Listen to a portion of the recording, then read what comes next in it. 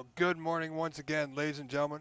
Welcome back. I'm your host, Rob Bridgers, and again with me is David Burney. We are live today at the corner bank for the CBSA 2026 Canadian National Snooker Championship semi-final final date championship Sunday, Dave. Yeah, it's a great day here. Vito Poapolo taking on Chekyon Kwan. Sylvain Etier, the man in charge of the semifinal match. Fit to be an exciting one. Chekyon just dispatched barely Blake Martel last night in deciding frame quarterfinal match. Vito moved on rather swiftly in his quarters. So Well, tough one to tell on the onset. yeah, both of them had some rough moments yesterday, Chucky Kwan and Vito. It's just gonna have to wait and see how this one plays out. And just for our viewers, Dave, because it's an important day, 4 players remaining. We have the other score on our screen, top right corner for you, Frank Amaranti and Edward Ling, so they can follow along with that.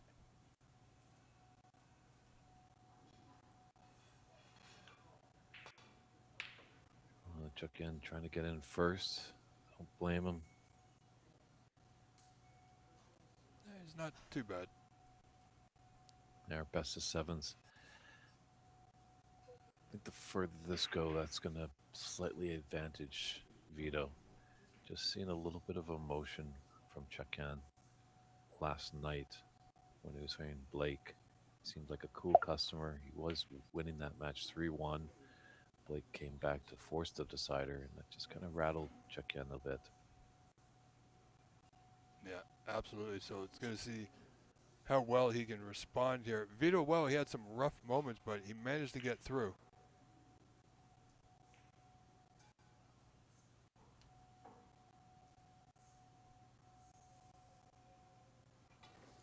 And good morning, Debbie Bai has returned.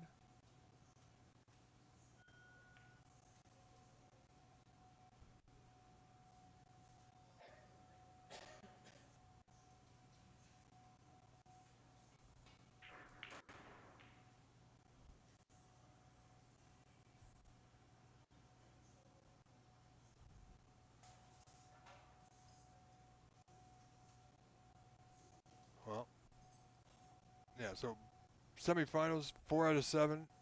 Finals, 5 out of 9, ladies and gentlemen. He's got good white. A little short to get behind the yellow, but it's okay.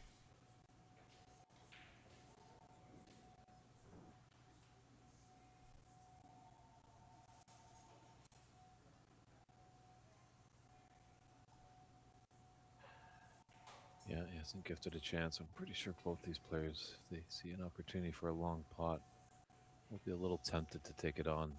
Want to draw first blood rather early. Now, you might notice that Vito has a little logo representing the Toronto Blue Jays on his vest. Unfortunately, Vito lost his dad a few months ago, so we give many condolences to him. But his dad was a great supporter of the Toronto Blue Jays baseball club, so he's wearing it in that honor.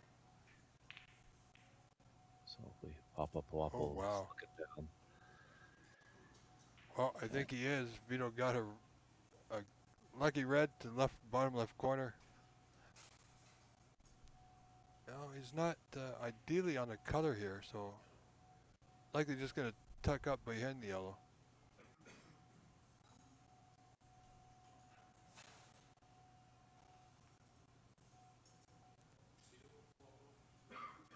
So this is going to be a tough match to call to see.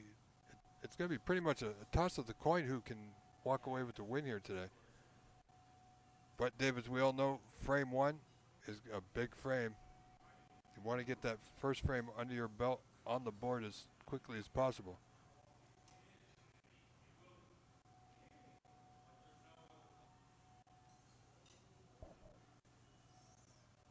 Yeah, we're here at the corner bank, the site of this year's championship.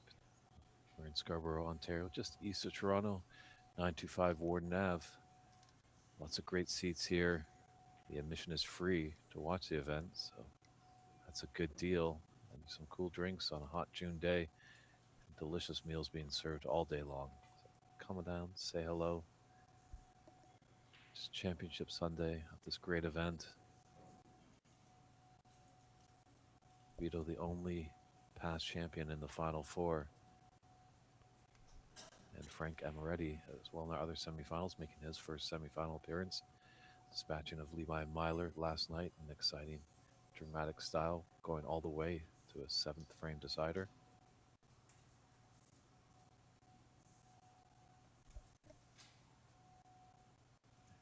Nice to see that Martin Perry's still tuning in from South Wales. And we got our friend Chaplin Kins, 4632, tuning in from the land of 10,000 lakes, Minnesota.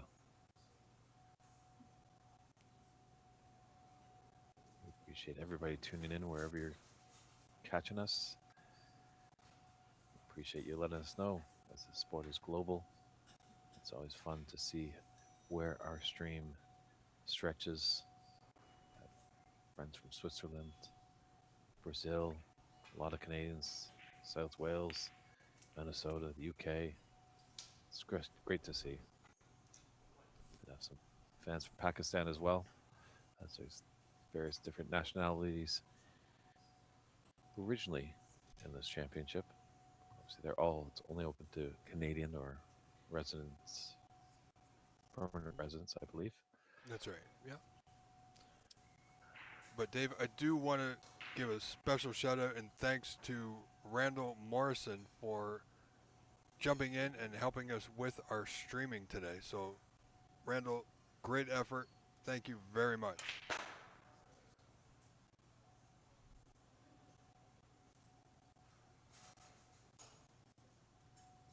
Yeah, Randall used to be active in the scene. Unfortunately, had to step away for a few years, but it looks like he's kind of crawling back into it, which is great to see. Doing a lot of great work out there in Alberta. Well, Vito's having a look at this cutback red, but wisely going to the right corner.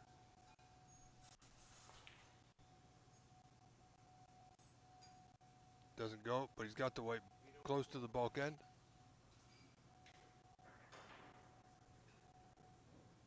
You know, the other observation I see here, Edward Ling and Chucky and Kwan both play out of Master Q Billiards in Markham, Dave. Yes, and I believe this is Vito's club as well. He plays predominantly out of Corner Bank. Correct. And not sure about Frank Amaretti. Well, Frank's a Monte Carlo in Mississauga. Okay. So we know they're tuning in.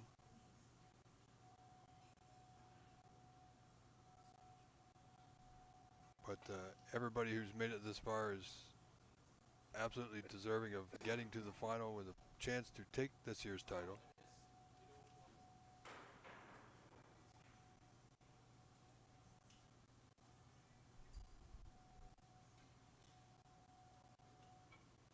Yeah, it was pretty impressive that Edward Ling took out last year's runner-up by scoring like 4-1, Alan Whitfield. So Yeah, Edward Ling's playing strong.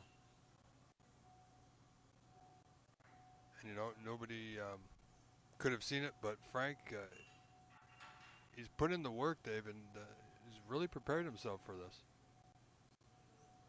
So he's got just as good chance here as anybody else.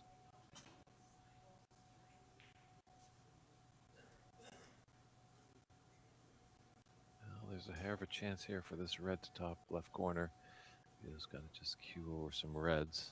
So that makes it a little bit more trickier.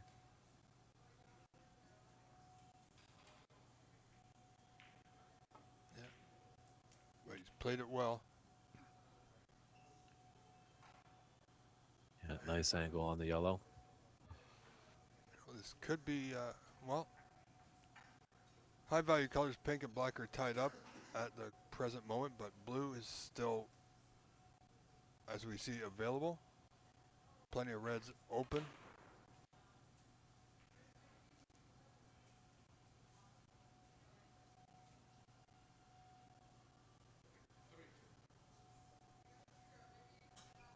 Yeah, as he gets a few pots in, it's going to settle his nerves.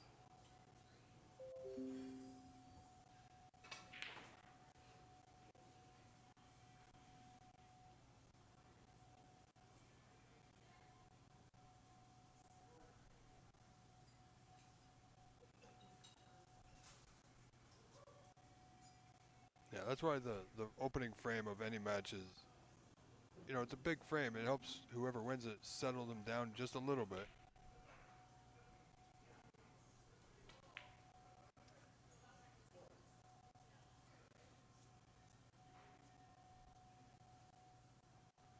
Just overran that a bit.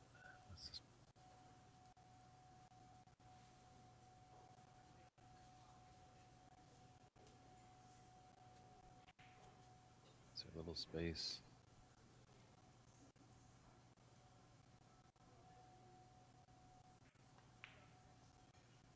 There was a gap.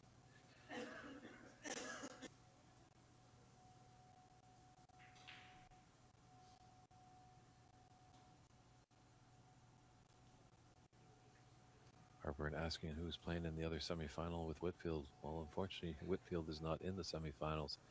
He got dispatched by Edward Ling, who's battling Frank Amoretti in the other semis. That score is just on the top right of our screen, so you can pay attention to that. And if this match gets done before other semifinal, we will jump over there for bonus coverage.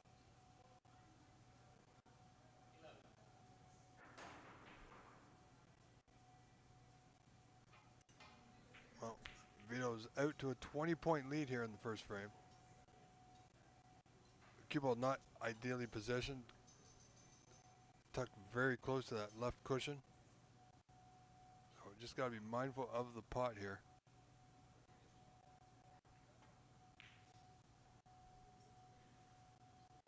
And a little bounce again. He's found the cushion, Dave. But still one red to play on.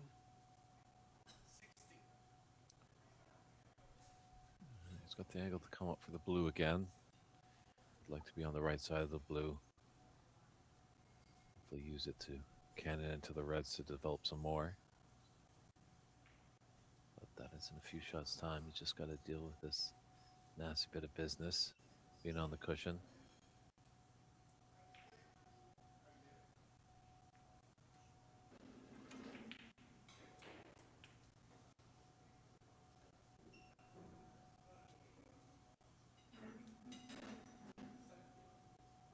Hell, is Vito feeling ambitious? He's got the angle. Thin cut on the brown to the yellow pocket. Can open up some reds, or does he just want to delicately roll behind? Looks like he's taking on the pot.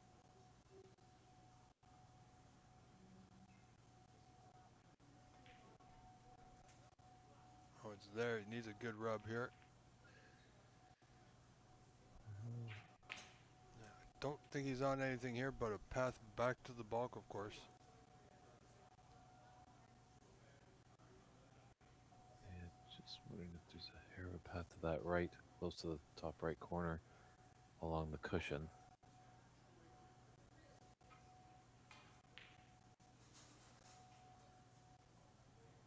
Doesn't look to be there, so a safety is in store.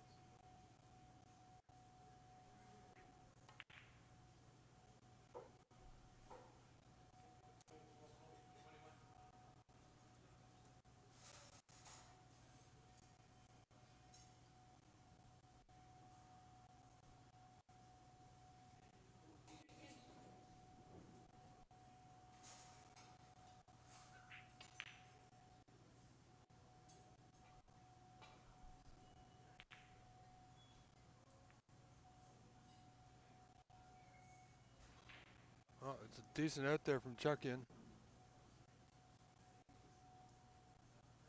It's so important for both these players, Dave, to feel like they've gotten off to a good start.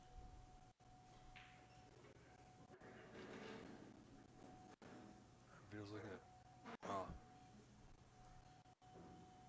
Definitely the safe shot is there, clipping off the left side of that left red, the two that Vito's pointed his cue at. At least it can come off probably 3 cushions back into the bulk area.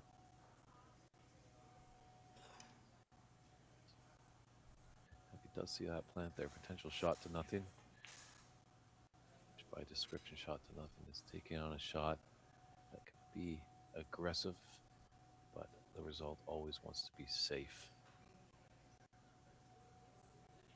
See the most of the time with that type of shot. Players are focused on getting the cue ball deep into the bulk area, and if a red drops, it's just a bonus.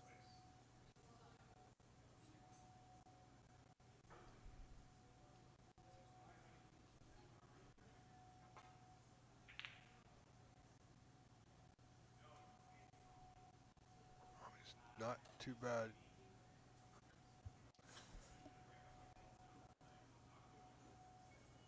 I mean, with the black not on the spot, I mean, Chuggin does have a long red.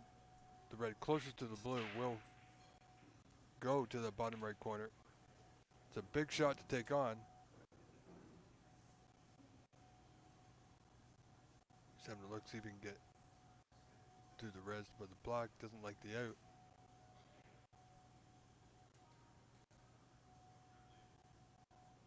So he plays with draw, he can play it with follow. Just get that white back to the bulk end.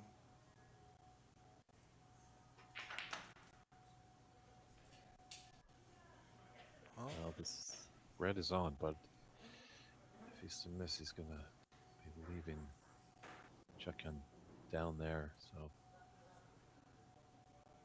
Exactly. He could, I mean, anything can happen. If he doesn't get it, he can open the black, leave Chuckin amongst the open reds.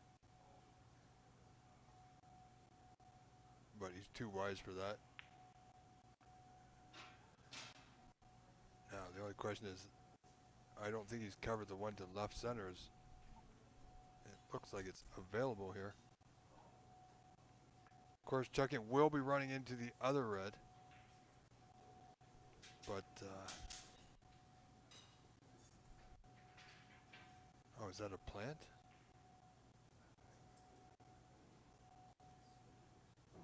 If that's a plant, Chuckin is a good opportunity here, Dave. yeah, definitely at least the angle off this will take him up to the blue. Maybe even the bulk area, depending on the pace that he uses. Wow. Wow. Great spotted shot. Just wondering why he... Yeah, I mean, he does have the green, Dave. Just wondering why he played it with so much pace. Maybe just to... In case he does falter, he does have the safe shot on that plan. It was difficult.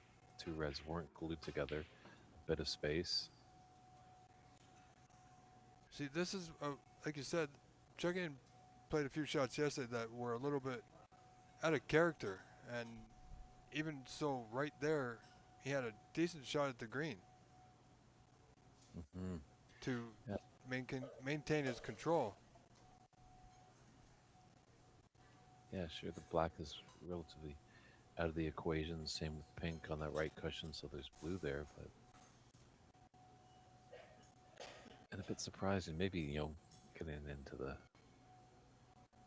the end of this frame or match, I should say, 6th or 7th frame, running and hiding like that might work for Check-Yen. But frame one, I don't mind players being a little bit more aggressive in that first frame, just trying to grab the bull by the horns.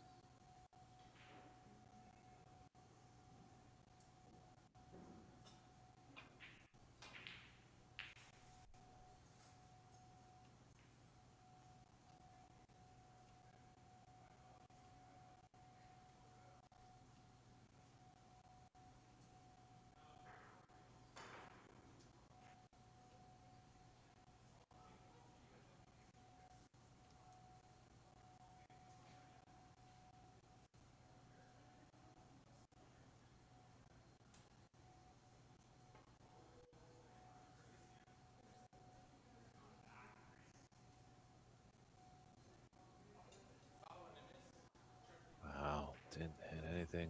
The miss is called by referee Etier.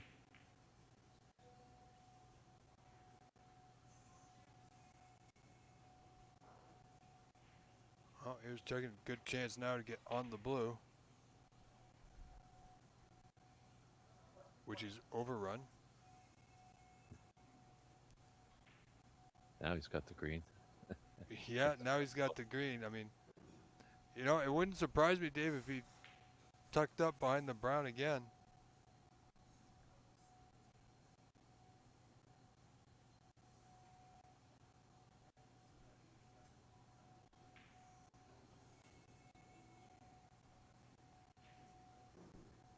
So thank you everyone for tuning in for Championship Sunday.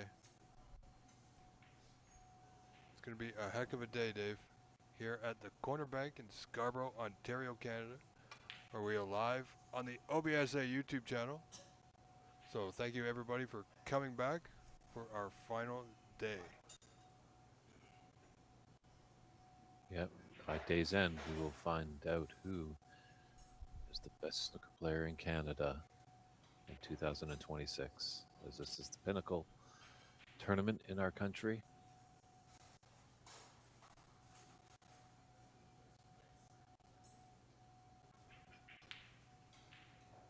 We do have one big tournament left, looks like, on the calendar for the season. That's the National Snooker League wrap-up tournament. It comes this coming weekend, June 12th to 14th. Going to be a great event, and then it might be a little relax for the snooker people.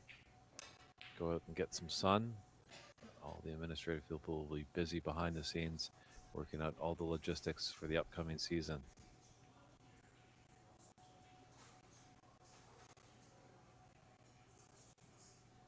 Yeah, next weekend should be an incredible weekend with the NSL. Players coming in from all across Canada, the U.S. So very excited.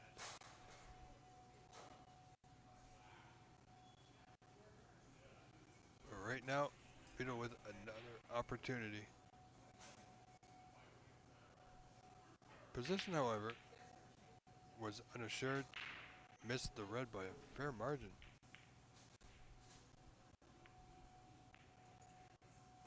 Vito only in front by 20, 30 to 10. And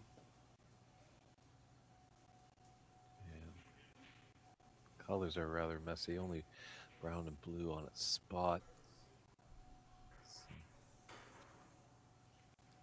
Might be a little scrappy first frame. Yeah, they usually are. Bit of a, I always like to say a bit of a feeling out stage. But Chucky not going for that green earlier. I mean, yeah, okay, he got the snooker behind the brown, but he had a good chance there to score quite well, even given the fact that the black was tied up at that moment.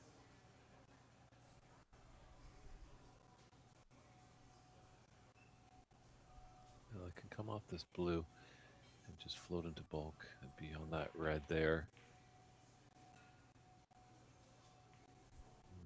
To be on the other side. We'll have to take that black and get it back down on its spot.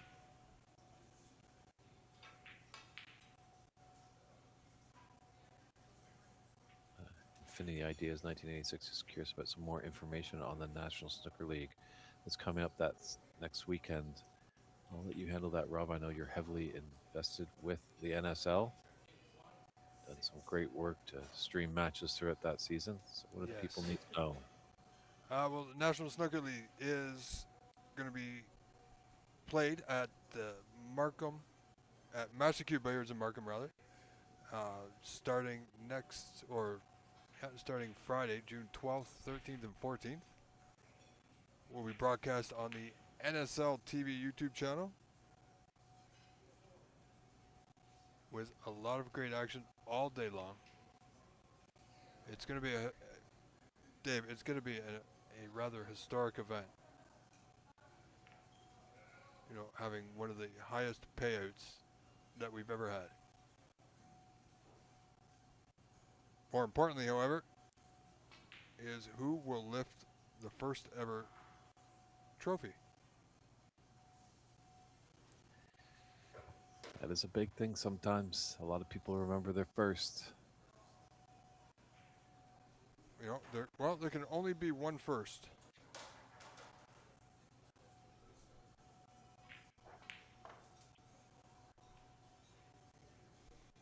Yeah, there's 3 players today looking to be their first-time champion. Vito, the only one that's gone the distance in this tournament and raised the crown.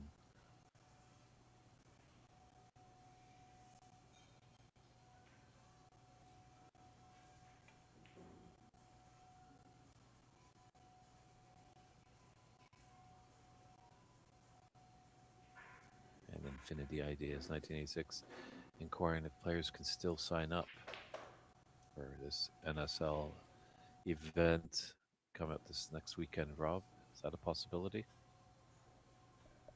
No, unfortunately, this season this is the championship event, so it's the league has several weeks of play where we have different matches to determine who makes it to the championship event.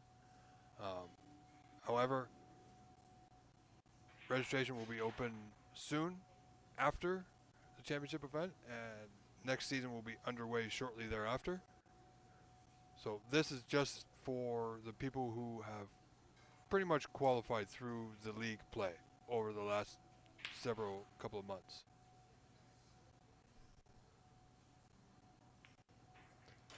But Dave, speaking of first, I have a question for you. Sure. Who won the first ever Canadian Amateur Snooker Championship?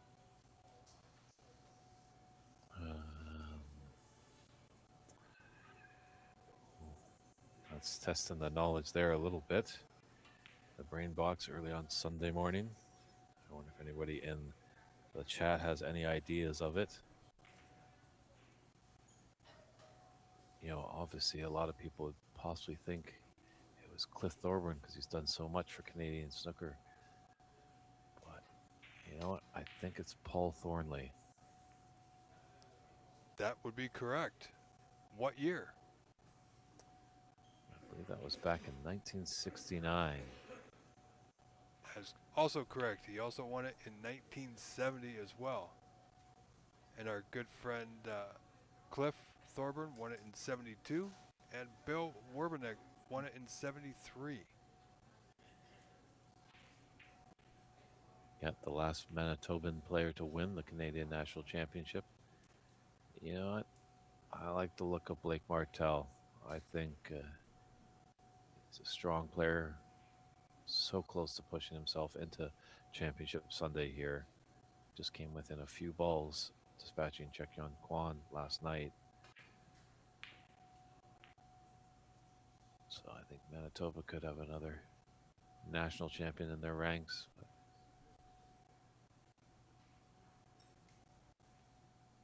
definitely at the CBSA, there is big plans to get this tournament moving around a bit. It is a national event. It should be staged in other provinces and territories.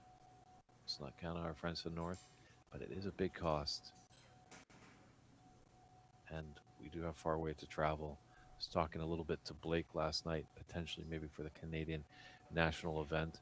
You're always going to get a strong number of players from the community you're in. We're in Southern Ontario here, so there's a lot of Ontarian players as compared to, say, British Columbia players. But if each provincial association had a provincial championship, and that winner maybe got seeded already in the knockout phase, and then the locals would play in the round robin leading up, might be an idea. So then it's not as expensive for the travel and the lodging for players coming out of town.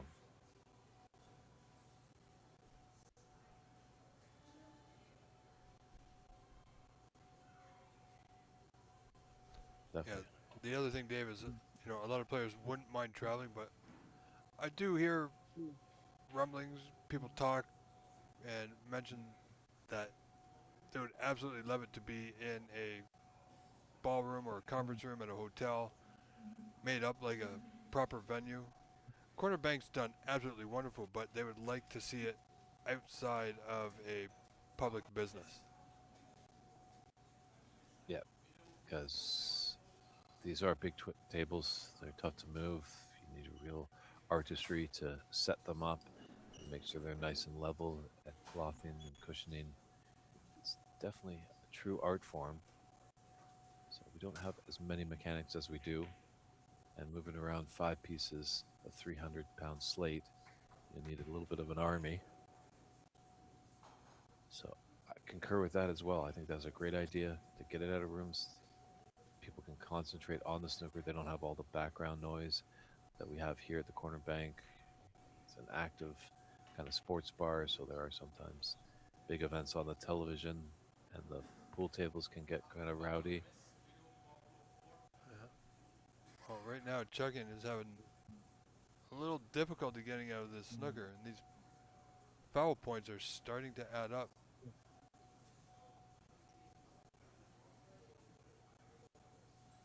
So Vito in front, 38-16, 22 points to the good.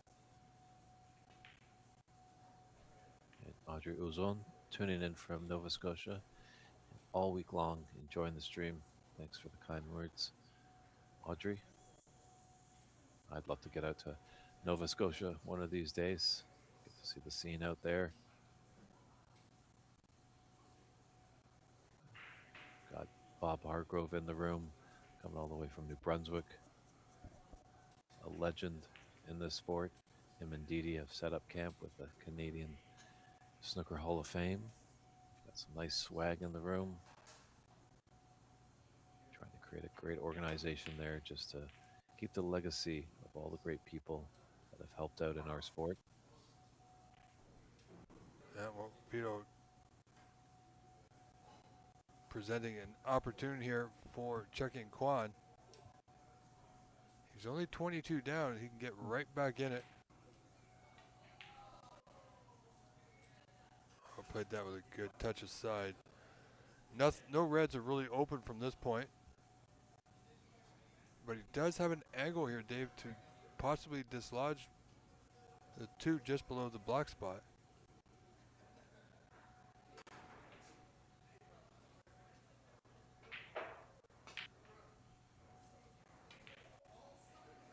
Oh, he's going for that, but blue doesn't drop either. Wow. Did not see that coming.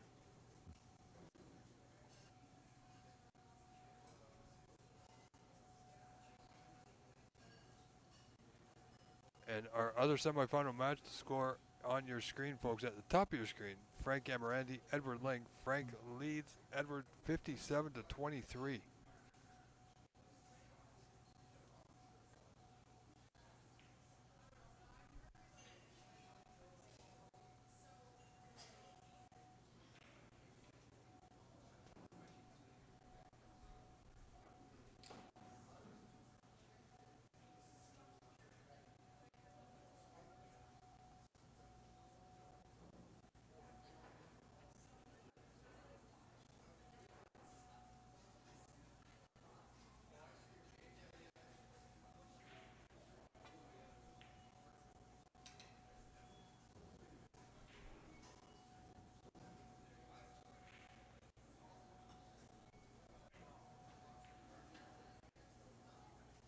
Yeah, I don't know if he's going to take this pot on. Right up in the middle, just with the angle. It looks like he might cannon into those reds just below the black spot. It's a little tough now with all the reds on one side of the table and colors on the other. Yeah, wants that red to keep going. He's made it difficult here for Chuggin. Past that center line, so not onto the middle.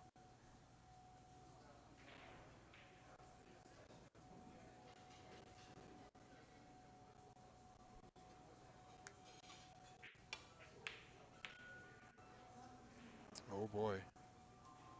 Oh, that red's come down, so he's okay. Both players seem to be playing a little cautious, and understandably so, of course.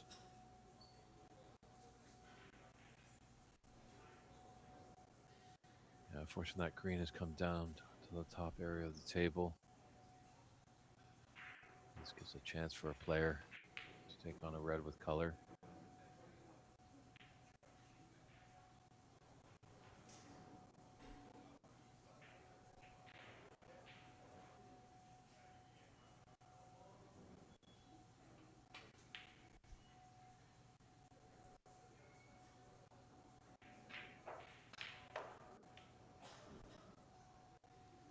Yeah, well, we're getting down to the business end of this frame.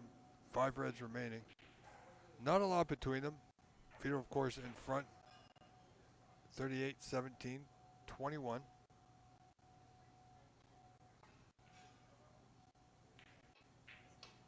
Yeah, Vito not so much tempting the pot there, just trying to get the white back to the bulk area. A little short. So this red is on here for chucking the right corner.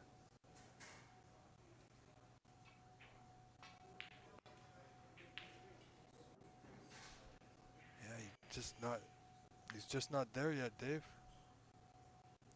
Oh, he's got a bit of luck with that yellow Oh, there. yes, he has. Bit of a messy table, nothing on their spots. Now, does Vito have a good safety in mind, or I mean, the other option if he comes off the right side cushion, I don't think he can swerve. It's hard to tell from our vantage point. That would be a big swerve, almost on the borderline, I think, of shot. He'll really be queuing down on that red, so he's going to take your shot coming off the right cushion, Rob. Oh boy. Well, I mean, valiant effort. I think he had to give it a shot. I mean, there was a high probability that that would have happened, or he could have potted it, or he could have got it safe. But it was really, you know, taking shots on like that, the result is sometimes not under your control. But the way the table's sitting, there's not too much available. You know, there is that one red, of course, just below chucking there that is available to the right corner.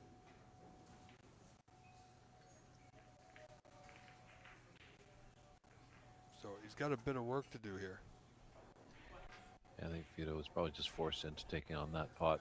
There's no real other safe, and just with that red hanging over that pocket, had to take it on, but he's sold it out. Chuck-in is in. Let's see what he can do.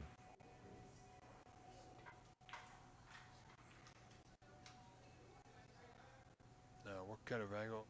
Well, he's got an angle to go into them, and I don't think he has much choice but to go into them.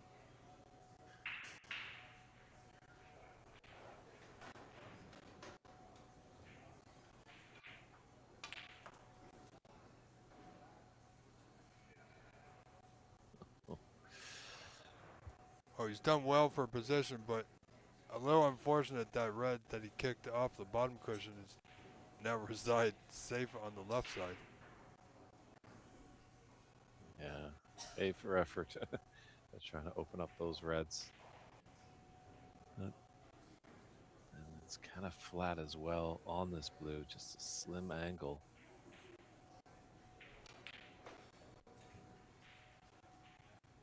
A bit more severe angle, he could have gone in and out of bulk and come down. This red on the top cushion.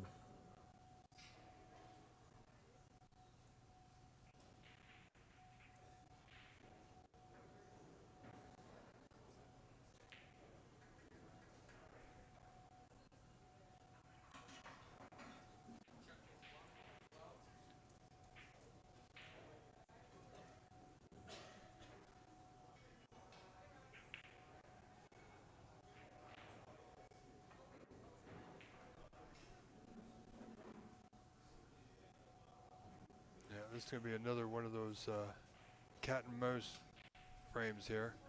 Not much in it, not much available. Vito's gifted a long red here for Chuck-in. He's faltered there, and he's opened things up a little bit. Yeah, he's left the red on to center. It's a little bit thinner than it appears on our screen. So you just got to be mindful. Yeah. You know, he could take the red onto the green pocket also, so he's got options. But he doesn't want to leave the door open for chuck-in.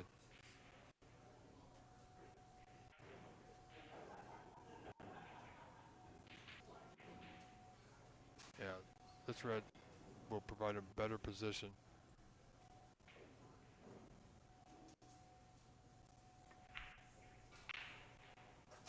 It's there. Yeah, that green is out in the open for that red that's on the left side near that pocket. Yeah. Might be a bit straight on this brown, tough to tell, or maybe a little low.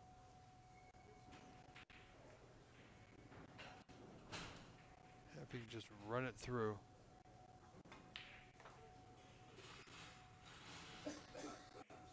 Yeah, not bad. So on the red left corner, off the bottom cushion, should be plumb on the green to get to the last red.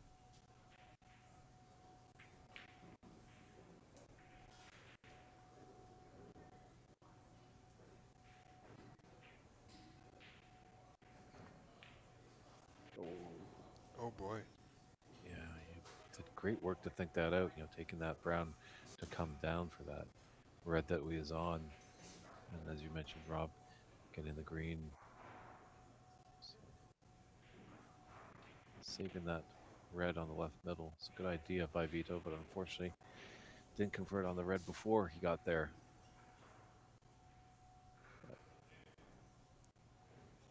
Well, the only thing here for Vito is that he hasn't left chucking a pot, so back to our safety battle. This red is potable. It's not ideal. It's not easy. Yeah, not much of a cue ball that Vito can work No. with, being close to the bulb cushion. Very hard to control.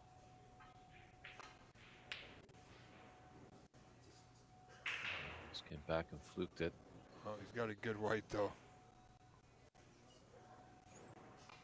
Apart from potting that red, Dave, that's probably the best outcome he could have asked for. Definitely with that white ball.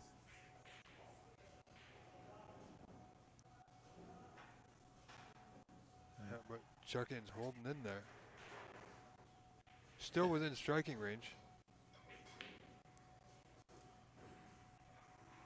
Yeah, just a slim 14 points and 43 on the table. There's a lot of tied up colored balls, pink, black, and yellow.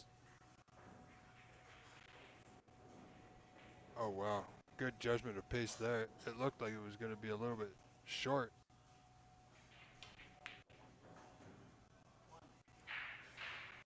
Oh. So kind of like Chuckin playing that shot. It's not bad, but had he opted to knock that red into the bulkhead, Vito wouldn't exactly be able to run away.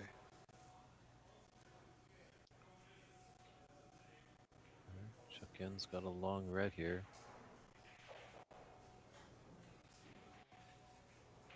If he refused it, I'd be a bit surprised.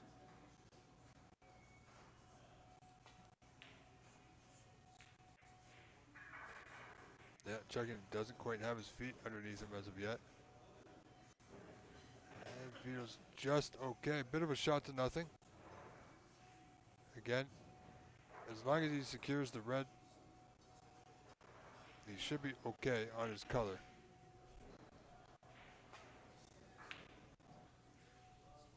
Decent effort. Ooh, a few cannons on blue and brown. Has blue come to save him? Well, I think he has, but red's still onto left corner.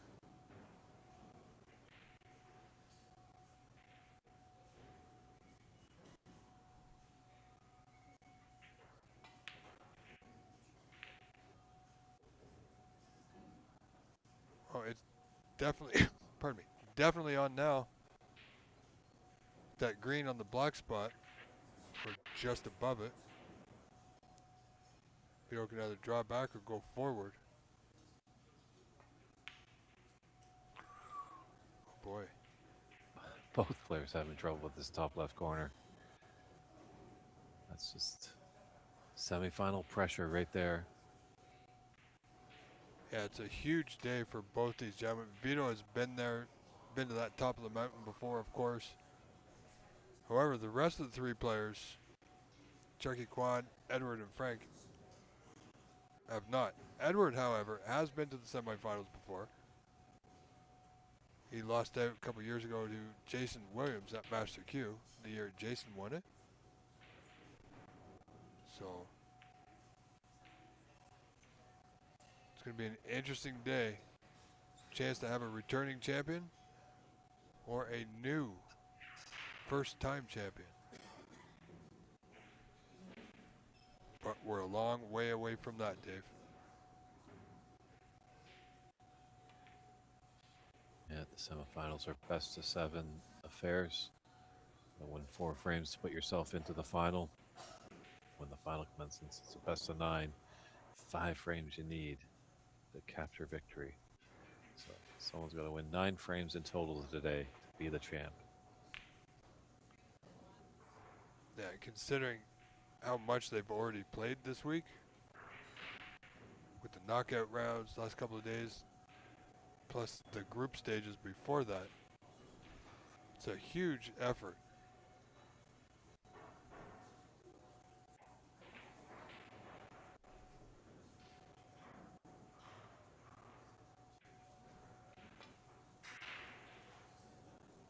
Oh, he managed to miss the green, so as long as the white stays out of the pocket, he'll be okay. And he is.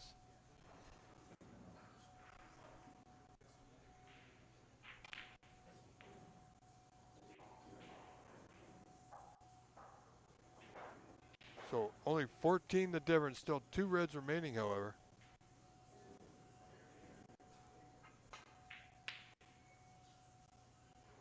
Vito's still looking for that long ball. Yeah. Decent cue ball up against the right cushion.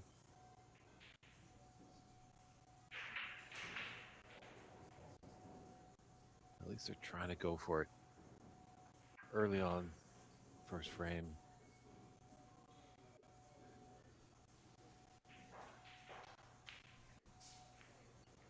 Yeah, checking, looking at this red. You know, he could play this red thin with a touch aside. But, well,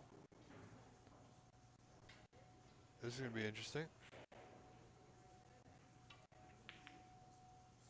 Oh, he decided to go for the pot, got the pot.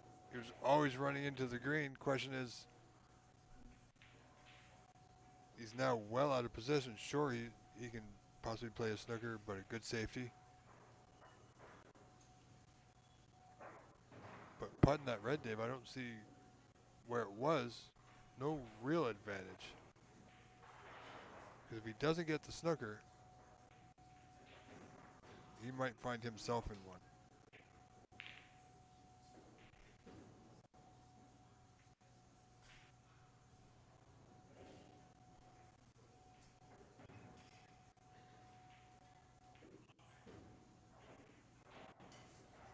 A little unfortunate with that flick on the yellow. Didn't get the snooker, so Vito can see the red.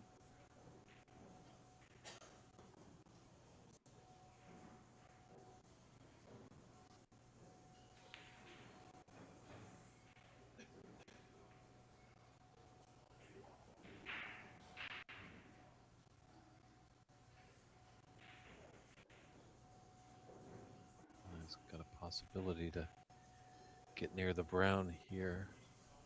Chuck Yen. Just slightly left side of the red.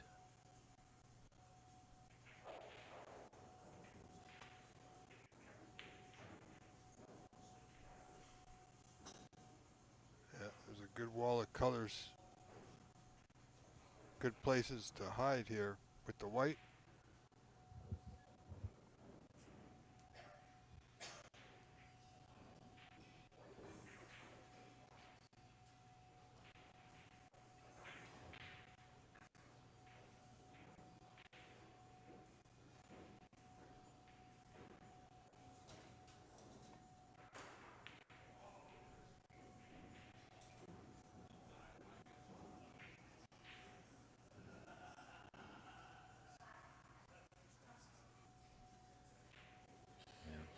Chuck Yen can come off a couple cushions off this red and find his cue ball. It's in the same spot. He's hoping it's tight to that black.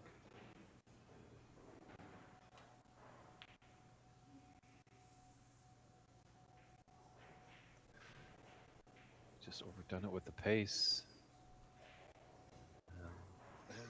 opportunity here for Vito with that black over that corner. Gonna have a quick look at the putting angle, of course.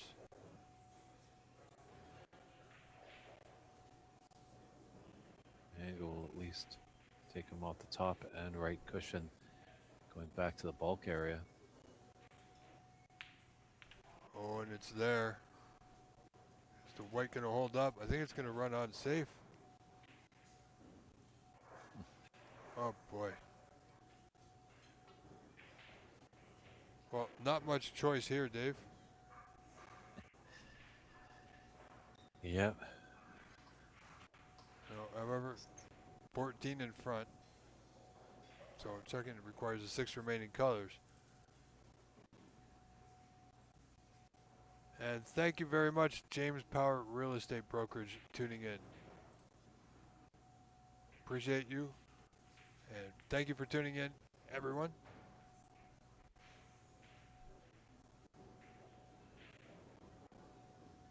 Yeah.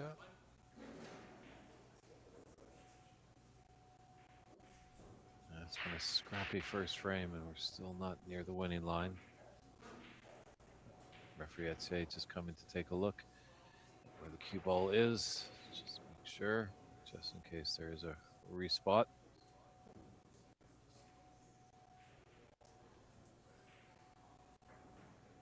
Well, we won't be able to see it from our view, but referee Sylvain will. All right, good hit. Well done.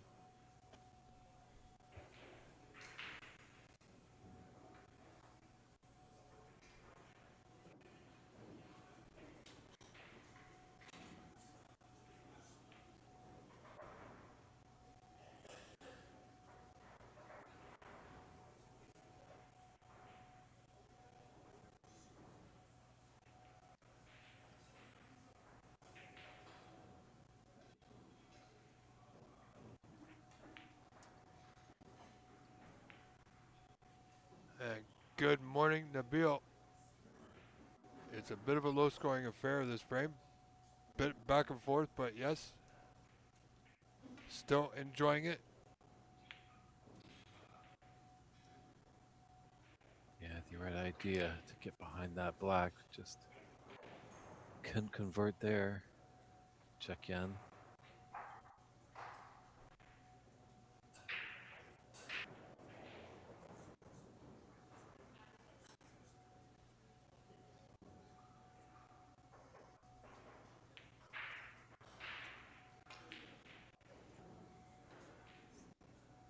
Set to run a bit more.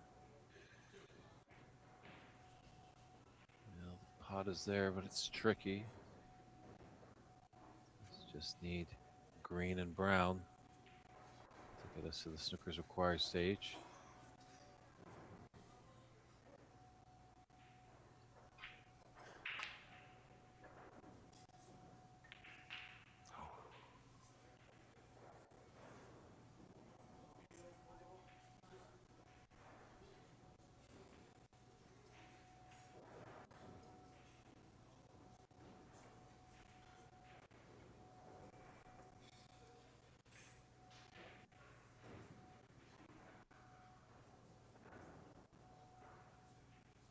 Nothing really able to get behind for check in with this green.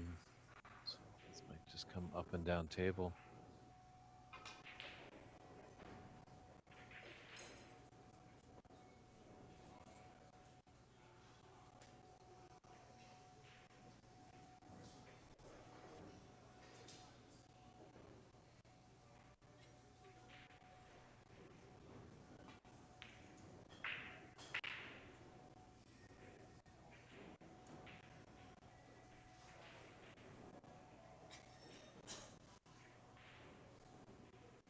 Now Infinity ID is curious of where the guy is that made that 147. Yes, we did have a 147. Unfortunately, it was in a friendly match. It wasn't in the tournament proper, but that was Manitoba's very own Blake Martel. And I think Blake got dispatched in a exciting decider last night against Cheuk Young Kwan. That was a great So, match. I think he might just be having a nice little lie-in on Sunday morning. Yeah, he fought back from a 3-1 deficit to get to that deciding frame. Right down to the final block it was, Dave.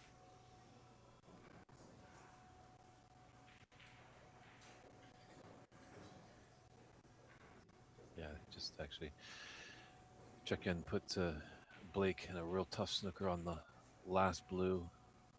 Blake faltered the first time. There was a little discussion about the respot. They did bring the ref over. They did have to look on the streams. But then both players agreed and they played on. Blake was successful to hit that blue and left it in a great potting position for Chekyan. Chekyan made the blue and pink and has put himself into the semifinal. As you can see, he's playing right now.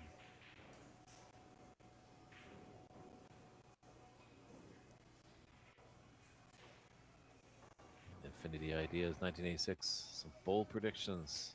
They're stating that they are going to win this event next year.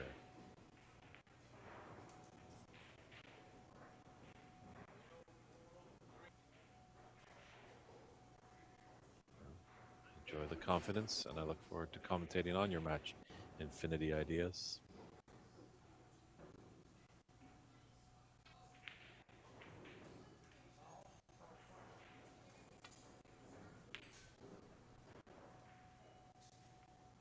Well, good frame this, Dave. First opening frame of our feature match day. Vito Pueblo leading Chucking Kwan. 19 points in front, 49 to 30. Only requires the brown to get that first frame on the board.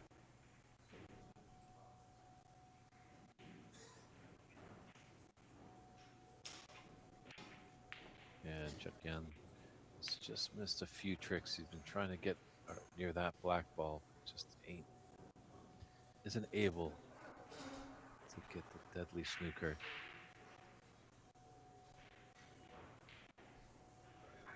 Balkan for Life chiming in, putting his support for Chekyan.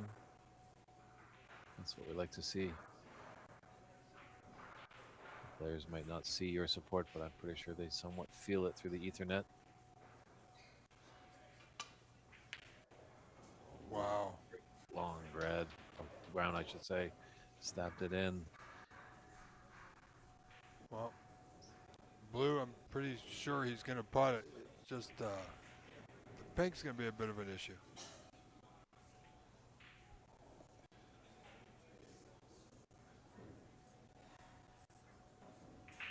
True, wonder just he might have the angle with that blue into left middle to come off top cushion. Possibly just nudge out the pink just to make it a bit better of a pot for him.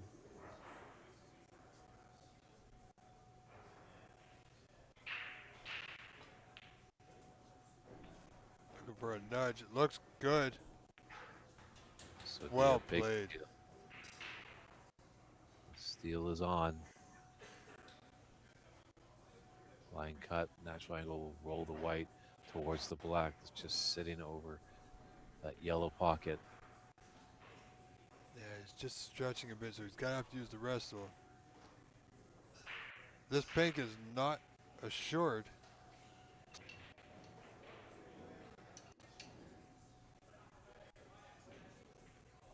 But if he should get this pink, I expect him to get the pink, then this frame should go to Chucking Kwan.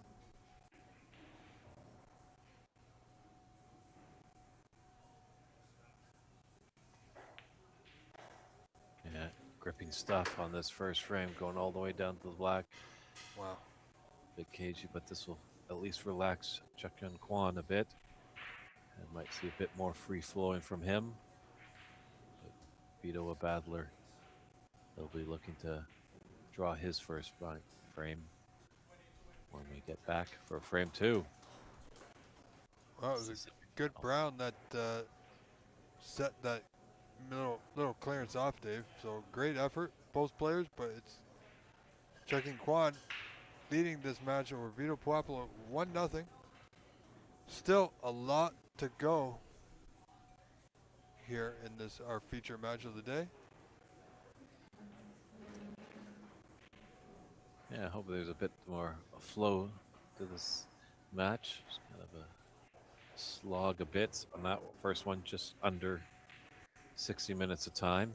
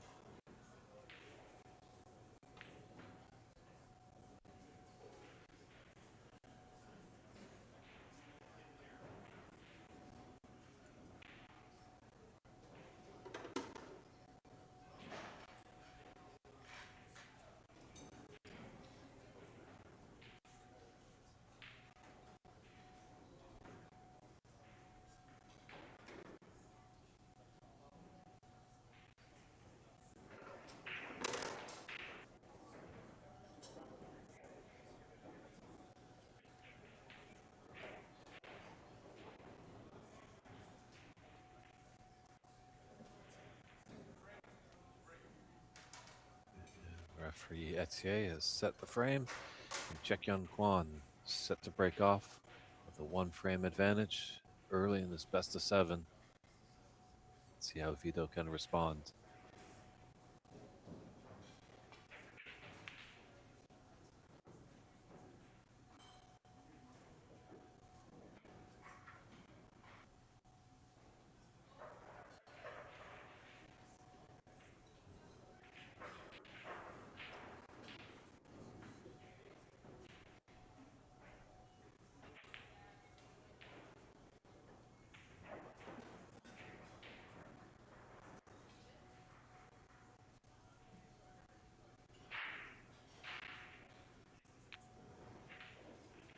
Vito wants that white to go. I think it's just enough to get past the bulk line behind the brown. Might create a little bit of an issue, but I think Chucking can see the right side of the bunch. Should be able to get back to the bulk end.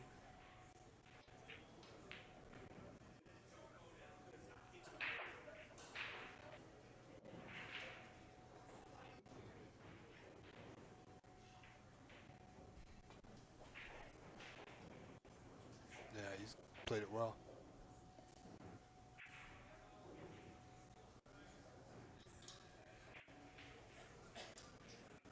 Oh, he's had the first frame victory. There was a long-range red. He could have drawn back just to be on a bulk color. Check-in, that is. Surprised he refused it so early in the second frame. It's given Vito a bit to think about. Yeah, I mean, whatever strategy he employed in the first frame, it got him the frame. On the block, mind you, but he's up 1-0. I mean, some of his shot selections are questionable, but whatever he's doing, you know, like they say, Dave, if it's not broke, don't fix it. That's come well short of pace. I don't think he's given Chukyun anything. There is that red over the top left corner. Chukyun doesn't have a clear path to strike it. So if the ops are safe, it's got to be important that it gets the cover. Doesn't give Vito that easy red that we mentioned over the corner pocket.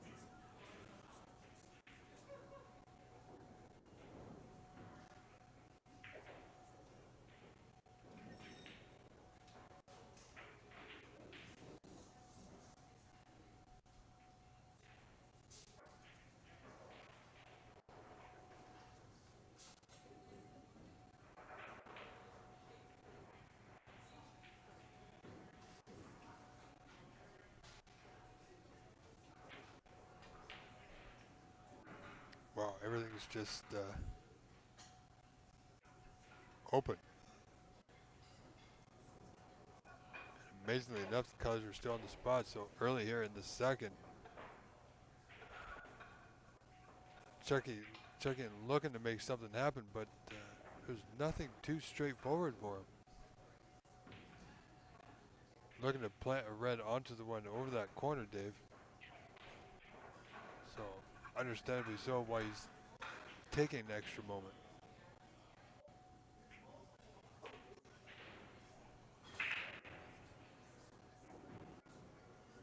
I wonder if there's a gap between the blue and the red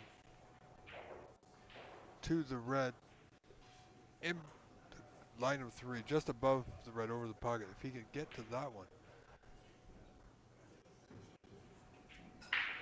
No, perhaps not.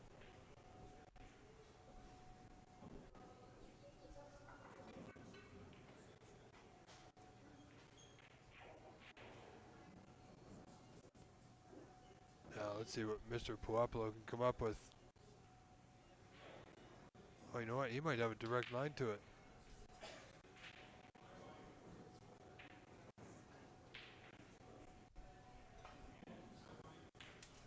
Wow.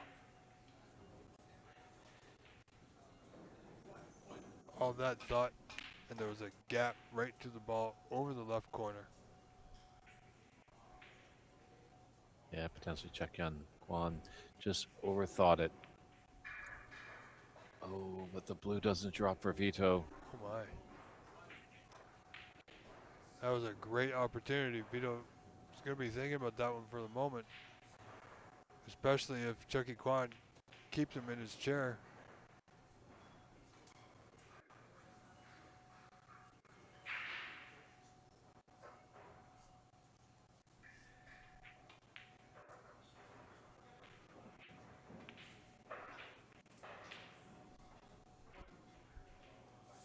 Oh, he's okay. Hampered a little bit. Curing's over the red.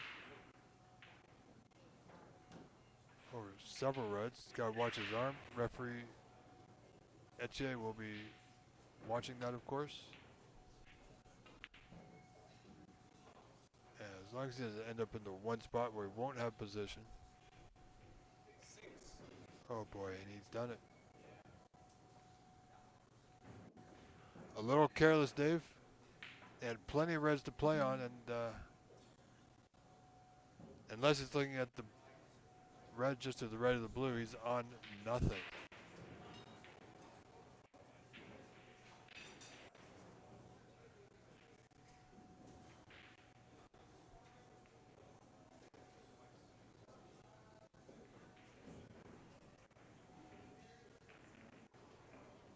Yeah, just the pace of check in. Maybe he just overthinks things sometimes. Yes. I mean, he's not alone in that. Quite a few players that do.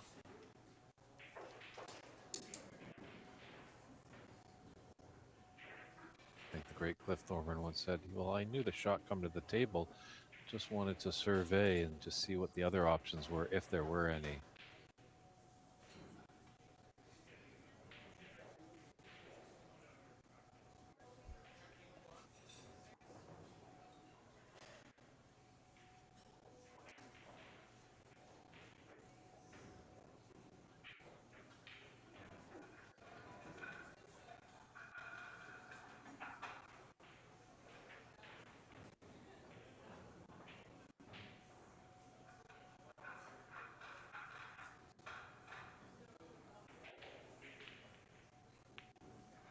Oh, that's not a good cannon into that red. Skip to check in. Nice easy opener with this red to right middle.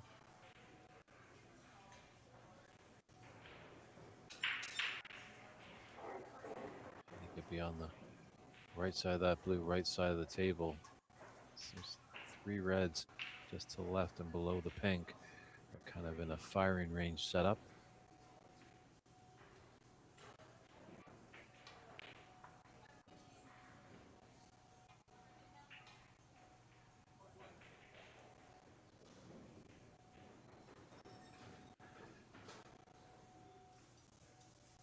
Just got to be mindful of the pace. Would love to get that red in the middle of those three that are left of the pink. Should be able to do it coming off the green.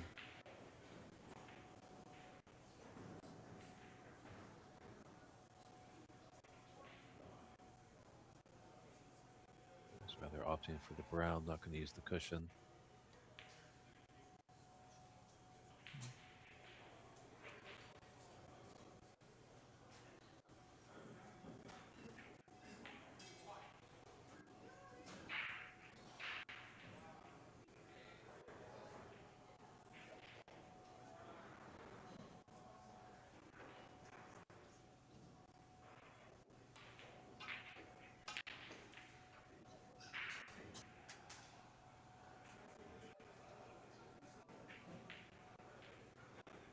Our good friend Rick Marshall tuning in, looking for the tournament bracket link. That's at Cloud Snooker, cloudsnooker.com, Rick.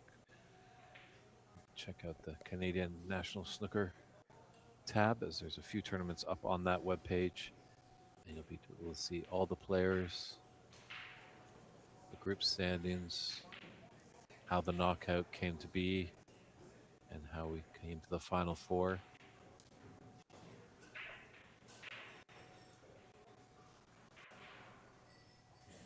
So check in, falters on that brown. He got the shape that he wanted. Very nicely primed on those three reds. Just a touch high for that middle one. Could go, could stun. Back for the black. That red along the top cushion just might be a bother for the red to go in this same pocket where I believe he's going to fire red into. This Top is left. a big opportunity for Vito. I mean, it's very surprised Chucky not really able to score too much. But if Vito can manage the white here, as you say, the black, I believe. Well, if he's not on the black, he's on the pink, but he's over a group of reds here. He really wants this to go because he'll be leaving a red to right corner. Yeah, this black is thin and it's close to the other one. Oh, brown is waiting.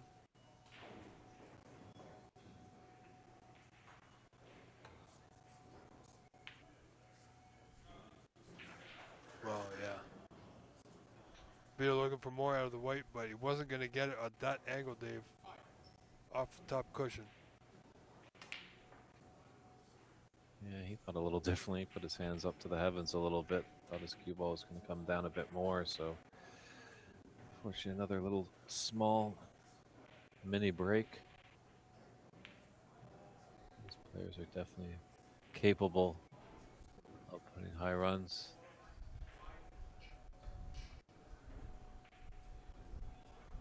So Vito reeling a little bit early on.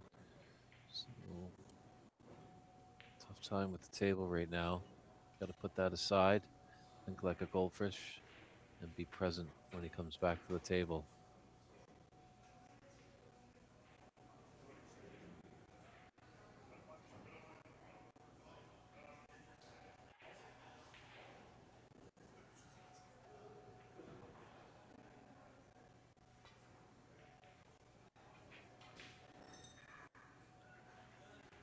Always hit the horn.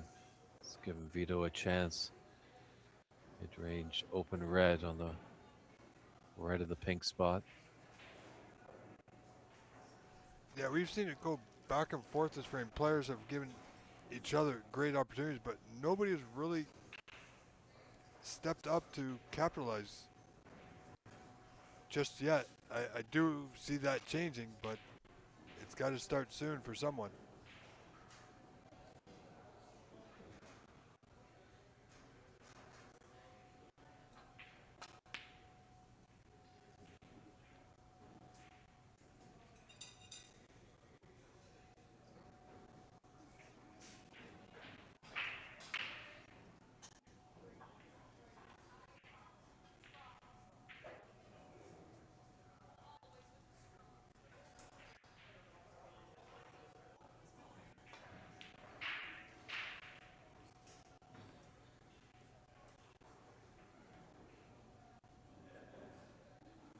You know, he's poked out a red, but it's tough to cue over that brown for Vito.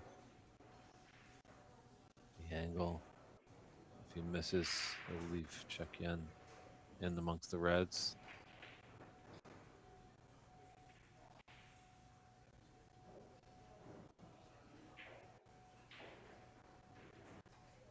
I think there's a gap there for that potting angle for that red near top right.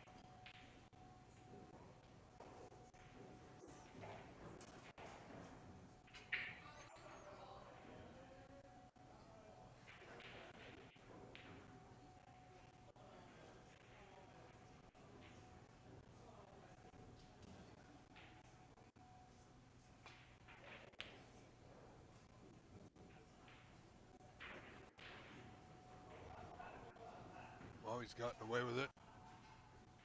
Got a decent white, even though he's left to right over the bottom right corner. It's not easy. Do well to manage.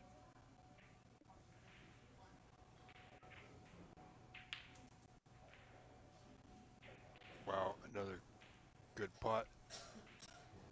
Could this be a sign of things to come for Mr. Puopolo here in the second? No, if he can keep going like that, keep that standard of pots going, Dave, he's going to be, well, it's going to serve him well.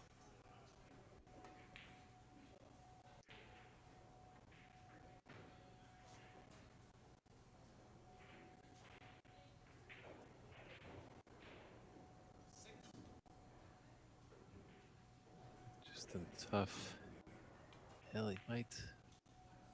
Those three reds kind of in a line above the left of the black. He might be straight on the middle one.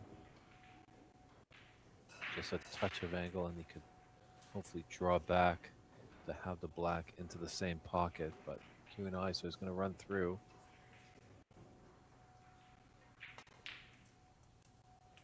Always open things up, and that's worked out wonderfully for him. Now that's got to give him a little bit of confidence, Dave.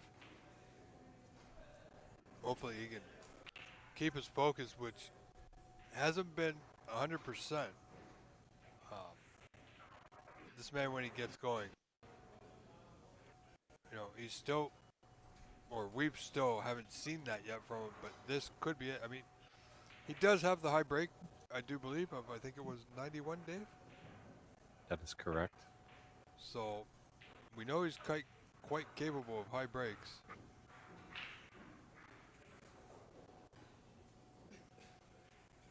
But he definitely needs to score well here. I mentioned early on that he is wearing that Blue Jay pin in honor of his dad, who passed away a few months ago. Condolences to you, Vito, and everyone in the family. But it's that interesting theory, the Charlie Brown theory.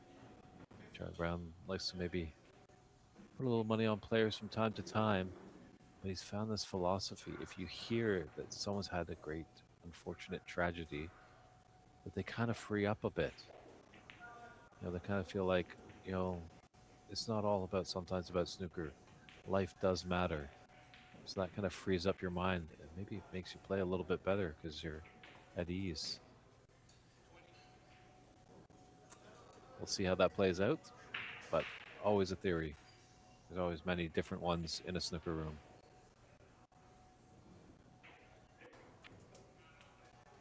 Because this is great stuff by Vito. Going to boost his confidence. Know that he's in the semifinal for a reason.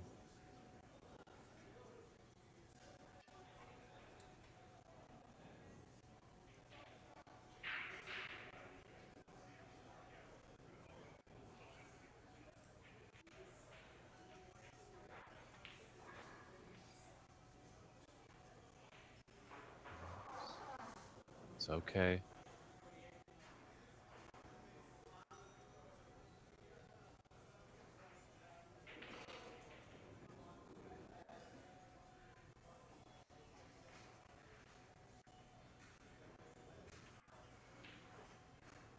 Just run too much.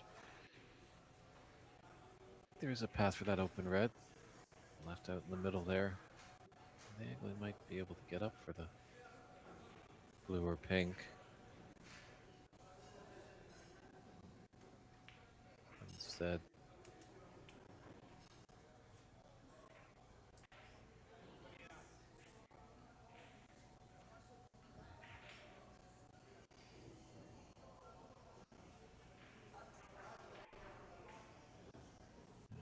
ran a little out of position on that last shot.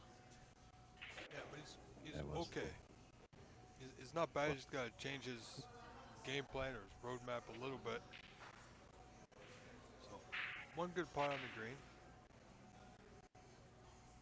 He can play for. He's got options. He can play for the red next to the yellow. He can play for one of the two reds to the bottom right corner. Looks like he's keeping it simple. Rolling this red in, or green rather, for the red to the left corner, and he's right there. So great effort. Break of 32 from Vito.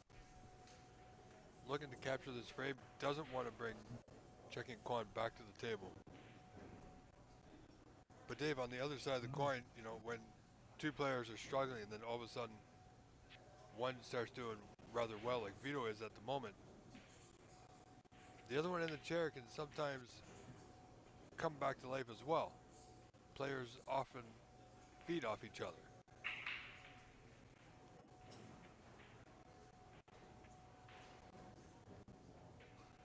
Well, has he gone far enough for this pink? Ah,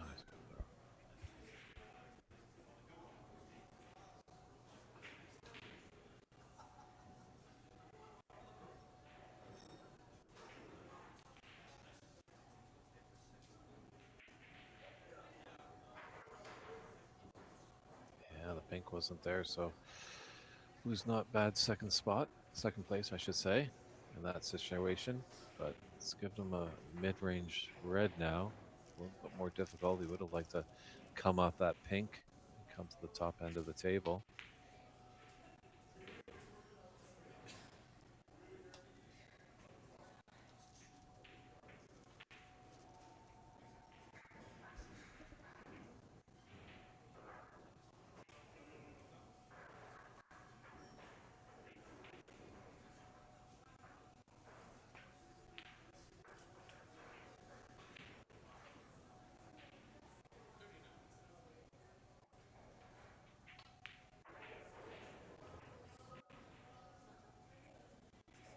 So he needs another good bulk color here to keep it going for Vito.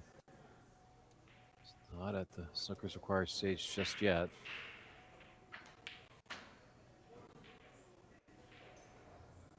No, but we are getting close to it.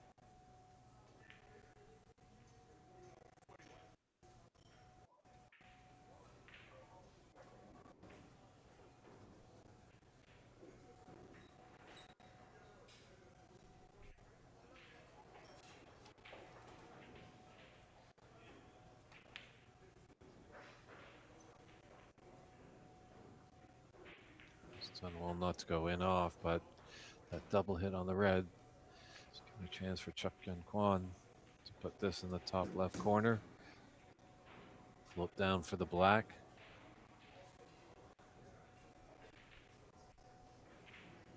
Well, so 47-12. Vito in front by 35. Chucky Kwan had a great chance there. You know, the other thing is when you see your opponent in the balls that you've left him and he's unable to score, you know, it's going to change your game a little bit. Smart tactic by Vito. Taking on the pot.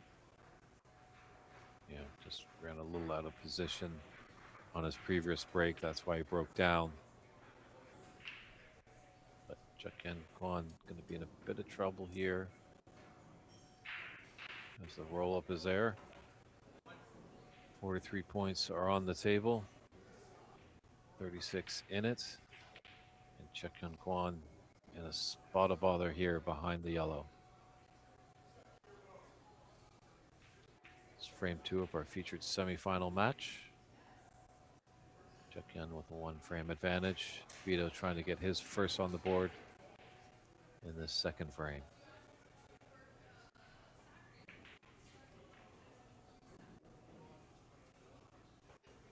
Oh. Well short of pace. Vito's going to have him put back. The referee at Jay.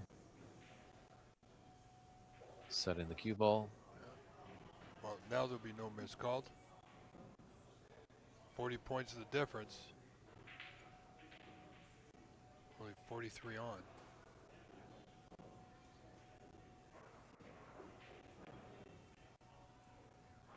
Wow. Well, he made the hit, Dave, but I do believe Vito can putt. He's read the right corner, position for the block. Yeah, red is his frame ball. Yeah, so it should be 1-1 now. But he's definitely going to want to get this last red off the table. Yeah, and he's a little bit low on the black for it. Like to be a little bit higher.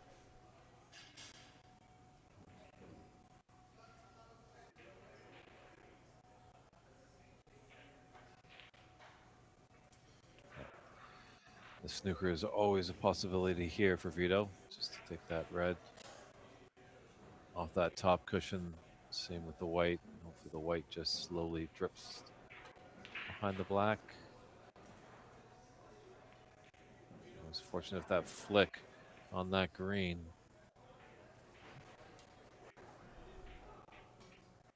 Again, just going to try and come off the bulk cushion with a little bit of right side.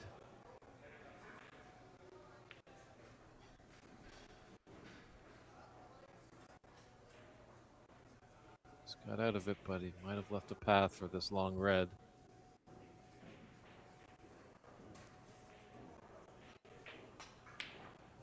Was there good effort by Vito? Yeah. So 48 down, 35 on.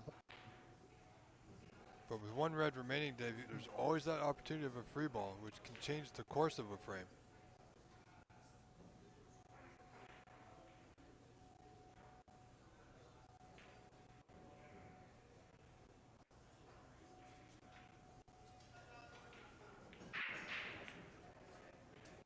He's got a good line to get behind the green. Now, is there a gap? If there's a gap, that would be the slimmest of margins. If not, Vito's got what should be a straightforward play off the left side cushion.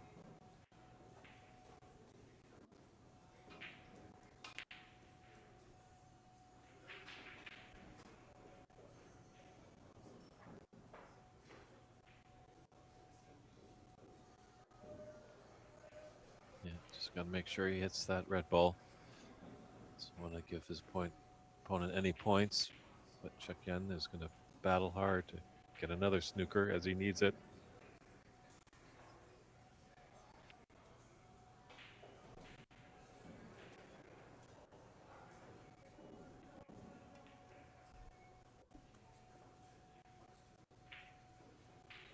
Oh, green's not going to help him here.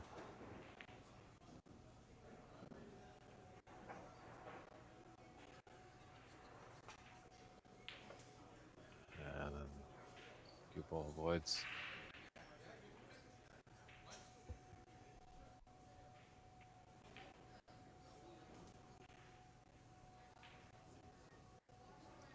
Yeah, Vito just obviously it's frame is over, but you'd like to still be at the table. Oh, green's not there. So Vito Popple takes that frame by a scoreline of 60-12. We've got a match tied 1 frame apiece. We'll be right back with frame 3.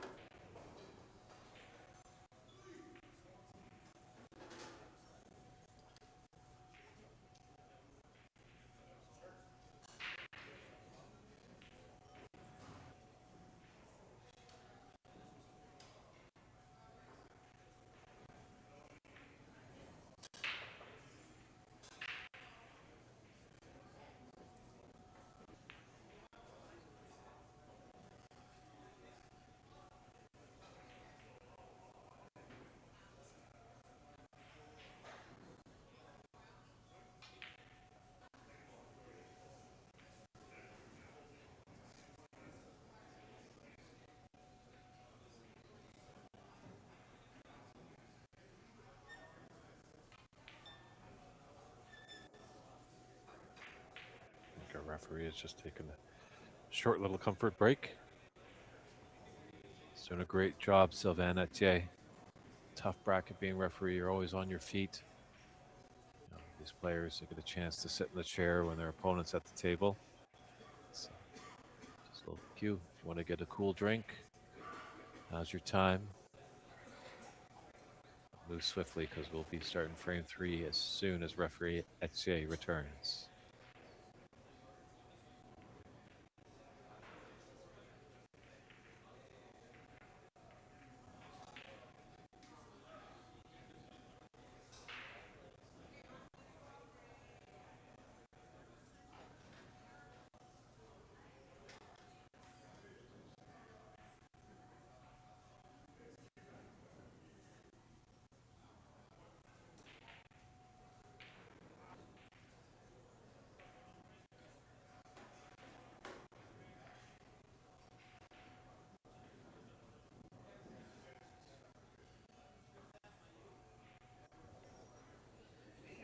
And referee Etier has returned, donning the white gloves. And Vito Puopel, fresh off a frame victory, set to break off important frame 3.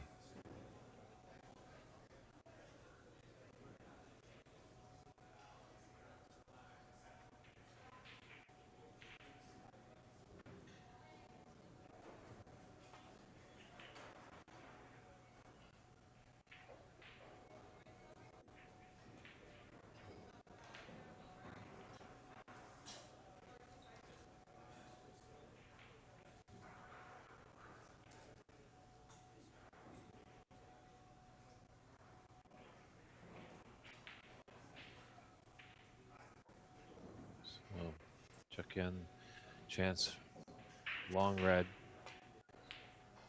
Get things started. Falters a bit there. Then sell it out to Vito.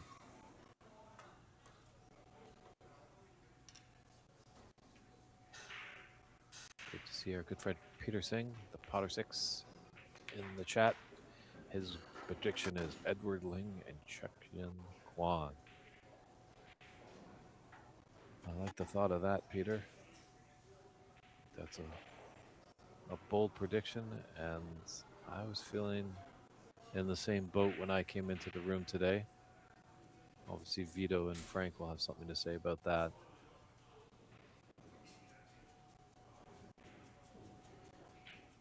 I think that's a good final prediction. If anyone else has some predictions, feel free to fire them up there. We can see if they do come true. I think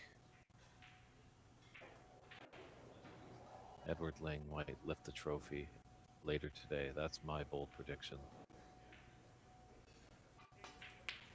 But he's got to get through Frank Amoretti. He's a tough customer. Here comes Chuk-Yin. First in.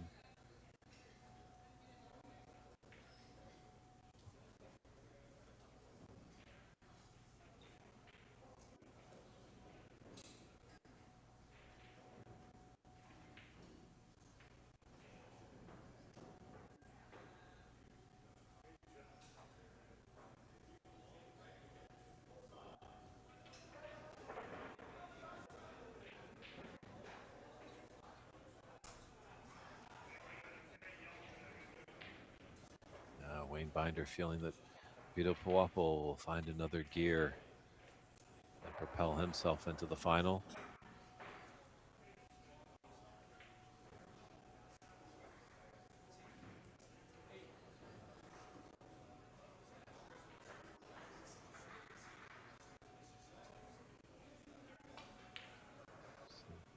Small little 8 break, taking the money and run.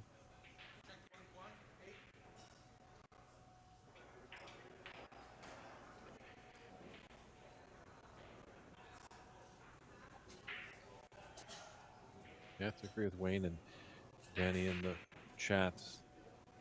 Vito does need to open it up. He was looking very fluent.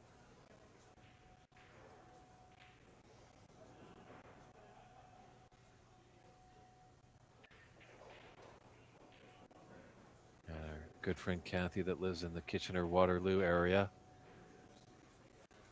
has come into the room to watch the final day here. She's supporting Mr. Kwan to win.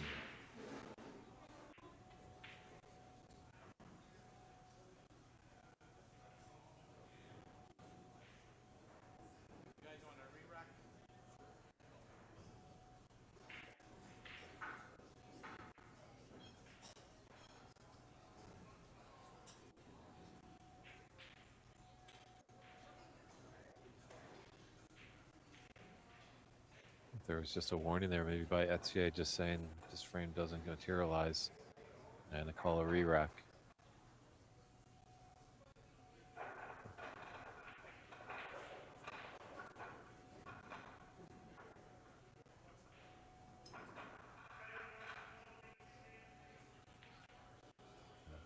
Routine safe isn't really there. Is that red in the bulk area?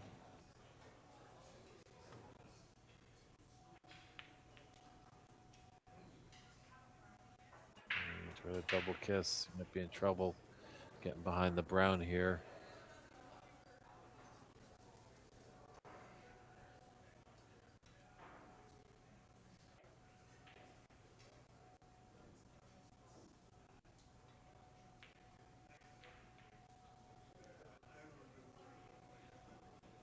Came close, just got a little bit thick. Not easy cueing here for Vito.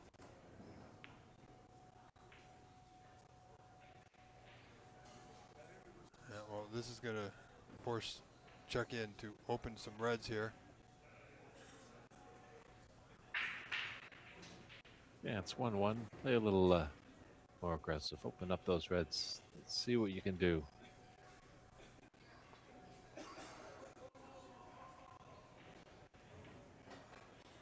Well, check-in did quite well yesterday against Blake by keeping things tight. He seems to do that in these pressure situations.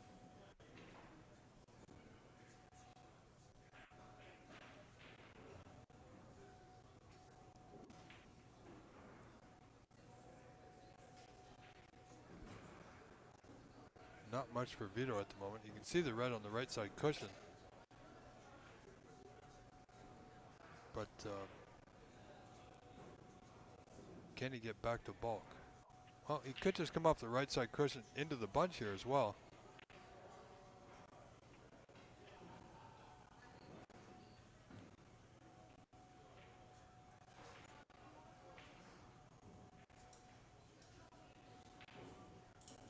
Oh, he's got to miss the pink.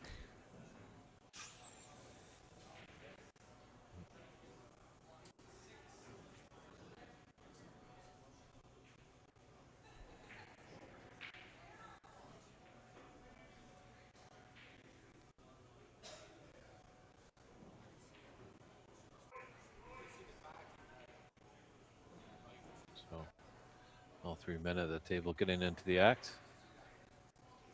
Just referee Etier. A little assistance from the players. Great visuals right there. All 3 looking in. And we're making sure. When it's set, Etier will ask both players. Both agree. And it's attempt number 2. Oh. Vito's got to get this right, and he will. Yeah, it might be a touching ball. I believe so. Savannah will do well to have a look there.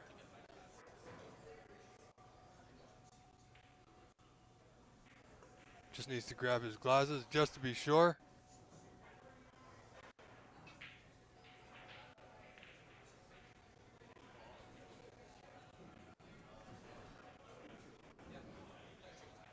And he points to the offending red.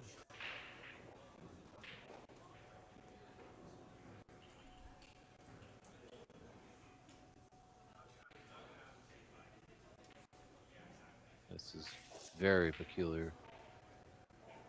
Yeah, I think he's got to come off the right side cushion and make his cueing a little bit easier. Still not completely easy, but considering he's just shooting away, he should be just fine.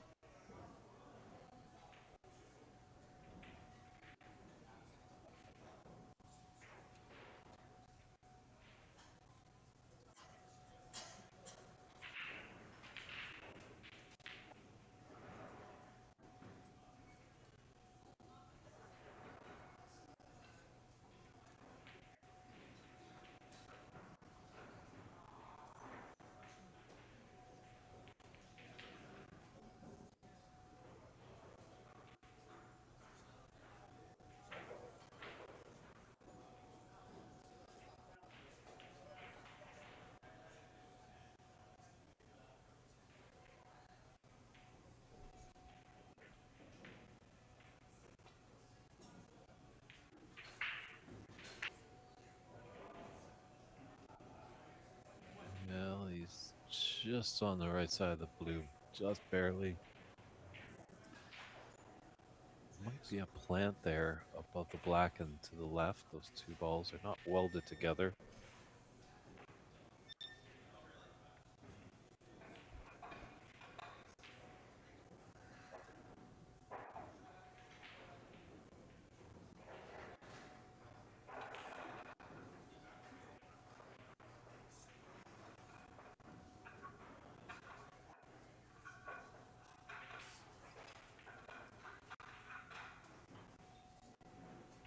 We might have a path for that open red just at the bottom of the pack of reds.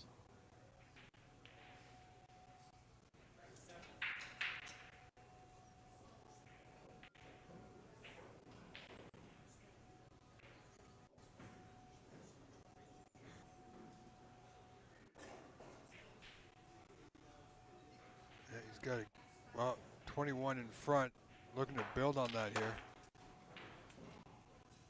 Wow, he's still on the red. Doesn't like it. He's got a red to right corner, but he's going to be quite hampered here.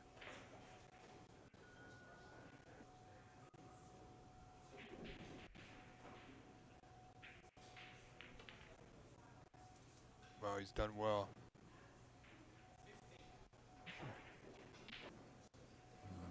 Not ideally placed here. I don't think he gave that last red a little bit of time. Just kind of rushed it a bit.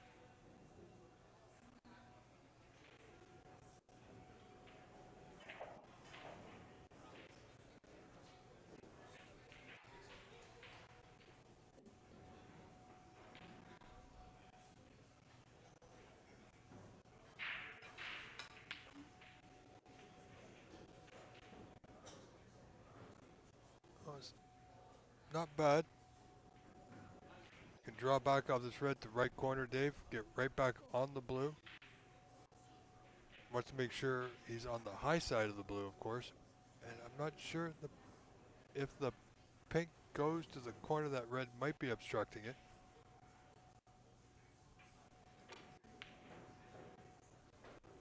Oh, red doesn't go. Where's it? Oh, can Vito get through? If he can, great, the red's on, but if he can't, he's got a decent path to bulk. Oh, feels he can.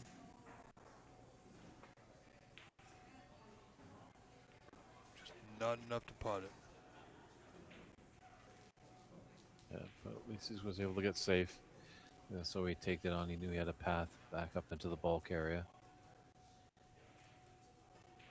Yeah, with the Chucky Kwan leading by 33-0 in this frame. Vito's got to tighten up a little bit, and well, to stay in the frame, he's got to be the next one to score.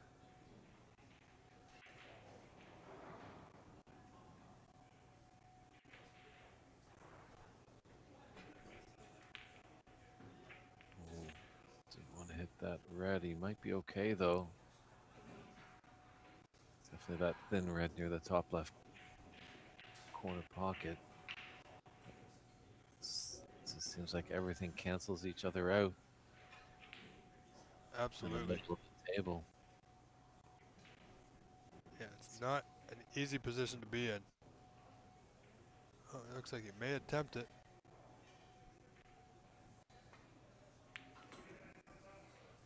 There was a lot of risk there. You know, he had a pass back to bulk. That red on the cushion was not a guarantee. Even if he had potted it, positionally would have been challenged. But if he can, you know, if he can get back in this frame, Vito, and possibly win it, go up 2 frames to 1 after chucking leading by 33, that may take a little bit of wind out of the sails of Mr. Kwan.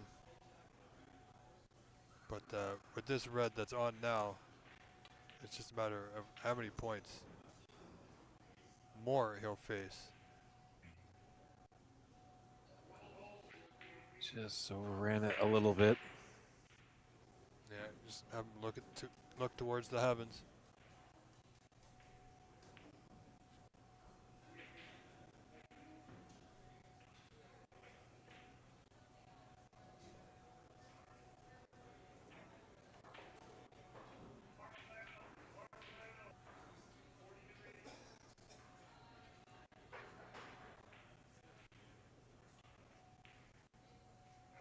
Well, he did have that mid-range red. Right at the bunch of reds in the middle of the table, so didn't elect for a more trickier shot of going in and out of bulk when you're on the wrong side of the blue. Just needs to stun this one in, hold for the pink. Yeah, he's just gotta. You know, if he can hold the white there, if he doesn't get on the pink, he may actually be on the black if it passes the red next to it. He's got a bit of an angle here. When I say bit, slight.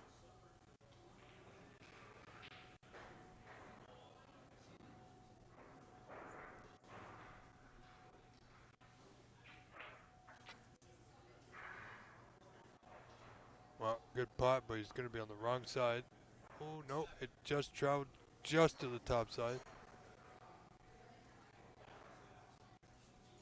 So he's going to have to, wow, needs to follow this through, come once, twice across. Yeah, because he does have that red just below the black. Let's have some reds below the pink. So Yeah. he's got options on reds. Just what does he select when he's on a color? And if Checking can build his confidence, it's going to work out for him for the better. Checking just seeing somebody in his eye line. So rightfully so, just stepping up. Yeah, we've got a pool event going on as well.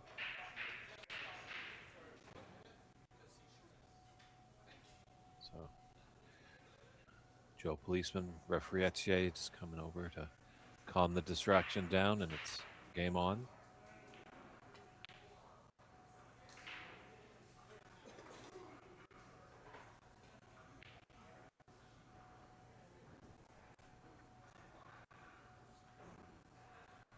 That would be one of the benefits of bringing this great event into a hotel conference room.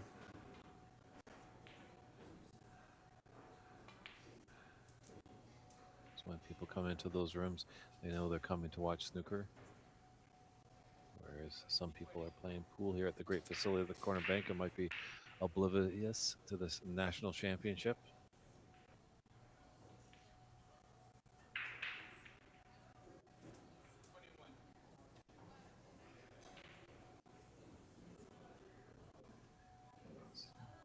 This frame definitely looking to the favor of Chekyun Kwan.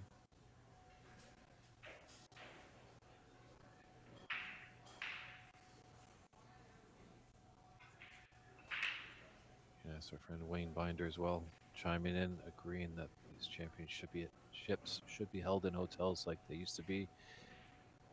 It does come down to dollars and cents, Wayne. That's the big thing that we're always up against. You know, we want to give the players a good prize pots. It's not a lot of people, but a few people running around behind the scenes to make this tournament a success. And they do deserve a little bit of financial reward, not all the riches in the world, but something for their hard work that they do. And then moving in and out the tables into a venue. It's a big undertaking, but if anyone knows a money tree, I'll go happily shake it with you. Maybe get my chainsaw and we'll cut it down together. Oh, don't cut it down. Keep it growing.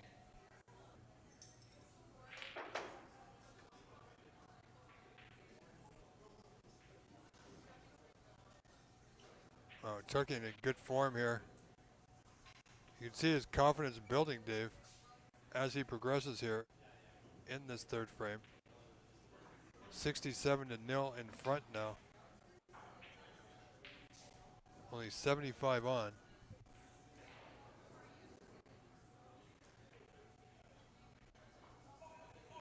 Dave, pardon me just for a brief moment. Just gently roll through for the black.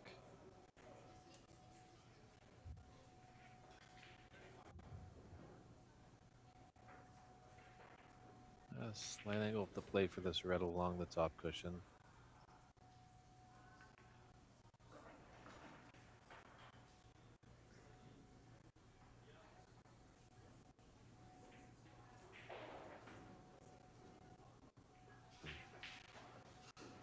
Wants to play any of those four reds. It looks like he's really going to have to draw back.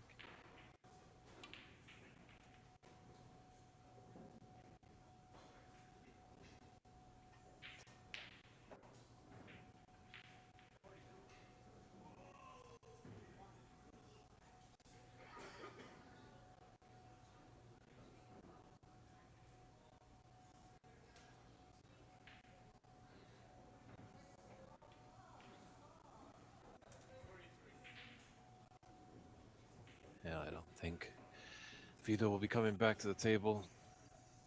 Chuck Young with a 76-0 lead and climbing in this third frame.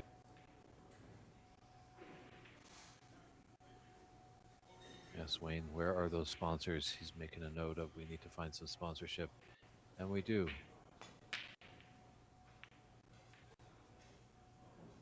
Need to show people that this is a great sport, great place for youngsters to get involved so they don't turn to the wrong side of the tracks.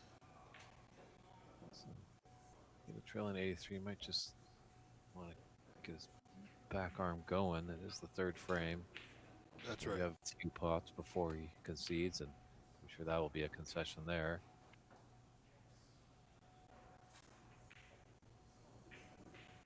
All right, sorry about that, Dave. Had to make a quick, unexpected phone call came through.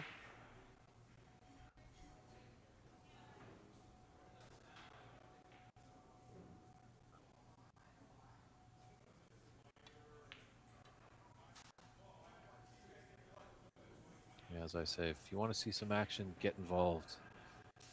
I think if we had a bunch of people just doing little things,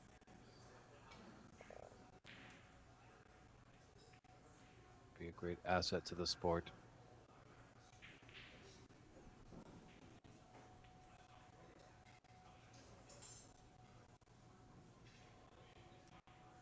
Right now we're even struggling a little bit with provincial and territorial associations. Ontario has a strong contingent here with the OBSA, headed by Presley Backus. The Maritimes looks quite strong, talking to Bob Hargrove. He says New Brunswick, PEI, Nova Scotia, and Newfoundland. Great communities. Myself and a small little team out in British Columbia with the Cbsa. You guys can find us on our website, bcbsa.ca. Let's find out what's going on in BC, but struggling a little bit in the prairies. Manitoba, Saskatchewan, Alberta. Great snuggle places. So that's a concession finally, and Chuck Young Kwan takes that third frame, leading 2-1. And big frame for Vito before the interval.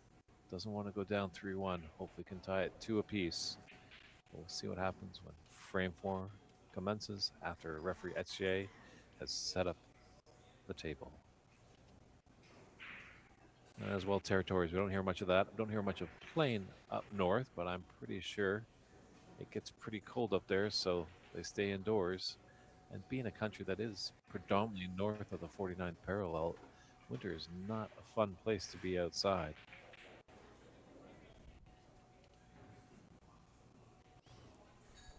Yeah, don't forget, ladies and gentlemen, as we mentioned earlier, NSL Championship coming up this coming week. Friday it begins, June 12th, 13th, and 14th.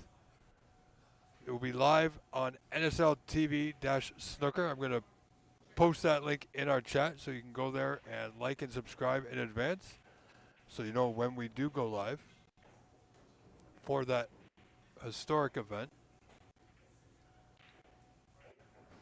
Check Yun Kwan getting us going in the fourth frame.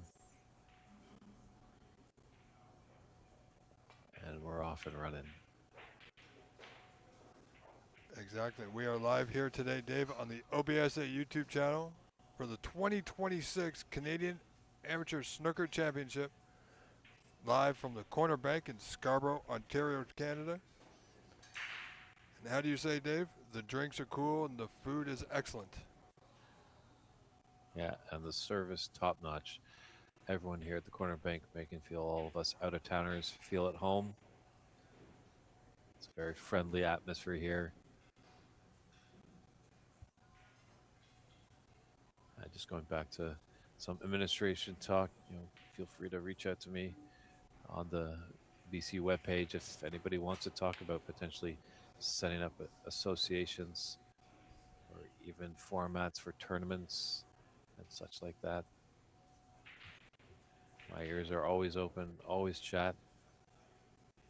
Let's all work together to grow the sport. It's a little tough, obviously. Cbsa is they have pool as well under the umbrella, so we have two families we do have to take care of.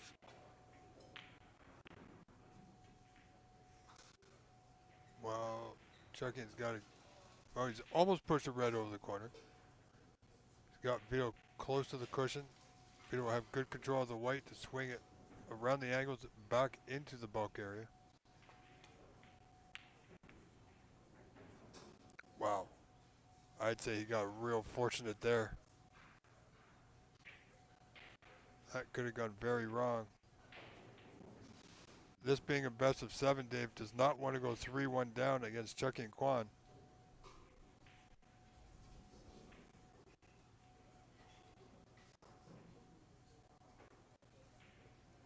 Yeah, I'm struggling to find a safe passageway for Check-in to come back to the bulk area. Might be forced to take something on.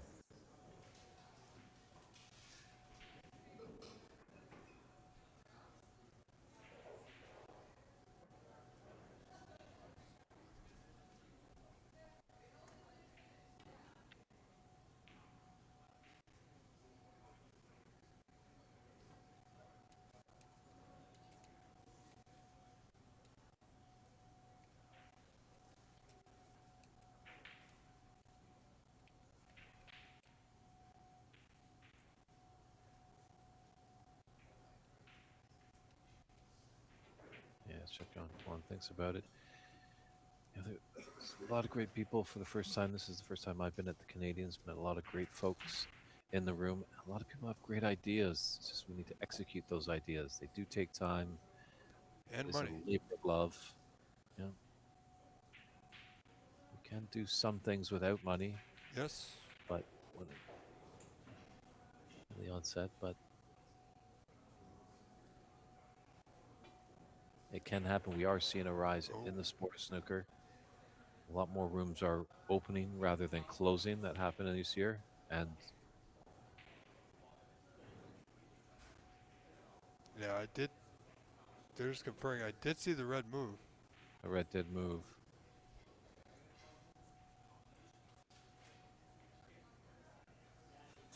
So I'm not sure what. Okay, Etienne's coming back to our booth. Yes, I think he's gonna have a little confirmation with you, Dave.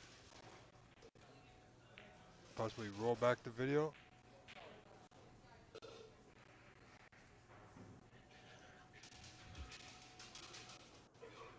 And as such, play will continue.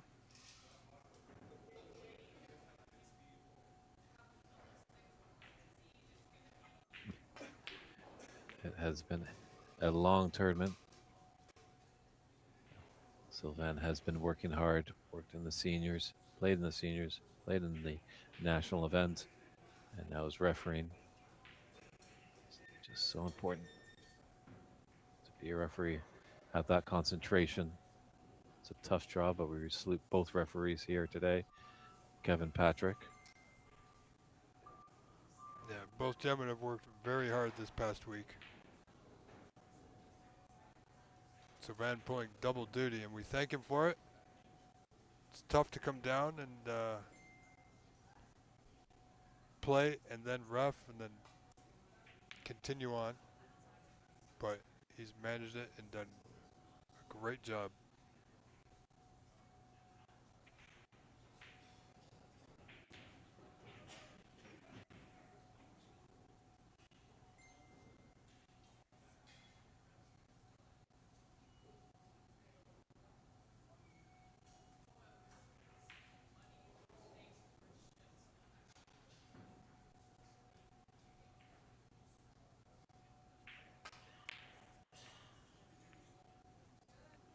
I feel like this attacking style of Vito, going for some reds, but know the red that he's taking on, he can play a two-way shot on it.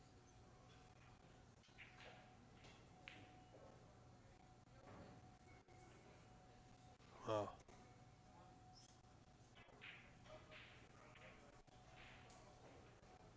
As I was mentioning earlier, Vito has to tie this match up.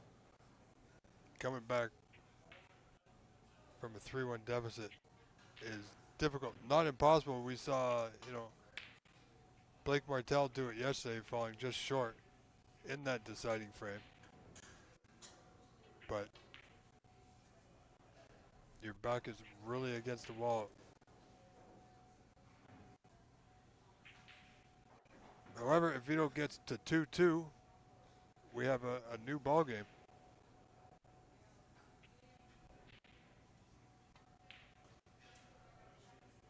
That's a good red. He's on the black. He's got things going. Might just need to use the redwoods here. But if Vito is to go down 3-1, he's got a good coach in the room, as we see Mr. 147. Blake Martel in the room, taking in the action. So, in the interval, maybe Vito might sort out Blake and see what he can do if he is to go down 3-1. But good chance here to make a sizable break. Oh. Oh my goodness.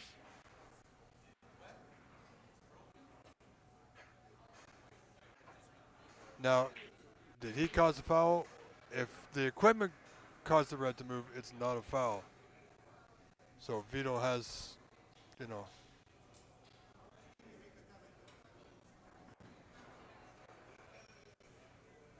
this is a tough call for referee.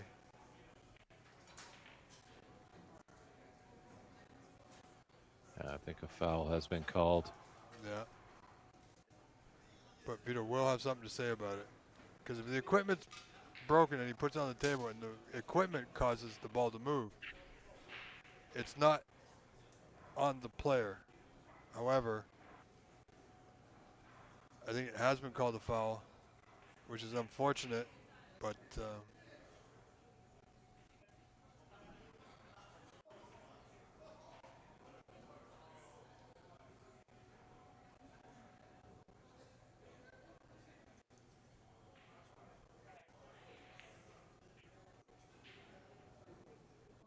wow. That's got to hurt. Just a little bit.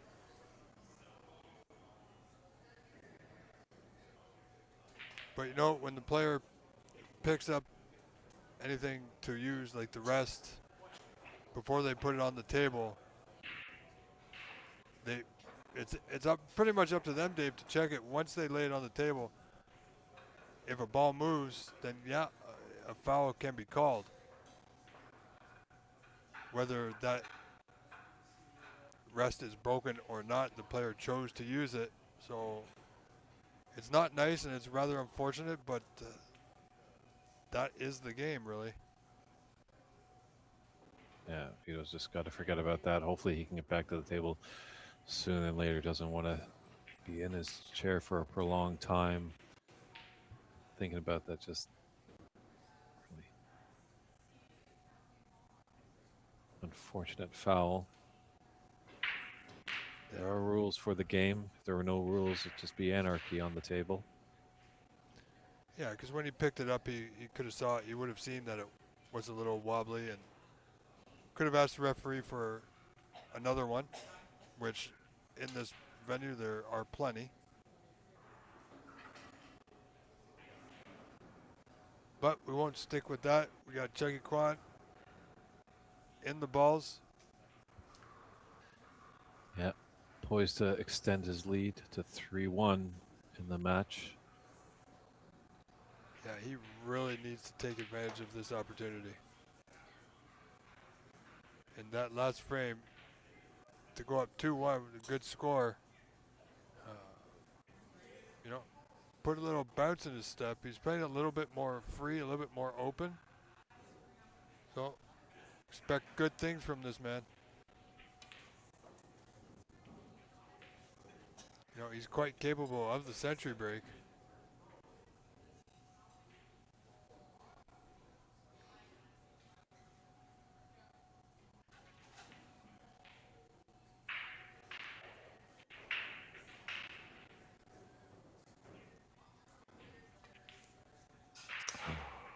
Oh, but he breaks Oh boy. down on that black. And I think Vito's going to pass to, well, red to left center, or the red just in front of his white there will go.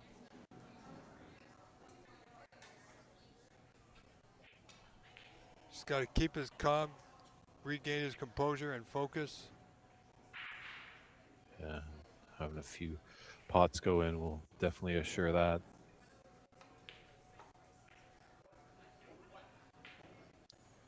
Yeah, simple pot there, Dave, but he struck it well.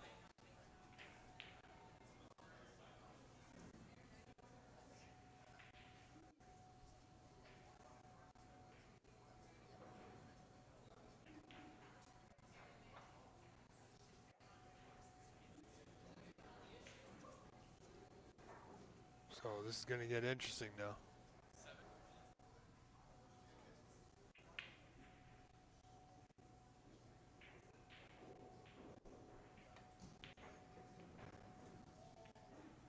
Oh, would you believe it, Dave? My goodness. Oh boy. Just not getting the luck right now. No. Maybe leaning a little towards Chuck Young, but these longer frame matches that can turn around. Yeah, but right now the fates are leaning more to Chuck and Kwan. However, if somehow by hook or by crook Vito can nick this frame, you know, it might send Mr. Kwan out for a spin.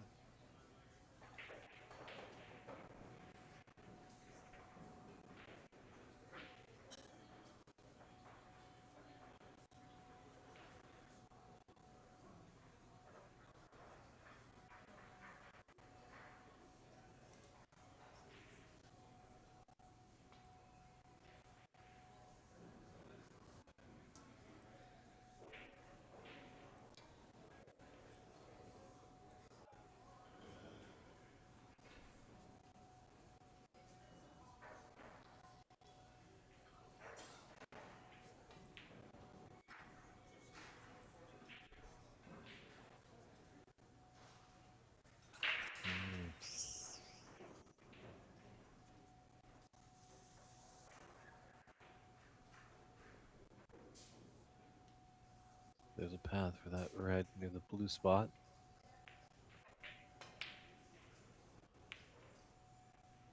Okay, needs a bit of luck. Don't think he's going to get it here, Dave. Yeah, I think that red will go past the blue into the left middle.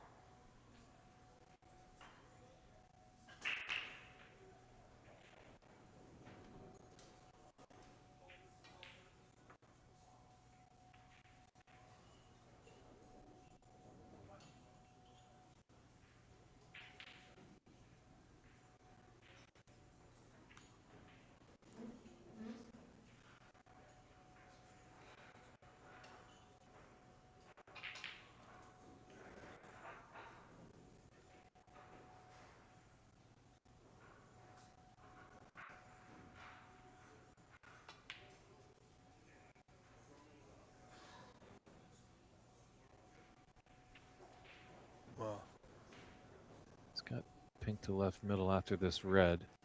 So I could just gently, and having that red above the blue of some insurance just in case he falters in position. This red may be actually putting this cue ball off the pink, but actually electing for the red into the yellow pocket. bit of a stretch for him, considering he's bridging over that red. Referee keeping his eye on that, of course. Wow. He is certainly getting his cue under him here, Dave. You know, this is a different Mr. Kwan than we saw at the onset, at the beginning of this match.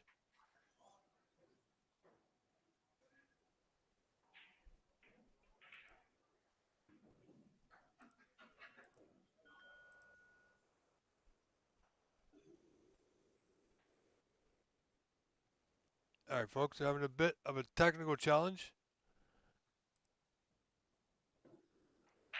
Stay tuned. Dave, I'm going to go to a break screen because we have lost the feed. Sorry, folks, stay with us.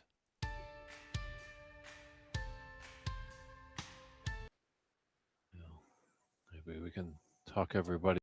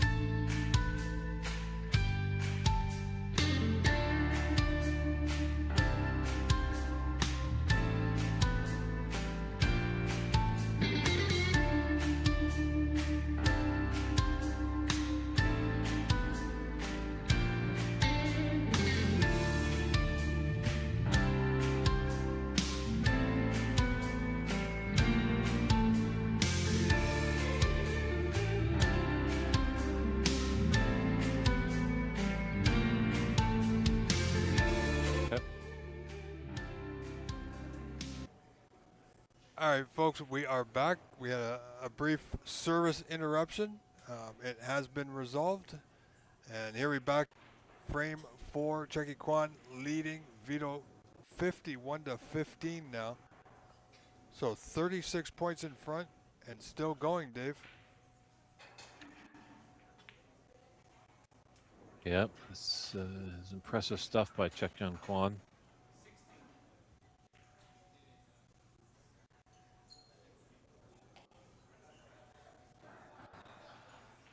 Yeah, slow, methodical. It's just like a cobra in the grass, slithering around and just striking when it's effective.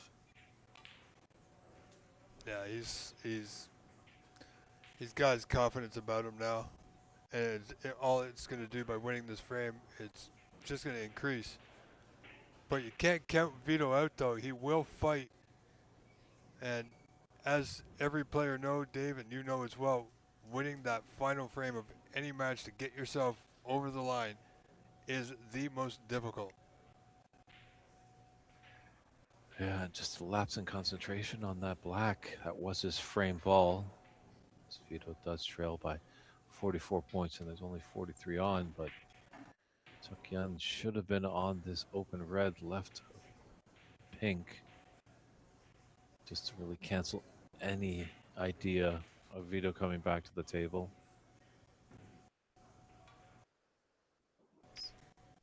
Hopefully Vito can feel off that mistake from his opponent.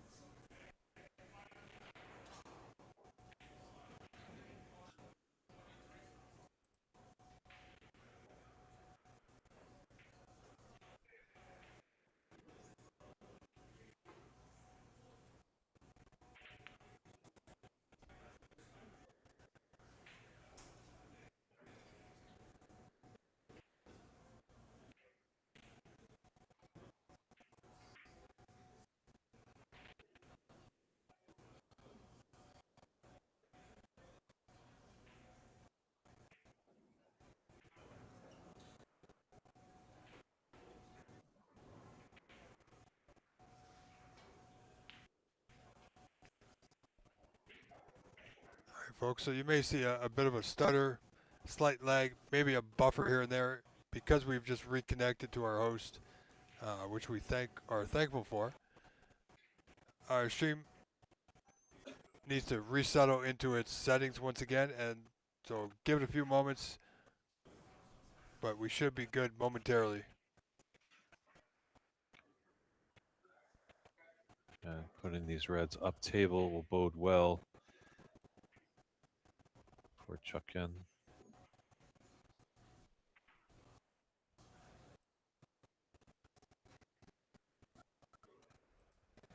Yeah, Vito's brought a red back to the top end. That's where he'd like to see the reds because that's where the black is. Just needs the one snooker, but then he does need reds with black. Get right back into a chance to win the frame and put it 2-2 going into the interval.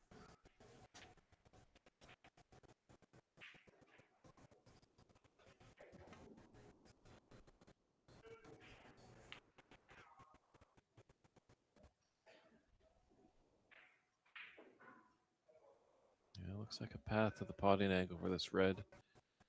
It's thin.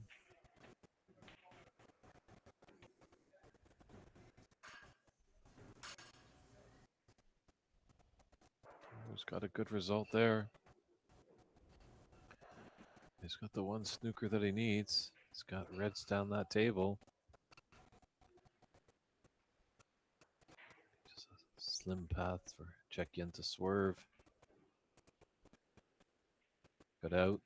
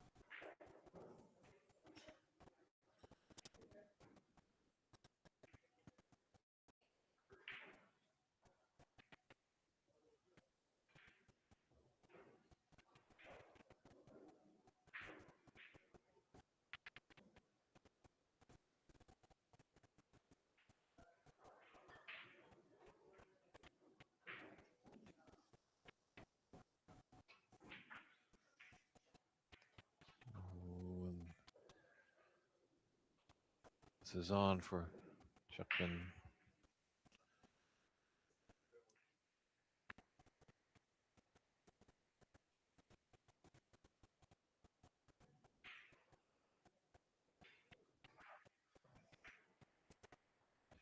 Chuckin's been around for a while. He was actually a runner-up at the 2015 Whistler Cup when he battled Bob Chaperone.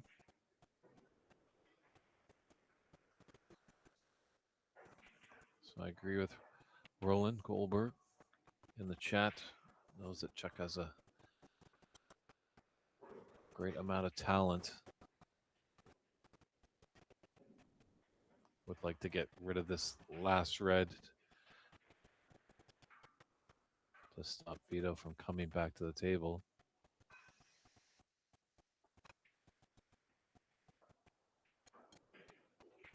There's a 48-point difference. 35 on the table. So Vito does need a few snookers to get back in it.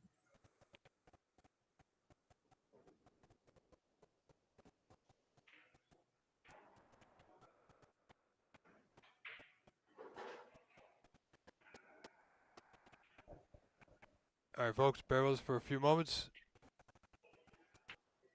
Seems we are having an internet network issue. Not much we can do, but as we've seen, Dave, if we can ride it out as I play with a few settings to try and compensate, we should be up and running smoothly as we were before.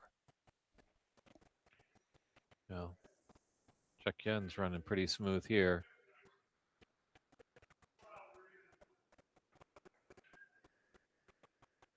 And that's a concession. So, as ruling states, player cannot run out, cannot win the match in one session. So we will have a short interval. Hopefully that will help us curb those internet issues.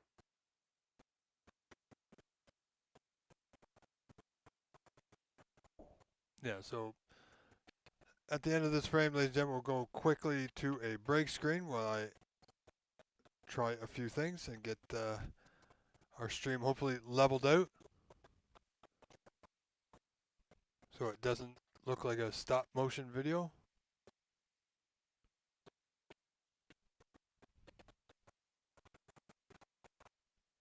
Just confirming with our referee, Sylvana Che, 10-minute break. So go get that cool drink, some warm food, and we'll see what Vito can do when we come back from the interval. It's an important fifth frame for him. He needs it to keep his chances alive of being a repeat Canadian national champion. But Chuck-Yen Kwan has something to say about that. He wants to get into his first ever final here at the national event. So 10 minutes, we'll be back in our featured semifinal match.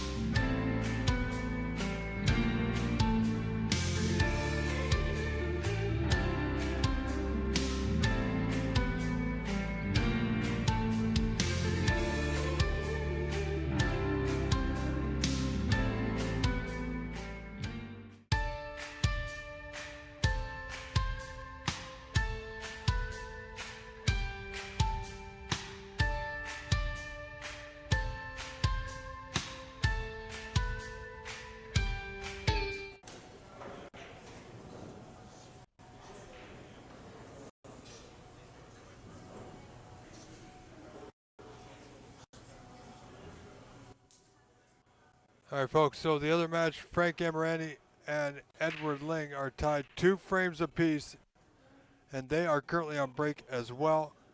this frame, or this match rather, Vito looking for gold here. But he's got a long way back. But it's checking quad 3-1 in front.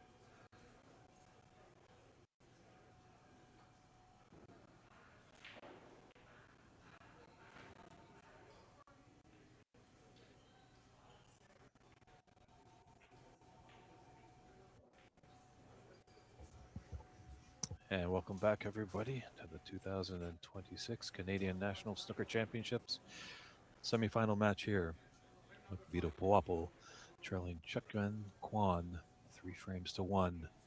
Chukyuan on the verge of making his first final.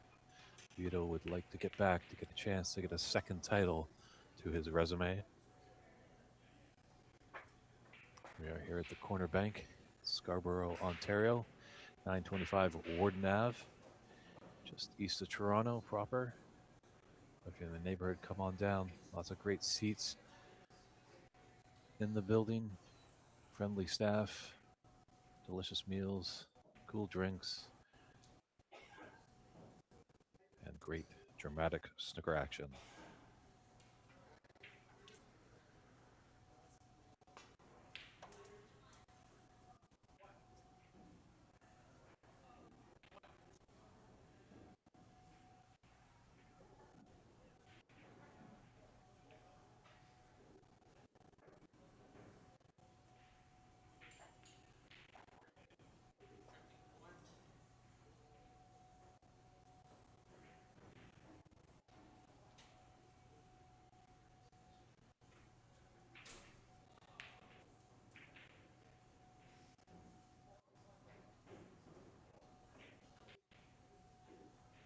It's a good hit there by Vito.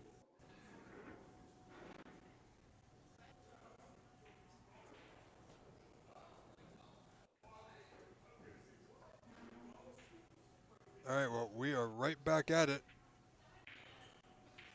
Vito with a lot of work to do now.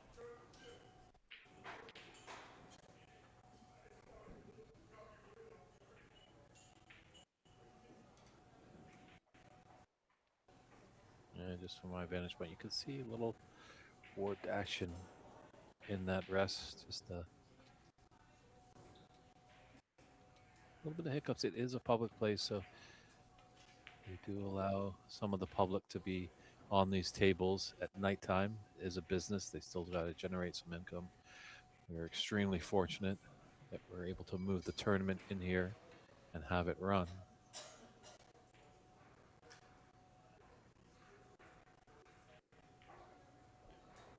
Yeah, and I think we have our stream connection back fairly well here, Dave. Brief moment of service interruption.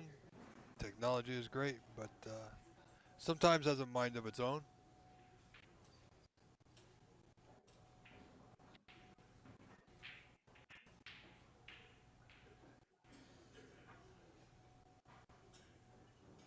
So Vito must win the 3 remaining frames to move on to the final. And Frank and Edward Ling, as you see on your screen, folks, 2-2 there. So hard to pick a winner in either match.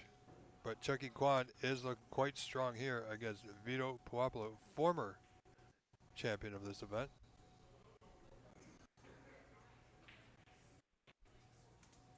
Wow, excellent pot. If he's eyeing this black, I believe it's potable, but he's going to be running into all kinds of traffic.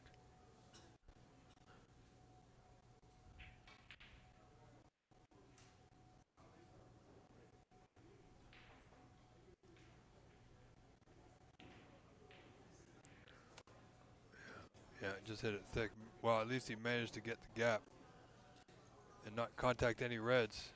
So he's a little fortunate.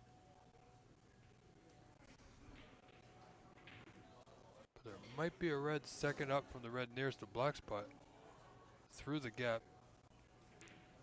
Bit of a shot to nothing here for Chucky Kwan if he can avoid the block.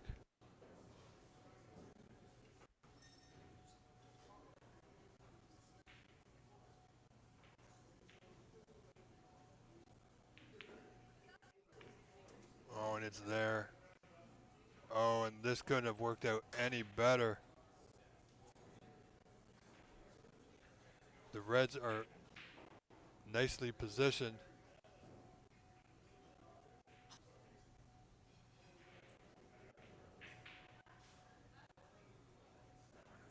He's got to be feeling good about himself.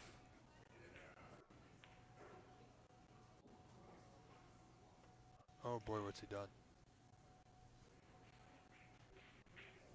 I don't know if this black is going to go on its spot. Is pink covered? And in that case, it's Looks going to like, come up to the highest point value available. In this case, the little yellow. well, did he look at the green? I guess it won't go on the green spot. The green is slightly covering it.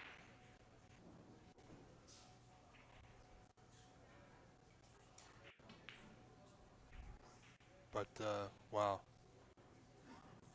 It's just a lot of position.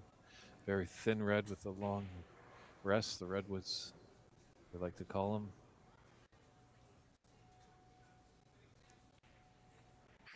Check Van Kwan needs a big shot to continue this break.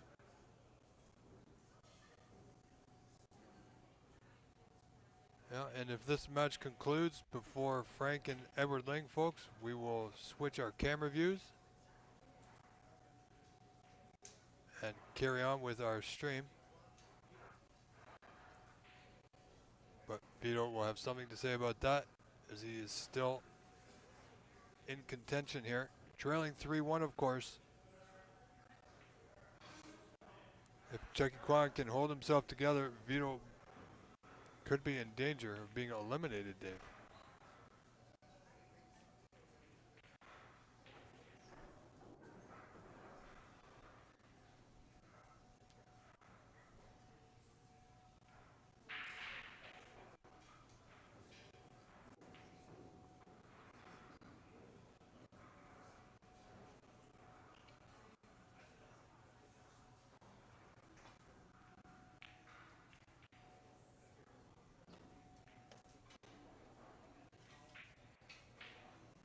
And hello, Matt Herm from Denver, Colorado.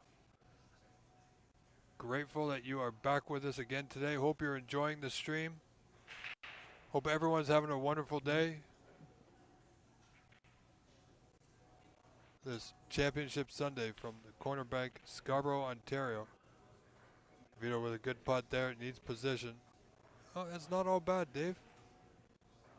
He doesn't seem too happy about it, but position wasn't assured there. He's got a putt on the yellow, that top left corner. Well, it may be an amateur event, but there's the old saying that a professional is never quite satisfied with their performance. There's always that hunt for perfection, as I've tried to say. Totally agree. It's that ultimate pursuit that keeps us coming back and trying to better ourselves. Wow. That yellow on the black spot, the black on the yellow spot. Reds are available, but it could be low scoring here. Yeah, maybe a little banana break with red with yellows.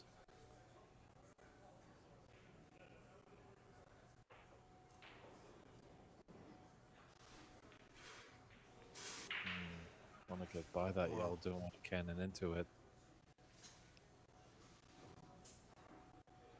Yeah, if Vito can get in and just put a decent sized break together, make him feel like he belongs in the match. Potentially could come off the right cushion. Well, the other way to get behind the black. Oh, nicely done. He's got a good white. Chucking will do well to get back to the bulkhead.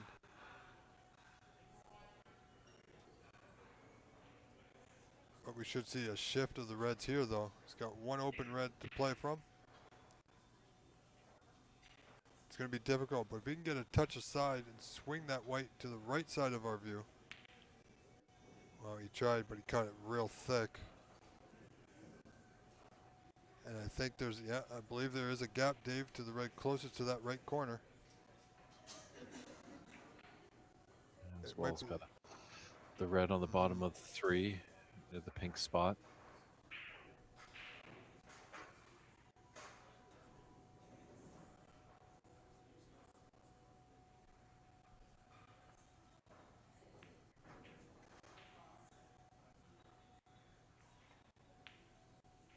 Oh, well spotted. Well, this is an opportunity here for Mr. Puopolo in the 5th frame. Needs to score and put the pressure on Mr. Kwan. Possibly create a little bit of doubt. That one just snuck its way in.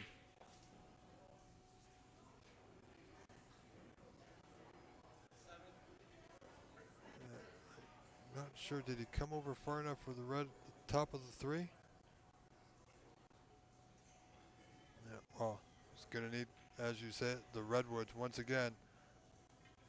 Preferably this time, the one that works a little bit better, not the one he used last time.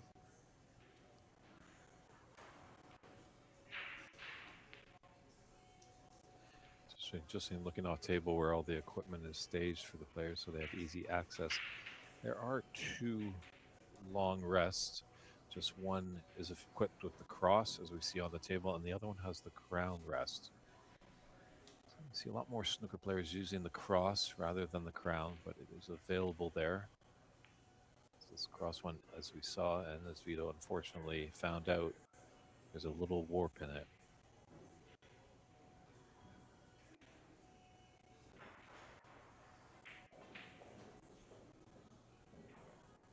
Yeah, this is going to be a good pot.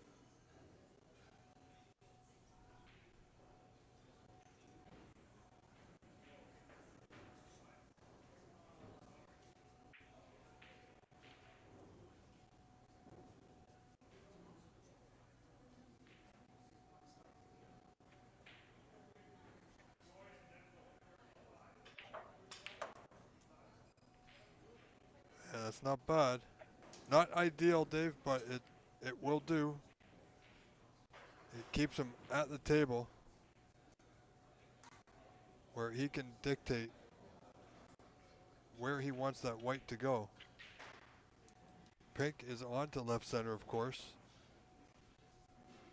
However, his next red will take some doing. Yeah, I might have to hit this with a bit of pace, just making it a bit more difficult to get into that left middle.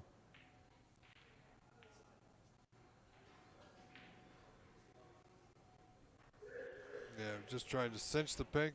Wasn't playing position.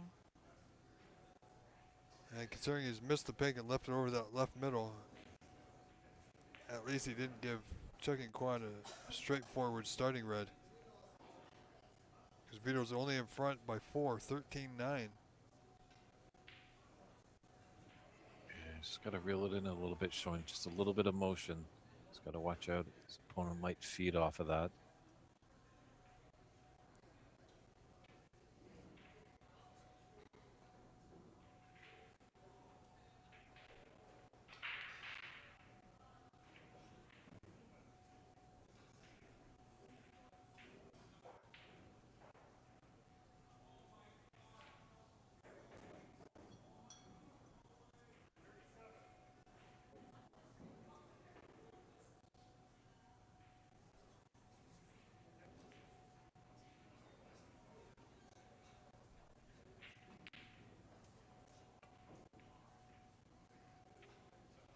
Looking for coverage on the red on the left cushion. I think Vito can see it, but not much he can do with it. Chicken got that white close to that bulk cushion. So this is where we'll see Chucky Kwan dig in deep here. Doesn't want to keep the door open.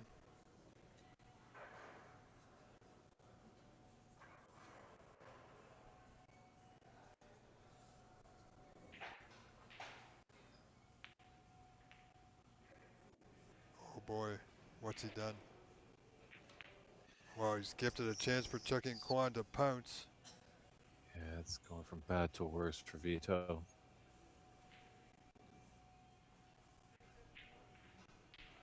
You know, and that's just going to build confidence in this man, Mr. Kwan.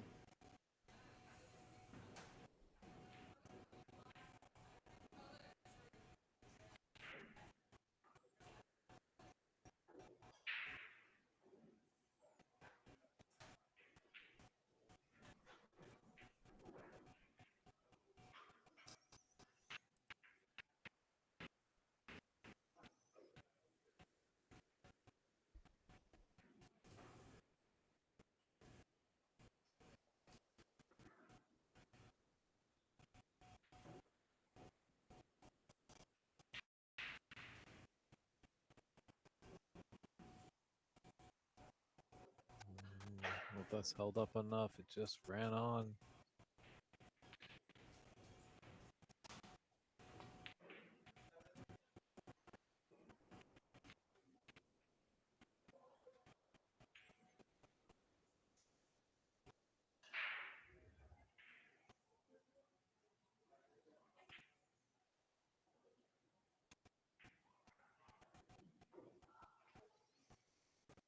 He does have a pathway for the open red into right middle.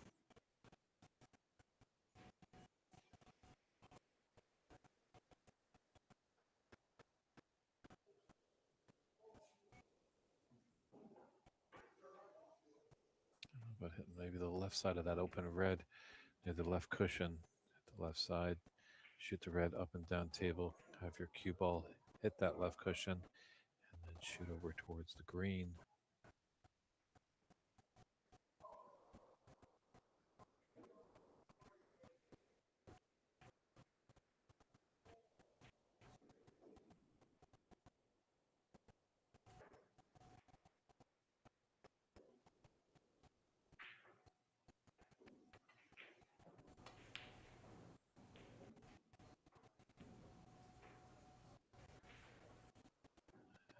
Vito pops out of his chair. He's got an opportunity. So delicate, put this in. Pink's rather tied up. More open colors on this side of the table. Oh.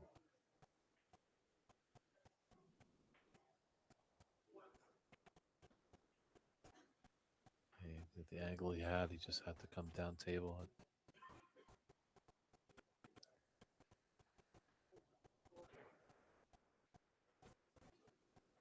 Could come off the left side of the green, get near the black.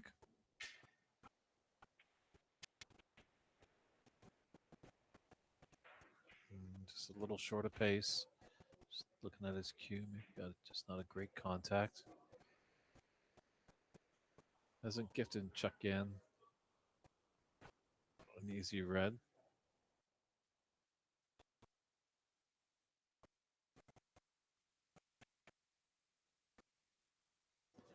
But that was a phenomenal shot. Chuck Yan definitely feeling it.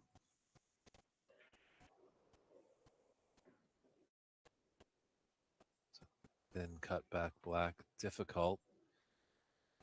It can come on 3 cushions and come back to the top end of the table and be on a red.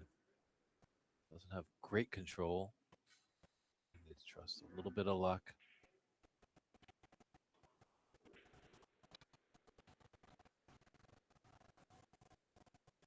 Luck does come to play a little bit.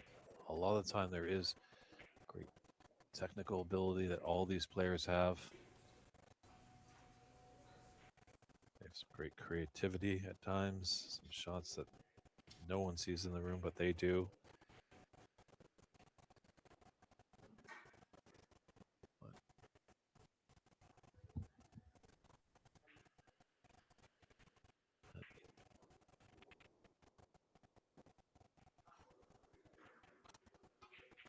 Yeah, talking to Blake a little bit, he was saying some people are chiming in when he posted some stuff on social media, or someone live in person saw it and said Blake fluked a few reds as 147. Well, I have no problem with that. If he fluked a couple, it does happen in the sport. Obviously, he's not trying to do it, but he's still made 36 great shots. You know, taking all those reds with blacks and then running the colors. Flukes or no flukes, it's a tough ordeal.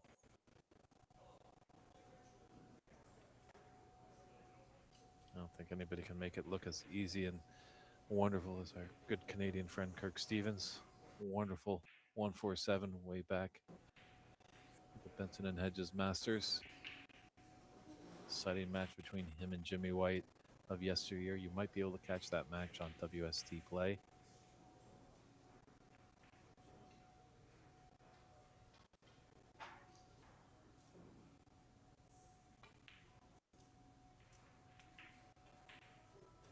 And if you're tuning in, Kirk, Hope you're enjoying the action of this national championship, and we're wishing you all the best. True Canadian icon of the sport.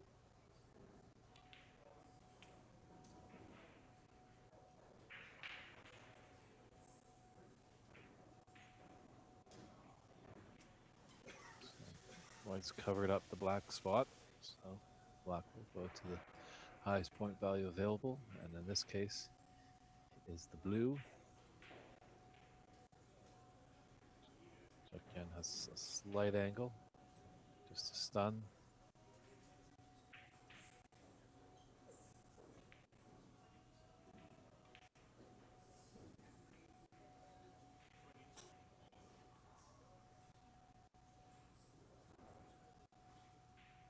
And great to hear Peter Arsenault chiming in from Prince Edward Island, land of Green Gables, and of Green Gables that is, and lots of great things. Hopefully there's a good scene out there, Peter, with PEI snooker.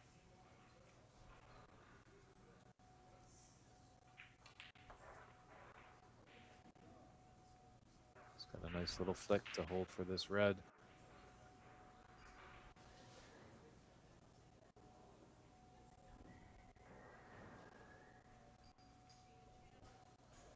All right, Dave. Sorry about that, ladies and gentlemen. Had a brief technical challenge you may have seen on your stream. We've brought it back, and Chucky Kwan poised now to take this frame and match, Dave. Yeah. 27 in front.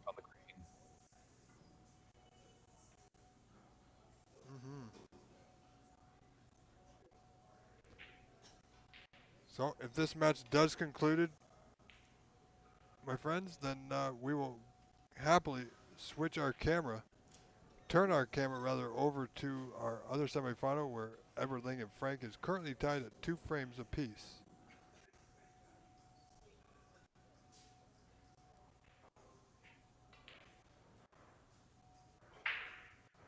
Yeah, it's not looking good for the 2022 champion. Chuck Kwan just closes his eyes, just lets out a few deep breaths. He knows he's very close to the winning line.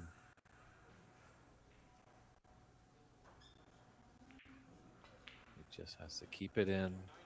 It's all there for him. Well, we're at Snookers Required now, I believe, 45-14. Who's got a 31-point advantage with only 27 on. And it does not look like Chucky Kwan is stopping it anytime soon. He knows it. He can feel it now, Dave. Yeah. You know, he's a man that doesn't show a lot of emotion, but you got to grant him this. Yeah, it was a good run by Vito Puapo, but I think his next action at the table is going to be extending his arm to congratulate this young man by making the finals here at this Canadian National Snooker Championships. What an effort by this gentleman, Chucky Kwan.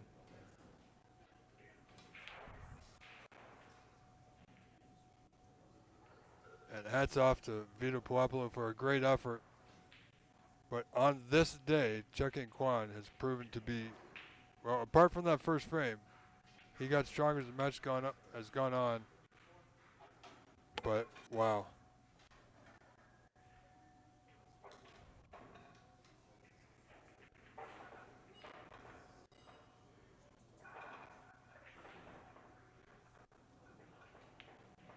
Oh, he falters on the blue. It's a little unfortunate there, but handshakes, fist bumps. Congratulations, Chuck-Yun Kwan. Well done. You are a finalist. Commiserations to you, Vito. Maybe just wasn't in it today. Obviously, he had a little faulty with that piece of equipment, but that shouldn't have bothered him too much.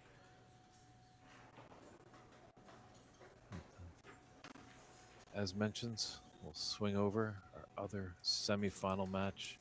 Edward Ling taking on Frank Amoretti. Seeing where we're at here. Looks like they're tied 2 apiece.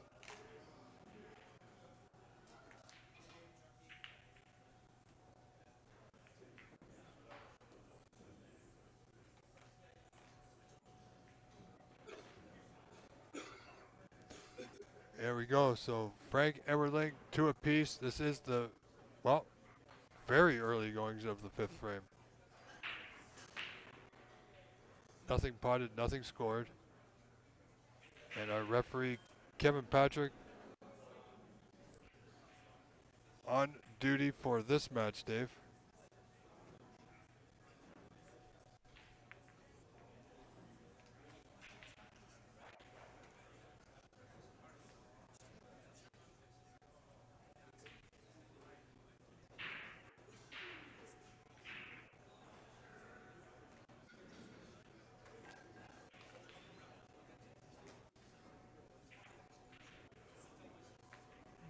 Edward, well, he's all right. If not rolled a few more rotations, he'd be in a lot of trouble.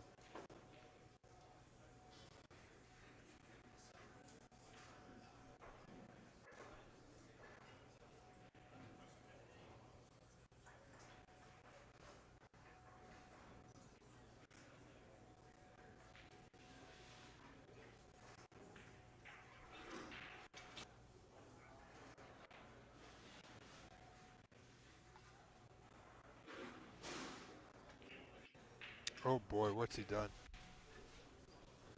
And he's left the red. I think Frank might have thought he was playing billiards for a split second there. Well, yeah, but well, trying to catch it thin, he caught it thick. A little careless, but you know, it's if you're gonna do that, do it in the beginning of a frame when all the reds are grouped together, and hopefully you can recompose yourself. But he got a chuckle out of it. Smiling on the interior. Pretty sure ferociously mad on the interior. All right.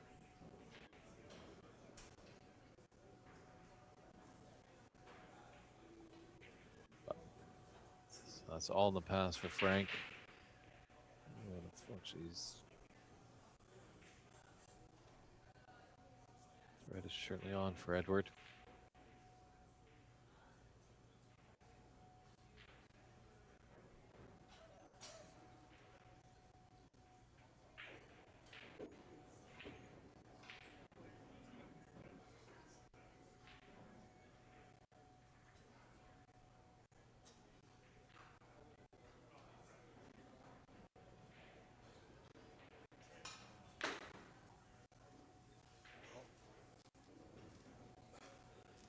Not much ever could do from there.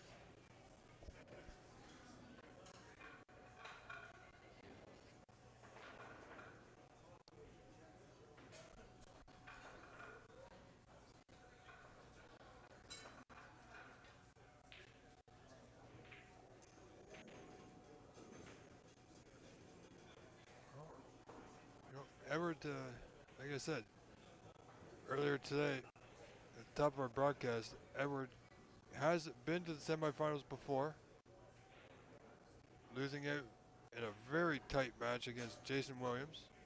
So certainly looking to break through today to get to the final against his fellow Master Q Billiards player, Chucky Kwan. So it's quite possible, Dave, that we could see an all Master Q Billiards final. Sure, if that's the case, the convoy might start all the way from Markham, and we might see an influx of fans here that made the trek just down the road. Yeah, I believe it's only about 25 minutes away, 20 minutes away. So, well, now that they know that Mr. Kwan is in the final, it's quite possibly they've already started their cars and engines and might see some movement.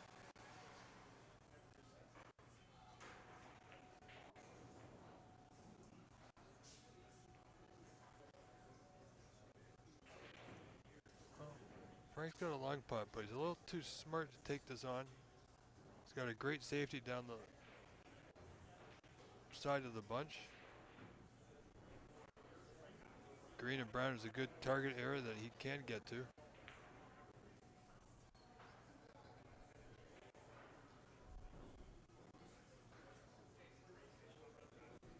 It's not got a little tactical here in this fifth frame. Yeah, we're just a small 5-point advantage. Black's really tied up. Pink is open.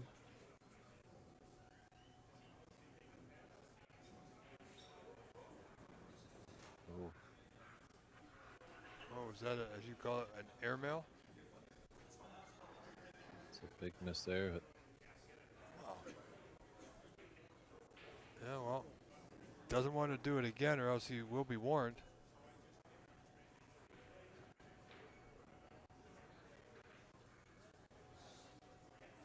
yeah, Edwards should just make the minor adjustments. Just be able to thin snick that red. Yeah, doesn't want to hit it thick. That's what exactly what he's trying to avoid. Well, so much so he's, well, he's got to make contact here.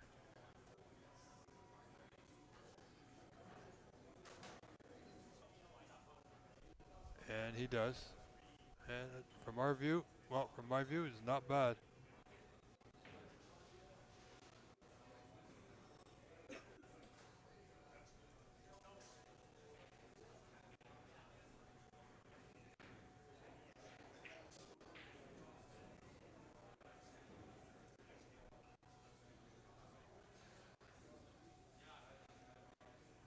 Well,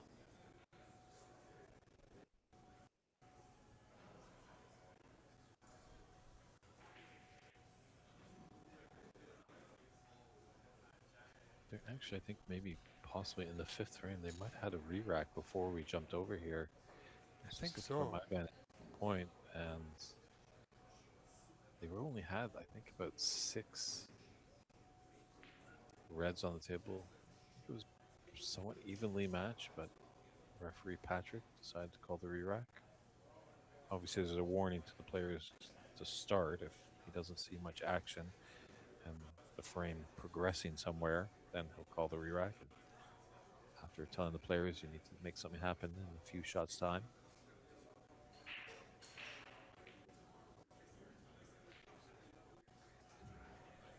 Well, don't think we're going to see that again now that there's a red in the bulkhead. But you never know.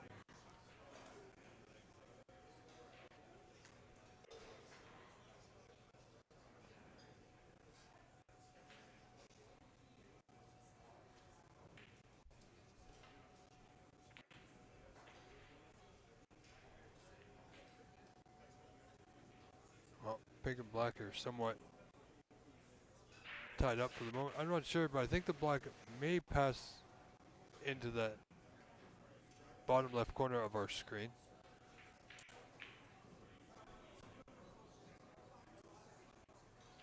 This is unfortunately the best view that we can get of this table, but we are happy to do it.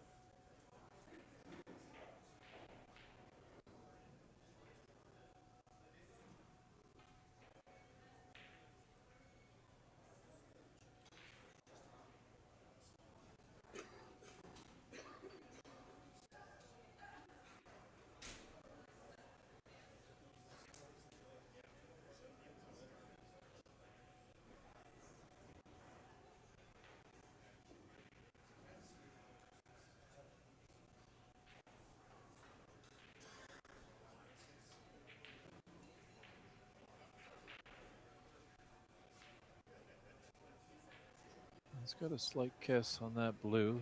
He made it available into the green pocket. Yeah, we can draw back for that red that's just above the pink spot, top right corner. But tough going over these reds. He's going to need to use the rest.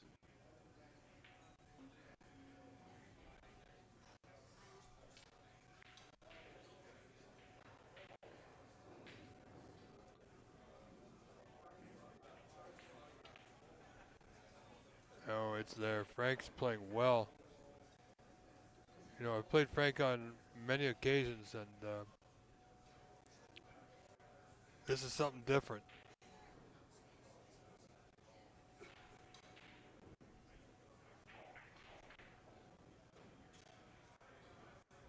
He looks, well, he looks a lot more determined, Dave. Yeah, Frank always a fierce competitor at the table. Off the table, loves a good laugh. Now, has he nudged that red over enough that he can have a go at this black? It's getting all the equipment that looks like it is there. It's a little tough from our vantage point. He's got the best look at the table there, so Frank thinks it on. Frank thinks it's on. It's on.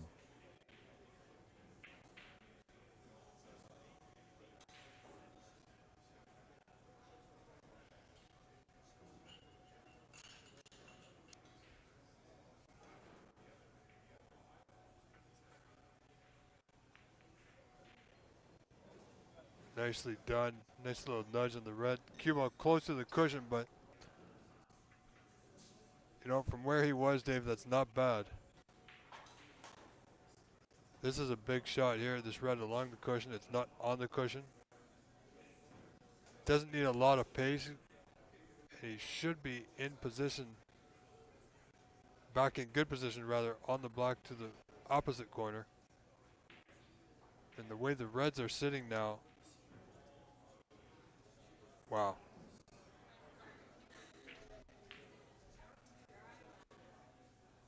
A little low, but he's okay. As long as he keeps his stroke smooth, consistent, going through the white. Sometimes Frank has I don't want to call it a hiccup in his stroke, but or a twist, but we'll just call it inconsistent. But today, these past couple of days, he's doing well. You know, he had a great match with Charlie Brown the other day.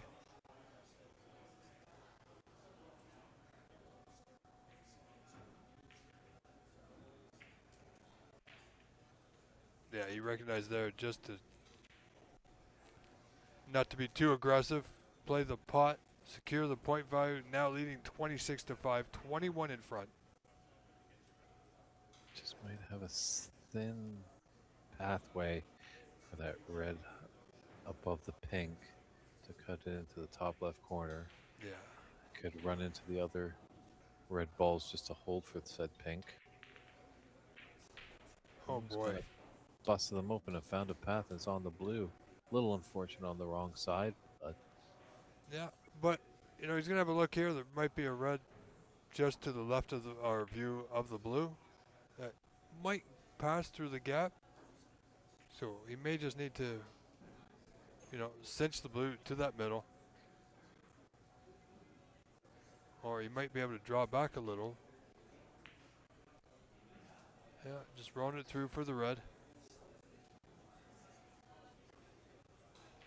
Right, current break at 28.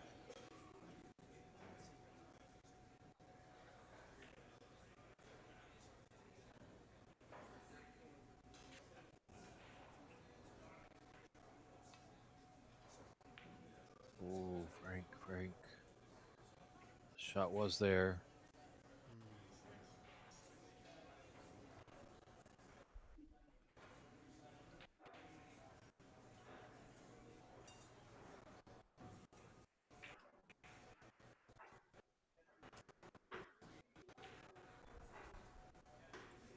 So referee Patrick just to let him know that it was touching ball. So he can shoot away if he likes. Yeah, Frank's completely let Edward Ling back in here. So that 26-point lead soon to evaporate.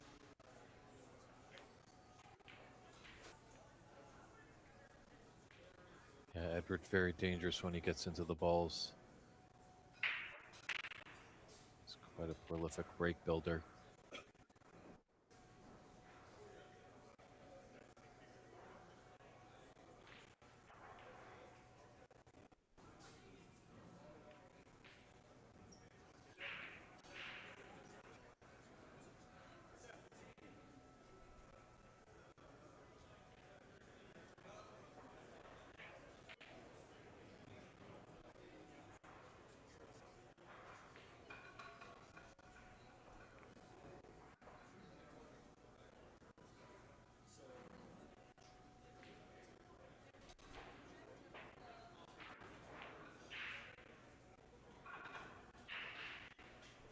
A nice little cannon in there. Certainly was.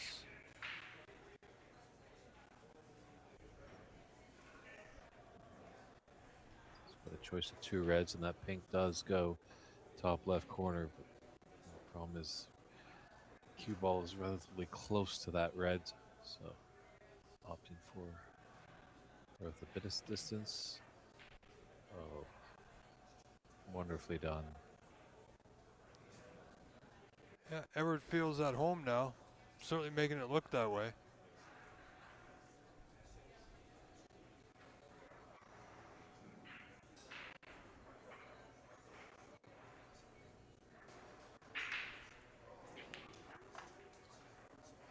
Wow. I tell you, I'm very impressed with this young man as of late. Yep, gonna run through this beyond the pink. It's just got the little bit of angle. Oh, does that draw back, get back on the block? A little bit too much angle. Yeah, really got into it there. Yeah. You know, and that can happen. A little bit of nerves, possibly, with the prospect of the chance that's in front of him. Oh, he's done. Well, he's potted it. It's recovered all right. It's got red to the left middle, and there's a path between pink and that red below it. They could be on the black. Yeah, now taking a 3-point lead, 35-32, with this break of 30. Big frame for both players to put either one of them one more frame away.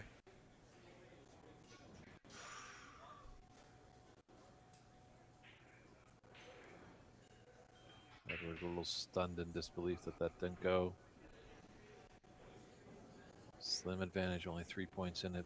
67 on the table. 75, I should say. There's 6 reds.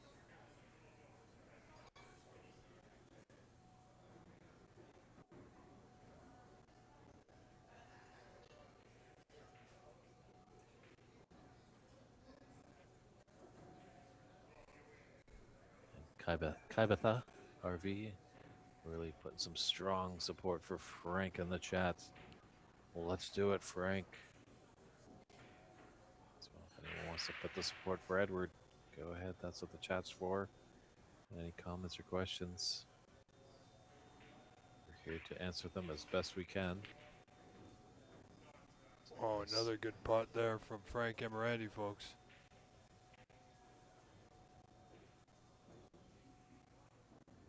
This is going to be this is a heck of a match.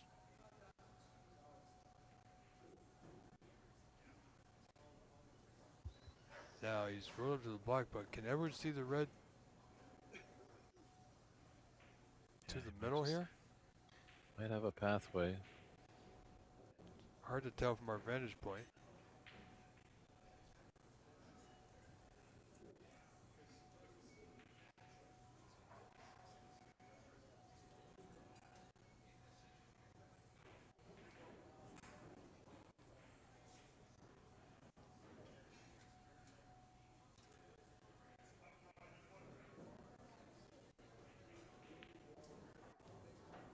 Oh, yeah, he did leave it. Wow, well done. It's in the driver's seat now. Pink will go. We'll just run across the cushion to be on the same side for that red just below the pink spot. Had a nice angle to stun up for this open red to the left middle. Yeah, well, they're all there for him. So Everett could very well take a 3-2 lead here, one away from an appearance in today's final later this afternoon.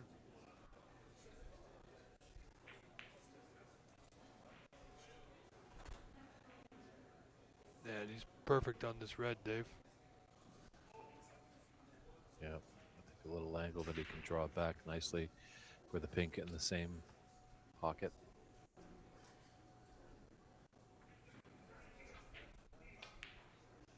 Yeah, Frank just sitting there in his seat, in his chair, keeping himself composed.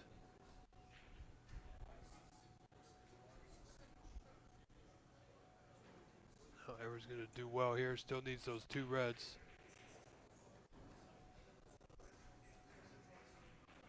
Oh, I don't know about this. Does have the red to the right middle. He was playing for the red that he's closest to in the top right corner. Right. Middle bag for this red.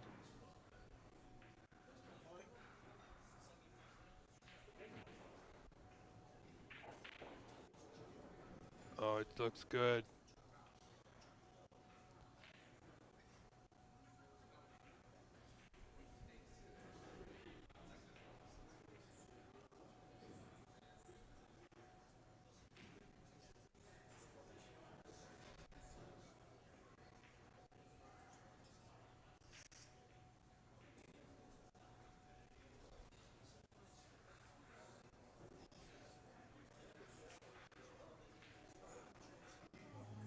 Well, that flick on the red is making it a lot more difficult. Wow. Frank Yeah. might have a chance in this frame. Yeah, Only Ever. trailing by 4. That's right. Only 24, still 35 on. That could be the difference. And nothing really safe here, Dave. So 57-33 in front.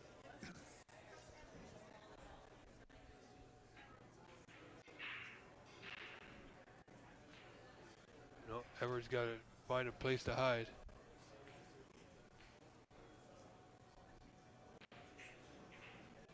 I think he's got it.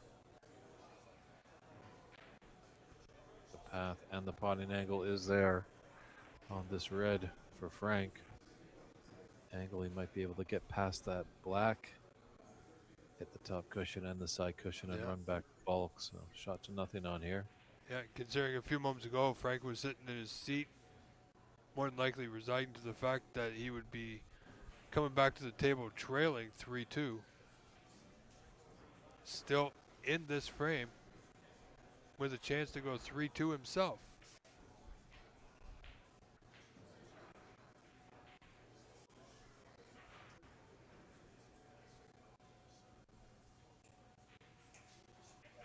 Our good friend Rick Marshall chiming in, just wondering how long the break is going to be until the finals start after the semifinal. I think it might be maybe potentially an hour, Rick. I'll try and do my best when this match concludes just to get the attention of tournament director Jim Weich to see what he's going to schedule it for. And as well, we'll put a graphic up on our holding page on the stream just to let you know. If you chime in and don't see any action at the table, you'll know when that final will start.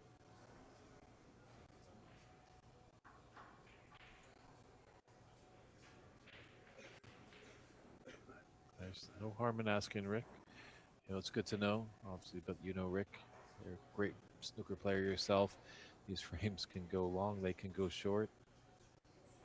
We'll do our best to get that information to all of you because we want everybody not to miss a moment of action from this year's final.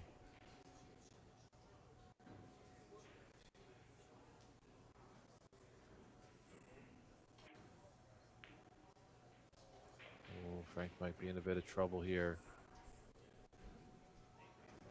Well, that was rather surprising, but I think he needed to hit it at a certain amount of pace just to not leave it over a pocket or close to. But unfortunately, this is gifted Edward chance to win the frame and go 3-2 in front with 2 to play.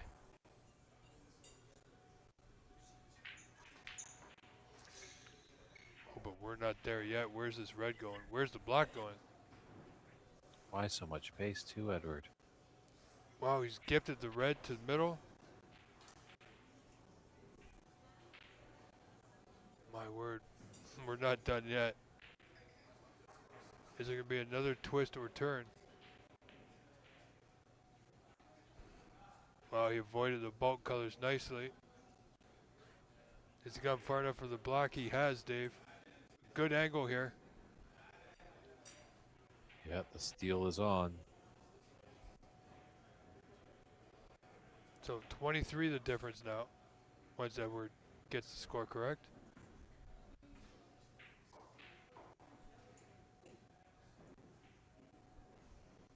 And Frank just continue to survey the table while Kevin Patrick comes over and just adjusts the tablet to make sure the scoring is correct.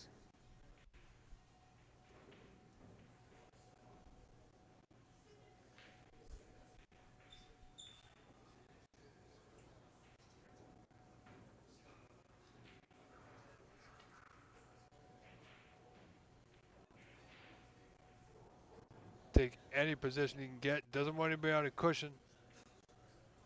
And he's not, but he's about an inch off the cushion. So Frank requires a 6 remaining colors here, trailing by 16.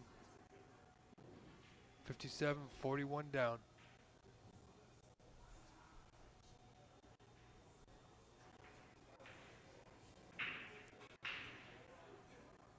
Just a little overpaced off that black, and well, quite a bit overpaced. Missed the mark by a couple of feet.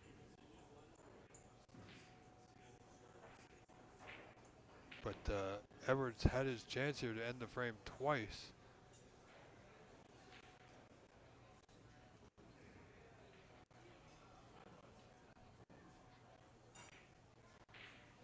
So wisely, Frank just going to roll that pink close to the bottom cushion. And he's in with a chance.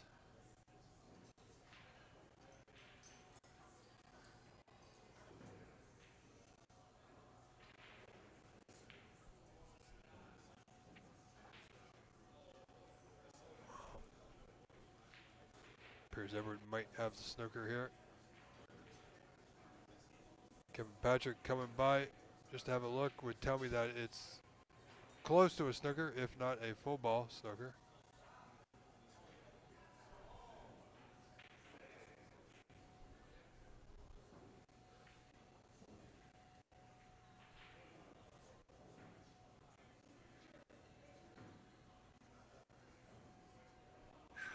Oh, wow.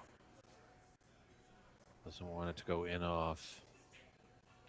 It's all right with the 4 penalty points going back, but giving Edward ball in hand in the D certainly would be end of frame. Yeah, so White will go back.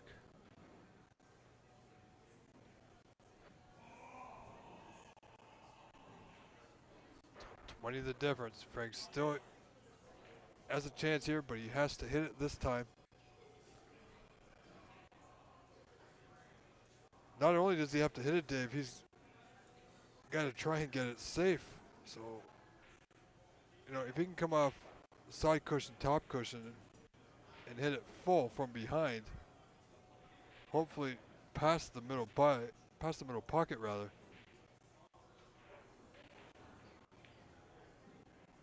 But yeah, he's good.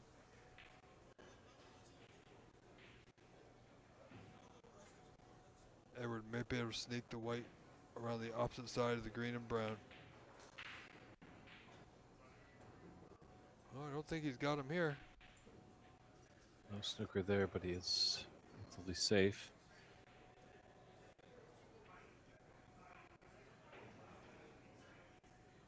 And we're just needing the yellow and green to put us in the snooker's required stage.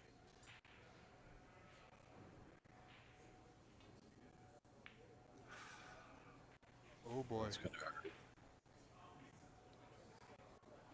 A little reprieve. That's going to be awkward bridging for Edward, putting his bridge hand on the cushion. Yeah, it just requires a bit of good cueing and concentration, focus, which Edward has a lot of in general, but not at that moment. Missed. Oh boy. Wow. Wow. Dave, do you go up and down? Play from behind? I mean, even if you make contact and pot the yellow, if you're lucky enough to pot the yellow, likely you might just stick yourself on the green. So I think he's going to go full on here.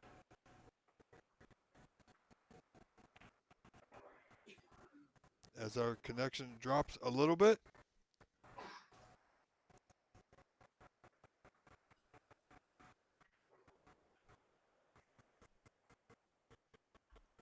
All right, folks, bear with us. Try and get that back for you. Oh, and Edward goes in off there.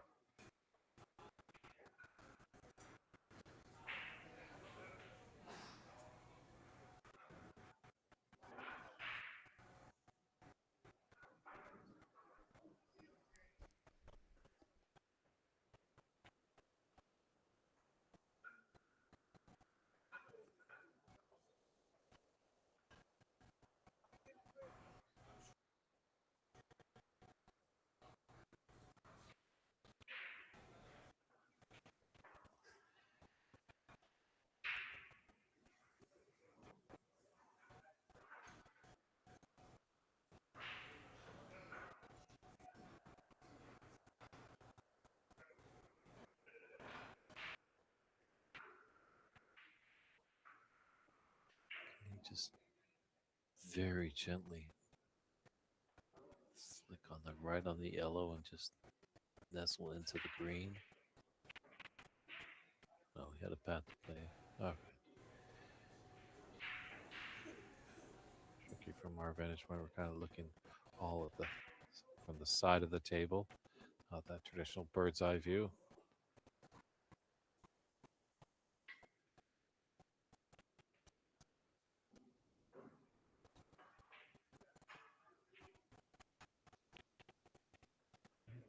Good hit by Edward.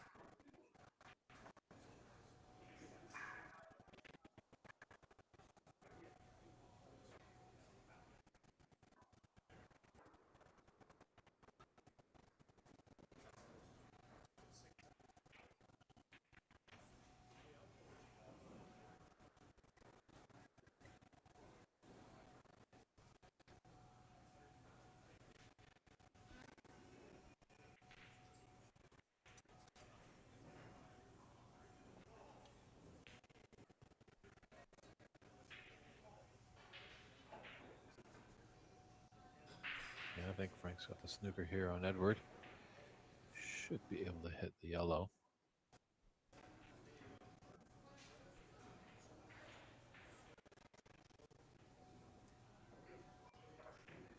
Do apologize for the stuttering of the frame. Streaming producer Rob Richards doing his best to fix the glitches. There's a bit of an issue with the internet. Sometimes where we are and the weather can play.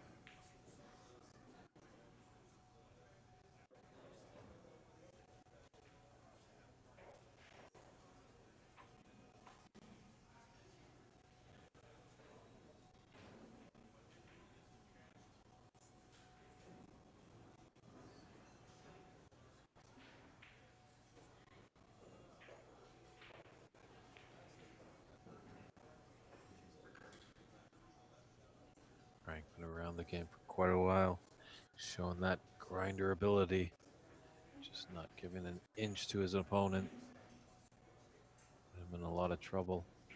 Edwards with a slim 16-point advantage. But all colors remain on the table. A total 27 points.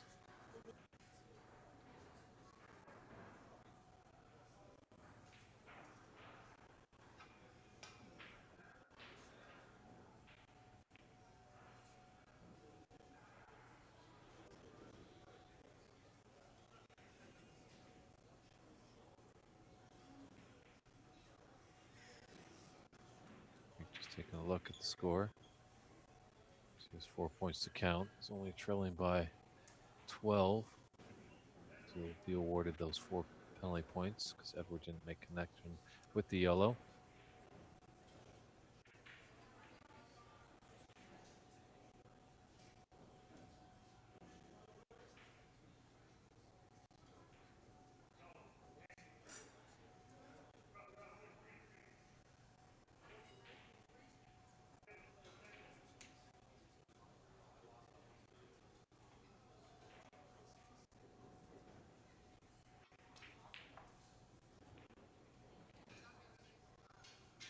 A cannon yellow and really has kind of tied those 2 balls up.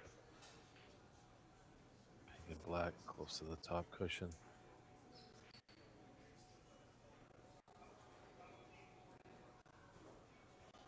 Let's out a big breath.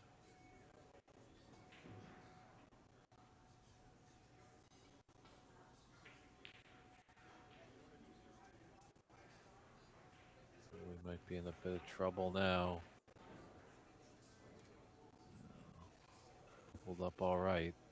Still potable for Edward, but could have been a lot easier. That's why Frank raised his hand at the conclusion of that last shot.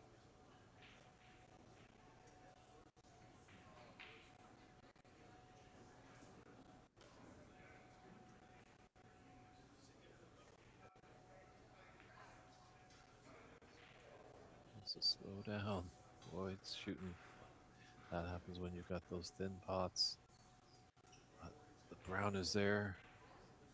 Just needs up to the blue. And we'll be into snooker's required stage. So big shot here. Can't convert on the brown. Oh, what a run of luck there. He's got a full ball snooker.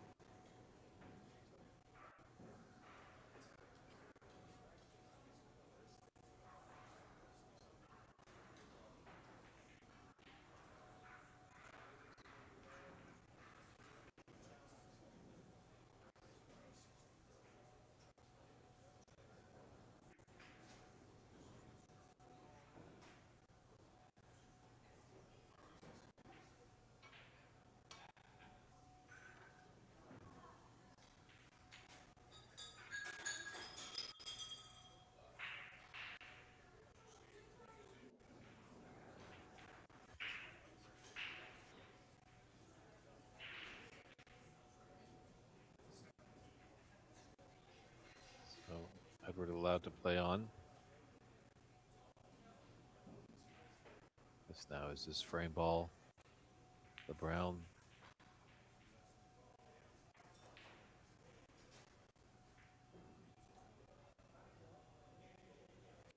Frank trailing by 21. And 18 on the table. Certainly is not out of it.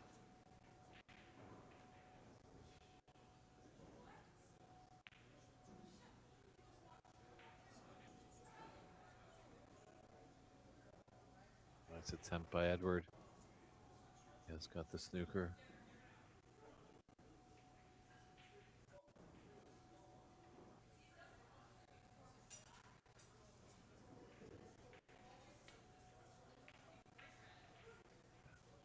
And a tough out for Frank. But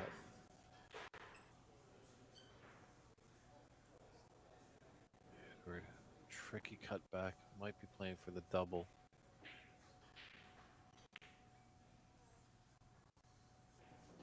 Plays it with Alma's safe. A great snooker there. Frank is in trouble here.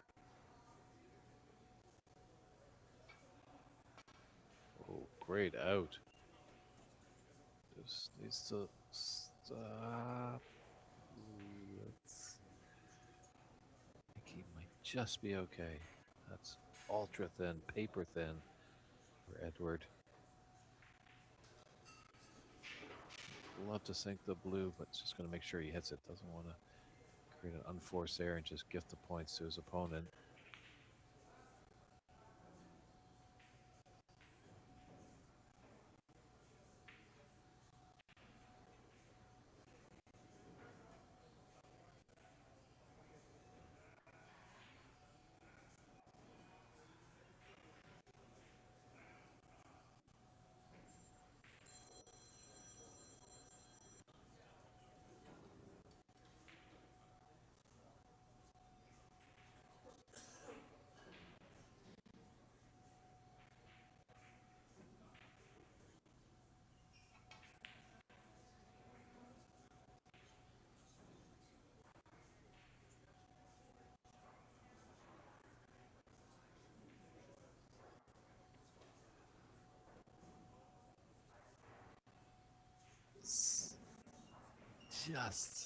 Just on the right side that he can thinly cut this in, but certainly is dangerous. Just sometimes those blue balls can be in a line with the pocket. Sometimes they're just below or above that line. It was just slightly below, but it was thin and tricky. So Edward's done a good job to put that blue ball near a pocket, forcing Frank to more think about getting that blue away from the pocket than getting the snooker that he needs.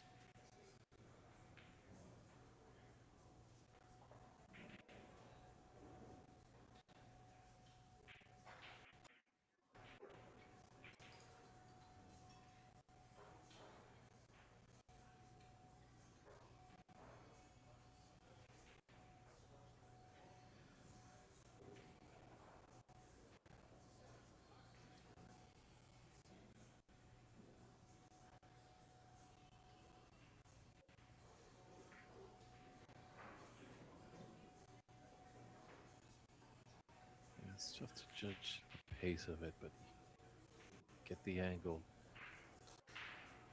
Skimming off this pink, pushing it off the top cushion, and hopefully getting behind the black. Delicately pace with his cue ball that he can kind of hold around, maybe a bit closer to the top cushion with his cue ball. Delicate but precise shot he needs.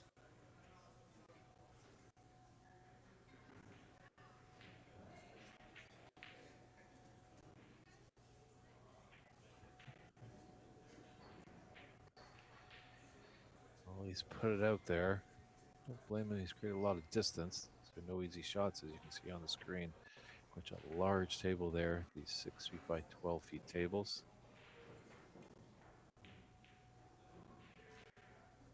Double kiss is not going to hurt. As Frank still needed a snooker to give him a chance of being victorious.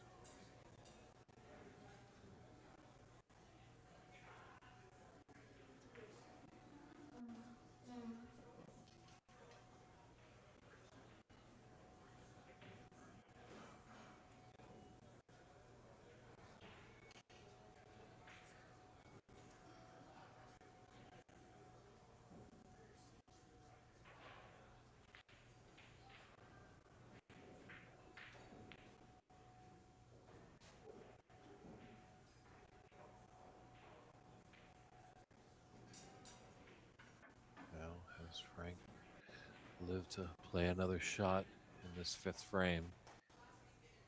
Tension mounting.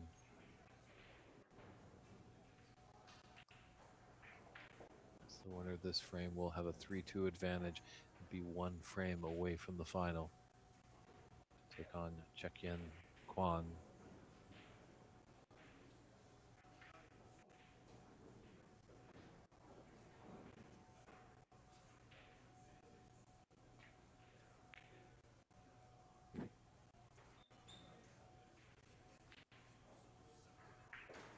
He's done all right there. He's got the inverted snooker. Looks tricky for Edward, queuing over it. All he has to do is just make contact. Black is in a great spot for Frank if he can get there. The opportunity presents itself.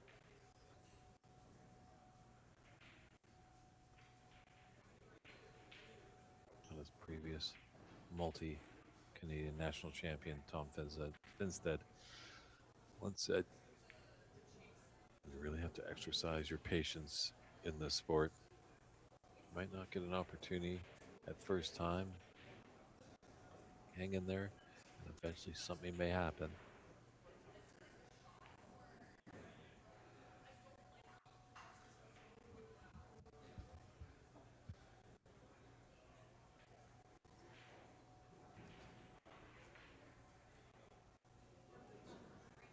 Yeah, a lot of cat and mouse going on here. He's just scurrying away on Edward. Hopefully he can catch it soon by putting in this pink.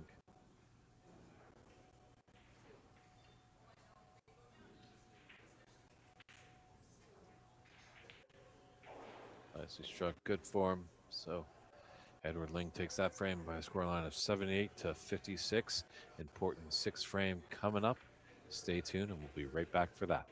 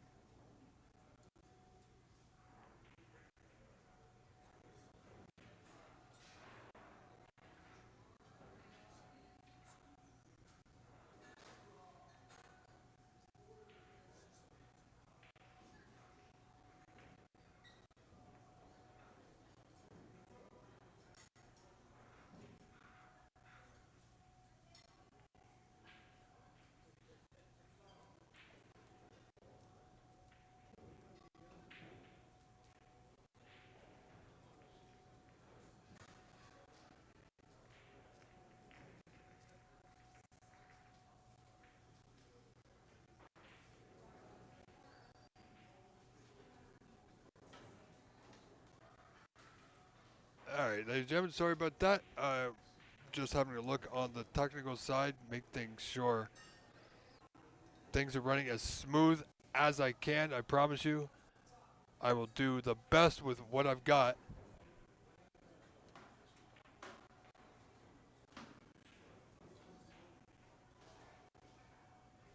As we see now, Edward Ling just one frame away, leads Frank Amoretti 3 frames to 2. So it's poised now to have an all Master Q Championship final. Yep. Well, yeah, save the chit chat for after the match, boys. Come on, Kevin Patrick, head referee. Tell him to jump on. It's frame 6.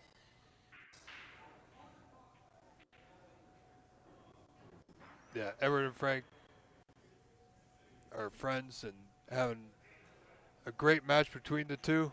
It's not over yet.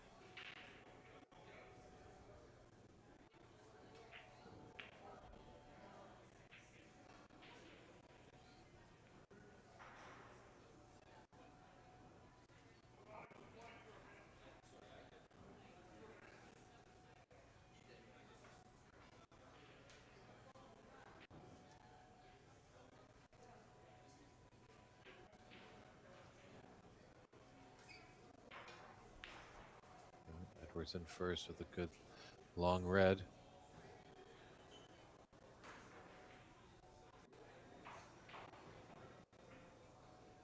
How's he filling up a frame with potentially one more for him? Cannon into the bunch here.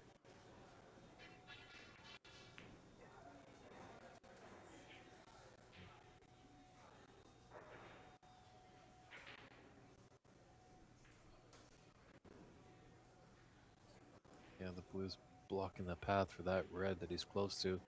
So it's going to be a high red just above the black.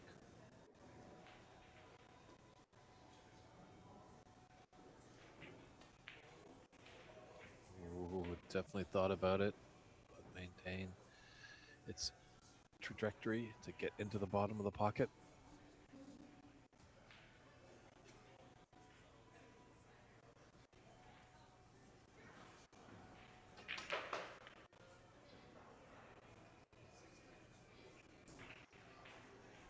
Well, thank you for tuning in, James Taylor. We are doing our best. However, there's some things we absolutely cannot control. And so far, so good at the moment. But thank you for tuning in. Hope you're enjoying this stream here on the OBSA YouTube channel. And don't forget, like and subscribe. Have yourself a wonderful day.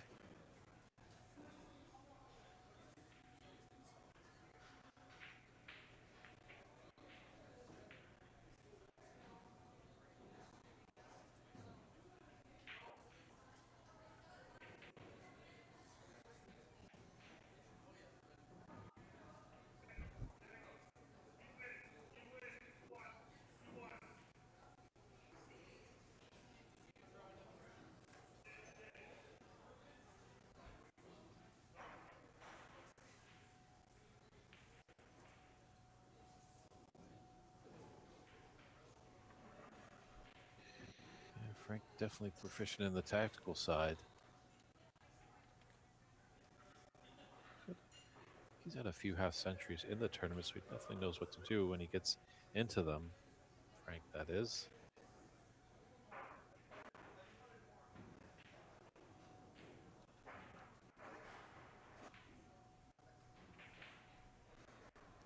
Yeah, Everly would love nothing more to win this frame to face his friend Chucky and Kwan in today's final later this afternoon.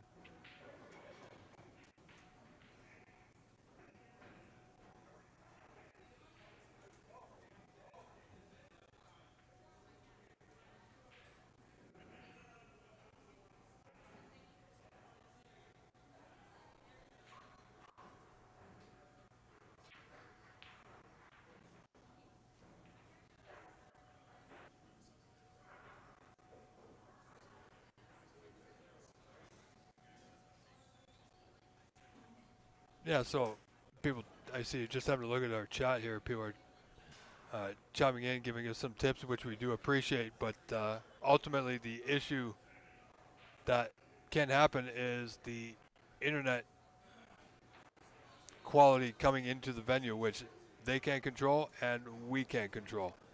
Everything has been reduced as low as it will go to keep the stream as consistent and running as possible. However, we make adjustments as we go, folks.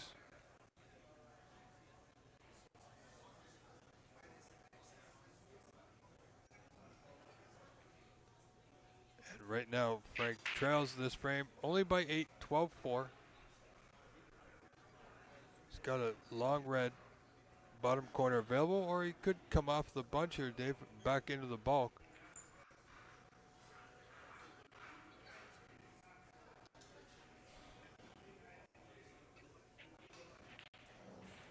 Wow. Oh, is that white going to hold up? Well, it nudged the black a little bit, so black's still on.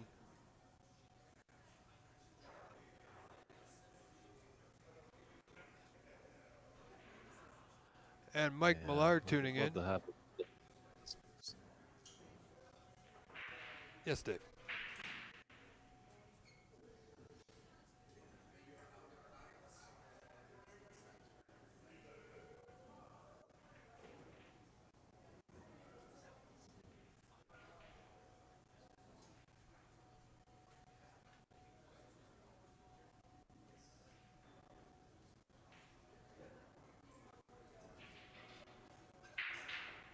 Yeah, just gonna come off the top cushion.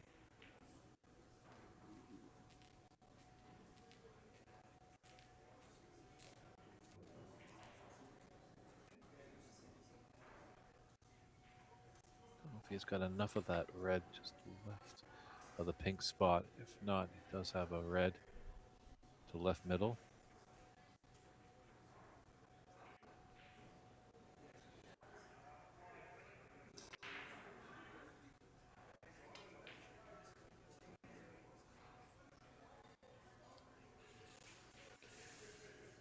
Edwards back in. Needs to develop some res. Well, he might. Yeah, still. Yeah, there's nothing really great in the pack.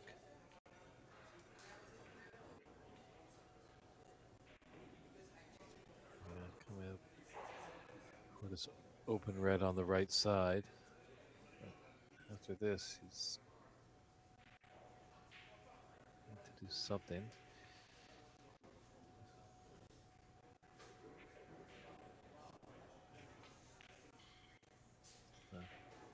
We'd love to have been low on that pink. And on the other side, so the natural angle takes him into the reds.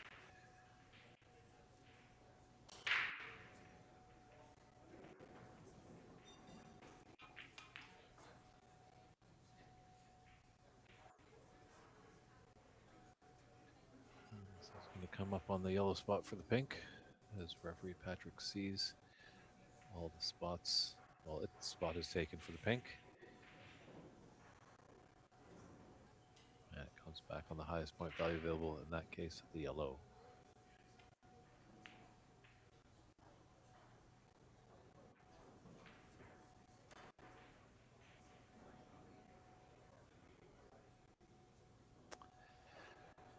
So Edwards missed that red and left Frank in.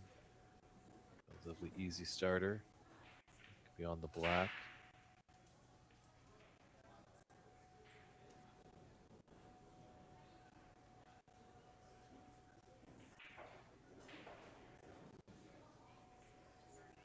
It's a full red on the bottom of the pad. This is going to be kind of low on it. It's high, you won't get the potting angle because that other red is covering it up.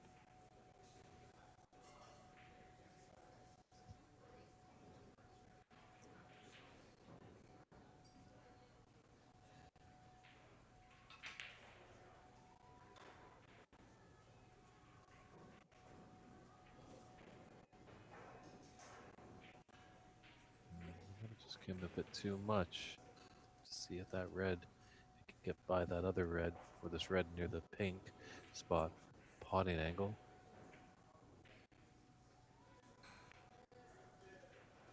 I think on first glance, and Frank confirms that by running and hide.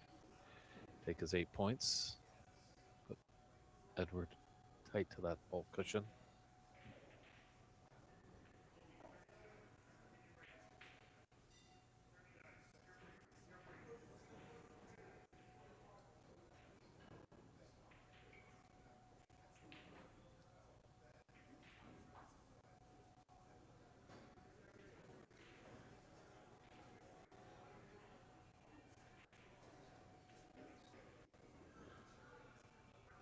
Frank just asking referee Patrick to clean the cue ball.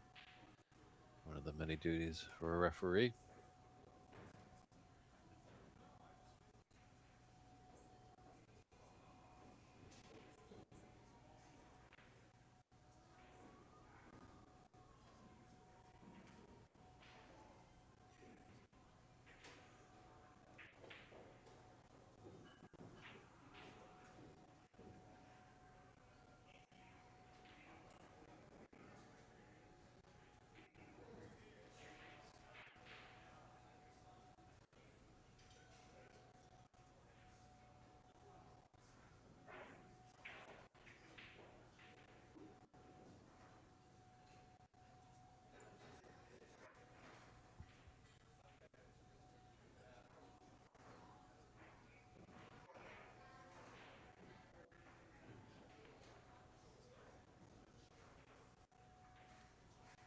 Frank's done well.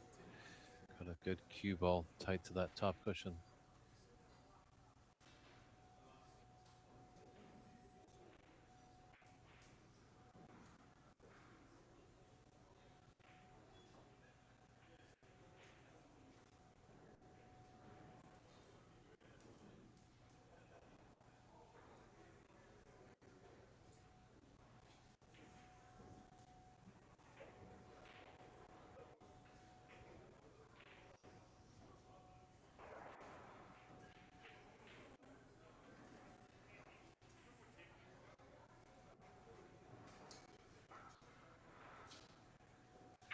Frank just gluing Edward to this top cushion with the cue ball.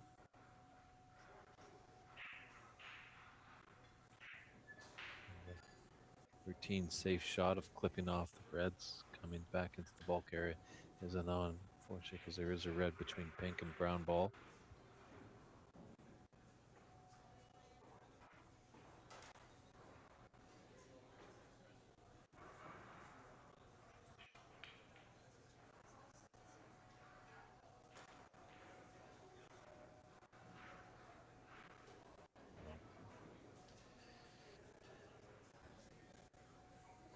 It's a chance for Frank. Open red. Couple, actually.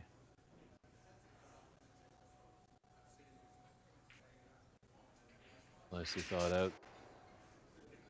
Some players might have taken that red to the right of the pink. But Frank's one in the middle they can take on, runs through on the black. And has opened up those two reds.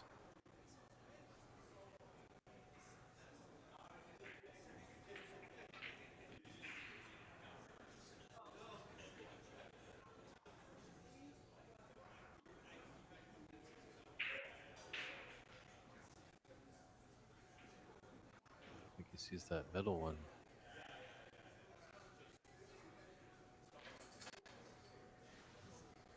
I don't think the red in the middle is blocked by either of those other red balls.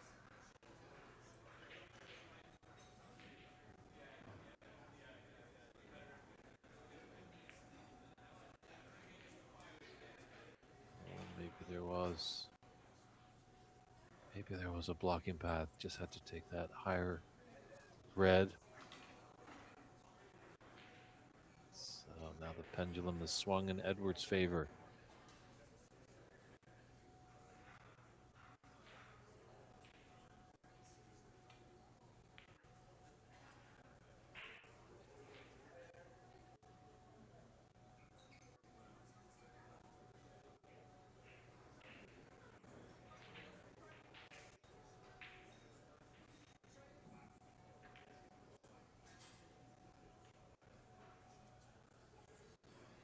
Yeah, he's got a red into the yellow pocket.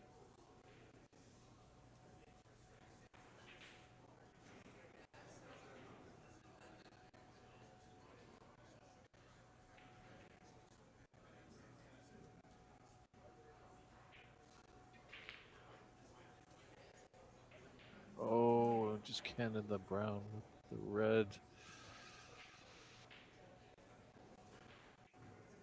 Unfortunate, but Frank's in a spot of bother with this cue ball all over the yellow. Frank just having a wry smile as he knows that red is on to left middle. Going over yellow is a bit tricky. Could put his opponent back in.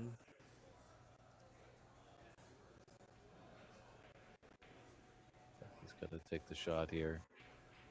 So you can just see on our screen on the right side how awkward that bridging is. Fingers at full extension.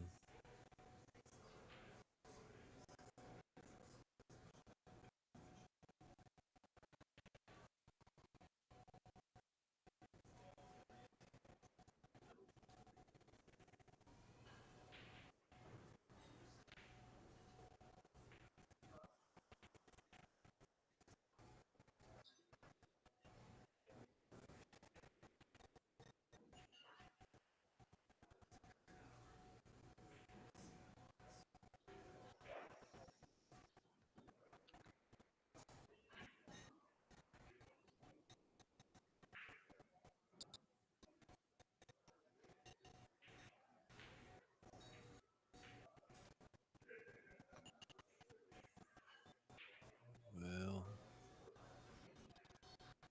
he's opened up things. I don't think Edward's got a red just below the pink into the right middle bag. Might take this red these close to just this. Well disciplined. Acknowledged by a tap on the table.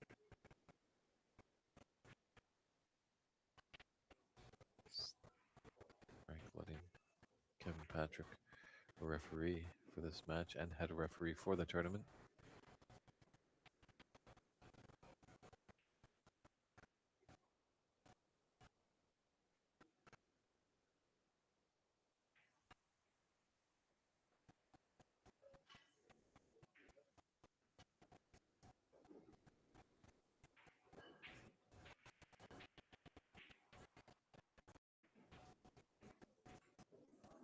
It's got a good hit, but Edward does have a choice of reds on.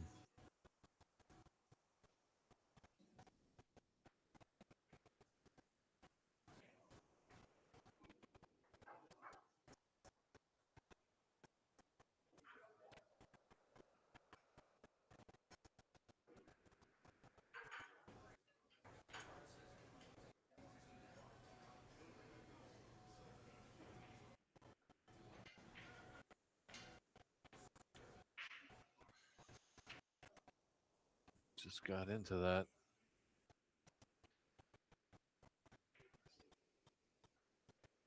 Just out of position on a color. It'd be a lot lower on that black.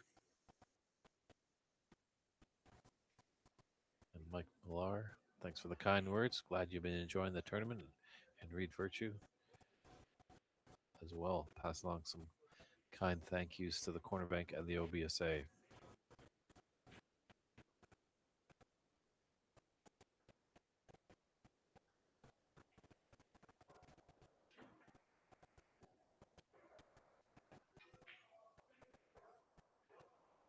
It's a nice rebound on that blue.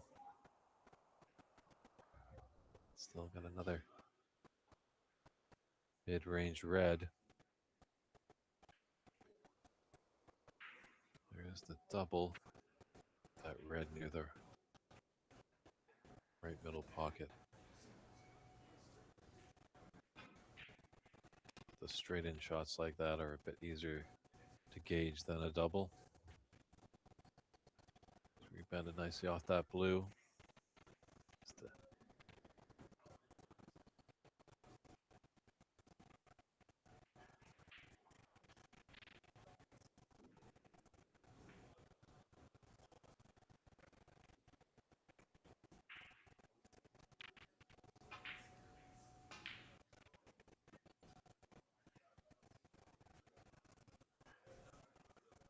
And he's just well up position, but he can come up for the blue.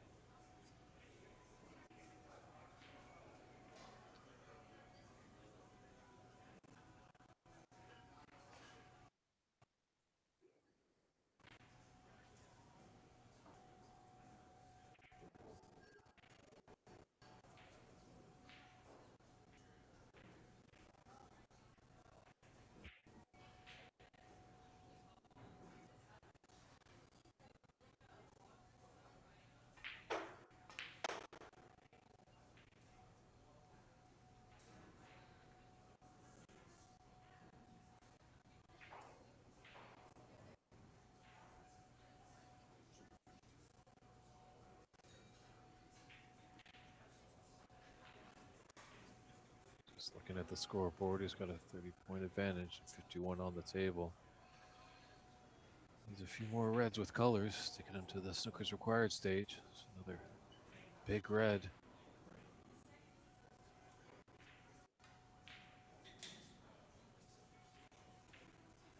Yeah, he had to make a lot of shots on that break. Just really dancing around the table.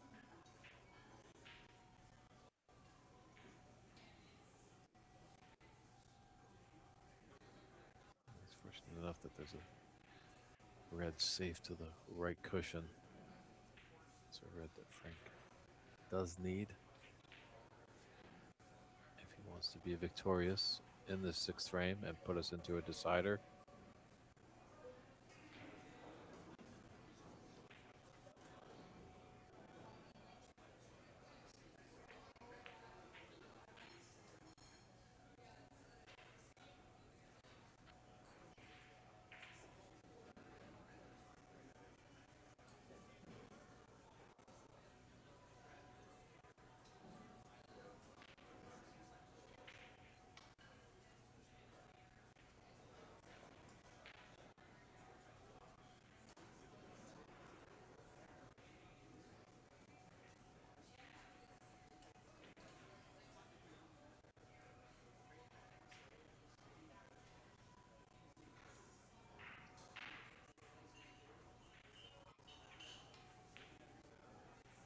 set. Might just do it here.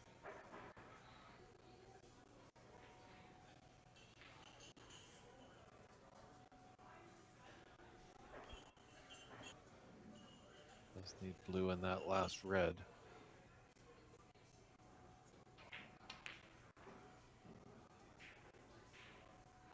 Let's have a shot down the cushion. These are tricky.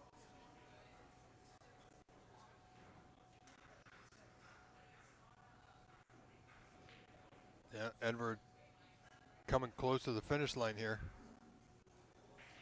Up by 30. Looks good. It's there. Yeah, excellent shot. Round of applause from the crowd in here at the corner bank.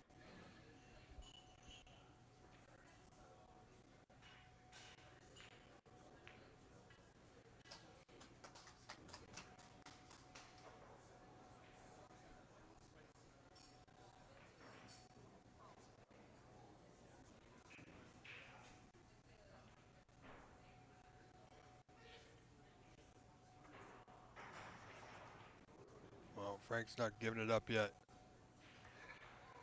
No, trailing by 36 and 27 on. Just needs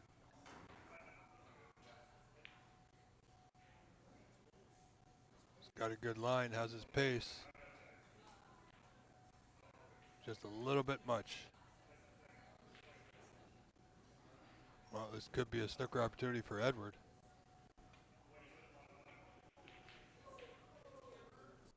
Oh, where's that yellow going? oh my goodness.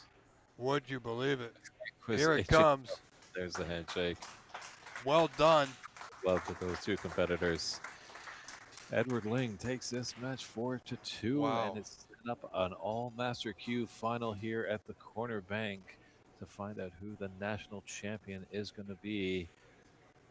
Just taking a look Wow. to see if I can see Jim White, but a good bet is 3:30, like 3:30 p.m. Eastern Daylight Time. That's 12:30 p.m. on the West Coast. That's looking like when we're going to get going for the final. I will just double confirm that when I see Mr. Jim White. What a match.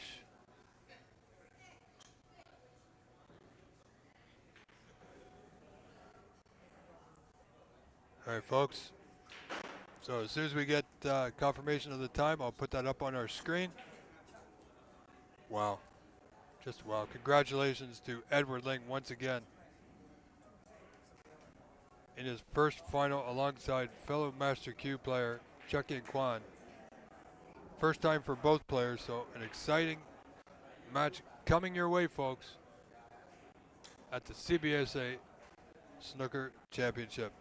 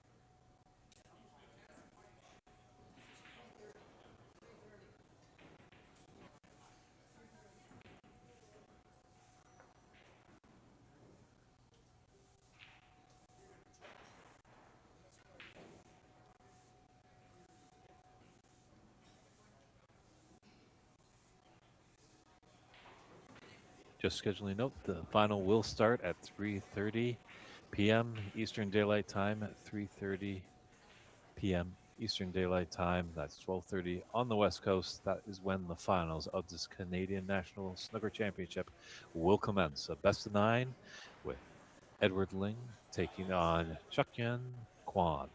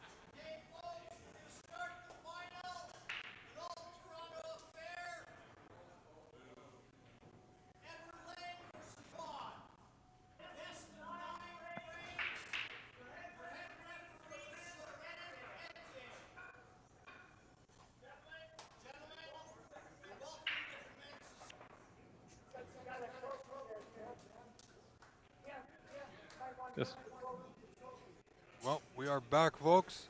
Play should resume momentarily. It's come down to this, Dave. One final match for it all. Edward Ling, Chucky and Kwan, best of 9. Yeah, call your mother, call your father, call your sister, call your brother, call your lovers. It's time to be in the final of this 2026 Canadian National Snooker Championship. Yes, Chekyun Kwan going against Edward Ling. Great best of 9 battle here. A little tough to tell. Two players both coming from Master Q.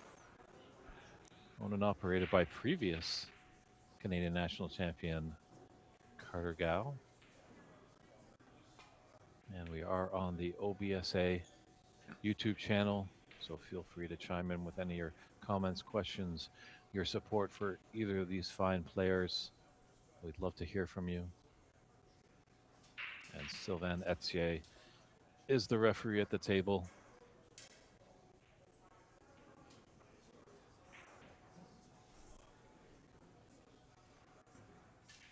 Yeah, it's safe to say, Dave, that both these players are greatly, well, they know each other very well and what each other can do. So this is going to be an absolute incredible final.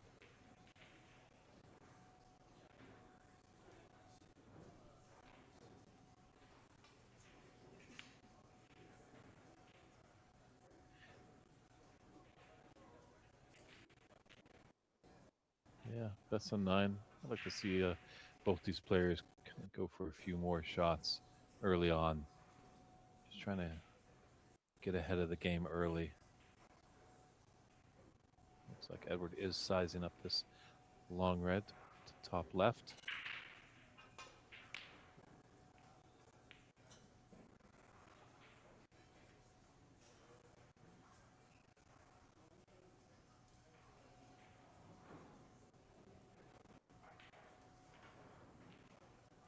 No, he didn't completely sell it out. No. It's awkward bridging with check-in.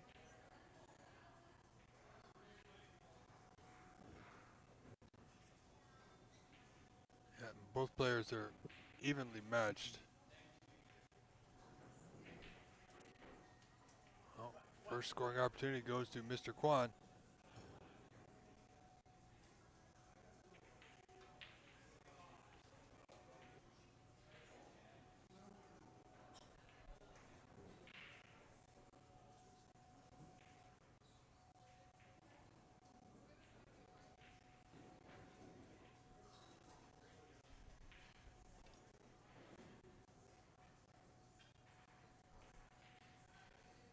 And Trekking had a great finish in that last match against Vito.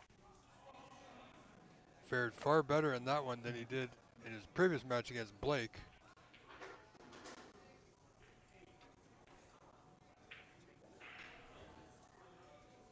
See if he can carry that over into this match.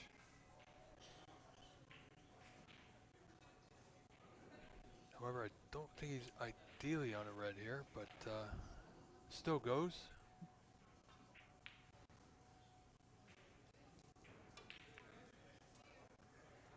It's done well to cannon into a red to hold for position for the black. I don't think he could have played that much better.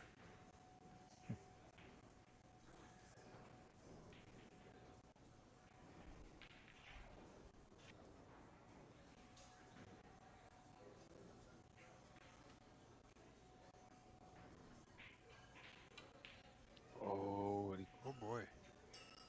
surprising.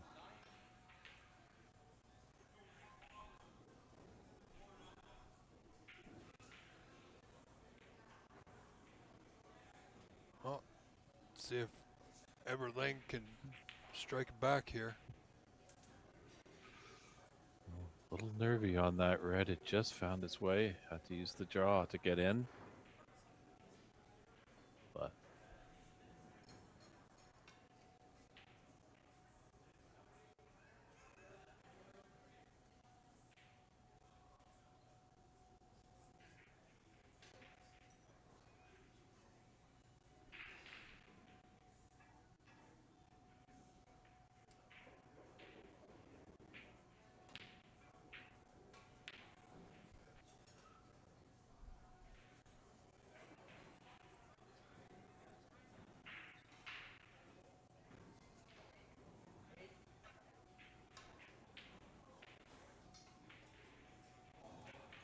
There's that red that's to the left of the blue, just beneath it. It's got a good angle to sun back up for the blue after this mid-range red.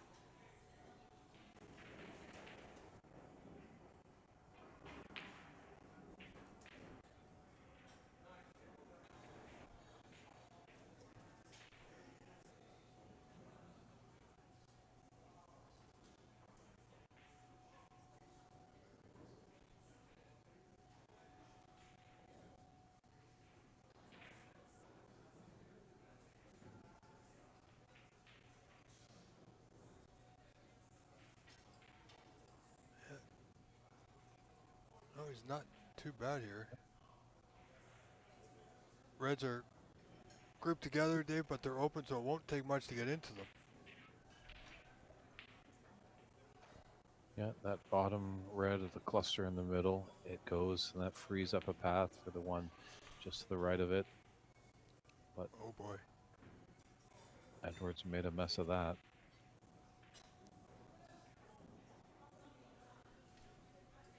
oh, he's either overhit or underhit it.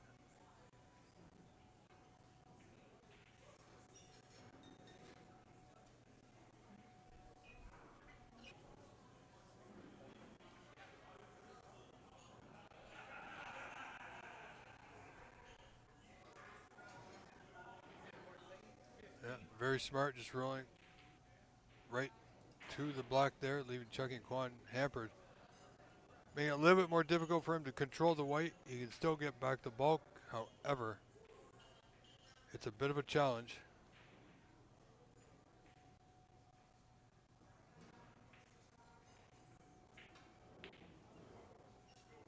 He's going to play off the two reds left of the bunch.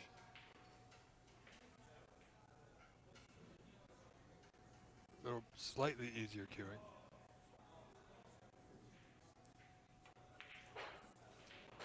Oh, wow. Wasn't sure that red went, but players have the better views, Dave. Doesn't go, so again, another good opportunity gifted to Edward Ling here in our first frame of today's final.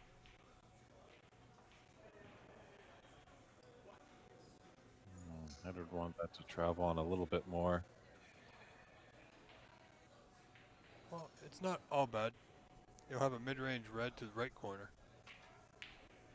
Unless he draws back and plays the red to the left of the bunch, so he's got two options.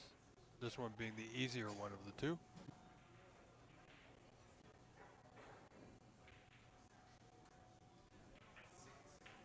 Yeah. Looks like he's going to run down to be nicely rather low on the black. Give him that natural angle to play for the bottommost red.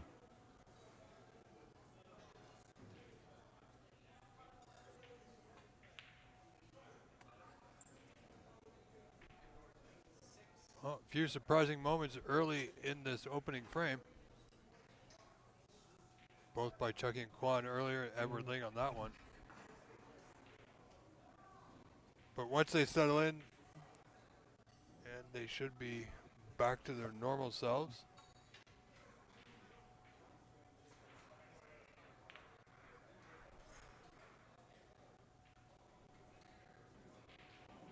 Well, Carter Gow is going to be quite happy with this result, Dave, as no matter who wins, this championship trophy or title will be coming back to the Master Q Billiards.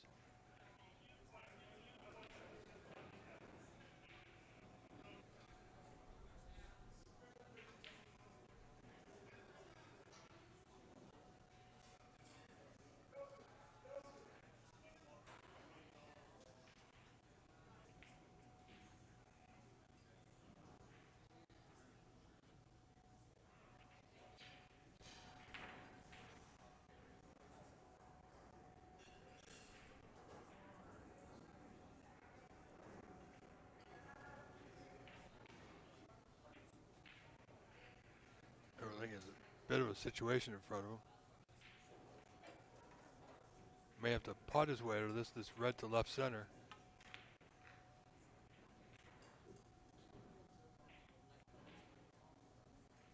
Well, slim chance here for Chuck in. It's a thin one to the green pocket.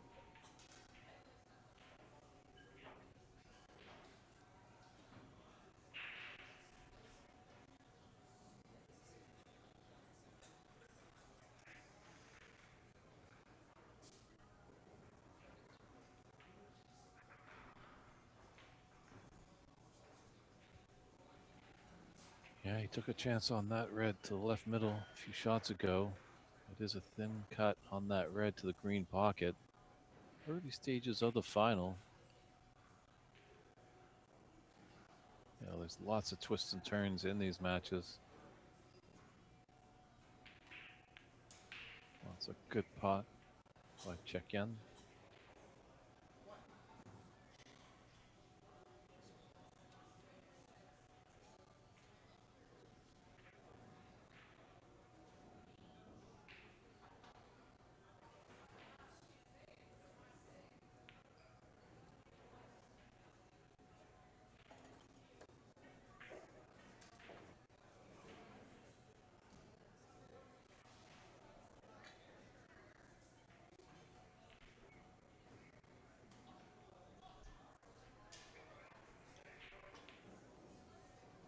That Brown thought about it a little, rattled in the jaws, but did find salvation in the bottom of the pocket.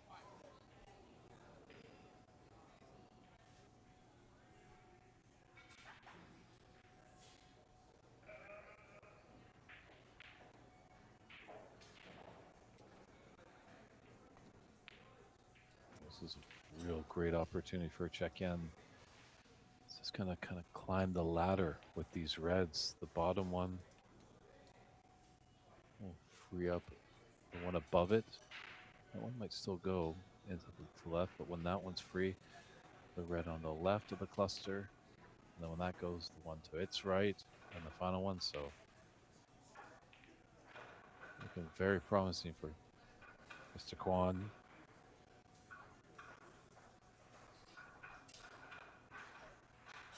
Yeah, good tight frame, but it's checking in the balls. 1 point in front, 22-21.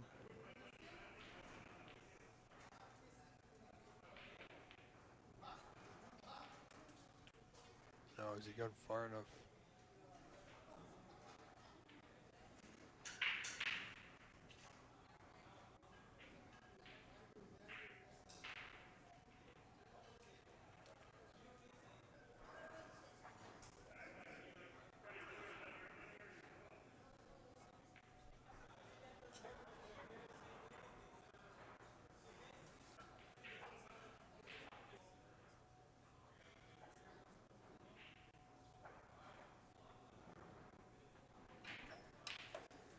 Looking for a deep screw. Didn't get all of it. The only thing he's got now is a long red close to the cushion, top left corner.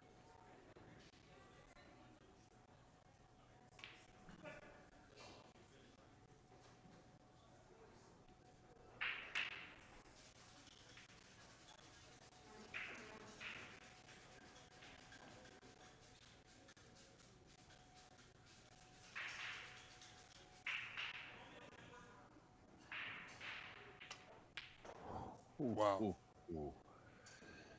Like a hot knife through butter, he sliced that red in. Yeah, that's got to make a player feel good when those start going in. Especially when you're in the final, Dave.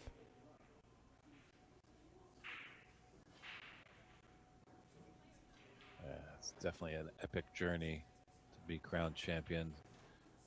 Several round robin matches. There's a 32 player knockout at the conclusion of the round robin. So you've got 32 round of 16 quarterfinals, semifinals. It's a lot of snooker to become a champ.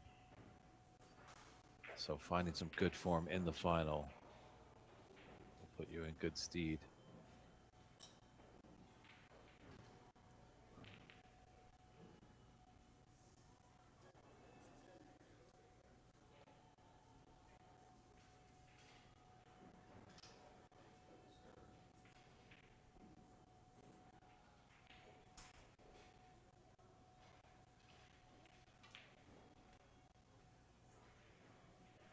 Well, this looks pretty good. You know, he's got a fair angle here. If he chooses to go in the reds, he can. But he's just going to have a look if that red at the bottom will pass to that left corner. If not, like I said, he does have an angle to go into them.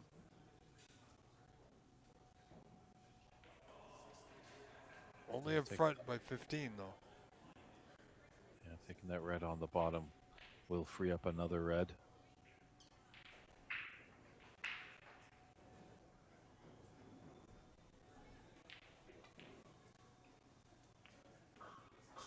Just gotta hope for a bit of luck there going into it. Yeah, it needed a touch more pace because he was hitting it pretty full. Touch more pace would have pushed that red just a bit more to the left of the white and possibly have a pot on still, but unfortunately break of 34 is likely to end here unless Chucky Kwan can somehow clip this red into the right center. Not likely from here, but you know, he's only 22 in front. Everything's still, well, there's nothing safe, Dave. Everything is still very available, and Edward Ling is quite capable of cleaning up if he's given the chance.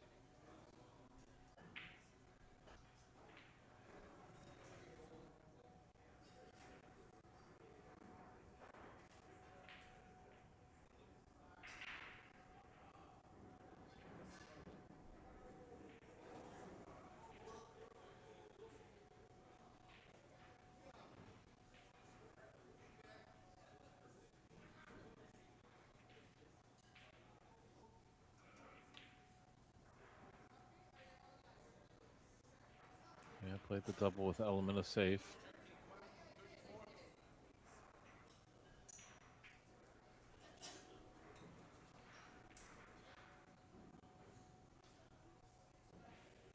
Problem with these two reds that he's close to. He takes the leftmost one into the left middle.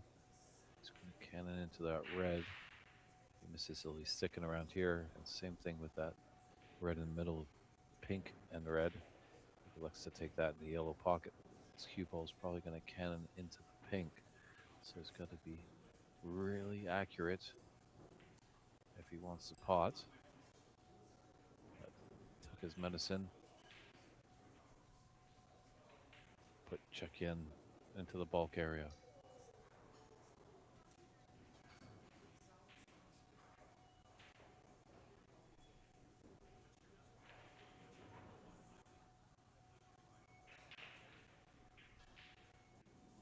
Oh, Chucky might have a pass to this red right corner.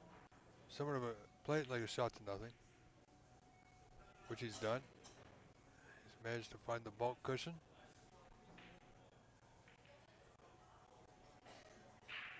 I don't think there's a path there for Edward for that open red on the left side. This is dangerous. Thin snick. Yeah, just missed the pink.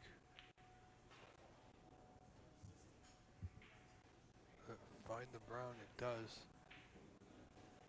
So Chucky Quad, open red, left corner is on.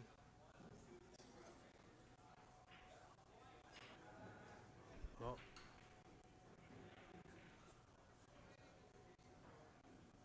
it does like playing defensive.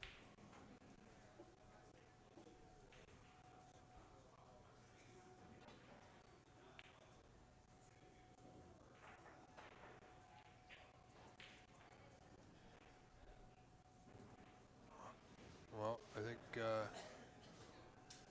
again, he's left that red for Everett, saying, I'm not going for it. If you want to give it a go, here you go. But if he gets this right, Dave, wow. No, again, players are not stepping out like they have been. Just containing safety there by Edward.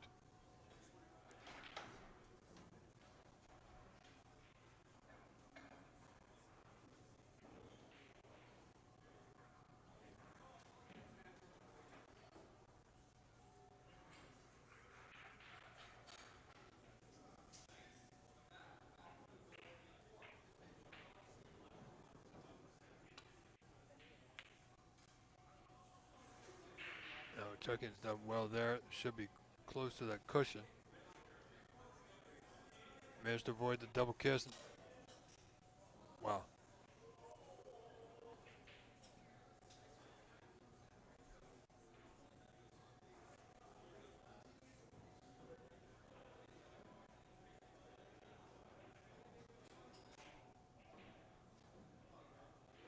Well, it's a bit pacey. It's going to come off. This red, the right center is on.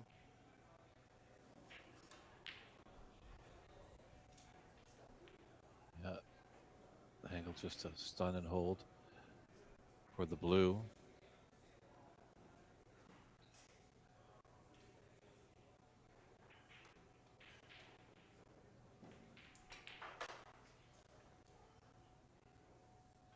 Oh, bit of luck there as he raises his hand. He's very nicely onto this black. It's a bit straight. It's fortunate that red is very close to the top left corner.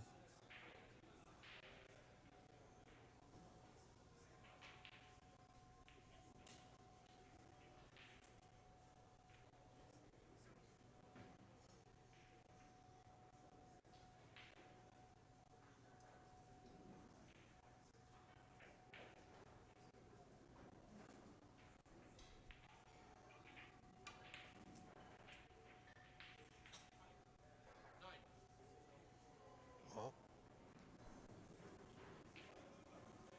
not too much further for this frame for Mr. Kwan. 52, 21, 31 in front. This black and one more red.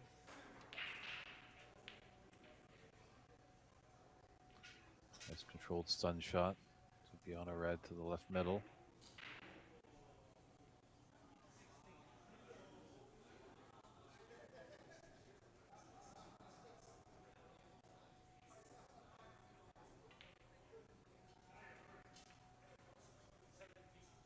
Check in, just taking a look at the score.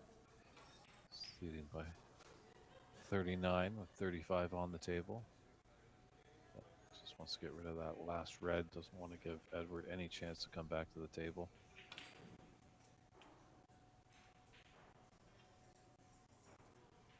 Well, has a little smile to himself. He knows he's overhit that one by a fair bit. Ran it through. Could have just stunned off the bottom cushion. But he's got a, well, he's 46 in front. 35 remaining.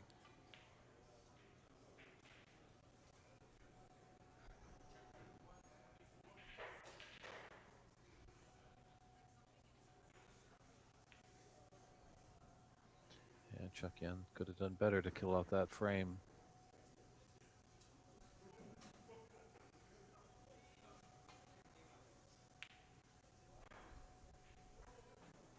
Edwards might not be too happy with that one. You know, it's thin, but it's definitely cuttable to that corner. Yeah, paper thin.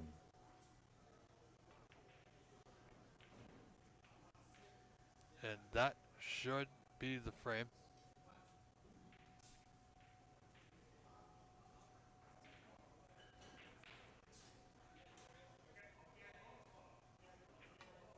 Oh, that rattles, but I don't think everyone's going to come back to the table. No, I think Just as there. there we go. So, concession there by Edward Ling. Cheuk-Jon Kwon takes that first frame, scoreline of 68 to 21. And we'll step aside and be right back with frame two.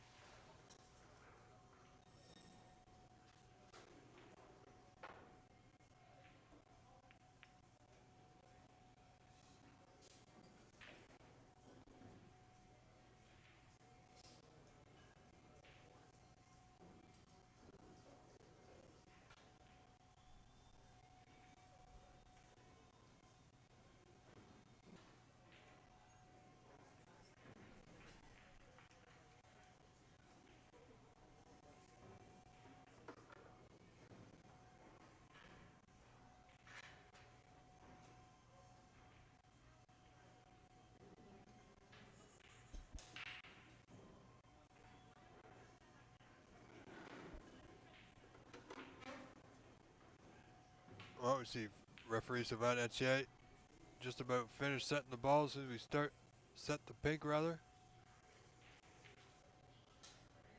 And here we go, frame 2. Chucky and Kwan to start things off here, leading 1-0 of course.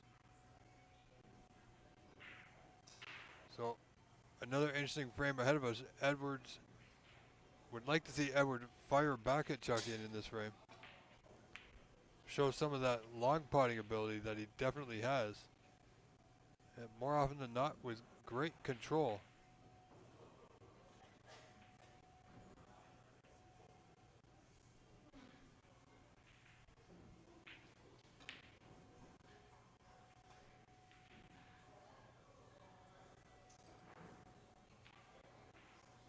Just containing safety.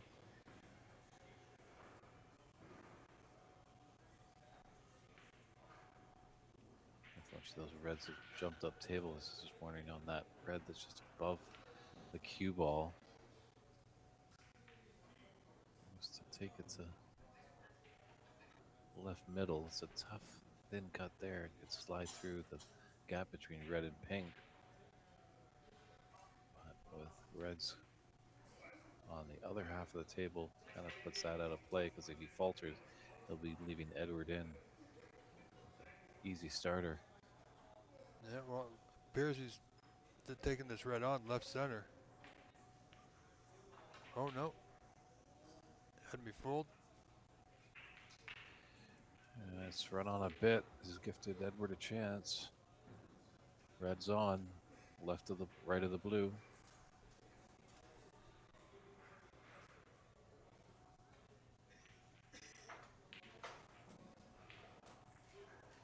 It should be good. Even if it's a little high, he's got the bulk color and a red also in that area that's available.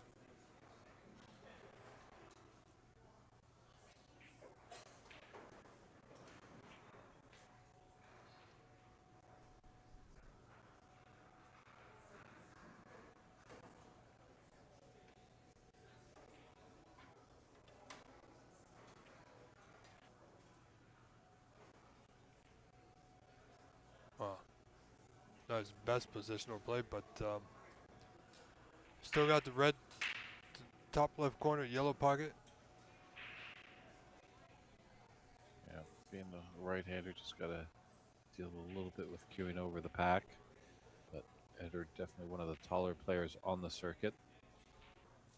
Should be able to comfortably reach over, but as well getting a little help from the mini butt extension.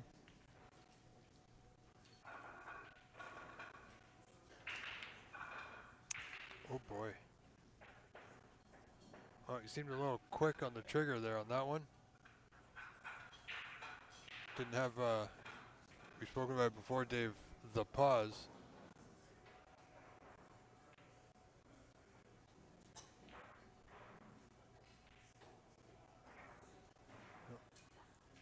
Edward just needs to settle himself in. Chucky Kwan's already got his first frame on the board. I think as soon as if Edward can get his first frame on the board, he might just settle back in to his natural rhythm.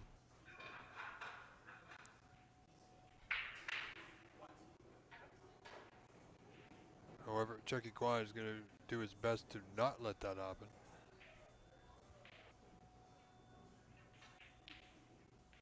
Yeah, I don't think he has the angle on the green to knock off that red, so opting for the brown.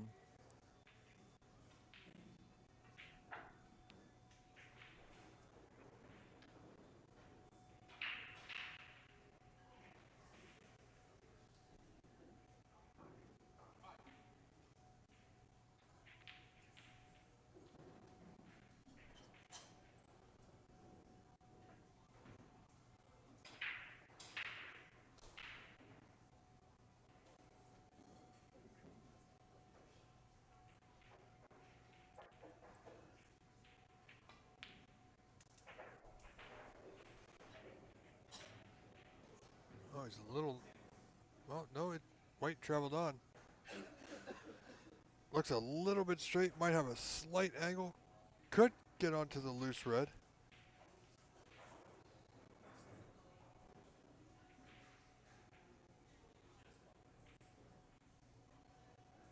trace of angle. Come off the cushion. Don't think we'll need any running side.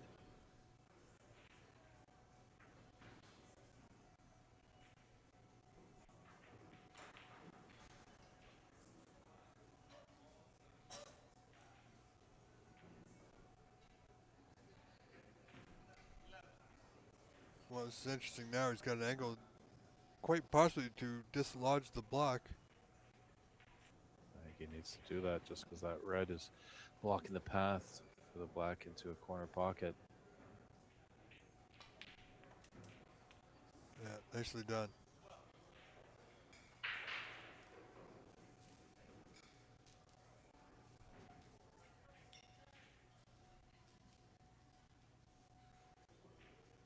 Well, good afternoon to you, Michael Cannon.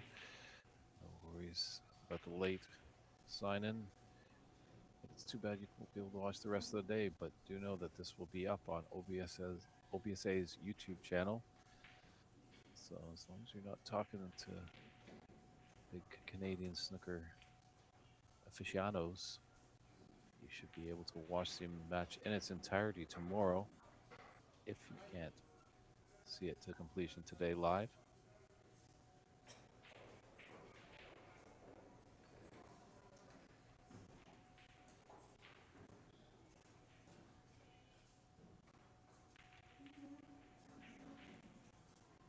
Let's give him a great chance to get into the bunch here.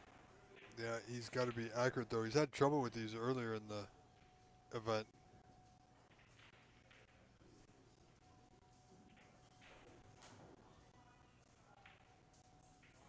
Just got to concentrate on the pot. The angle will take him into the bunch, or just off the left side.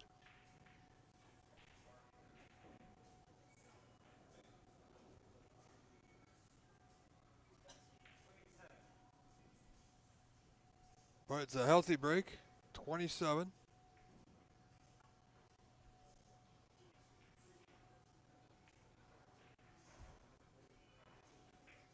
He's just having a look. I mean, he can get to the putting angle of this red, of course, to that bottom corner, but he's just having a look.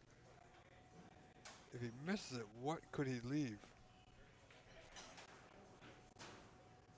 So he might, alternatively opt for the containing safety here once again.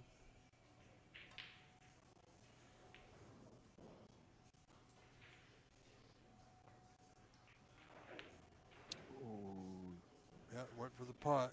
I guess the only red that he was going to leave was the one he was taking on. But still a tricky red to get Edwards started.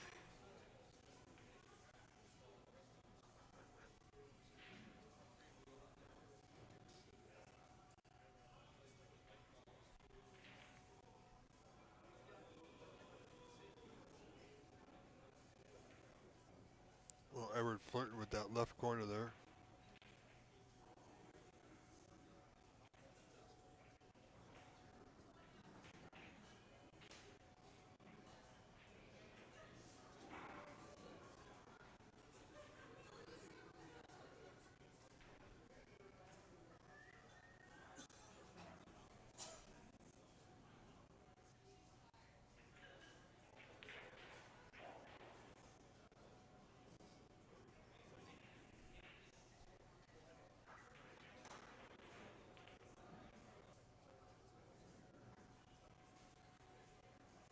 Well, hasn't covered the red on the right side cushion, fell short of the bulk cushion.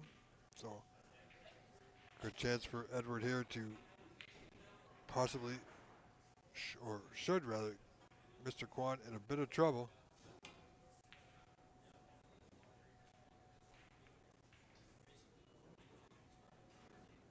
And that will do. Tough queuing here for check-in.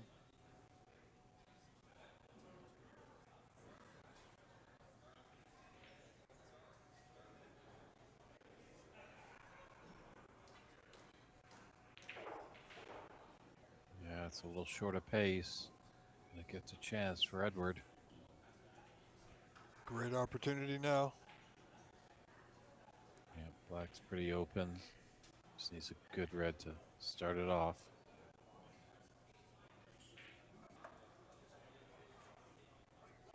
Nicely played.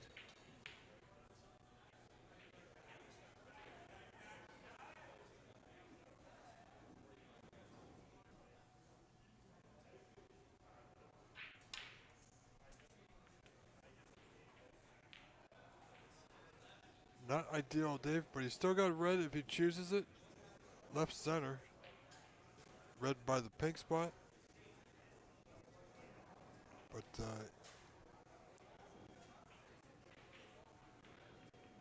if he doesn't get it, and it's not easy. And he might be able to slide onto the pink, into the opposite middle pocket with that red that you mentioned, Rob. Yeah, but he's got to be absolutely committed to it. So much so he's just going to play off this red into the bulk end. Keep the pressure on his opponent, even though Chucky Kwan leads by 16, 27 to 11.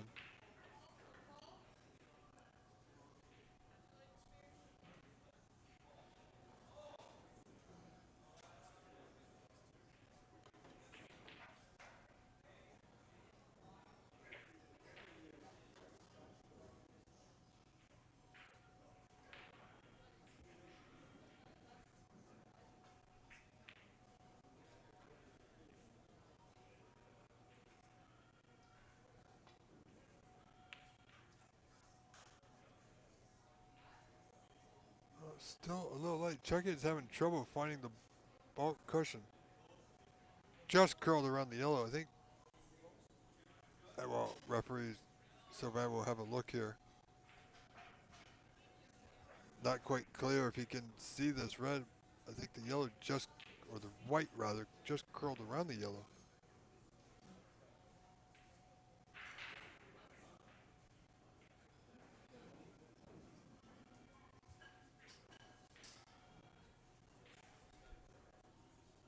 And Mr. Cannon, yes, do get in touch. Love to hear from you, sir.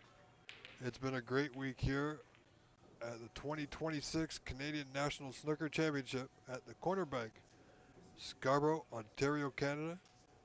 Thoroughly enjoyed my time here and great company with you, sir, Mr. David Burney.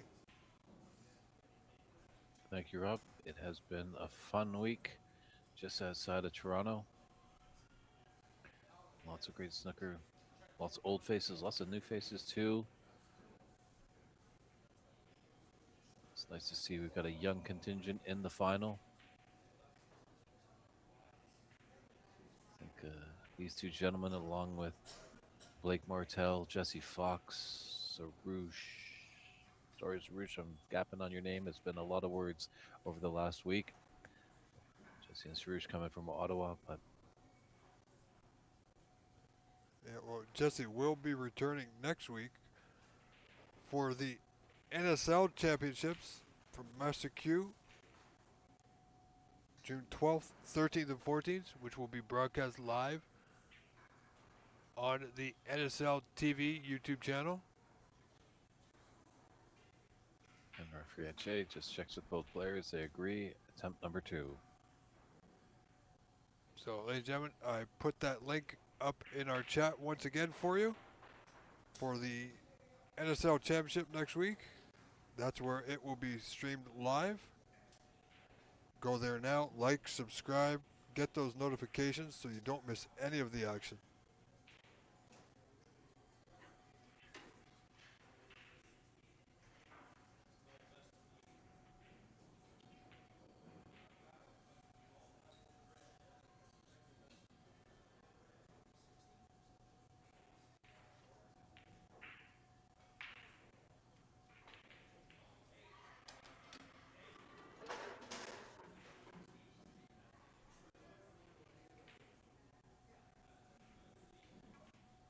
Yeah, well struck by Chekian.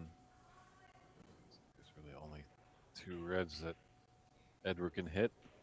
Might just be able to hit the right side of this red along the left cushion.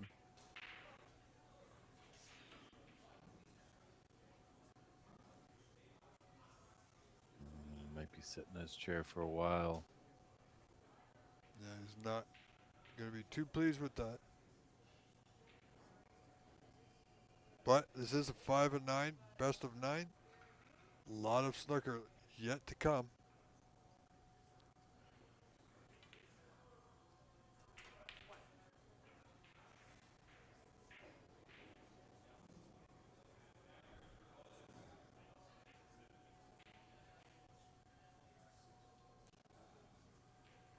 It'll be interesting to see, Dave, who comes through this event, as the next path for them would lead to, I believe it's the IBSF World Amateurs. Not sure where that's being played, however, but Well, that's a nice added bonus. Obviously, there's a cash prize for the winner, $2,800, $2,000 for second place. Obviously, you get your name on that lovely trophy we saw at the beginning of the stream. All the players were taking pictures. That big trophy does travel around. It stays usually in the room here at the corner bank, but your name does get to put on it with the likes of all our tournament dinner. Jim Weich, Cliff Dorwin's won it, Brady Golan, Kirk Stevens, Bob Chaperone, Tom Fizdstead that's in the room, the late great Bill Werbenick, the only Manitoban to do it, Alan Whitfield, Jason Williams, Carter Gow, where both these gentlemen play at Master Q, his room. And last year's champion Sahil Nair taking his first title. Wasn't back here to defend it this year because he's a little busy over on the Pro Tour.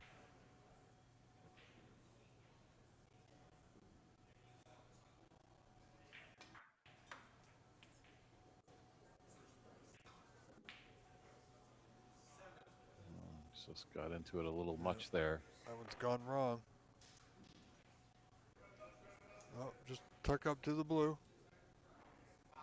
Oh, he didn't hit it. Free ball.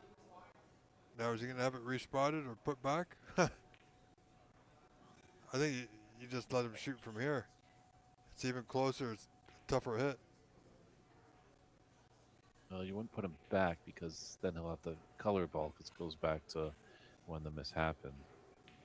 Very And true. free ball is just not advantageous, so Chekyan just putting him back from this position because now he has to hit a red. Oh, he found the gap. Yeah, well, rightfully so. Now it is going back.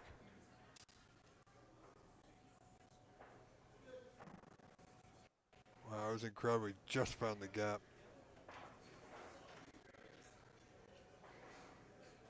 Oh, slight adjustment needed. Pace was decent. Oh, now he's gone the other side. Yeah. But he did make contact.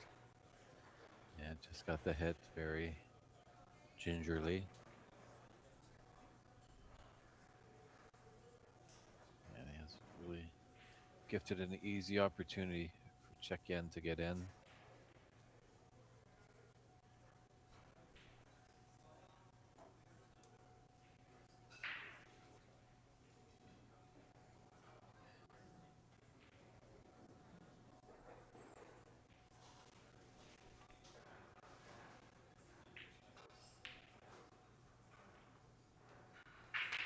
Oh, great effort. Chucky Kwan leading by 23, really digging in here. And it's only the second frame. Yeah, Andrew's in a bit of trouble here. No real clear path back to bulk. Always fortunate to just swerve that a little bit, but oh, we can it into the blue. So mid-range red on for Chekyan. Yep.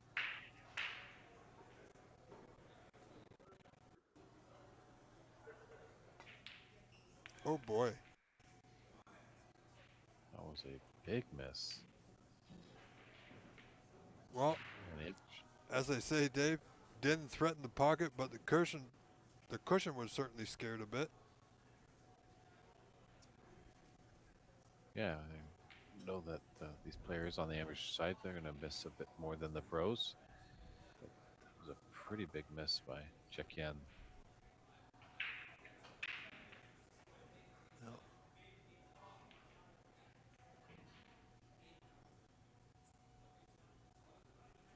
Yeah, Edwards having a little bit of trouble. He hasn't got it completely dialed in yet. So Chuckin just, well, he's putted 41 points to Edwards, well, 18.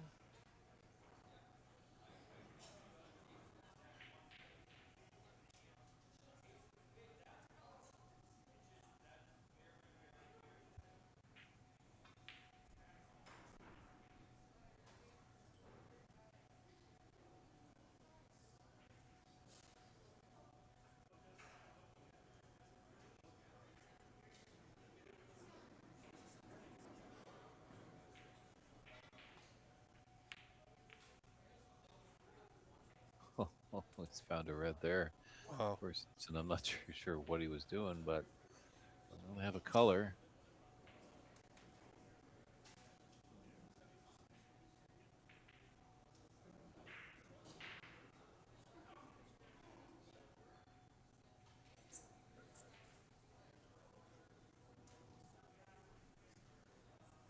Just coming off the ball cushion. Get behind that green.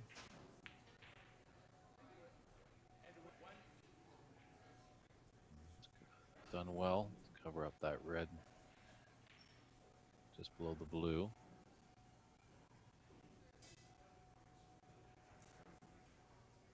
There's a long pot on here to top left corner.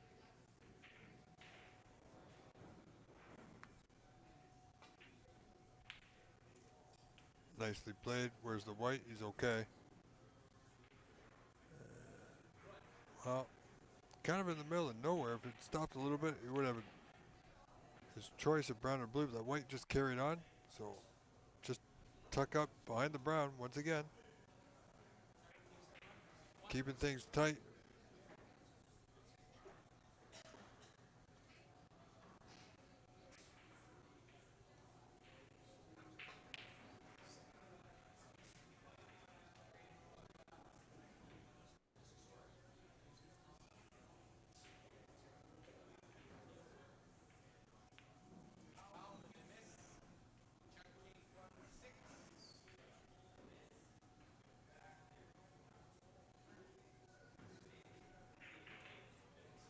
Well, I'm not going to put him back. no, you're going to take this red on. Good chance to increase his score even further.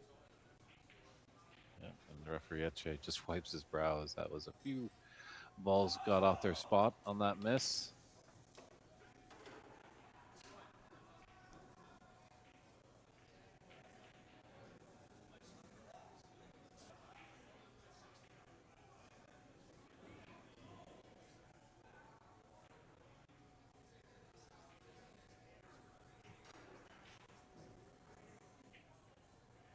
Oh, what he can't convert on the blue.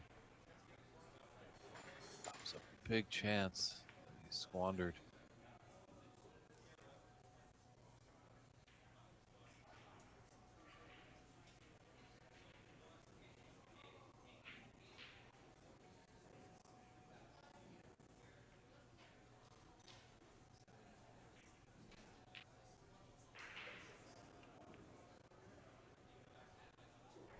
Oh boy, what's he done now?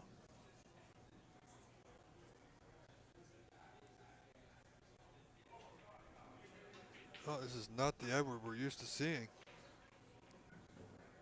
No, he's just struggling to find his potting boots. Oh my goodness.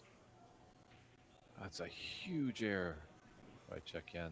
Oh, big let off. He's quite methodical, takes his time. Maybe rushed that one a little bit. But that was a surprising miss. Edwards got a feel off of that. does well to get that first red.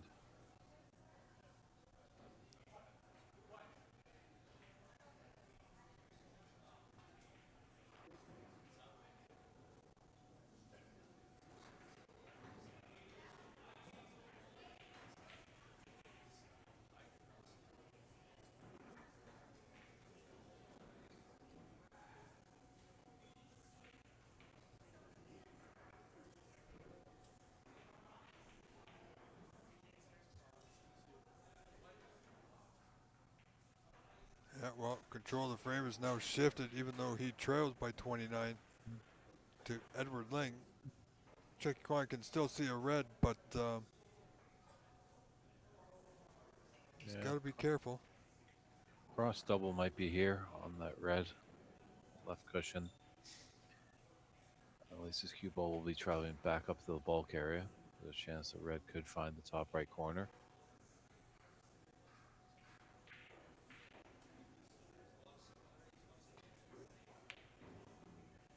Going the other way and trying to find that pink.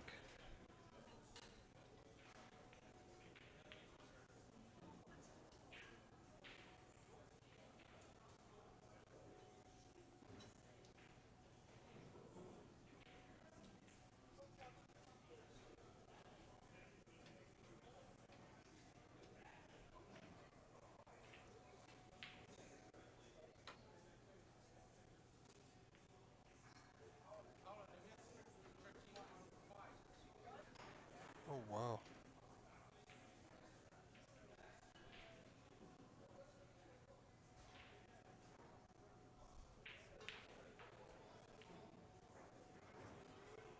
Oh, checking if there's a free ball. Oh, it's going to be close. You know what? I think it is going to be a free ball. Yeah, he has to be able to hit that second red that our referee has placed full.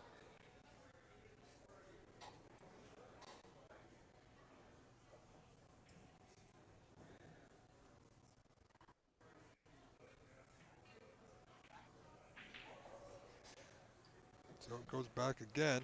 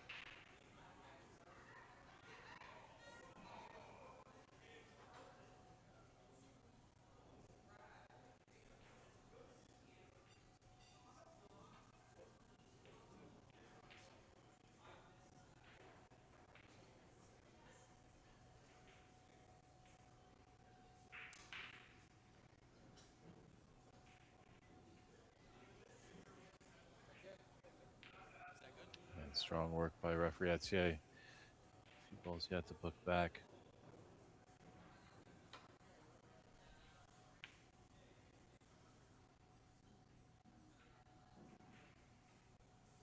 Oh, good hit. Nicely done.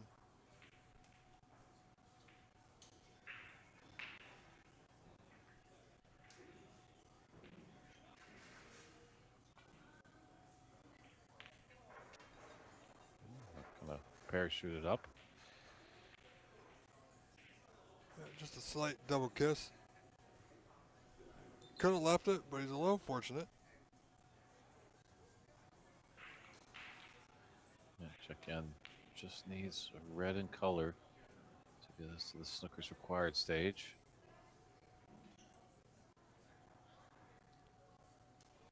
Yeah, Chuckin's going to work here in these first two opening frames.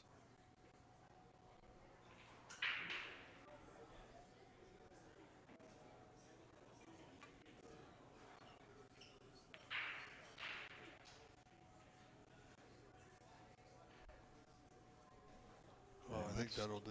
Both of them. Just letting referee Etier take a look. Puts that in the memory bank.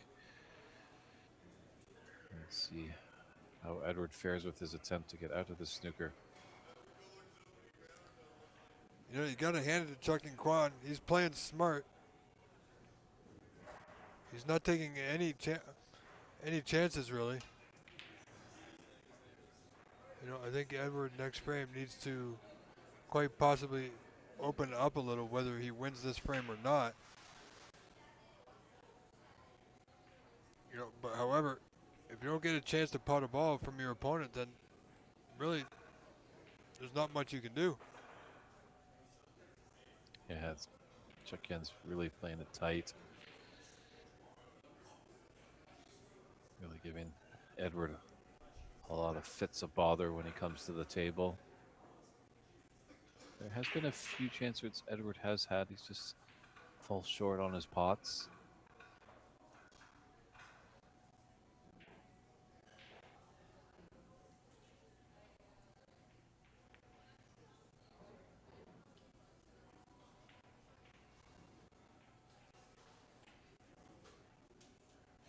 Nice pace shot there by Chuck Yen.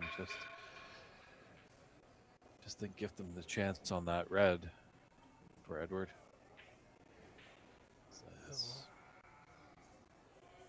If it goes, it's just razor thin. We'll test the eyes.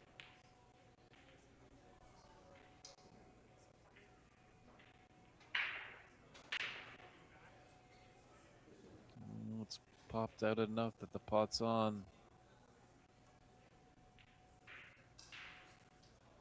Air there on that safety.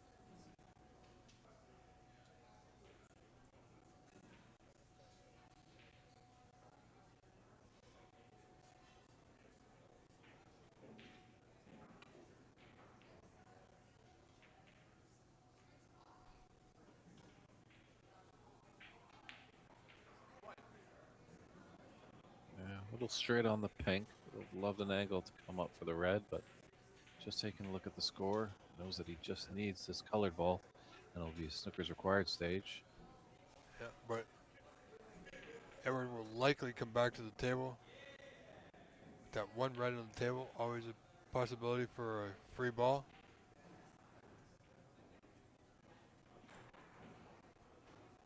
But 34 down, this bank will give him a 34 down, give him a 40-point lead.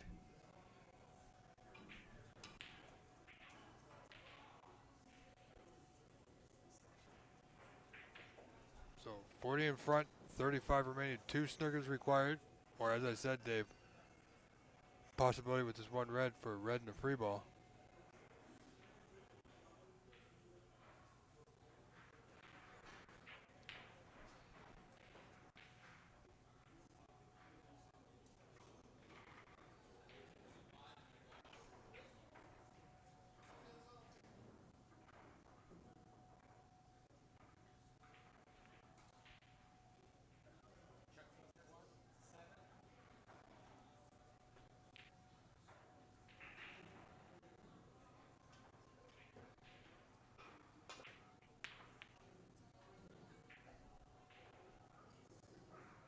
Wow. Straightened up off that cushion, so another big air there by Edward. This is promising for Chuck Yen Kwan to take a 2-frame advantage in this final.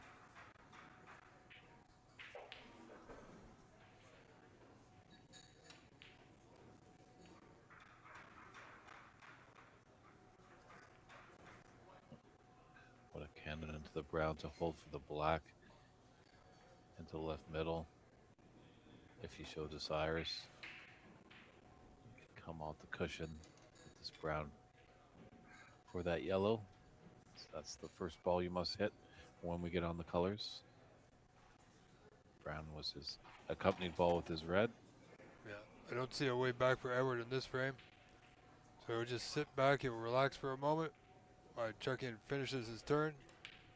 Prepare himself for frame 3. Pardon me. Yeah, just think about his game plan, what he needs to do.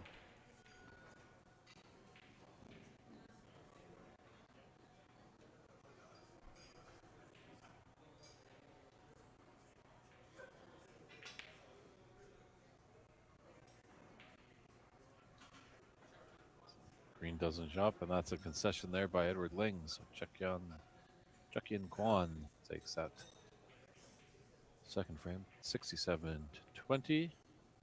And as Sylvain Etier sets up the frame, we'll be right back with the third one. Yeah, another good solid frame from Chuck and Kwan. Edward Ling trailing, of course, as you see, 2-0. However, still best of 9. But Edward Ling hasn't really had a chance to let his Q arm fly, really. So he's got to open up. Looks a little bit tight. And needs to, you know, it's easy enough said than done, but needs to relax a little bit. You know, should he get the opportunity to putt those long balls that he's so talented at, I think he's got to start thinking about going for them. But it all depends on how he feels when he's at the table on that shot. And to Chucky's credit, however, he really hasn't given Edward that much of an opportunity. So here we go, Edward Ling, frame 3.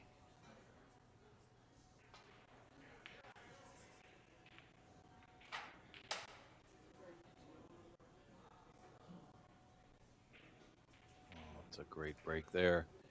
He can hold his head high on that. He's feel good about these small little victories that he gets.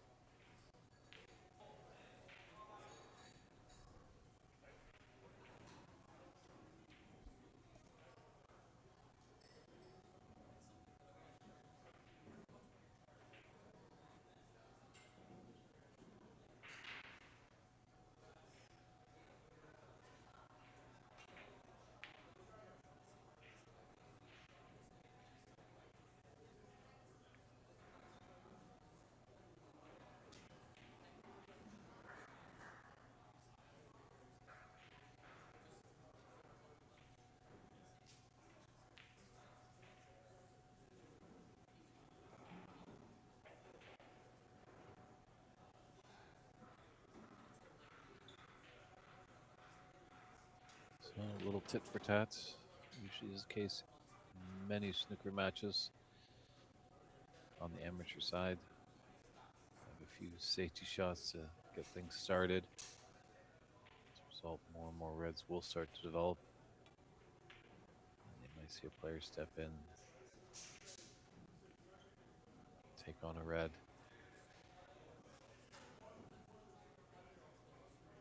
These are very skilled players. Long pots don't refuse, but you're just gotta think maybe twice about long pots now. Trailing by 2 frames.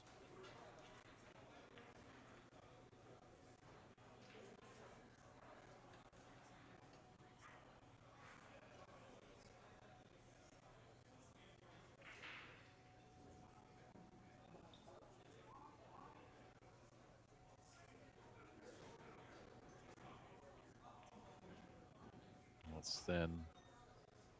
It's pacey. Oh, got not a great flick on that yellow too. Just gifted him a chance for this long red top right corner.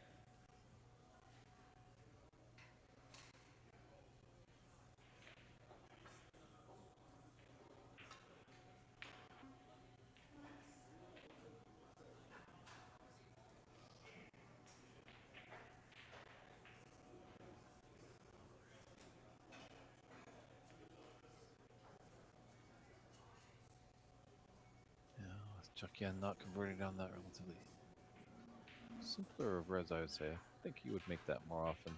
He faltered and Edward just has to play safe, but once again, Chukyan.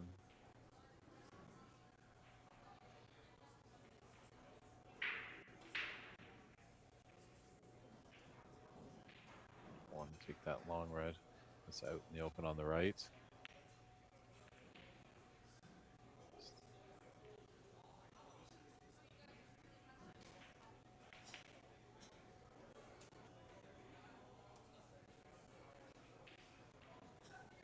Again, just grinding Edward into dust, it seems like, not giving him a chance for anything.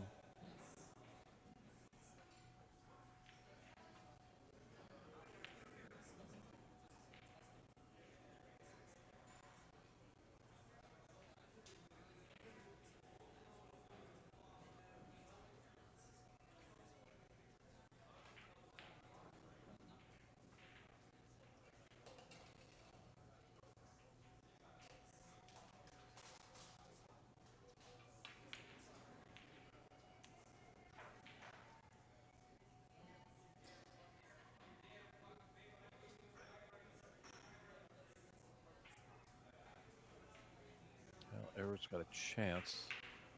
This red into left middle. Actually, black is tied up and pink is engulfed by cherries.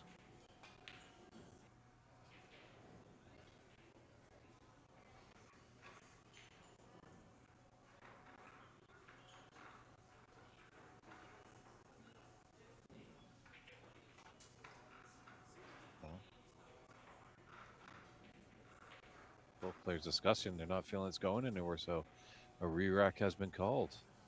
And I've caught the referee off guard. Mostly the time it's the referee's call. Both felt like not really anything was going. Check in, kind of asked Edward, what do you think about a re-rack? And he agreed, so they notified the referee. And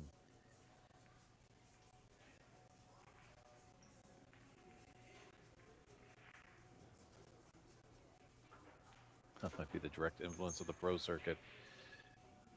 As we see more often than not on the pro side, it's the players really that kind of dictate the idea of a re-rack. Or before, it was up to the referee. If he didn't feel, or she, feel the frame was going anywhere, they would warn the players, you have a couple more chances to get the frame going. If you don't, then he'll call a re-rack. We are re-racked, and frame 3, back in action. Edward Ling breaking off.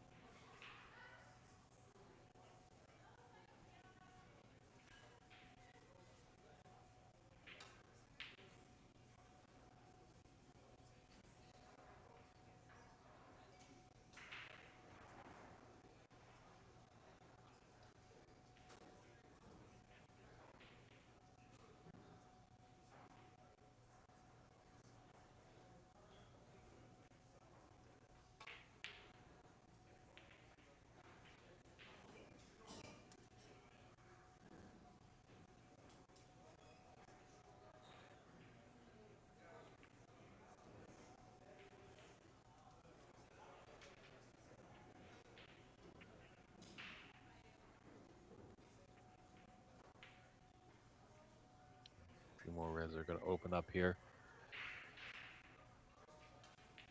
Again, he's got the, just doesn't want to settle a long pot attempt on the safety, clipping off the pack.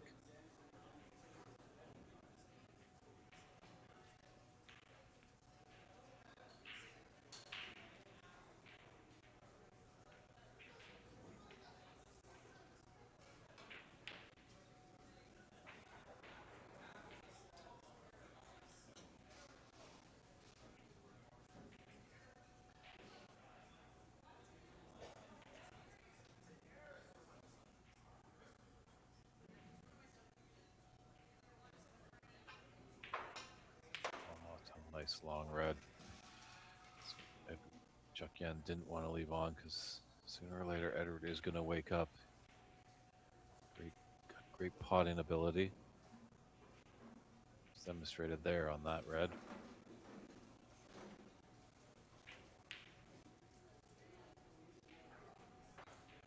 Yeah, he's doing well now.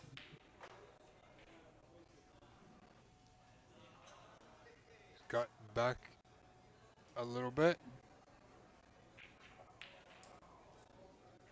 And looks like the pink spot is covered.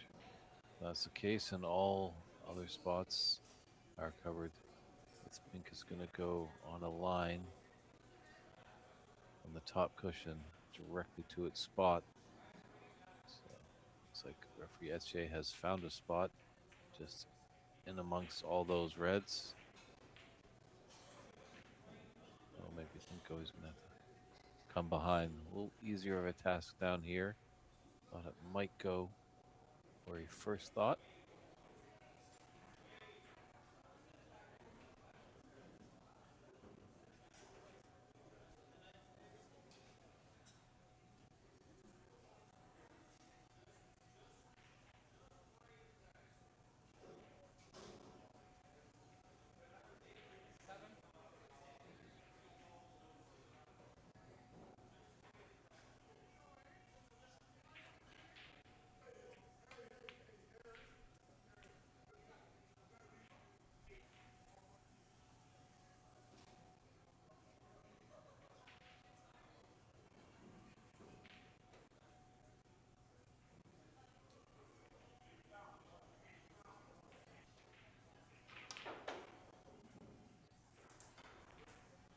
Oh, man, how did he just whistle through that breezeway there? Just nipped one red, that's all. That pace, he was hoping to explode all those reds.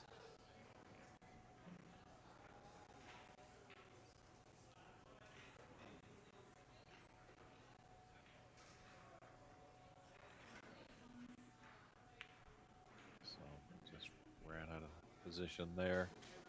Wow. Chance now for Chucky, and should he take it on? This red will go. Left middle, top left corner is his two options. Colors are not easily available.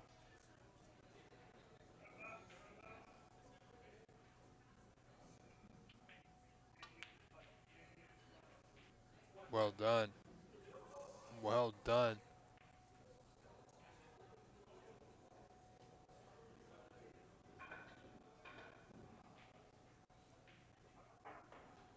Well, he was playing for this black, so he must think it goes. Yeah. Yeah, I wasn't sure it was on, but only because the red is a little bit more to the left. So, referee will keep an eye on this for contact, of course. Wow, clearly went. That red didn't even move. No, not even close. So, well done, Mr. Kwan.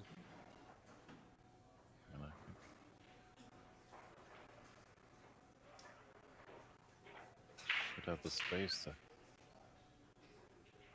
take this red to the opposite corner pocket. Just letting referee Etier just covered up on the black spot. So he's just got to roll it close.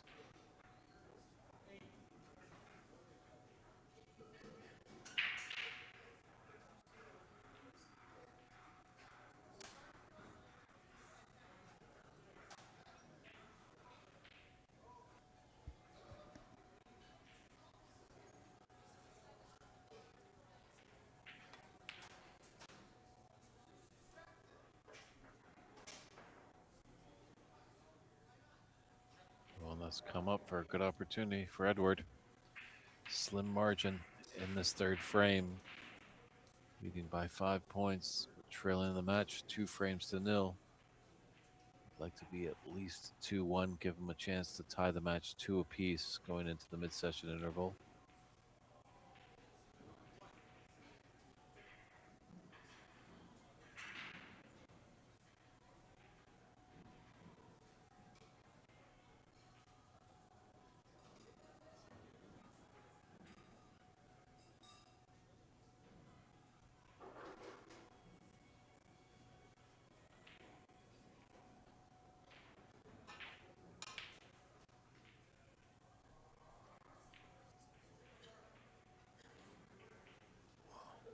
Not exactly sure what his goal was, but all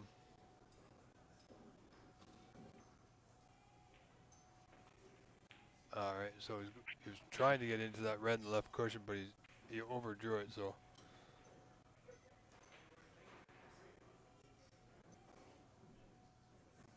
well, only 8 points in it. Edward leading 16-8. Another tight one, but oh boy. Oh, he's gifted a chance now, and Dave. We know from Chuckin's appearance on the block that it does go.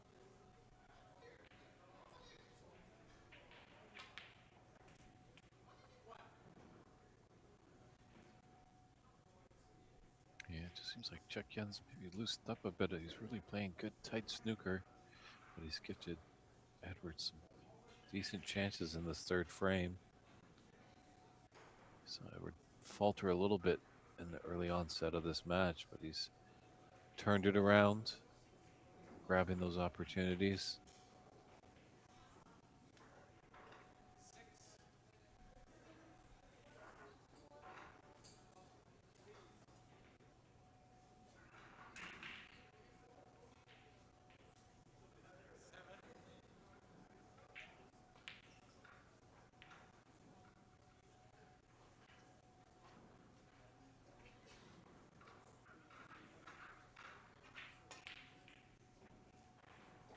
He falters on the blue.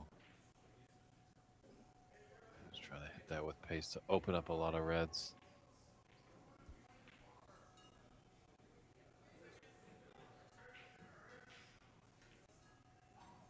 Looks like a good aggressive safety here by Chuck Yen. Just taking that red on the left side, just two above the pink.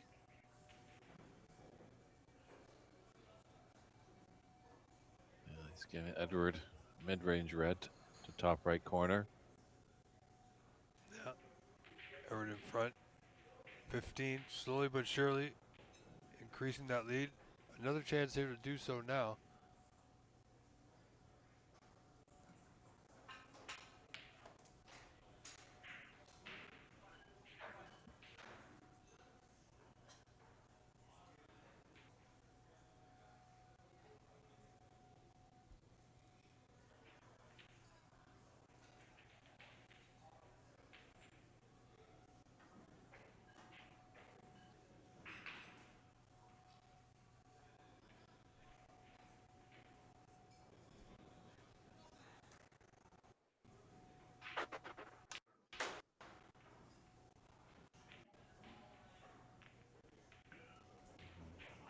How's this split? Not ideal. Just depends on how adventurous he needs to be. I mean, he's got this thin red to right corner. And now the black is on the blue spot. It's a good chance to, you open these reds here, this red to left corner. Oh, he's potted the white. What's he done? Yeah, he's looking for that gap. Oh, he After found that it. red. Yeah, to be on the black, but unfortunately, he's gone in off.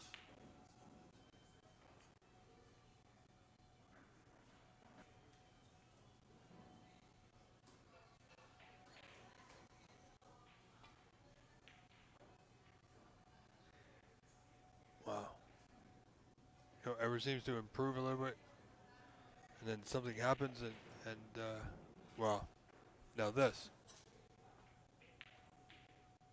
Yeah, it was a nice little wall with the green and brown, the earth colors. Chuck Young Kwan found it, has put Edward in a bit of trouble here.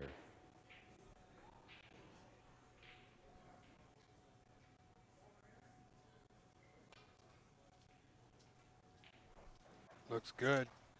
Oh, so close. Great effort.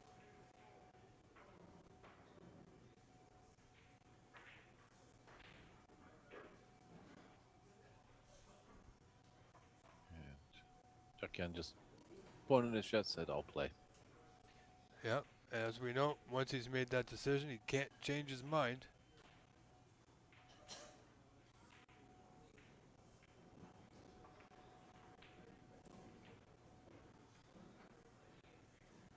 But he does have a good pot here.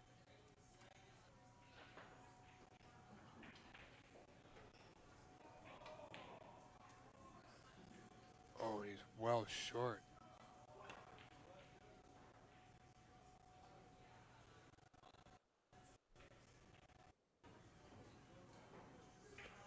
Well, not too much of a big deal. Pot the black, won't have to worry about the green. It's close to the brown, so we should be able to go in and out of bulk for red to left corner. Okay, and he took the blue. A little more mileage to cover, but he's done it well. This blue, I should say, is going to go on the pink spot. And it still has the pathway for that red.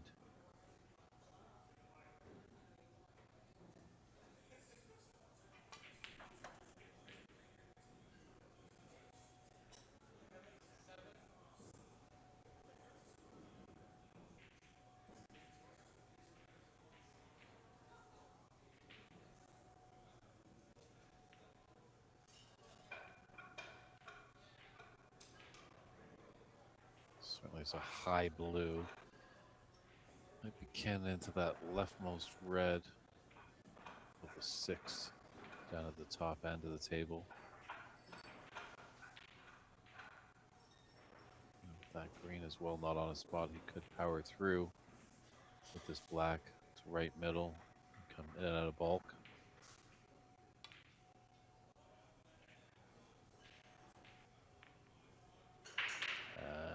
Looks to be okay.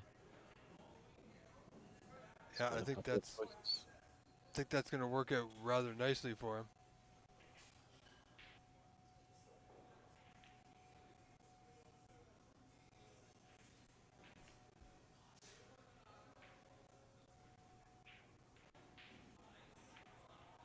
Well, you know, he had the other red to go up. Could have played on the blue into the middle or the corner. This pink is not as straightforward at this stage, Dave, as it may appear. Yeah, could kind of just. It's tough to see the angle on the blue to stun it. Obviously, there's a bit of angle. You hold for that red out in the open. No, he's played it nice. Not too bad. A little higher. Onto the green spot.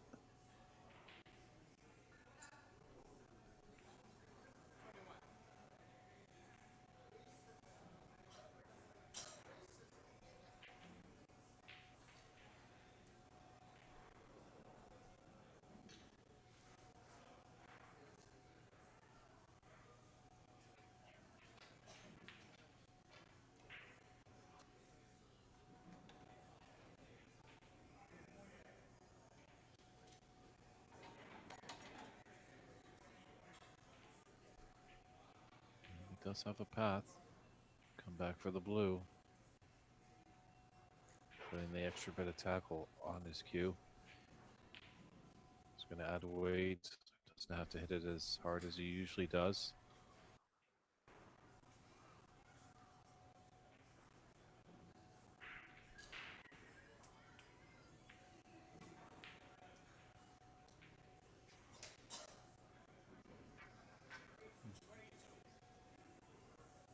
It would have been ideal if he pulled up just a little bit, but players are great improvisationalists.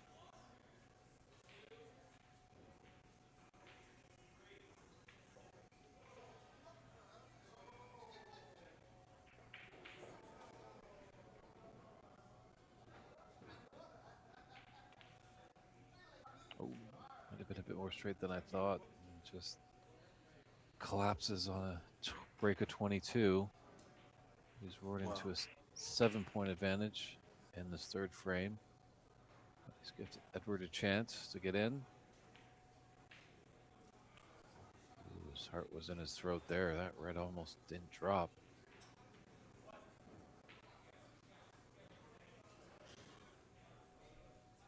Yeah, Edward's got a tricky pot here. Either way he looks at it to get for position on his following red. Really needs to get that Q arm going. Oh boy, what a result.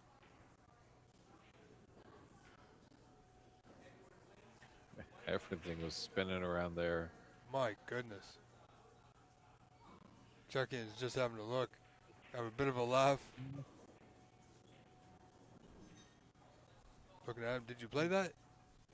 No, not quite. So, Point was to leave you in a snooker, but how I did it was up for question.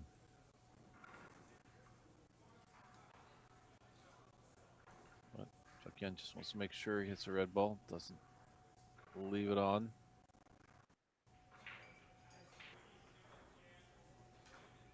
yeah, get in. That was a great safety. Well played, well worked out. And Wayner, thank you very much, sir.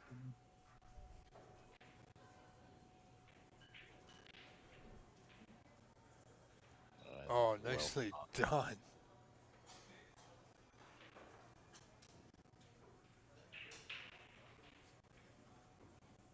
Okay, Edward get back to bulk, or he's just going to send the red to bulk?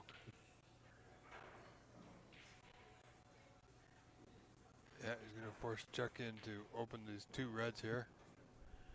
Unless he can see the one on the top cushion. Don't think so.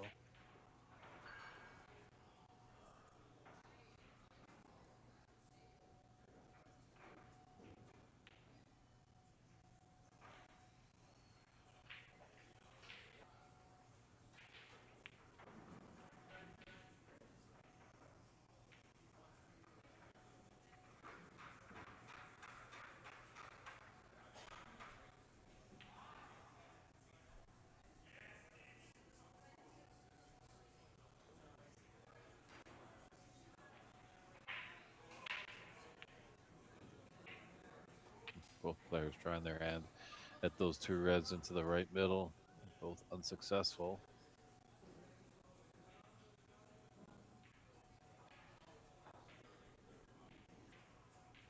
Roland, thanks for the kind words. We're glad that you're enjoying the stream. Do apologize, there was a few hicks here and there. The internet, hopefully we've overcome that. Turbulence is gone and it's smooth sailing to see who can capture the 2026 Canadian National Snooker Championships.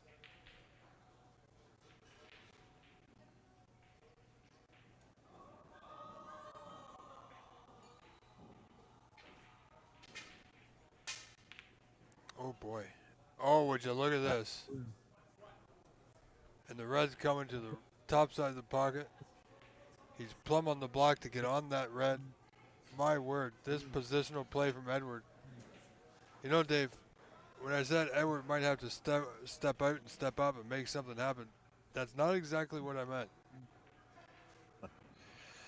But, wow. That was a big miscue, and the red just found the bottom of the pocket, so a little bit of maintenance Edward's doing to his tip.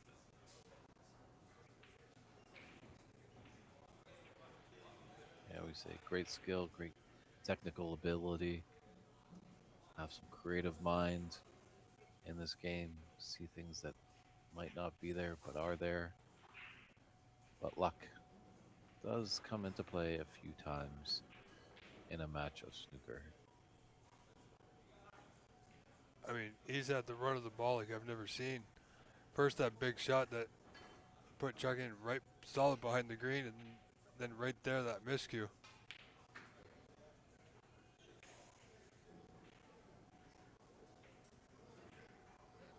Well, he's now in front by 5, 43-38. And Chuck-in might be in a bit of trouble getting this cue ball behind the black Edward wants.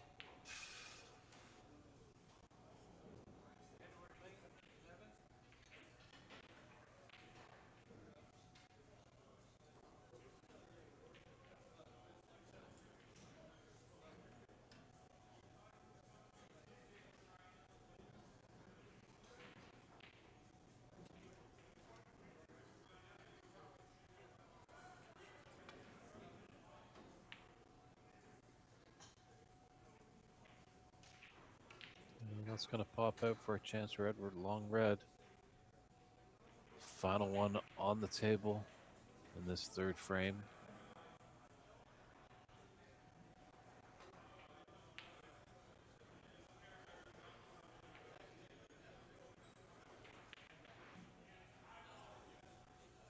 Oh, but he's gifted a chance with that miss. Chekian just trailing by 5 small points. It's all out there for him.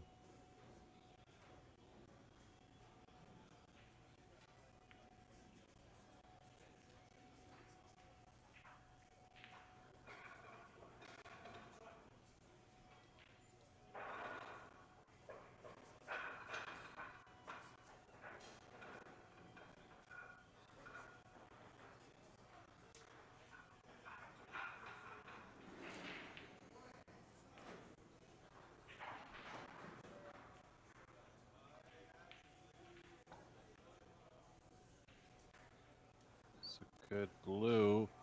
Oh my. It's a great blue shot. Just unfortunately went into the right middle with his cue ball. Don't think Edward was going to think he was going to be coming back to the table. These are tricky. Yep.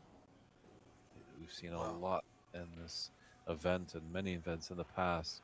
Players have ball in hand. They're on that yellow. It's their final. They're on the colors. Just gently into the middle pocket. Sometimes they falter. More often than not. No, not Edward. So 11 points in front. Still needs the blue. Brown will give him 18 with 18 on. Should be able to get out from here, Dave. Yeah, he's a good shot here. Brown to blue. Blue is his frame ball. And Gideon just chiming in about what the high break of the tournament is. Right now it stands at 91, done by Vito Puopolo.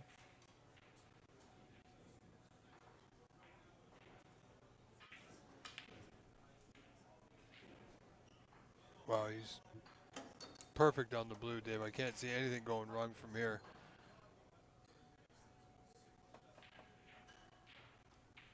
But clearly, Edward poised for a 2-1.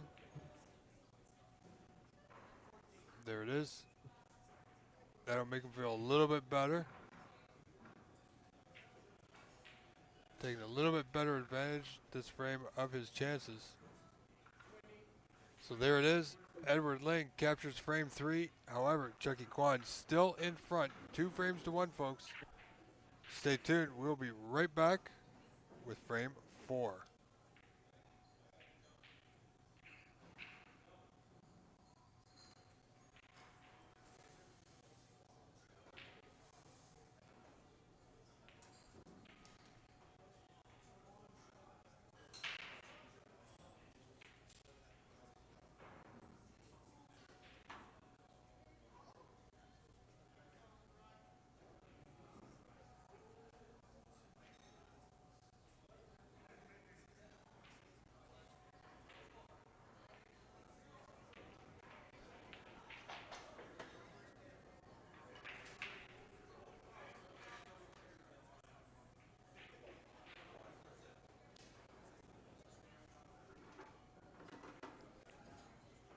Well, it looks like we have a match now.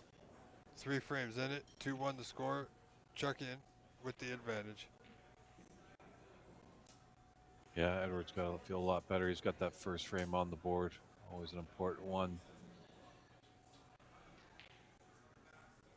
But would love to get it 2-2 going into the interval.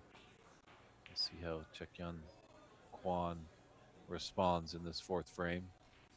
He's done well with a great break off. Absolutely. Well, containing safety in the future.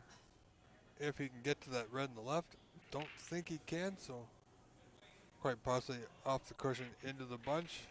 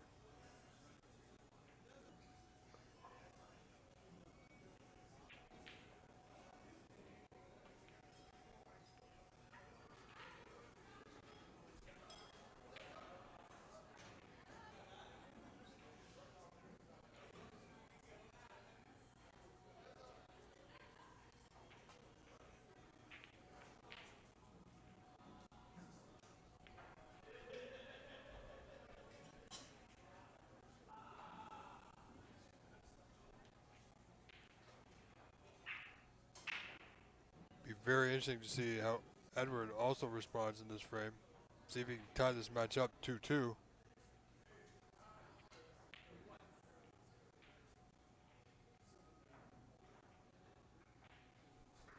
Yeah, he's going to be in a bit of trouble here. Just go off the cushion, be on the green, creating a nice little wall with the brown as well.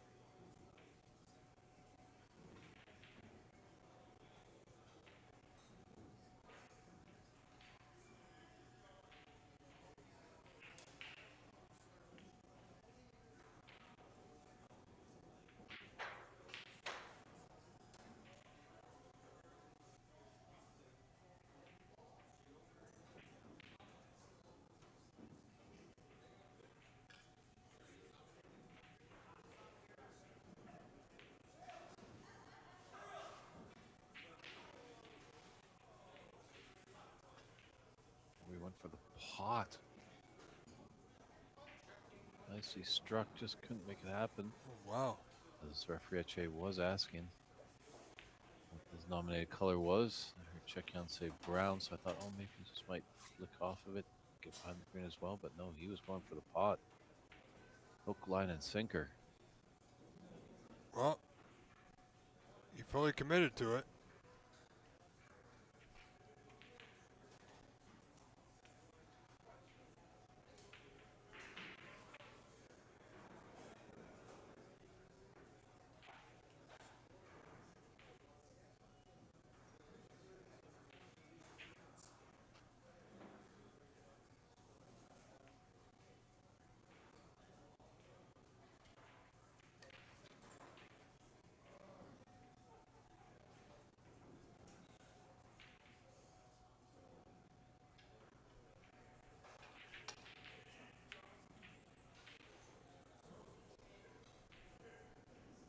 It's okay, still got a red. I'll write most of those three on the left side. Let's be able to get the black back on its spot after this. He's got a nice red bottom left side of the pack.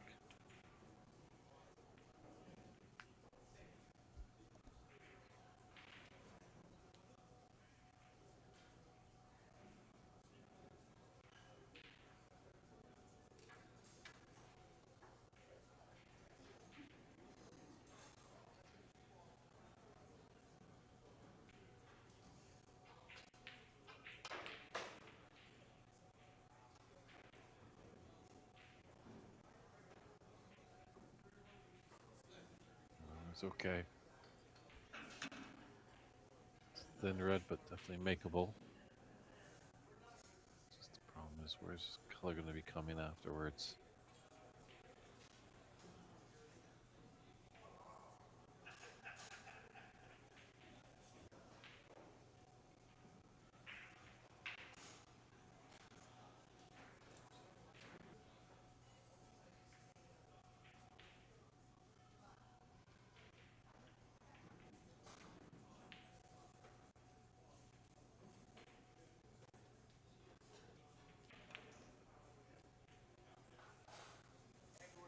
Wow. That was a big, big stretch from Edward there. Yeah, he's a little more taller gents on the tour. So it's still one key rule: don't stretch. You need to use the rest. That's what it's there for.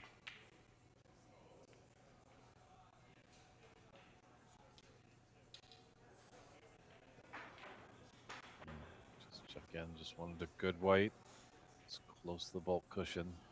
Not a lot of cue ball that Edward can use.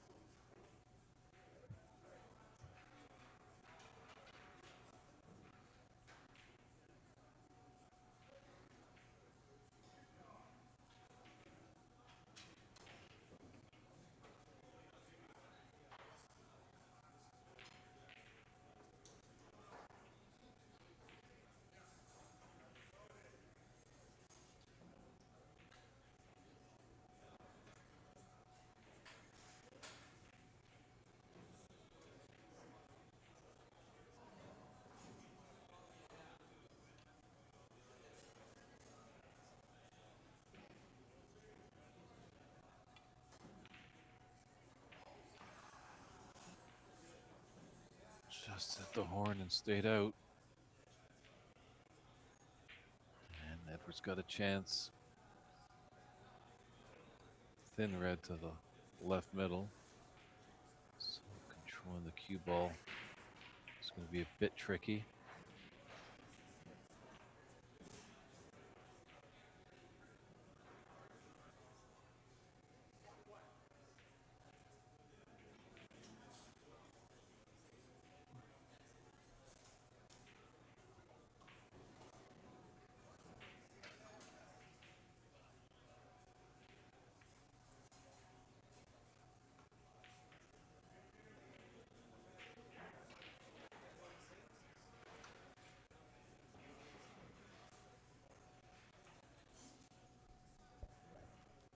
Well, this is the scoreline, Dave, is certainly turning out very similar to the last frame where Edwards leading, but not by much.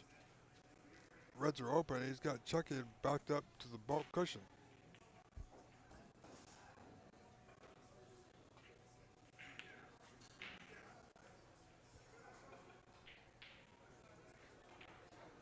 Yeah, let's gift him a few opportunities for Edward. Reds go into either middle pocket.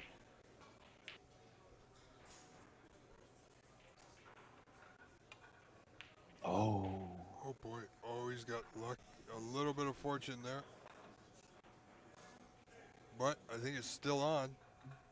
Might be a path by that yellow for the red. To the right middle bag.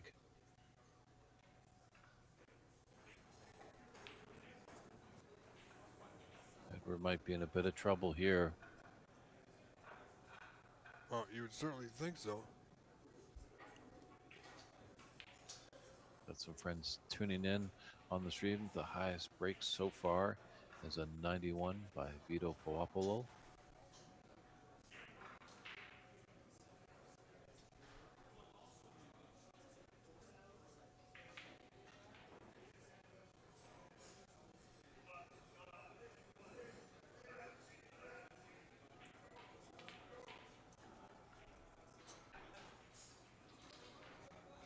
Yeah, checking in, just carrying on. Like he's having a bit of practice. Looking good here in this fourth frame. Yeah, can take this red in by the blue. Always going for a more higher one. That might be.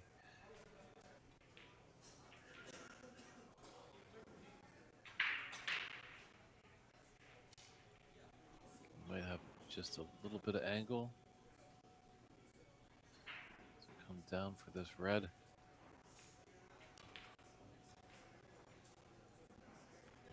Straight on, drew it back.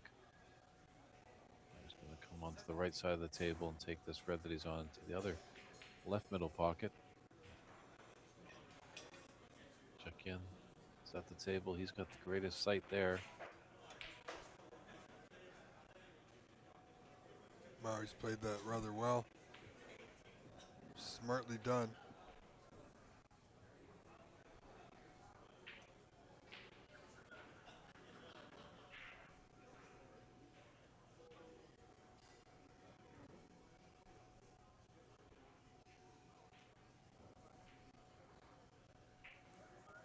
So this frame is certainly at Chuckin's disposal.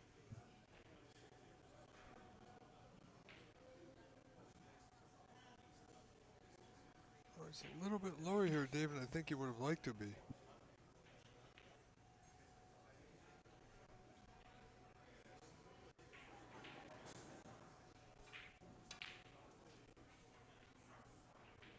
Yeah, really had to put a good shot together. There was the red to the left middle, but that's tricky. But so needs a good blue here to continue the break going.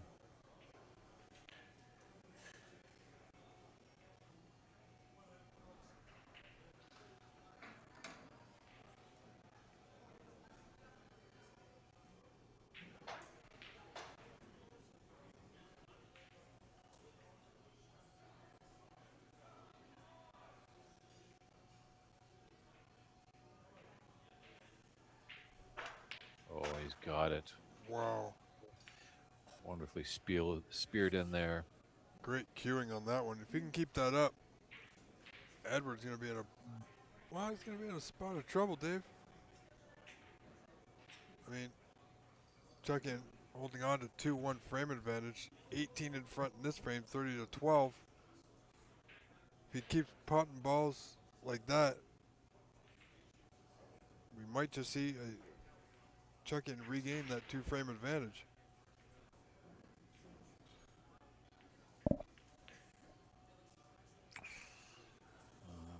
Oh, maybe I spoke too soon. Decent 29 break has catapulted him into the lead in this fourth frame. 30 to 12 is the advantage. Van just taking a look. Edwards close to that red ball.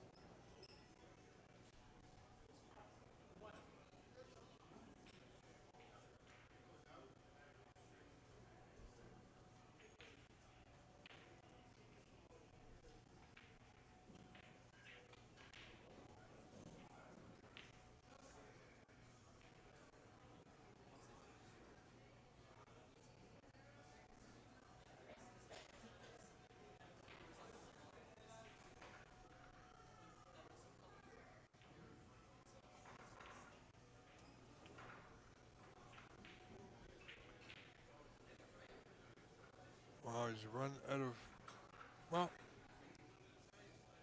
he is on the green, not ideally, but wouldn't mind if he just tucked up behind it. Yeah, it just seems like both players are struggling a little bit with the pace of the table. Big miss on the green by Edward. Scary because Chuck Yen has made some of these long shots. He's missed a few too. Oh, absolutely.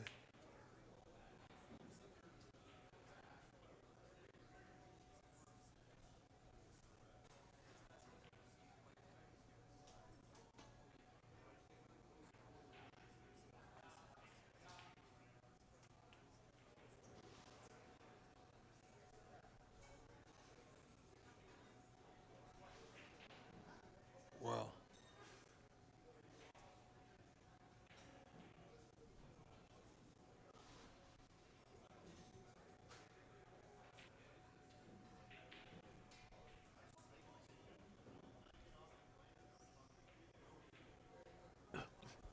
It's going to be tough to keep that break going. Just makes to make sure of the green.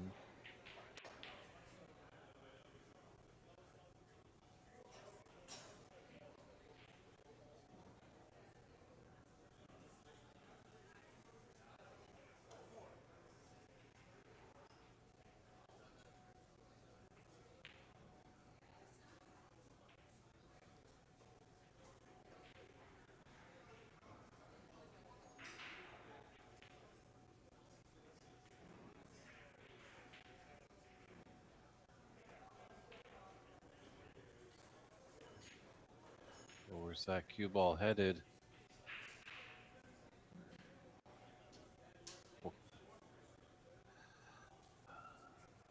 Millimeters away from dropping in that green pocket.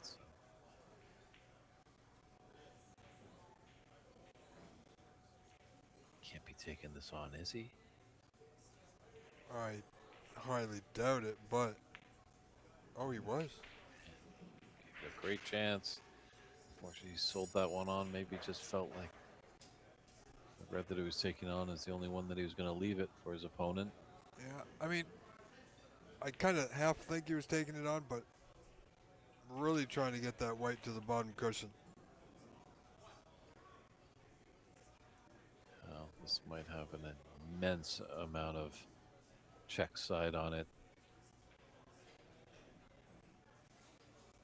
Cut the black into the top left, right corner, I should say. Come off the cushion with the check side and bend it to develop those.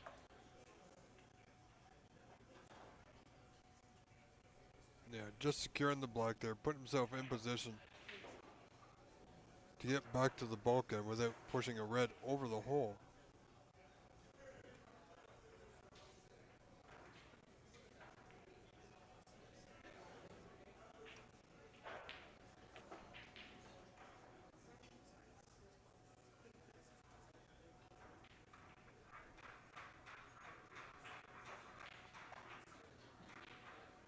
nicely done, Mr. Kwan.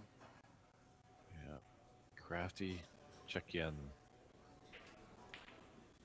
Well, Everling is going to need one just as good.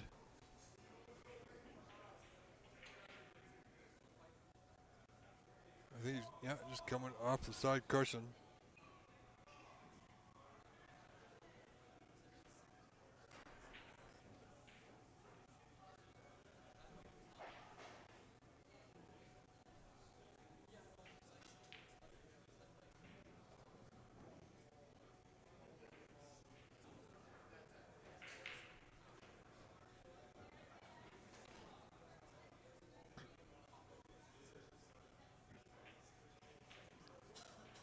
And that's not bad.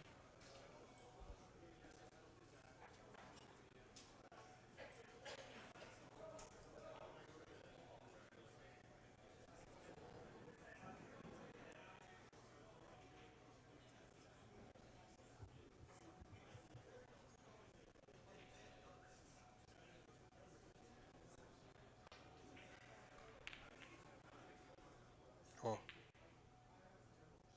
he's had a bit of a result now. Check-in's got a sliver of a chance with that red near the left middle.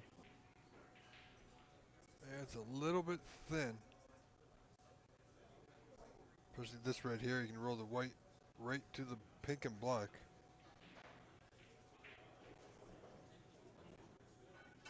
Oh, he didn't get it as close as I would have thought. So he's left Edward pretty much a straightforward out.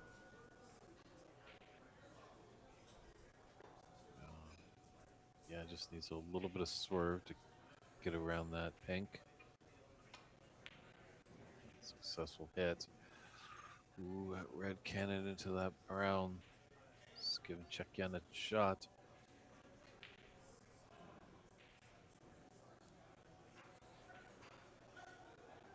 Gonna take it into the top left corner.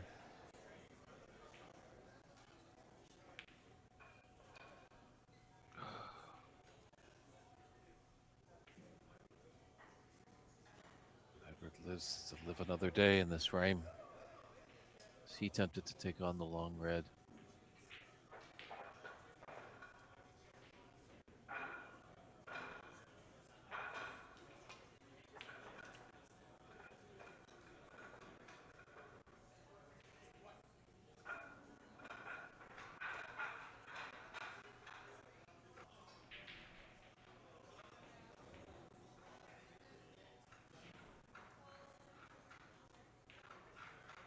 Well, there goes the brown.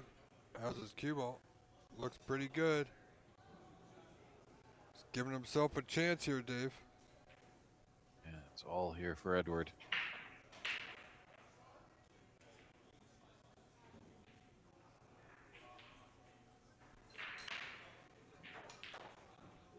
Oh, what's he done? Okay.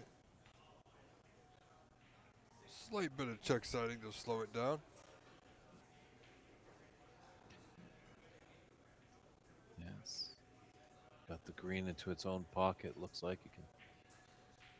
He's opting for the blue. Oh, it's a little tricky. Yeah. Oh, he's well short of pace. Well, saving grace there. Edward Ling has, well, he's got the lead 42-30, 12 in front. And, well, Dave, at least he hasn't snookered himself behind the green.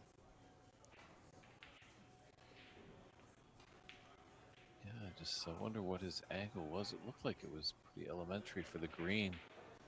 Sun into it, holding for the yellow. Yeah. No, he opted for the blue. He committed to it. Just underhit it.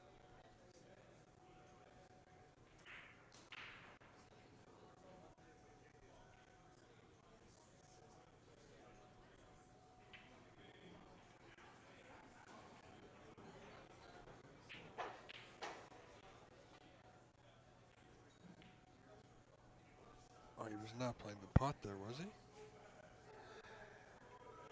Looked like he was. Was a thin cut. Edward's got a pretty thin one as well here. Just got to be mindful, queuing over the blue. Yeah, see, this is a little slightly reminiscent of his match with Blake Martel, where he got the lead and then lost it for a little while by going for some shots that didn't work out. Oh, I think he's gifted one here for Mr. Kwan. Chucky will need the pink. Yeah, some length on it. That's the reprieve Edward can feel, but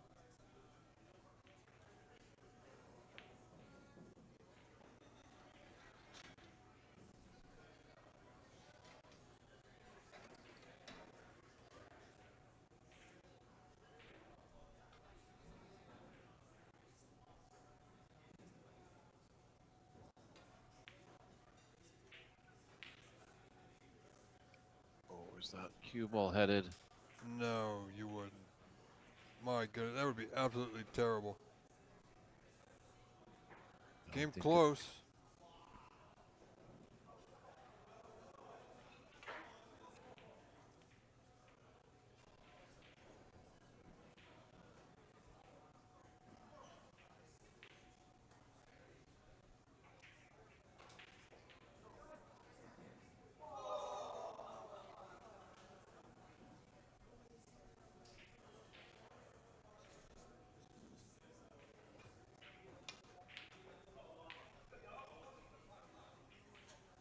Needs a bounce to the side cushion.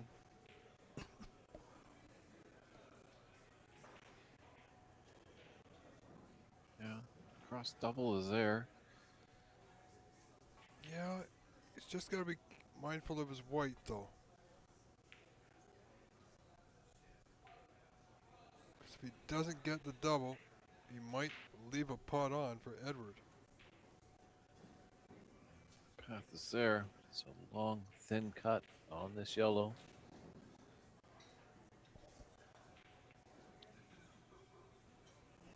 That'll work out, but I don't think that was the intention. No, he'll certainly take it, though. Check in now can use the green for cover. Even be adventurous and get near that brown.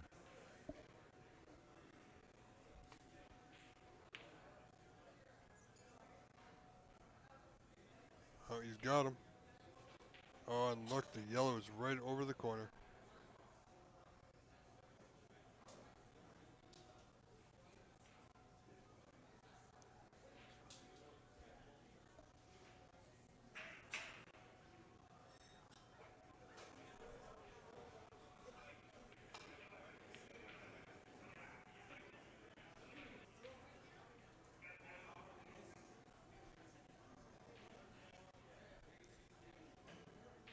Well, so it should be an 8-point difference now. Check in. Going to put him back. That's why referee Etier was just keeping his finger there, pointing where the brown ball was.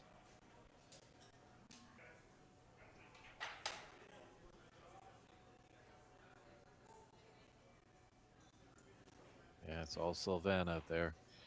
The pros get the help with the marker in the booth. And they work as a team. Obviously, if there's a big emergency, we in the commentary booth could help out Sylvan as well. Bring back the... That's a free ball.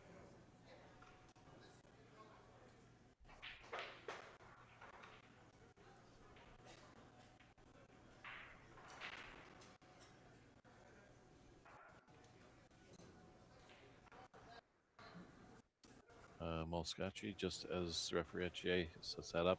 Blake Martel did get a 147. Unfortunately, it wasn't in the tournament. It was just in a friendly.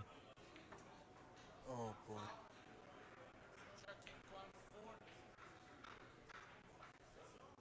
Well, no miss called there. He did make the hit, went in off. But this frame now all tied, folks. 42 apiece.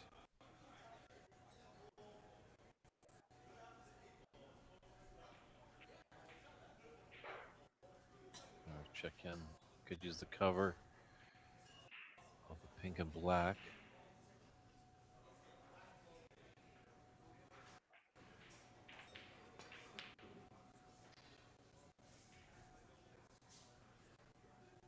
Well, he's going to leave a pot on here. So both players at this point require yellow to blue.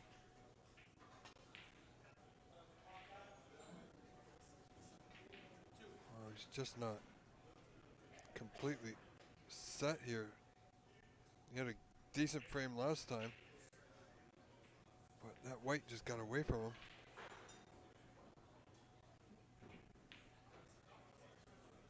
So he's going to place Chucky behind the brown. Oh, interesting now. It's a great spot for him to leave the green.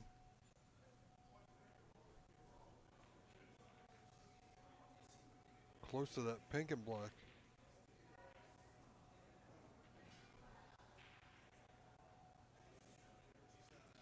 Yeah, Chucky trying to bend the white off the cushion. Oh, and he hits the blue. Hits the pink. Makes the pink.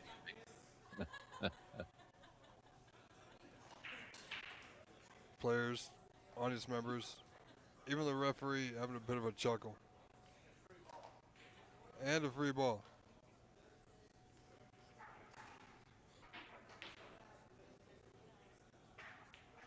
It's coming to you, Dave.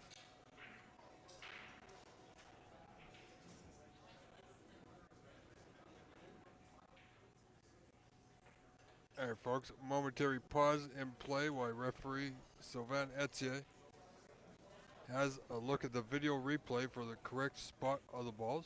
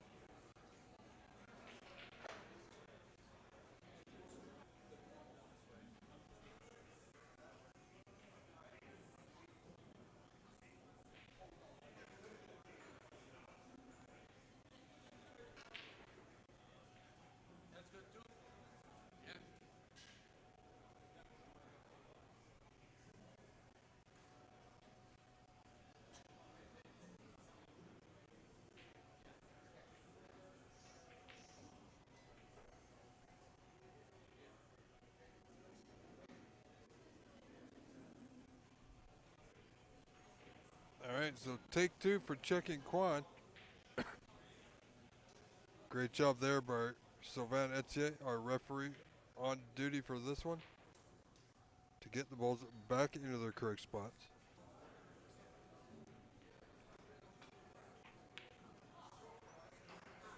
Yeah, good attempt there. And made it just sold out. The yellow, it's a long, or the green, I should say, it's a long pot to that yellow pocket. Yeah, well, Edwards nursing that 8-point lead, 50 to 42 in front. Clever shot, using the blue for cover. He's got the snooker.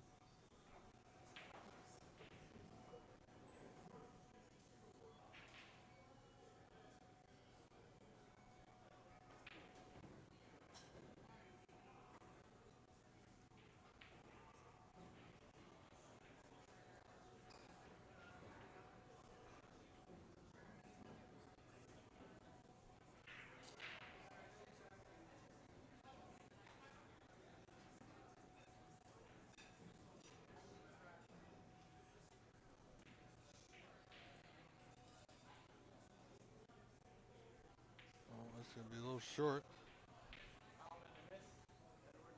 Good attempt, but short nonetheless. I think Edward will have no problem, but no problem in keep putting them back if necessary. Let those foul points accumulate.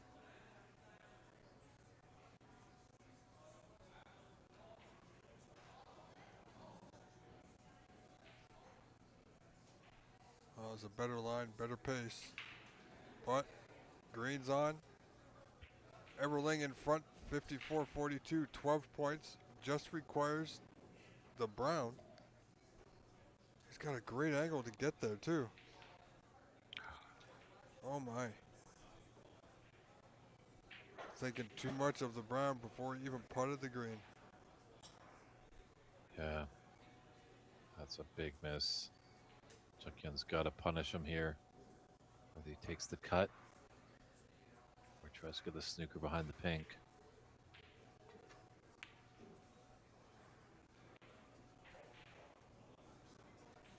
Oh, I don't know. There cannot be a gap. Well, he's got the green by the Brown, so.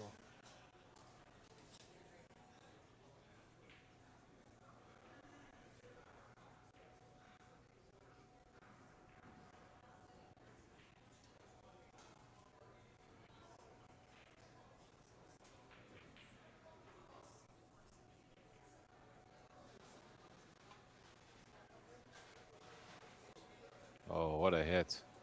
Nicely done.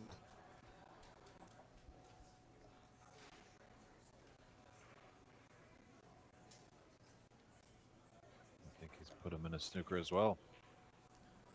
Well, it should be straightforward, but we've seen strange things happen. Put the green safely. Very nice by Chukyan.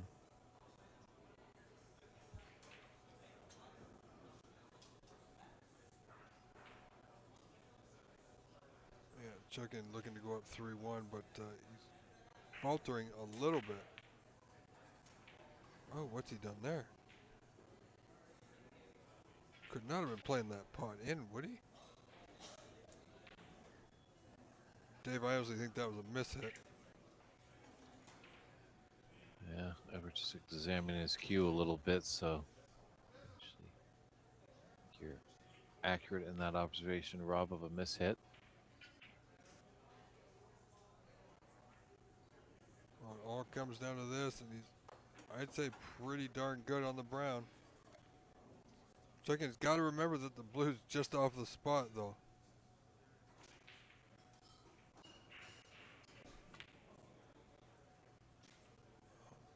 Wriggles its way into the top corner.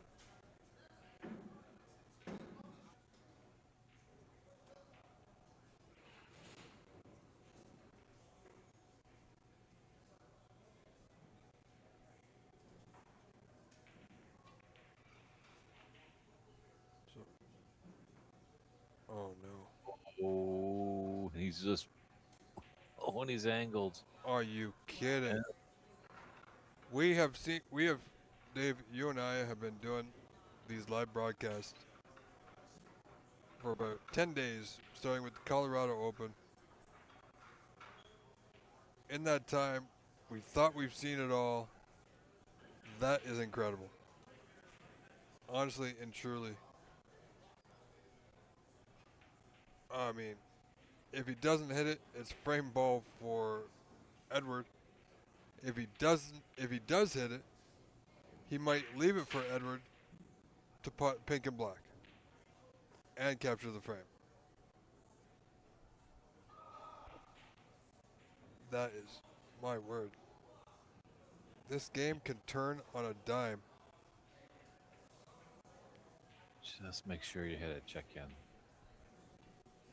And your opponent does need to get both, but oh, he's running into the black.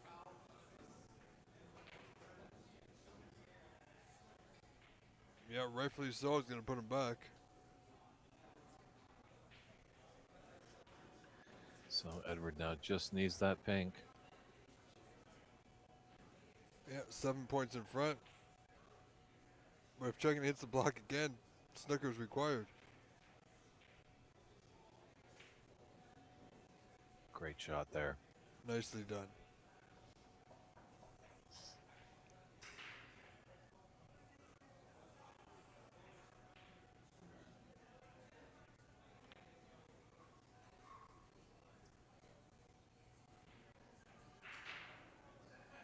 I tell you, if ever can come away with the frame here, certainly see a shift in the momentum. Yeah, it's shaping up to a big one going into the interval.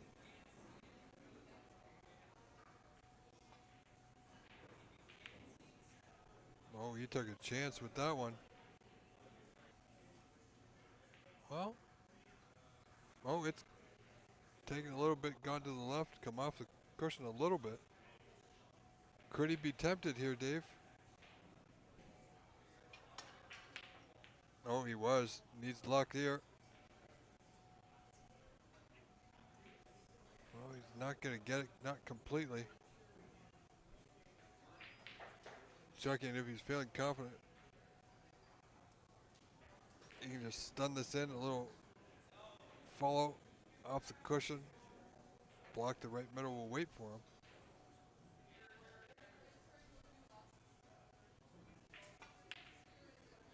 Oh boy. Look at the white. Wow.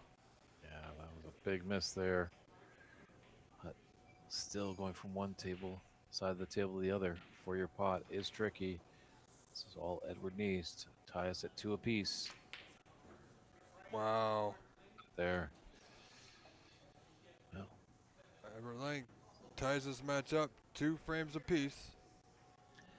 yeah, it was a best of 9, but now it's going to be a best of 5 when we get back from the mid-session interval, all tied 2 apiece between Edward Lang and Chuck Yen Kwan at this 2026 Canadian National Snooker Championships live at the Corner Bank in Scarborough, Ontario. I'll be back in 10.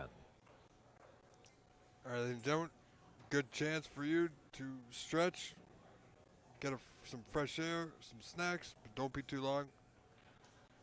You got about 10 minutes time and we'll resume. See you then.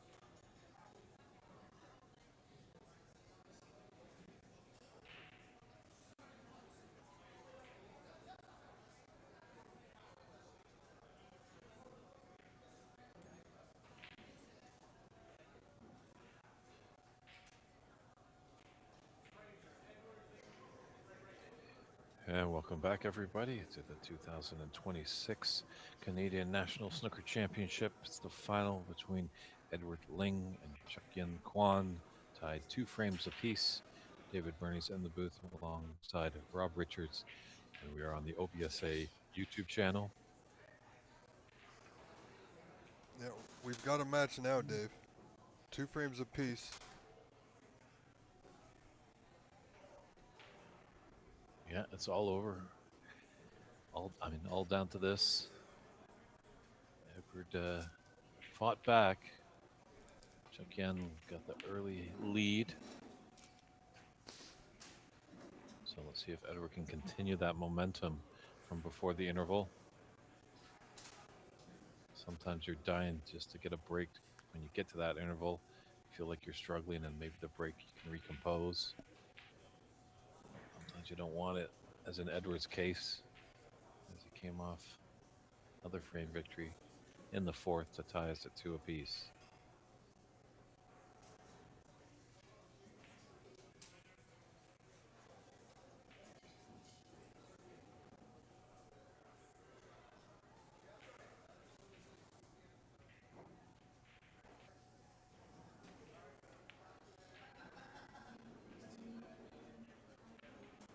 Looked like that one might have rolled off a little bit. Chuk-Yin.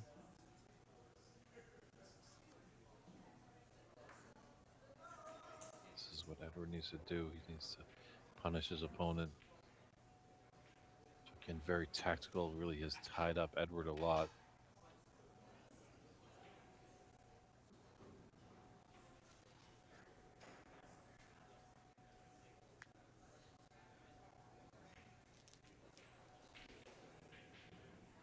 Oh, it's a thin one. Watch the white. Oh, got a little fortunate. Edward's got to take advantage of this now. He's got to score. He's got at least 4 open reds.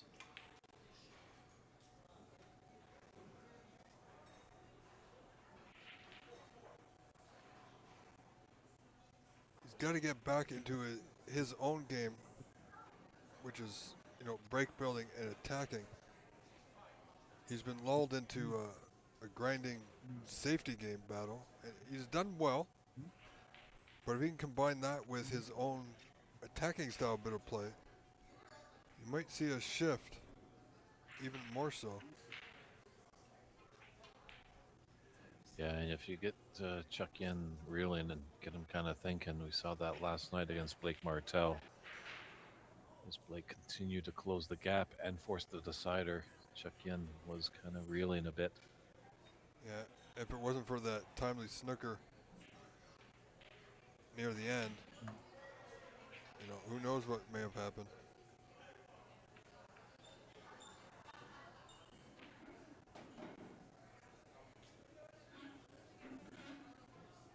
Sometimes if ever can take this frame, you might see a slight bit of doubt may creep into Chuk-Yin.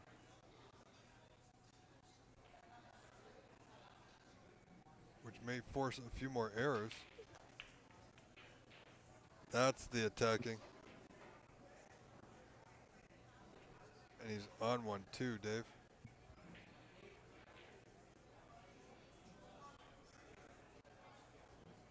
Just keep his wits about him. Focus, concentration. Also, can't forget to breathe, really.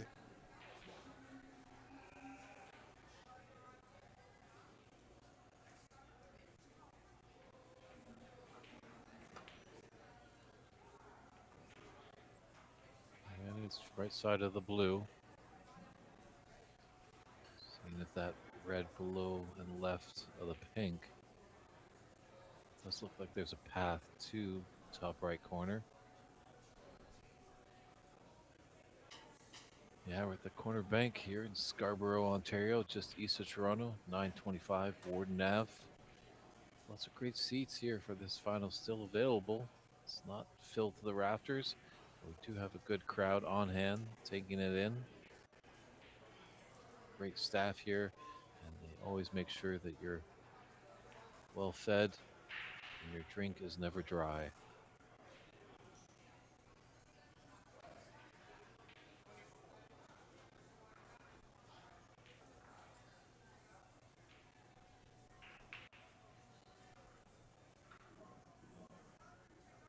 This is going to take a little bit of thought on Edwards' part.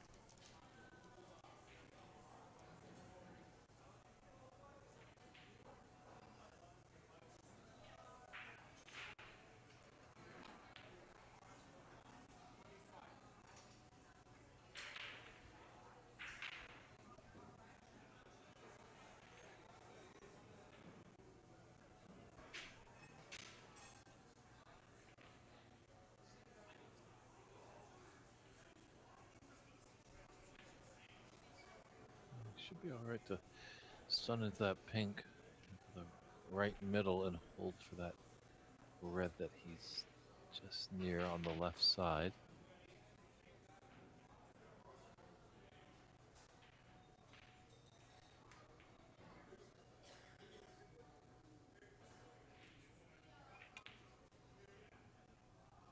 Yeah, he's striking them a little bit better now. Overdid a little bit on this one, but he's not too bad. But he is seemingly starting to hit them well.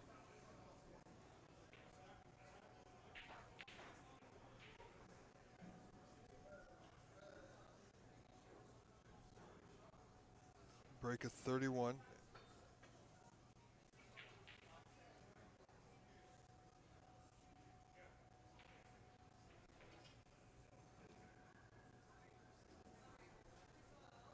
Not sure if he can hold for the block. Maybe come off the...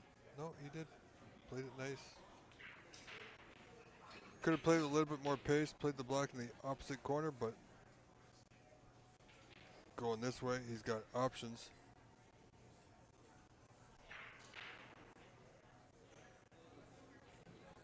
And that red left of the pink will go into the middle pocket and come off the cushion. And a bit aside, and push it to that left side.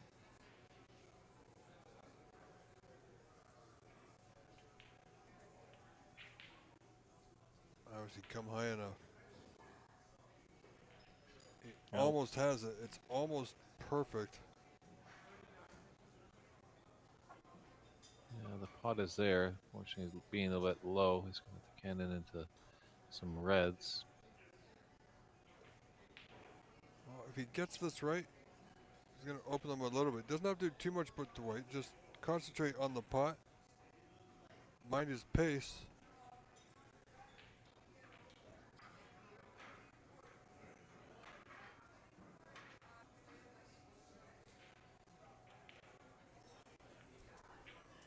Well,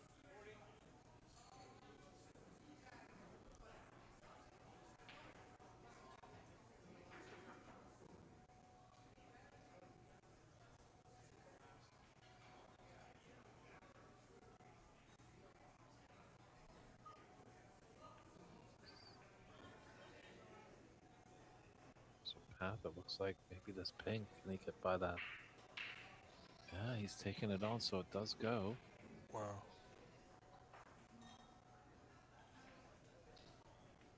Wow, he's in it now, Dave. 46 to nail, 46 break. No signs of slowing down. This is the attacking break building game I've been mentioning. Could be hitting his stride here. Chucky Kwan made a couple errors in the last two frames and left the door open, and Edwards stepped through and took them.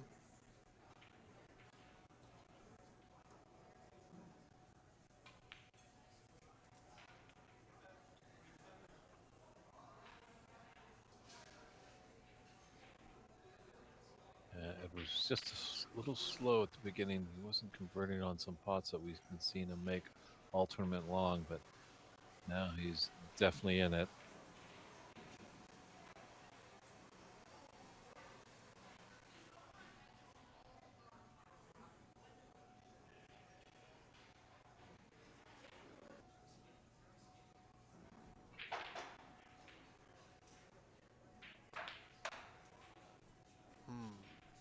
No, it's not bad. Depends on where the spot of the pink is, of course. Yeah, no, he's okay. 53 and counting. 83 on.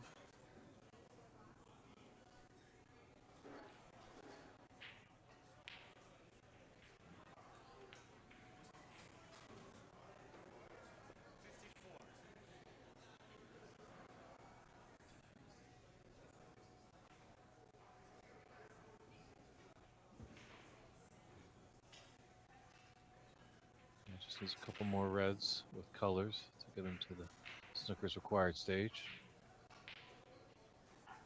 Oh, this has been a great break. Well put together.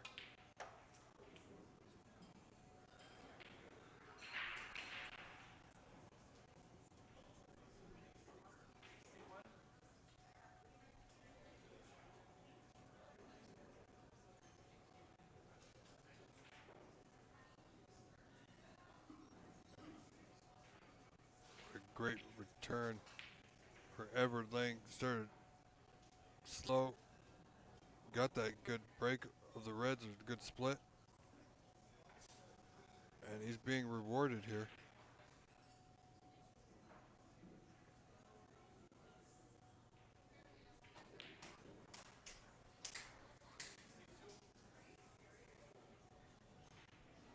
I don't know if you want to be as high on the pink there.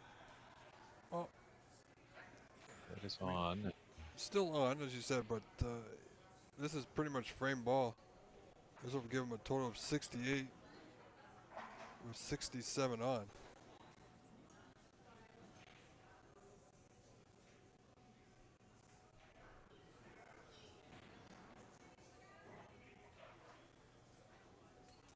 Nicely done.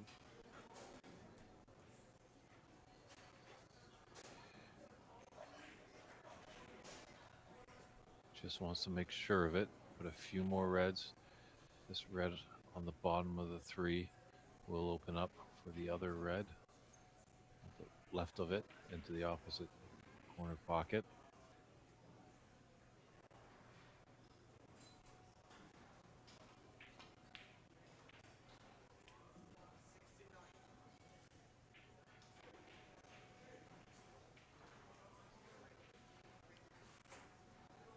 Still wants to be careful with this block, though.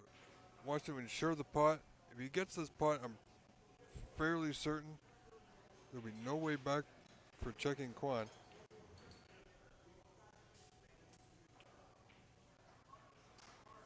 So 76 in front now, 59 remaining.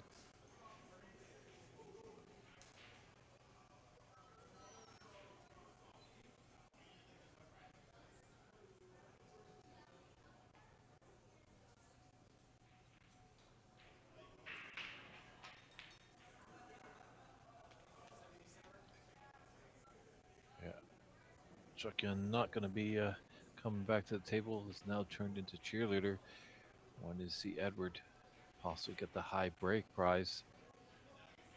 Certainly is on. He'll Ooh, pull that off black. at the 91. So it is in jeopardy. Yeah, he's in good position here to do just that. Only requires this red and the block for 92.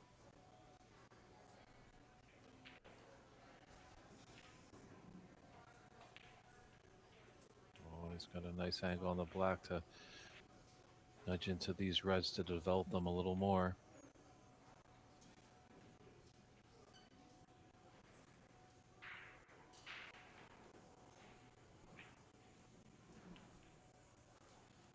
Well, not great, but that will do. He's got the high break of 92. That interval, Dave, has certainly served Edward well. Yeah. And the other thing is he's kept checking Quan sitting in his seat for several moments now. Yeah. A potential of a 1-3-5. Oh boy, he falters on that red. A curse of the commentator, but A great 92 break, applauded by the crowd. He's got the high run of the term. He's got the lead in the finals. We'll see what Cheuk-Yin Kwon can do when we come back with frame 6. That's right. First time in the match, Edward Ling leads after trailing 2-0. It's fought back valiantly in the last 3 frames. Now leads 3 frames to 2.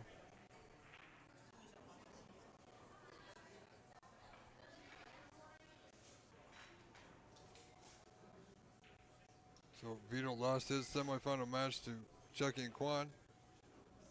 Now lost the high break to Edward Ling.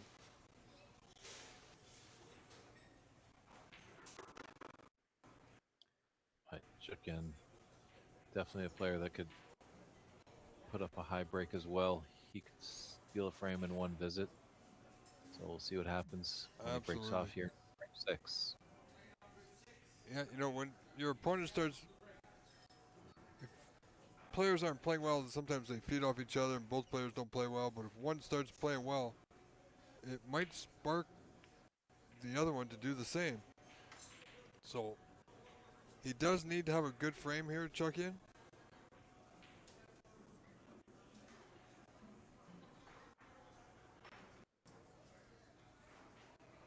Because Everett has got all the momentum on his side. 3 frames in a row now.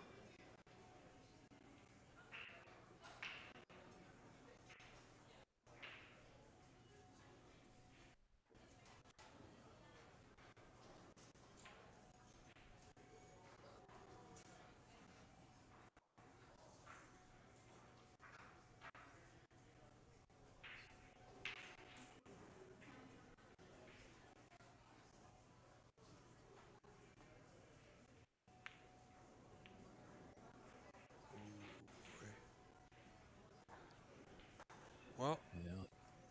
possibility. Yep. It's there for Cheuk-Yin. It's a thin red to get things started. I think he can hold for the black. I'll have to come up for the blue or bulk color.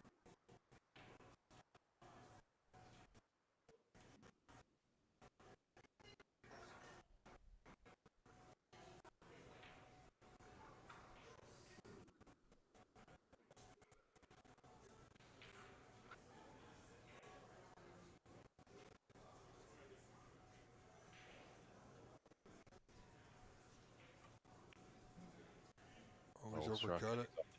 Oh, but he did get it.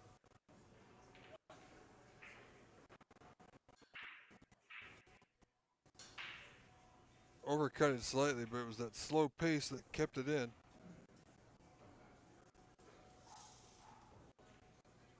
See how Cheuk-Yin Kwon can reply here to that last frame. Yeah, they went into them early, but he wants a bigger splash, as you can see by his arm gesture. I shake the basket. Why didn't your cherries spill all over the place? He's wondering.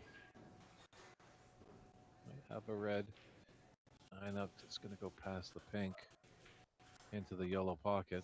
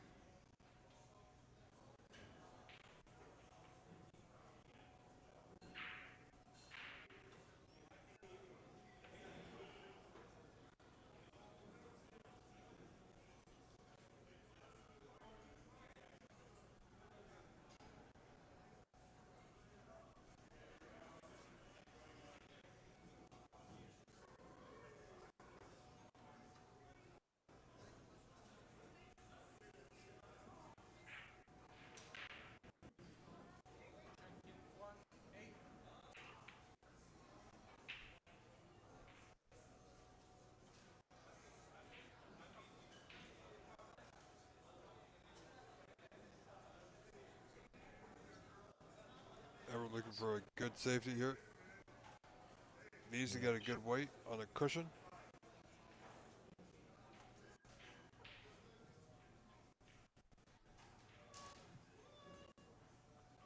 wants to Well, keep his momentum, Dave. yeah, he had the line to get behind the green there. Just fell short of pace, but he has put Chuck Yen on the vault cushion, so he doesn't have a lot to work with. Chuck Yen.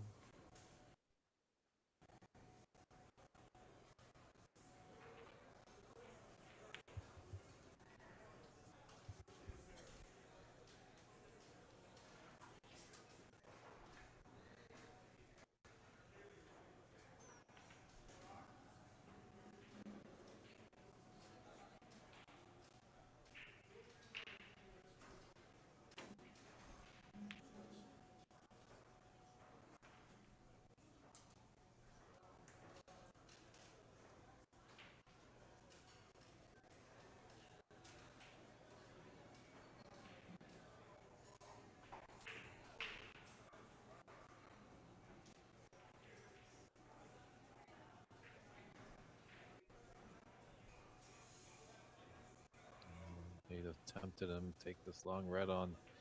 Be the only shot he's got.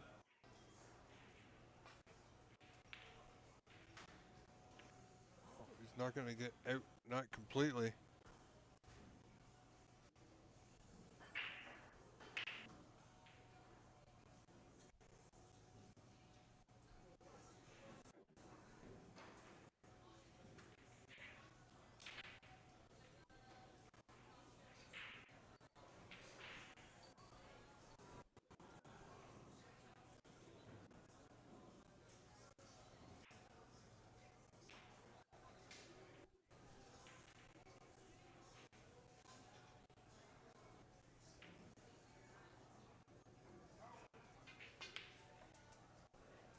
Very nicely done by Edward.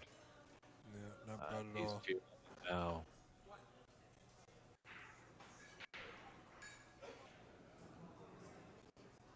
I mean, the blue is still available. It's a slight back cut to left center. And he could possibly disturb a few reds.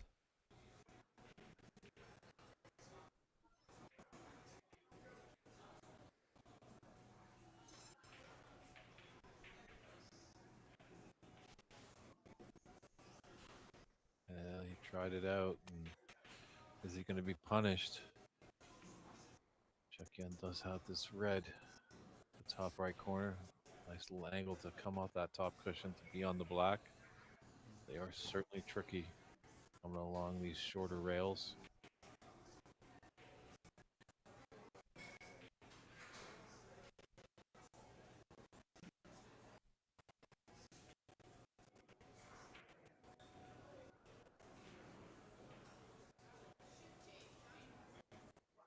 Yeah, this is a wow. Not easy. Oh, but he's got it in.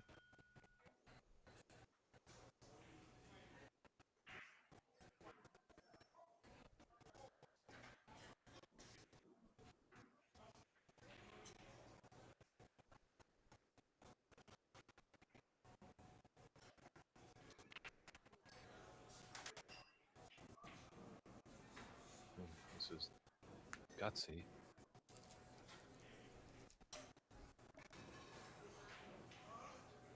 Well done, well executed.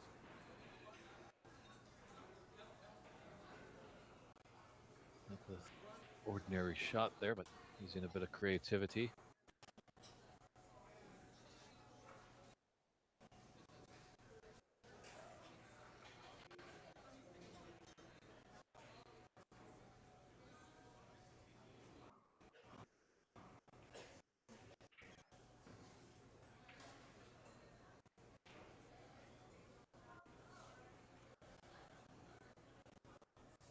It's a good hit.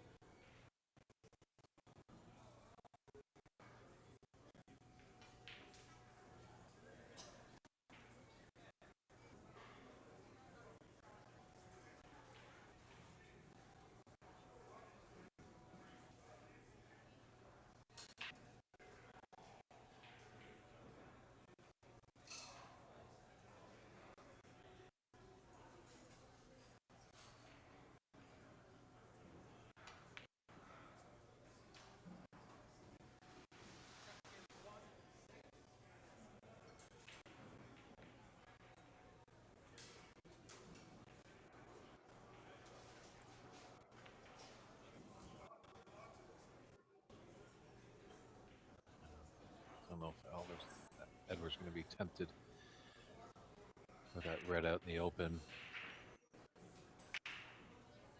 He just knocked down that red on the left cushion down to the top area, trying to get his cue ball back into the bulk area. But maybe there's a red that he's spotted. There's a pathway by the blue.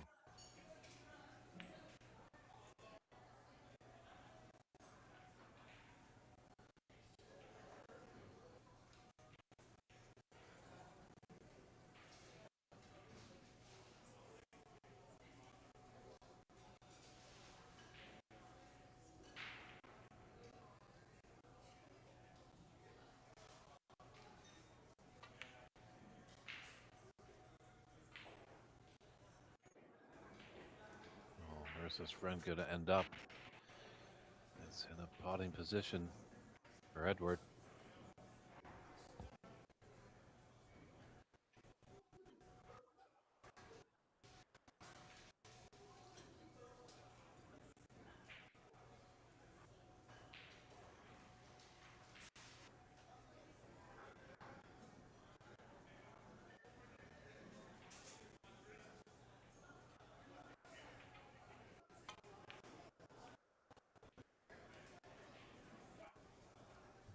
And blue, well, to hold for the green, but push the blue relatively safe to the left side. It is all right that he's got black to both corner pockets on the top side. So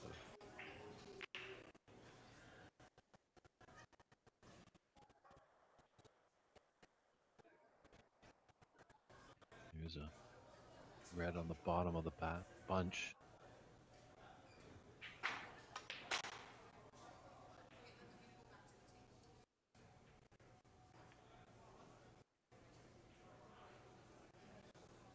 Let's let this one go. A good long look at that red.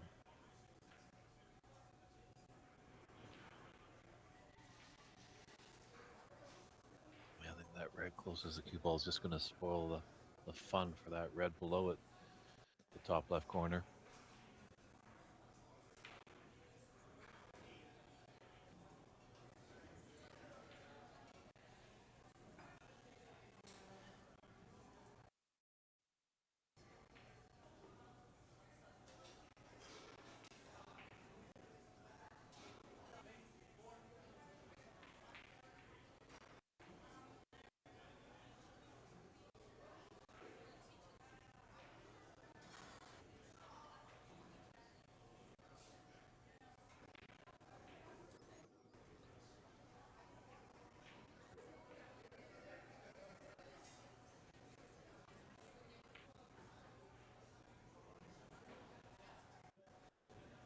GGG123 ABCs chiming in and asking why are amateurs so much slower than the pros? In golf, it's an opposite situation. I to say, the pros really have a great recovery shot. And as well, they've got great long potting. It's, they're really deadly. They put a lot of practice in. Sometimes with amateurs, they try and take on maybe slightly risky shots and then really make the table messy.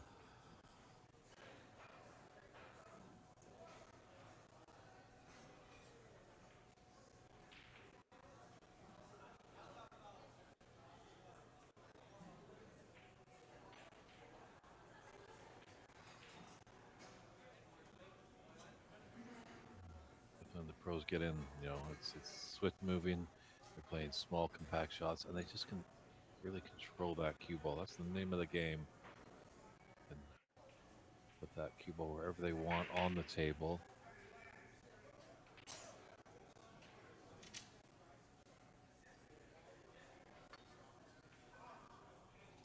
Very difficult game. Super. Those pros are definitely putting in long hours in the day to practice for tournaments. Because on the amateur side, we might not get as much time to put in the practice.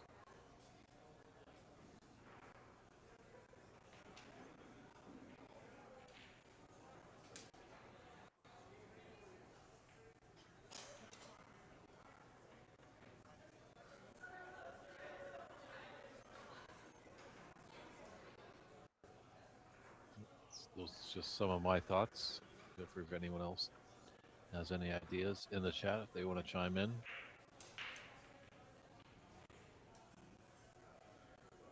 I guess ability as well. These are not as strong as the pros. And sometimes I think with the amateurs, they kind of overthink shots too much. They say it's a thinking person's game, but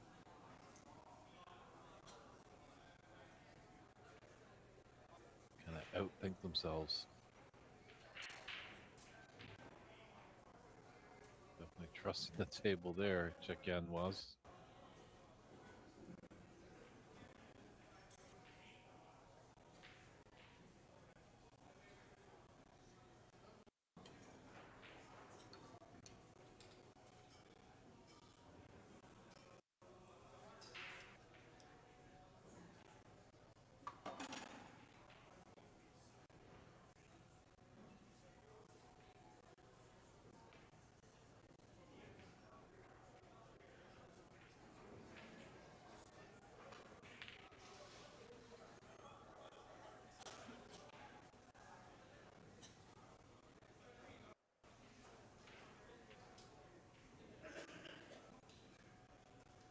Sometimes as well, these amateurs are getting involved in the tactical affairs, make good safety shots.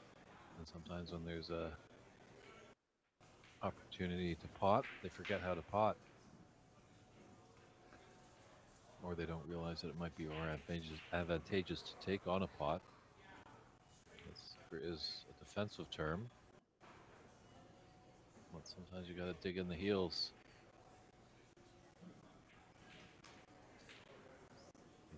Maybe take on a little less lower percentage of a shot, but that all depends on where you are in the match.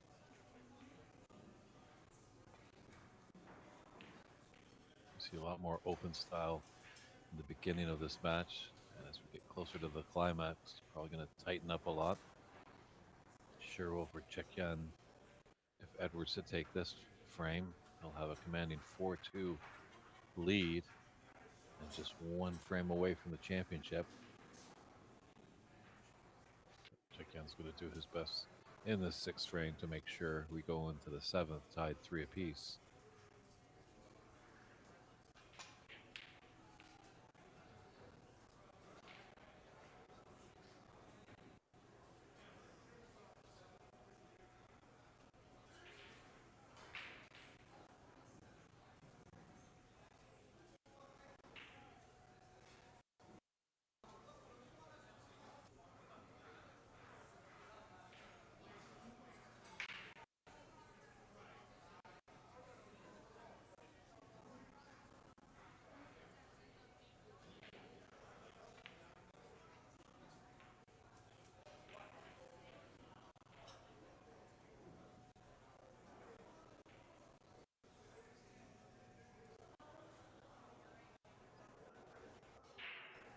Good red by Check-in.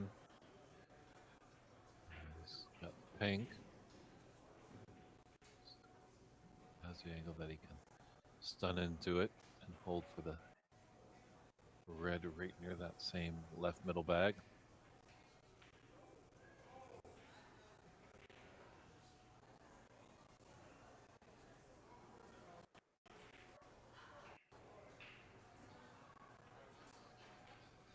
He's got a red just left of the black. It looks like the path does go, and the angle he can come off the cushion and hold for the black.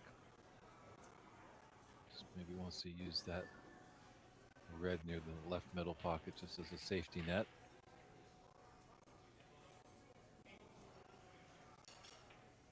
Got the angle, he can go into the pack here. Yeah, as you're saying, David definitely does not want to fall 4-2 down.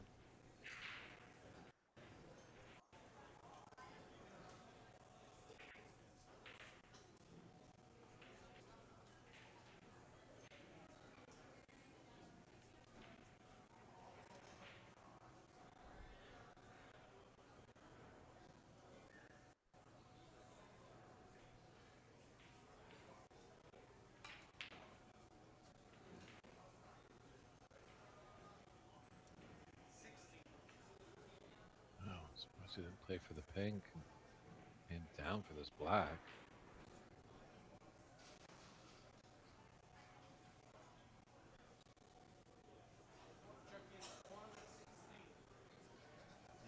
Checking Kwan leading 25 now, 31-6.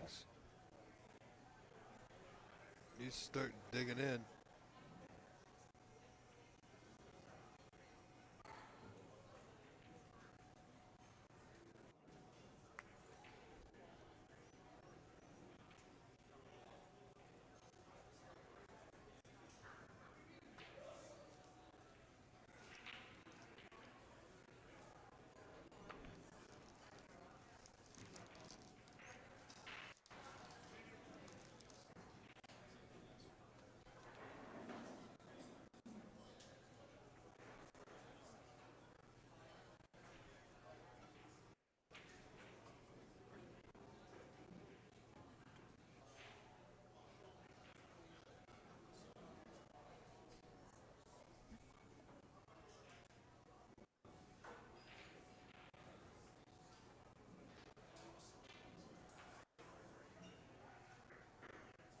Well, everything's got a good weight, and that bulk cushion chicken will do well to get back there.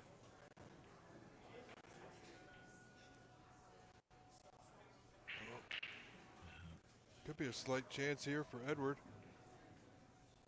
Yeah, collided full in the face on that blue. There, hit the long range reds into this top right corner.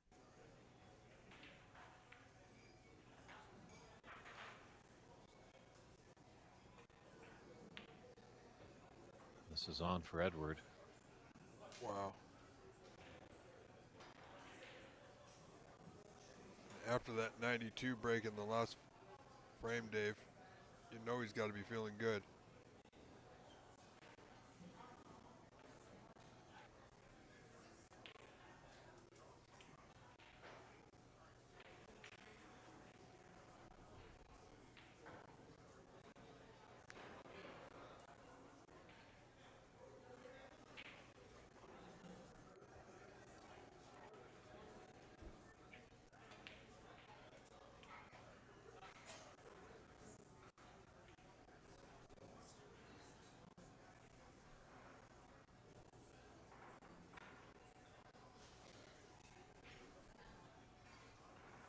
Chris Coulis chiming in, asking if there's a snooker 900 type tournament anywhere in Ontario.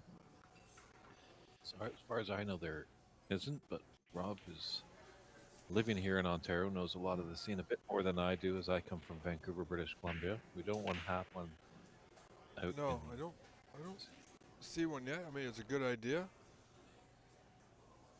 Have something similar. Don't want to be exact. You want to go with something new and fresh. But yeah, along the same lines would be a great idea. I do know that during the NSL Championship next weekend, though, they are going to have a shootout style second chance event.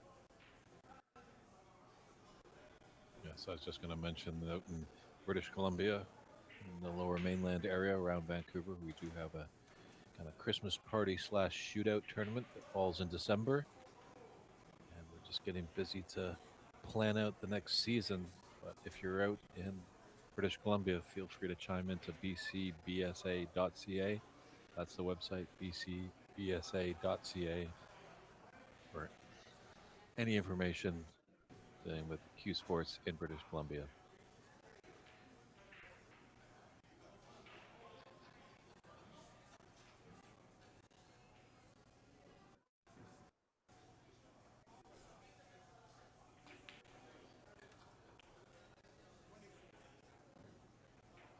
It's got a good angle.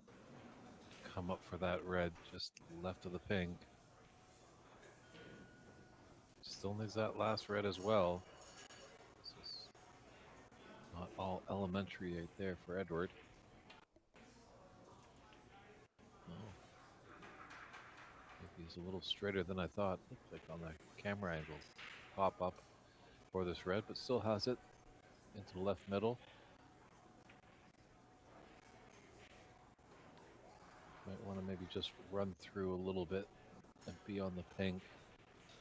Such a fashion that he can roll over for that red.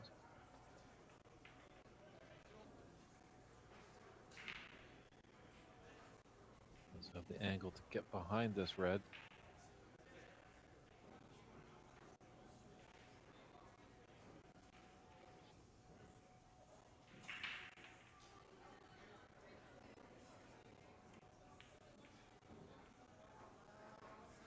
Well done, Mr. Ling. Controlled that one fairly good. It's about the best he could do, and he still has a putt on. Not an easy putt, but he's now taking a 44-31 lead here. So 13 points in front, one red remaining.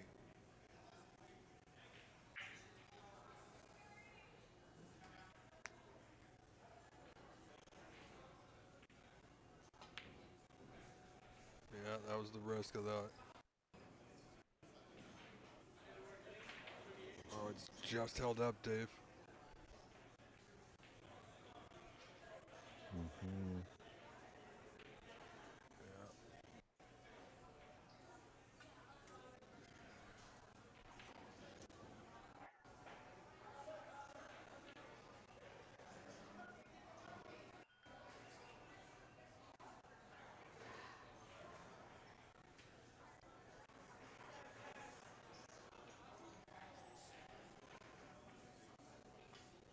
Oh, he's missed it. Just wanted the thin snicket.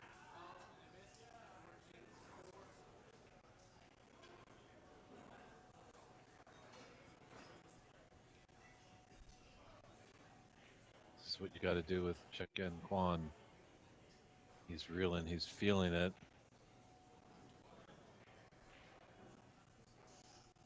He's looking so strong at the beginning.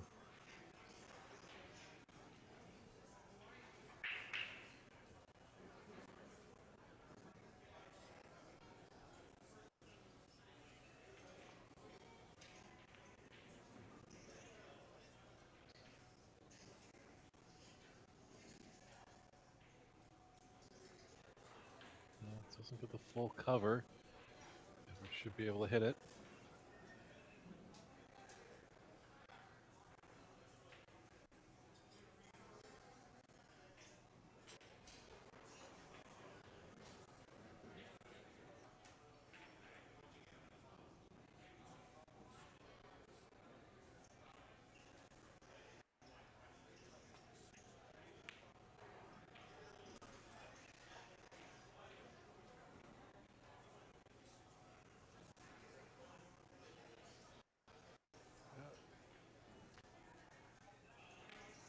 So 48-31.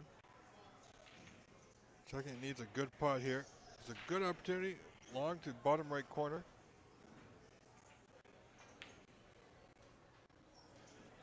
Oh, where's it going? Oh, it's going to hold up right over the... Wow. So 17 the difference. Edward looking to build on that to win his fourth frame in a row here, Dave. And put him one frame away from this year's championship.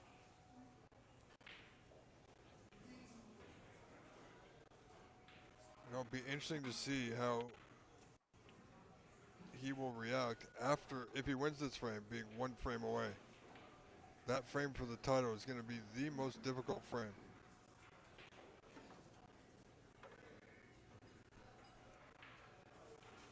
Yes, but it's all there for this young man.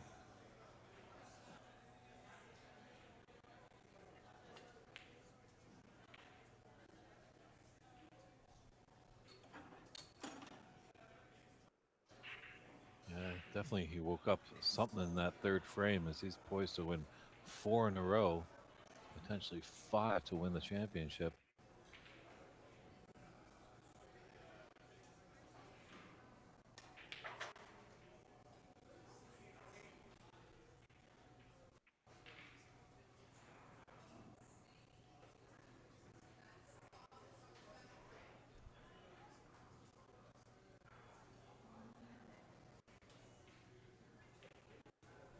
That green is frame ball.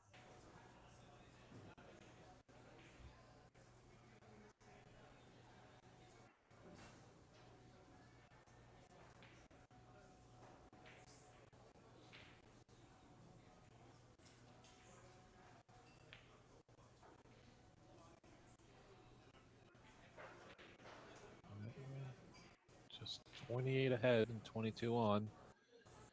Chukyan needs 2 snookers. And Edward a little frustrated he couldn't kill out the frame right there.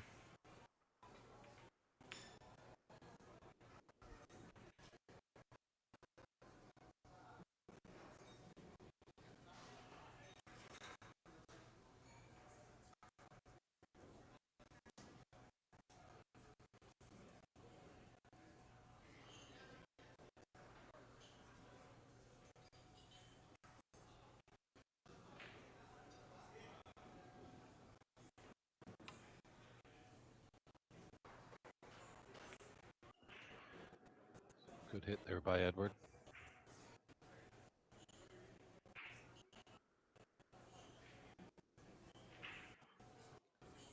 Just came short of pace. He had the trick there.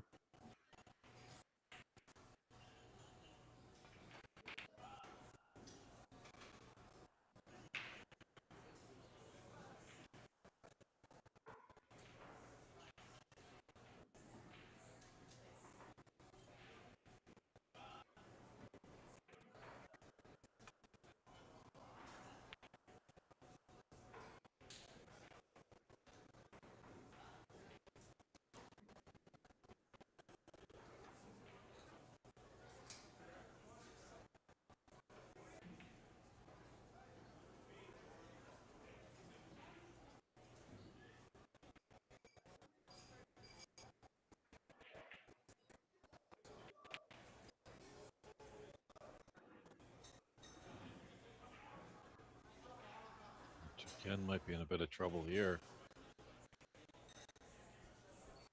No, he might be, yes. Also, to our viewers, just a quick note, Dave. Internet is a little spotty at the present, so viewers might see a little bit of buffering. However, we've lowered the settings as much as they can go, and, well, we're at the mercy of the internet.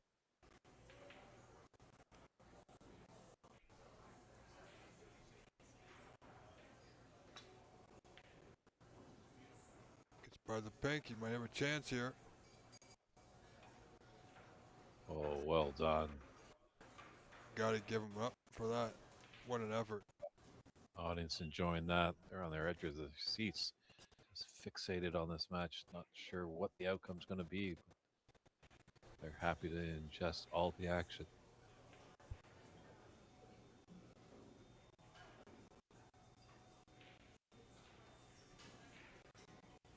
Yeah, Edwards having a quick look at the score, reminding himself he's 28 in front, 22 on.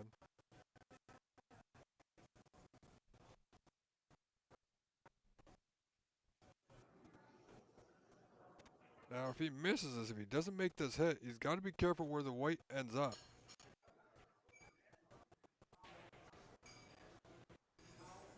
That is a free ball. And so this, yeah, Chukyan can win now.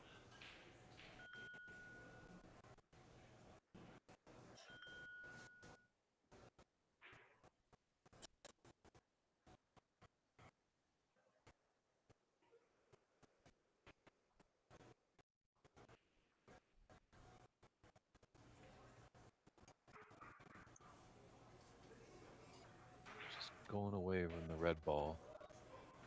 The angle it looks like on this blue. So wasn't too severe the angle.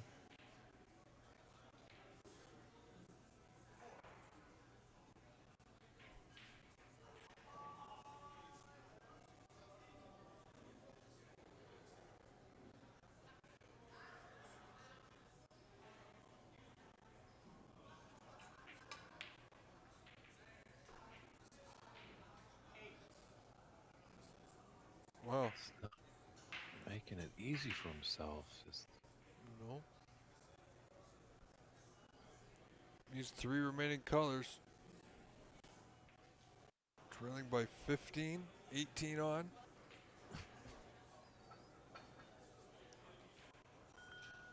yeah, he needs them all.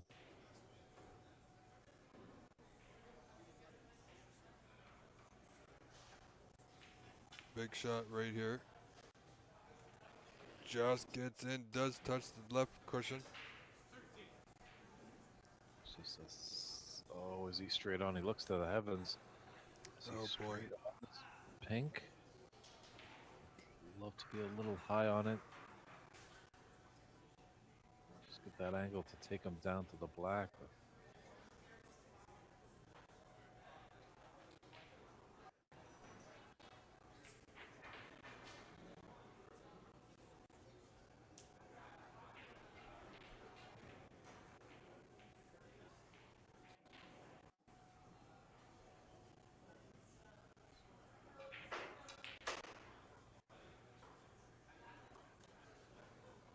he's done well there on that pink. This black to tie the match, 3 frames apiece.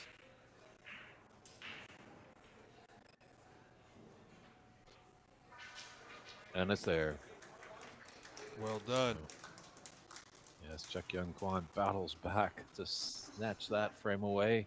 And we're all locked at 3 apiece. And we'll be right back with frame 7.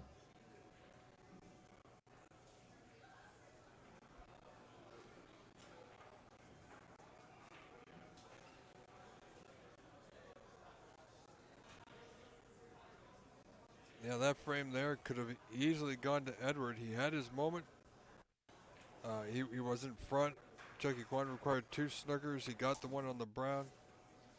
Unfortunately, Edward almost got the brown, but he ended up hitting the blue, leaving a free ball. Chucky Kwan coming back in and just clearing up.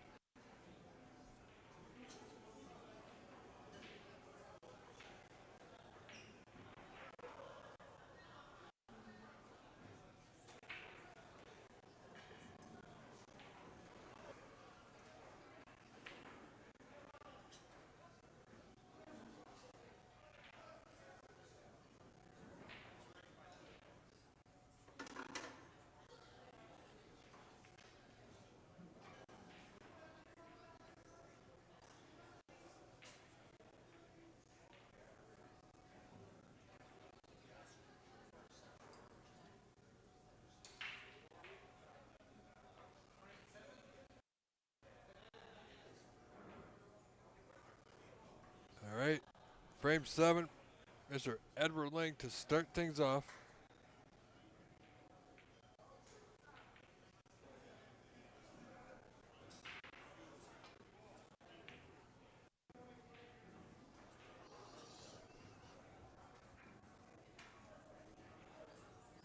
Yep.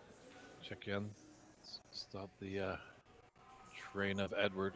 Won 3 in a row there.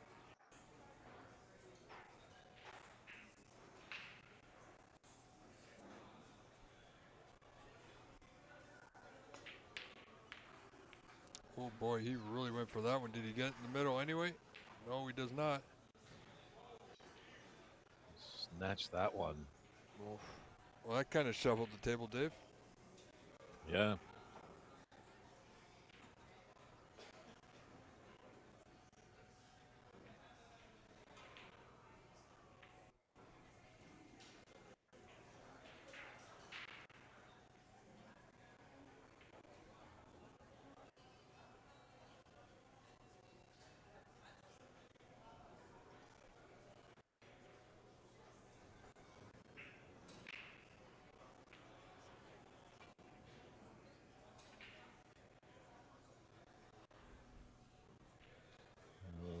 Might have to cover with that pink.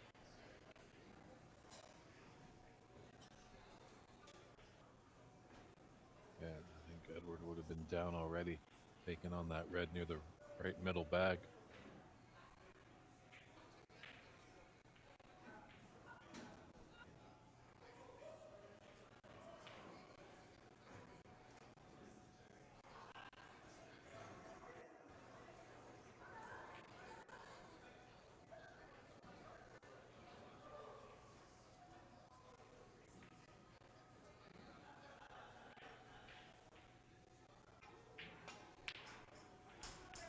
Edward was trying for a long red as well. They're both trying, and his pink has come and covered that same red near the right middle as well. Yeah, I think Chucky was just having a look there, and sat in his seat for a few extra moments. But wishing he got a little bit of luck there. But Dave, he did get a lot of luck in that last frame to tie it. 3 apiece. He could have been 4-2 down.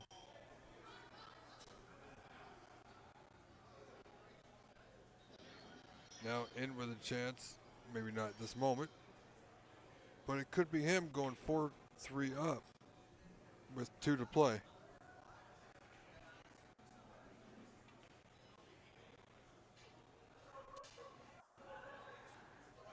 Oh, Stumble there. out of position. Really not on a great color. I don't think he can do much in the bulkhead. I don't think he can get through to the blue or the green. And there's a couple reds that go into left and right, center. So best move, just, you know, tuck up to the block, leave the weight on the cushion. Yeah, possibly nip off the right side of the yellow, shoot your cue ball towards that blue and green. Tough a little bit if you're not successful. That red looks really close to the left middle. Yeah, it's an awkward one. They look easier on the camera than they do in person. But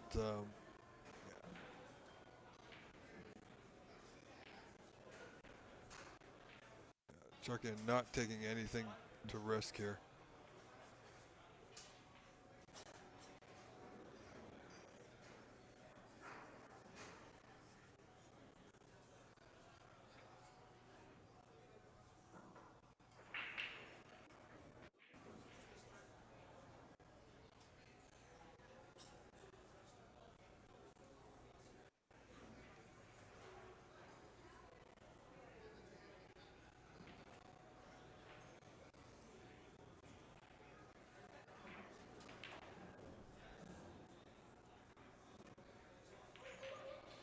Oh boy.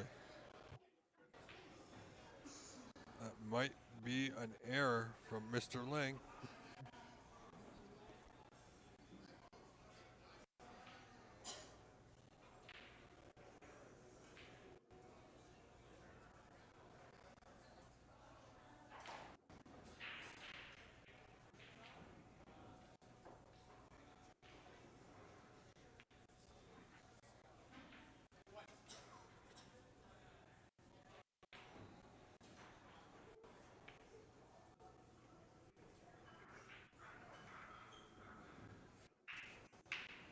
He's got a path for that blue. Just stun it in. To drop back a little bit. That's tough going over that much of table. Does look like that red just left of his cue ball does go into the left middle.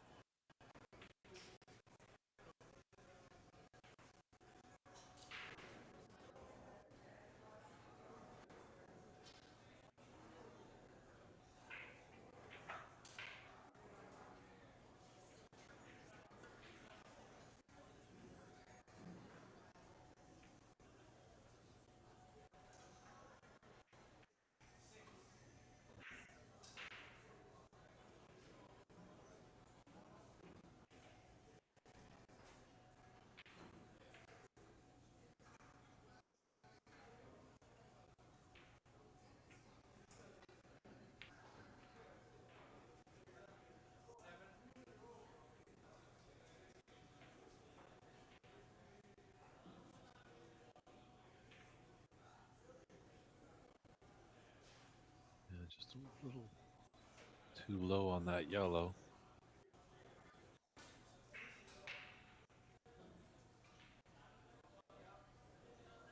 Don't think the angle's that great for Chekian to take in the brown, come off the bulk cushion to play for that red in the right middle.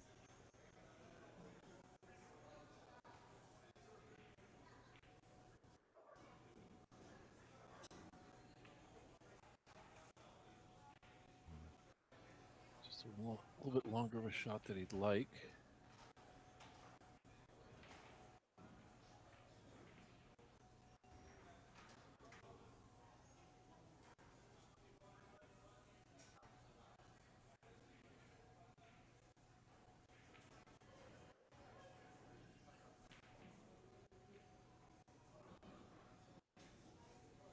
He was down and something disturbed him. Did the right thing to get back up, recompose himself.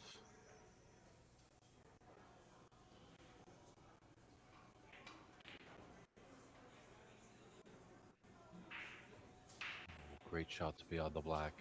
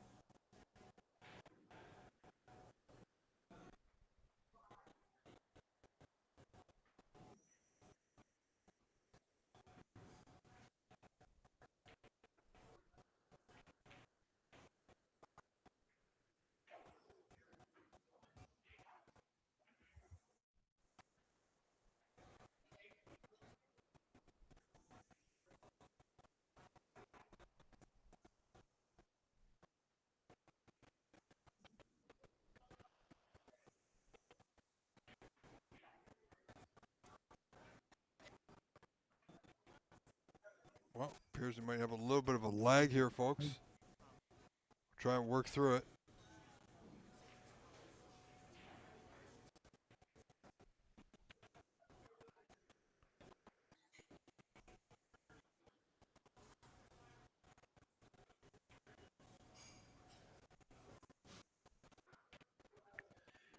Yeah, it's getting tense and nervous. I don't think anybody can relax here in the room.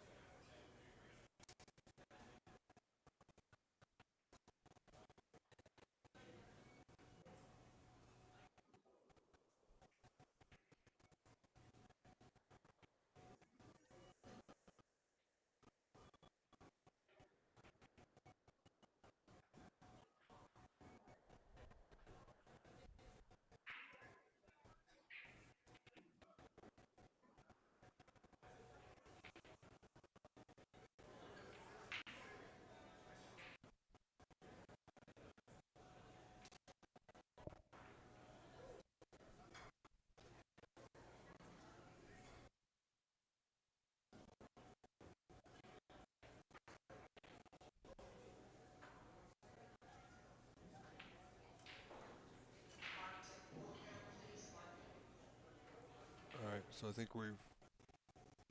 Well, I was just about to say, Dave, I thought we caught up with our connection, but apparently not. As Chucky gets a good double there. Yeah, Edward's going to be a bit of trouble.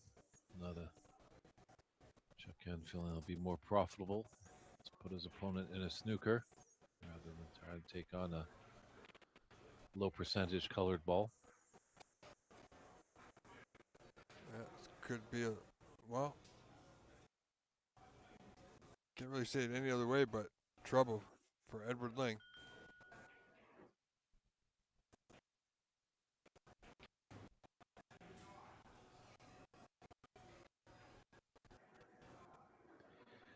Yeah, I kind of hit that full in the face. Looks like there's a path for this red. Just run through, be on the black. So mission accomplished. I check in. Force Edward to leave him pot on. And reds are nice and open.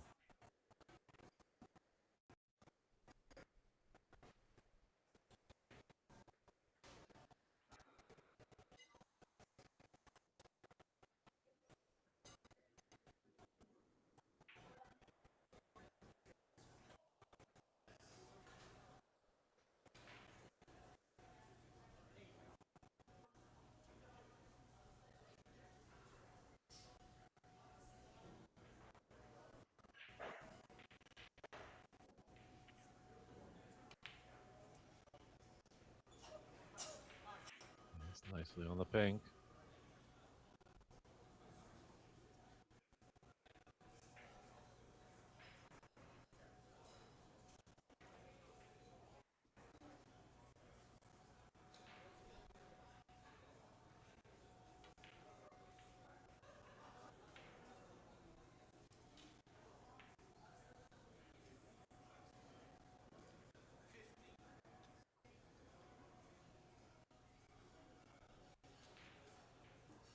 Well, 35 to the good here for Chucky and Kwan. Looking solid, Dave, for a 4-3 lead. If all goes well. Yeah, it's all in front of him. Just can't get his mind too far ahead.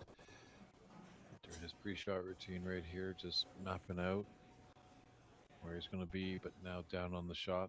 All focus on the object ball in front of him.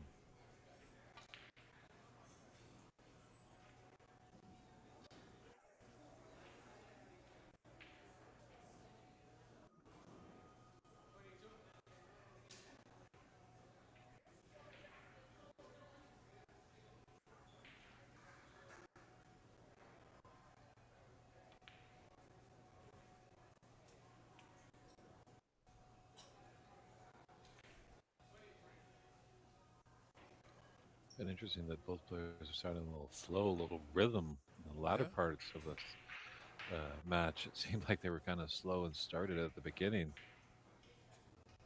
yeah, they both wasn't sure how this match was going to turn out, but absolutely has, well, it has the makings the way they've traded frames pretty much going back and forth, Dave, that very exciting possibility of a ninth frame decider where it's anybody's game.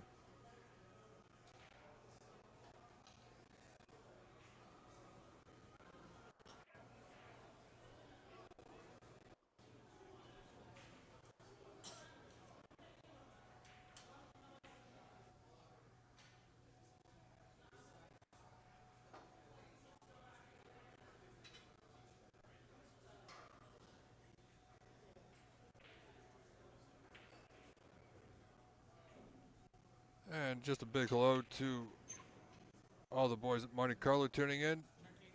Gennaro is sitting nicely, I've been told, on his patio underneath his canopy tent with his outdoor TV. Looks quite comfortable in the photo he's just sent. So good on you. That was a colossal misread there by Chekyan. He was in the driver's seat to take this frame. He stole the last one. Is it time for Edward to steal a frame?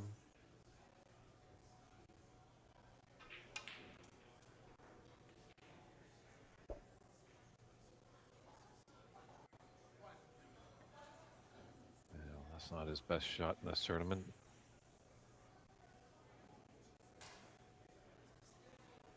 Yeah, you can see more people gathering around as we progress here in this final match of this year's championship.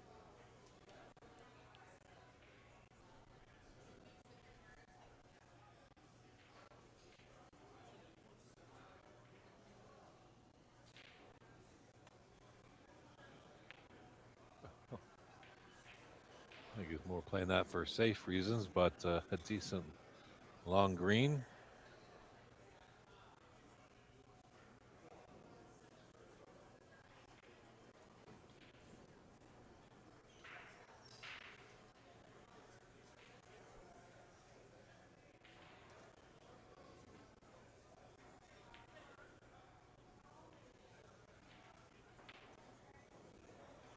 Yeah, a little chance. There is some hope for Chekyan. High on this red, left to black.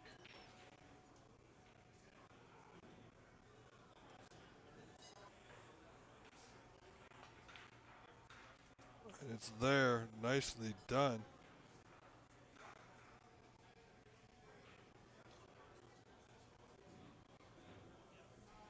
Yeah, he's just going to roll up to the yellow. Takes the yellow. He needs another red to get us to snooker's required stage.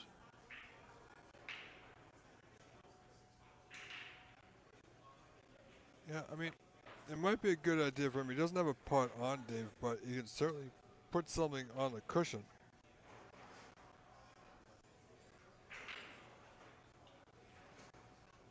You know, he could take the yellow on to right middle as well.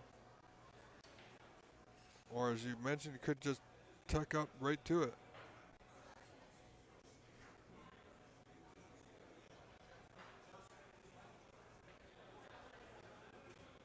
You know, any of those options would have been good.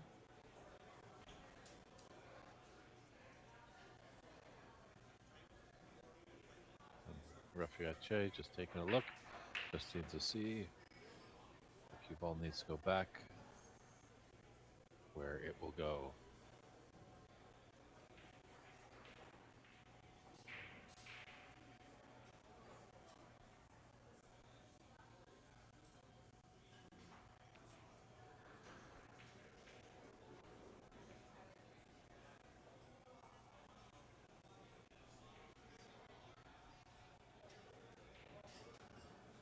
That's not going to get there.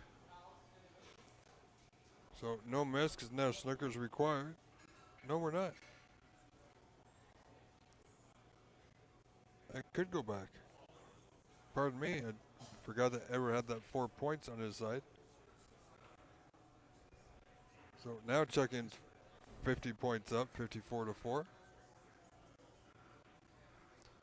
But Edward came close that time. Should have it dialed in here.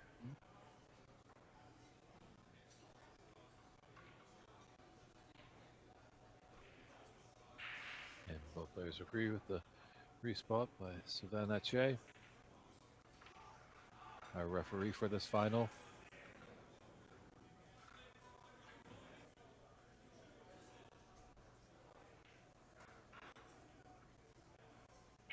Nicely done. There.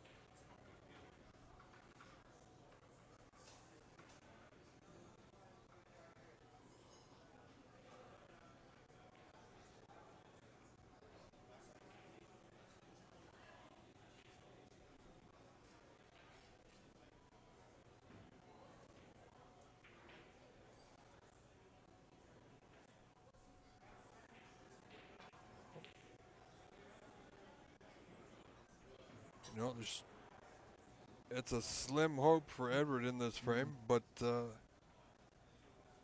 3 reds, 3 blocks, 6 colors will get him over the line. It's a very tall order.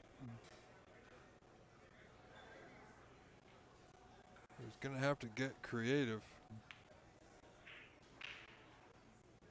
once that red will hold up. And it won't. So frame ball is sitting over the left pocket. Yeah, tough when you're going up against the nap. Those balls at slow weight just curl at the last instances.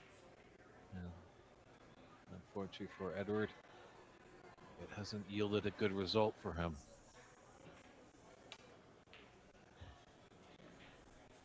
So 51 with 43 on. Check in. Kwan poised now to go up 5 frames to 3, or 4 frames to 3, pardon me, and 1 frame from being the champion, to hoist that trophy this year.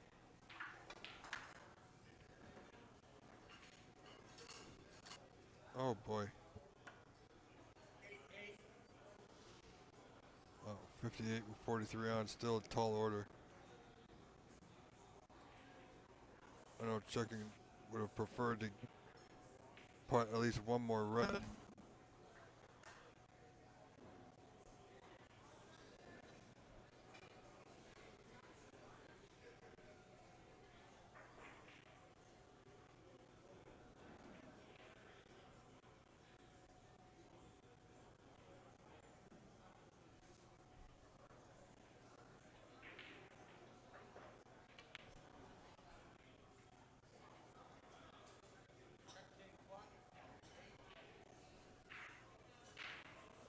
Yeah, it's a tall order here for Edward.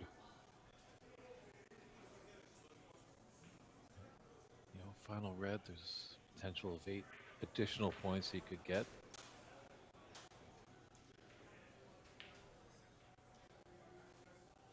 Wow, he's going to need a bit of fortune here.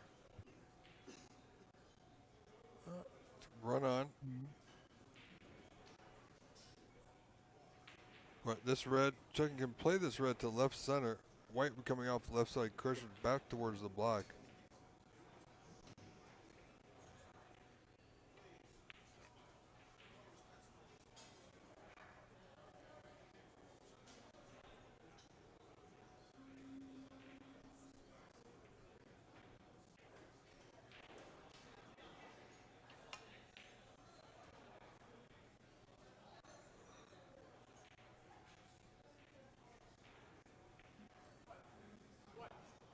Well, that's nicely done.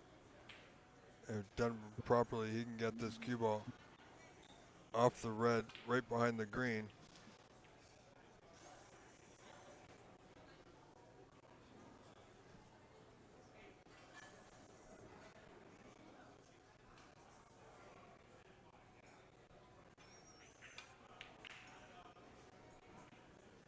Wow, I think that's nicely played.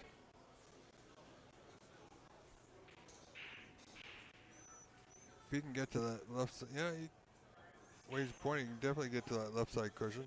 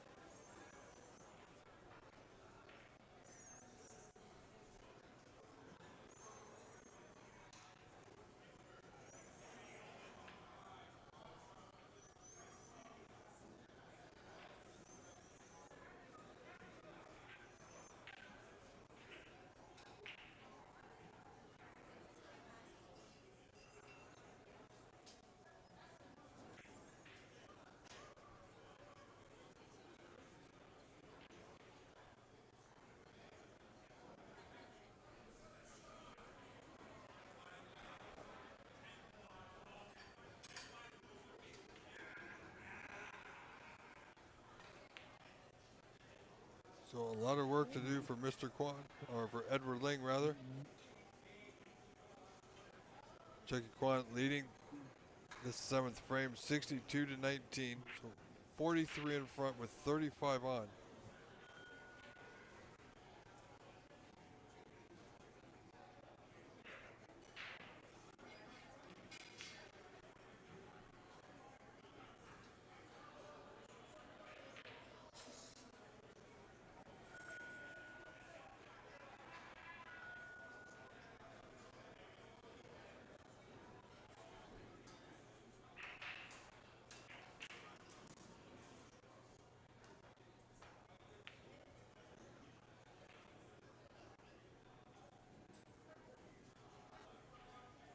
He's given check in, a chance. Puts this red in. I doubt Edward will be coming back to the table.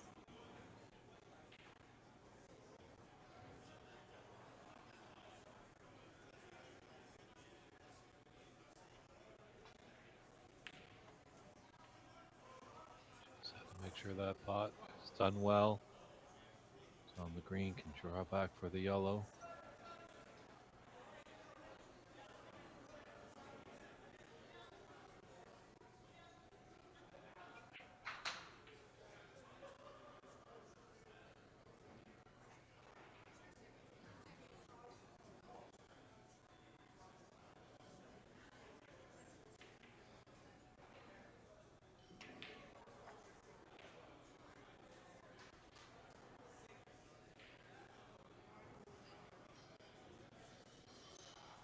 Cheuk Kwan on the verge of his first Canadian National Championship. Absolutely. He's going to be one frame away. And there's As the he, concession by yeah, Edward. as he now leads 4 frames to 3. Don't count out Edward. Either way, like I said, this match could go all the way, Dave. Sure, but when we do get close, when we're on the verge of crowning a champion, we got to do our round of thanks. Big kudos and thanks to Jim White and Presley Backus. Did a great job as tournament directors. John White and the CBSA team putting this event together. Bob Horgrove and Didi with the Canadian Snooker Hall of Fame, well representative here. Great organization that they're getting going. Kevin Patrick, our head referee, has done a great job making sure everyone's following the rules. Rob Richards, phenomenal streaming producer and commentator, partner in crime.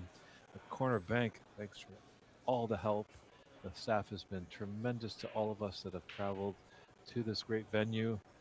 Kudos to all of them. Aldo, big props to him. He was in here every morning of these tournaments, brushing, blocking, and ironing the tables to make sure they're championship quality for all the players. As well, thank you to Sylvain Etier, our other referee, doing a great job in this final, has refed some other matches throughout the tournament. And David Putty, who joined in the commentating booth a couple days ago. Great to hear his insight. And personal thanks to RB and KB and all these players that traveled near and far. It's a national tournament. Canada is the second largest country in mass, so lots of traveling time. And we appreciate all the players that made the effort to come, and all you viewers out there that joined us on the stream on OBSA YouTube channel. We appreciate that viewership. We might not be done yet, but we got to thank people, and we'll see if Edward can put us into a decider. And Randall Morrison, big props to him. Thank you, him. Came down just to watch, but he kind of saved the day a little bit with us with some technology. So, Randall, thank you very much. And let's get into this 8th frame. That's right, Dave. We're underway. See how two things are a big factor. How Ever can respond. He's one frame away from being second. And the other factor is how is Cheuk Kwan going to respond knowing he's only one frame away from winning this very prestigious title. So I think it's going to come down to who can hold their nerve.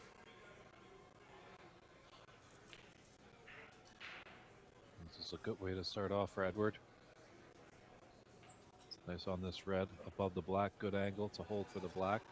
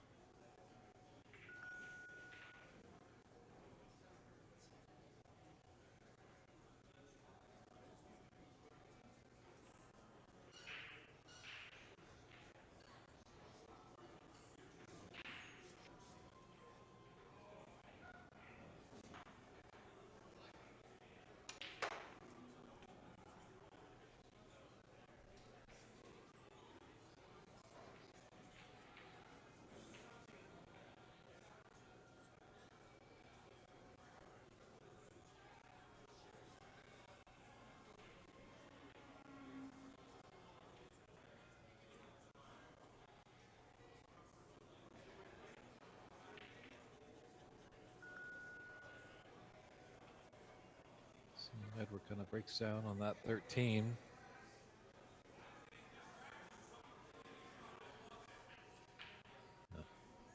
Check in. Could put him in a bit of trouble here.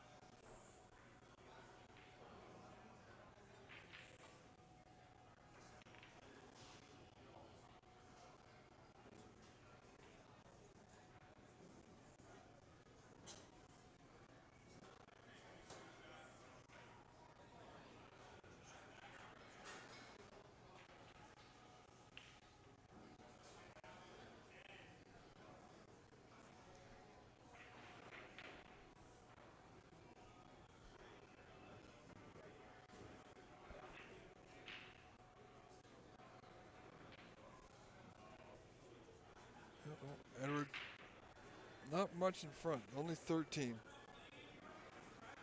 Chucky Kwan, I do believe, can get to this red, but can't really. It's going to be difficult for him to control the white.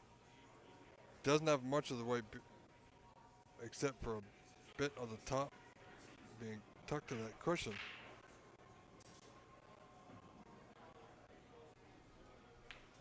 Oh. Yeah, that's about it. You can't be too disappointed because when you're going down on those, Dave, you can see the angle. You know there's a possibility you're going to go in because of how close it is. And unless you want to try and just leave it to fate that the table's going to run absolutely true, you do want to put a little bit of pace into it like Chuckian did. So it's not bad that he potted the red and the white. Because now the red's out of the pocket, the white's back up the table, and Edward's going to need to create something if he's going to pot one here, which I don't see that happening.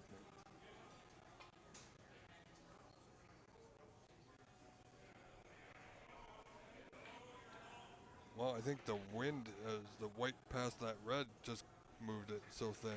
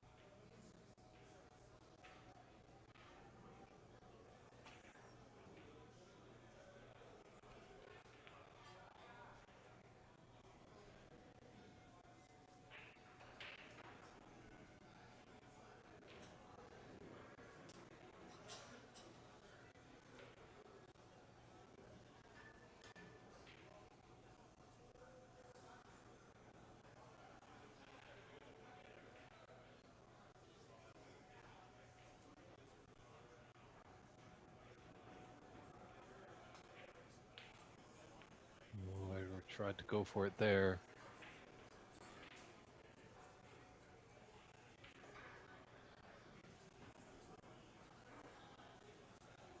Again's got a couple of reds.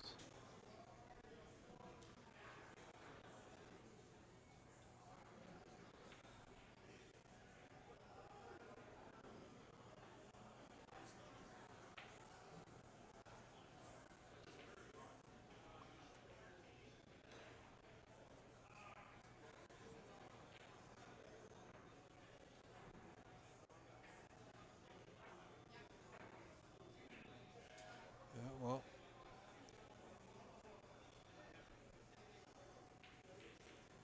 Let's see, Edward. Q seems a little bit sticky, so just giving it a clean. Taking a breath, taking a moment. Trying to resettle himself. He's got this red just above the blue, bottom left corner.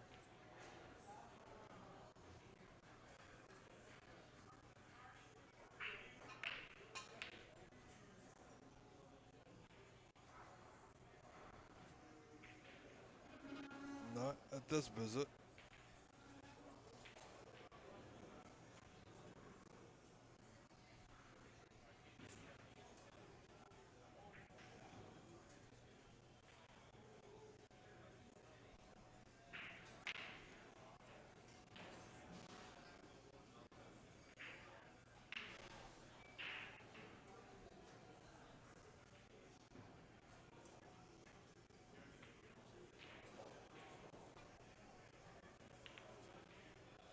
Wow, Chuck and Klein has done well to get there. But I believe Edward Dave has a putt on. You think at the cover. So a long red. Edward gearing up for it. Leading by 17 in this 8th frame.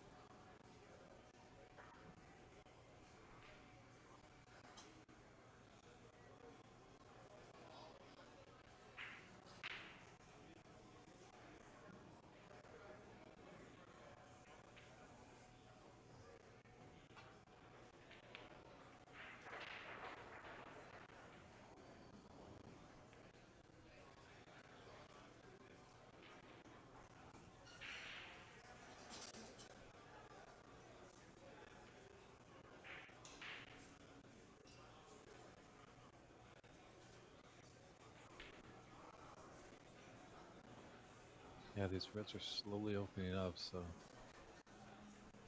Edward's got to be mindful if he takes on a long red.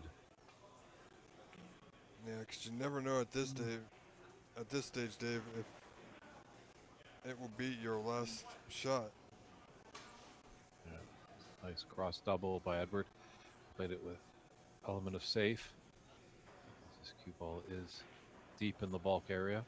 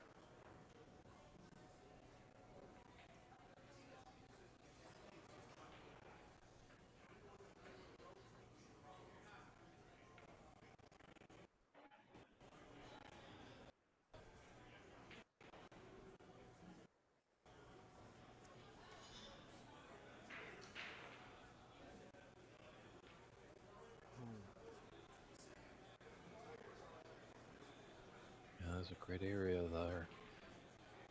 Absolutely. Those sprite colors to get behind.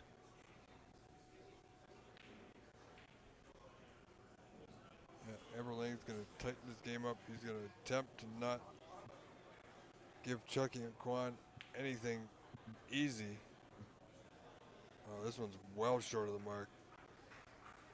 I was just thinking about giving away something easy. It's Chucky Quan that's giving it to Edward.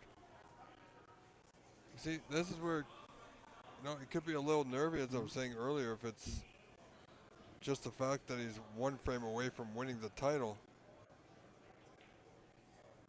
The money is good, but the title will last forever.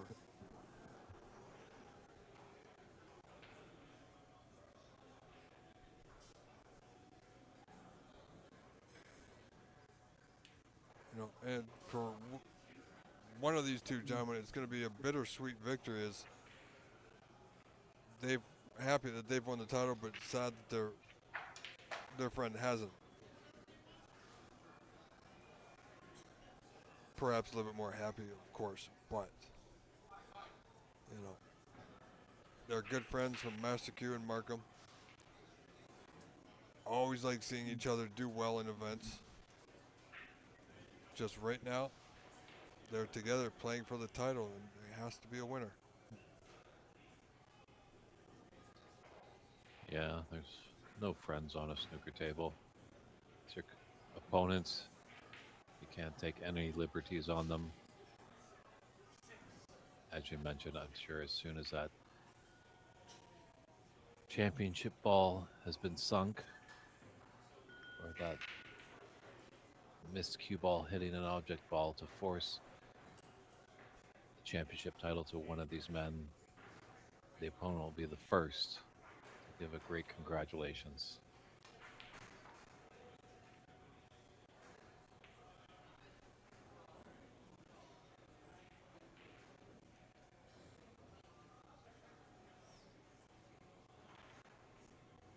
Yeah, the winner of this tournament does get $2,800.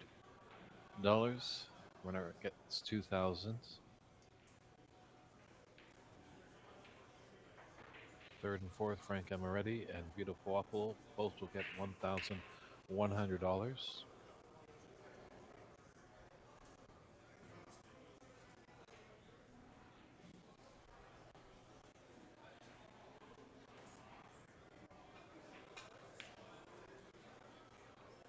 And Edward Ling, with the high run so far of 92, is poised to get $250.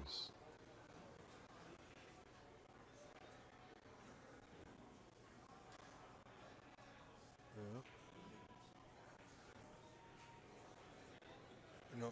If he plays this right, they're all there for him.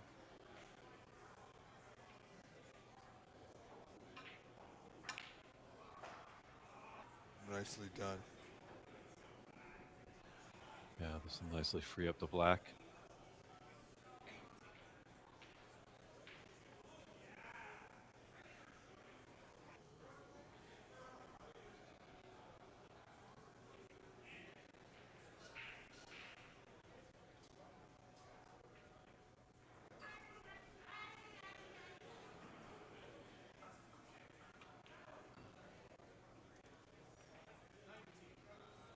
Yeah, Edwards holding himself together nicely here. 37 in front, right in amongst them.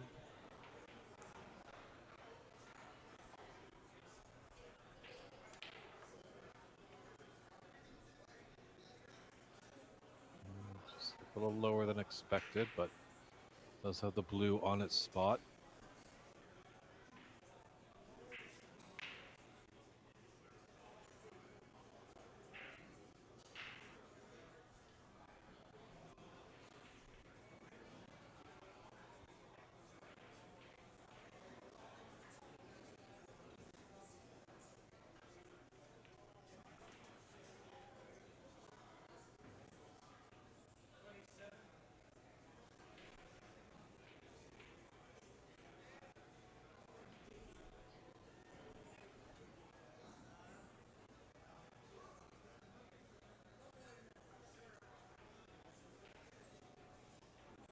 So Edward getting closer to giving us that ninth and final frame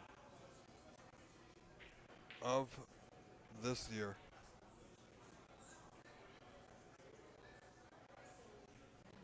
What a better way for this event to end if we can get that ninth frame.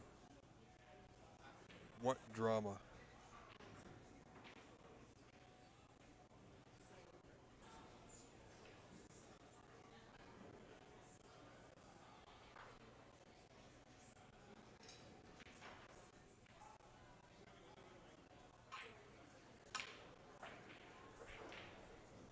Looking for the nudge. Wow. Great shot there. Crowd likes it. We like it. Hope you viewing at home enjoy it as well. Yeah, he was in the first couple of frames of this match. He wasn't too attacking. He was a little tentative, a little, just happy to play Chucky and Squan and keep everything nice and tight and needy. That 92 break started with him stepping out. That shot there, absolutely perfectly hit. So if we can get to that deciding frame, once again he'll have that momentum. Might cause a little bit of doubt with his opponent. You never know, Dave. Anything can happen in a decider. That's true. Seen many twists and turns, and in decider, there'll be plenty more to come. But he can't kill it off just yet. Oh boy.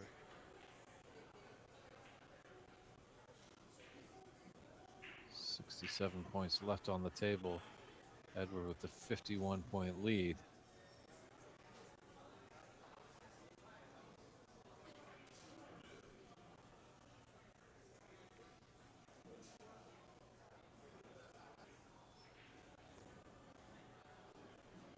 That's what sitting in your chair can do sometimes. You don't have that rhythm. It's like getting the keys and starting up the old jalopy in the garage. Might take a few turns to get it running.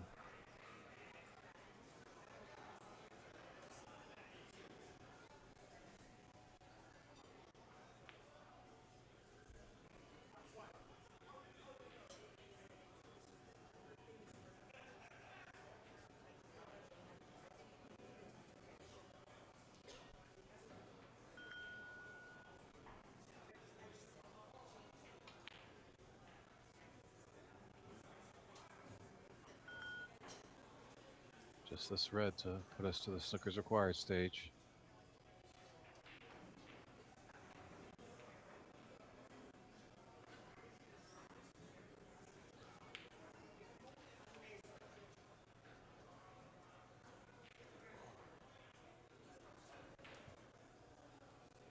So it's all come down to one.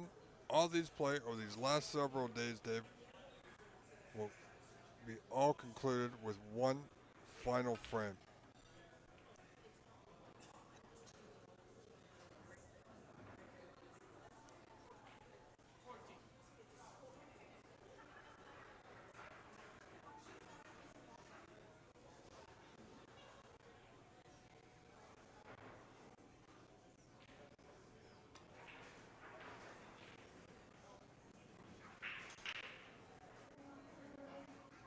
Seems like Edward is warmed up and ready for it.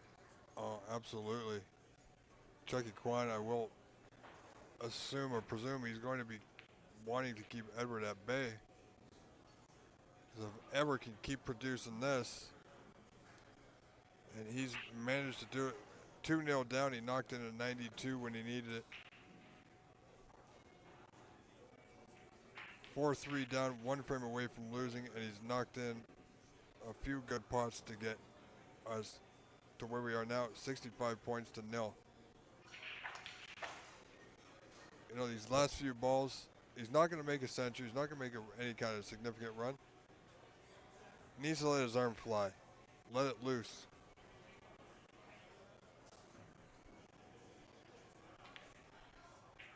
Yeah, but Chuck-Yen Kwan has been put up against it. Blake Martell rolled back in last night's quarterfinal to push to a cider, and that's where we're headed in the final of the 2026 Canadian National Snooker Champion.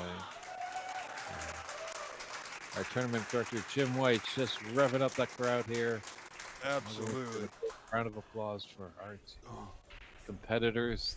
Both just step away for a quick comfort break, and when we come back, we will find out who will lift the title of this year's 2006 Canadian National Snooker Championship.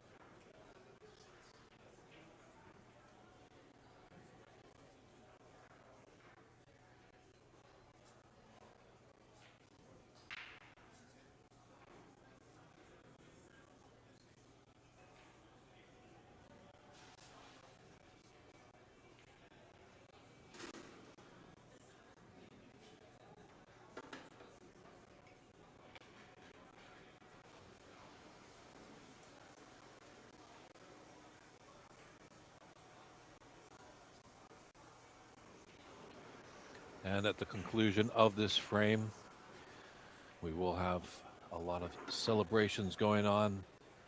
We'll have a list of thank yous. We'll also, as well, have our friends from the Canadian Snooker Hall of Fame come and do their 50-50 draw. And then we'll have the trophy presentation for the runner-up and the champion, followed by pictures. So that will be the order of business when this frame comes to a close.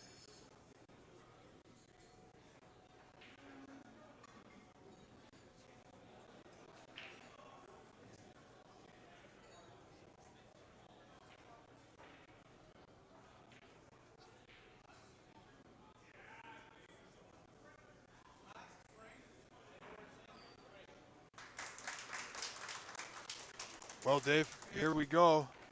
This is it. One frame for it all. Yeah, Edward Ling set to break us off.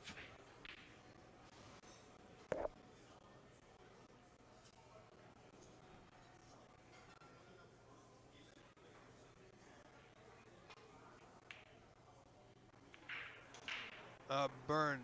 The NSL is next Friday, June 12th, 13th, and 14th. And you, ladies and gentlemen, you're welcome for the stream. Glad you're still with us. Hope you're enjoying this match. Ninth frame decider. Incredible effort by both these gentlemen. It's a shame. It's a shame that it has to end.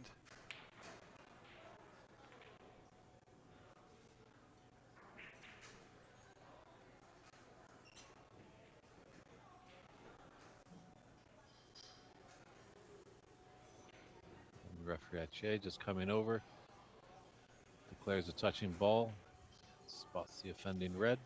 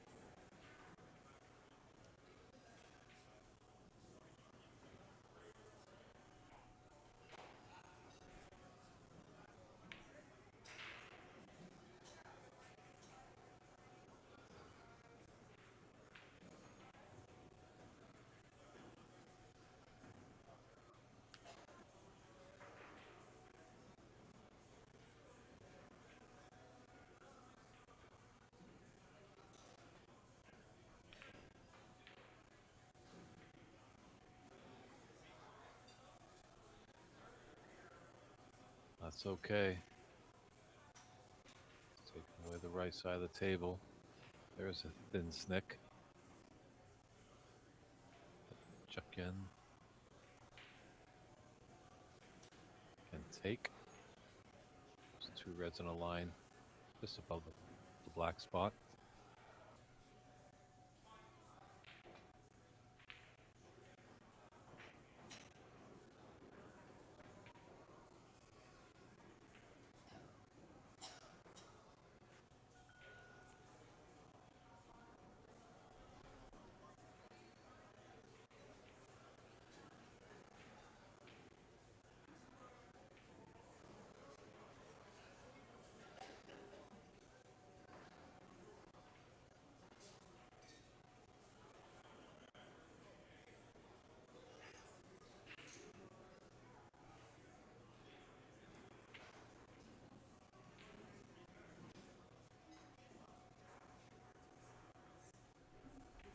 It's a good safety there.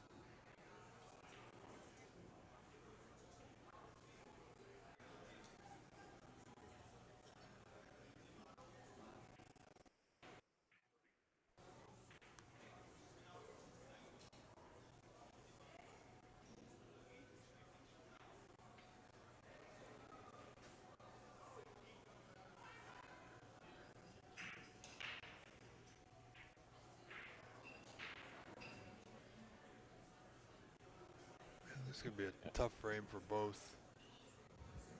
Check Nerves. in. Go ahead, Dave, sorry.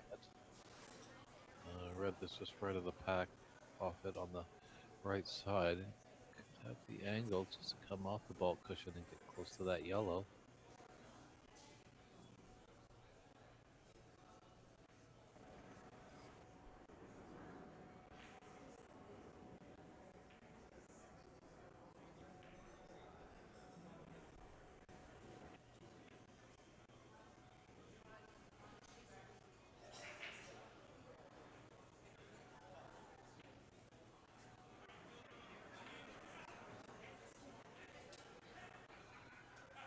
Is there a path to that open red at top right? It's just there if it is. Yeah, it's super close.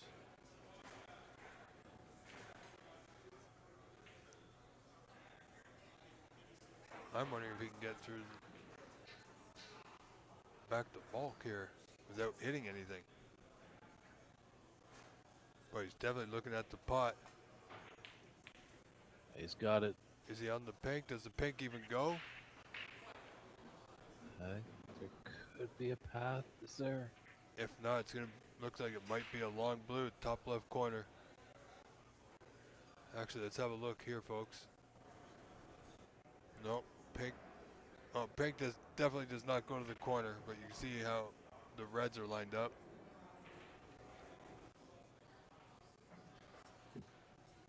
So, wow. If the pink goes, it'd be a lot easier than this blue. But it doesn't have to do a lot with the white to maintain position on a red.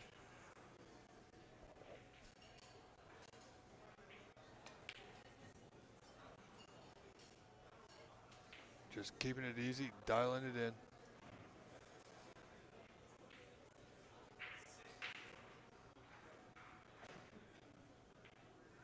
Yeah, if he's got his cue ball on the left side of the table, that black will go into the top right corner.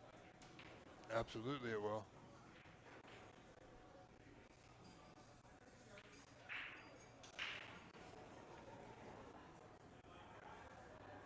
Yeah, the red's a little bit too tight. It might just go, but he doesn't get it just right.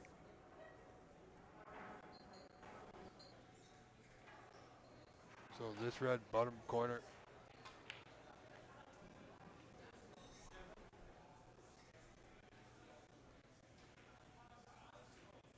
This is a good opening statement by Edward.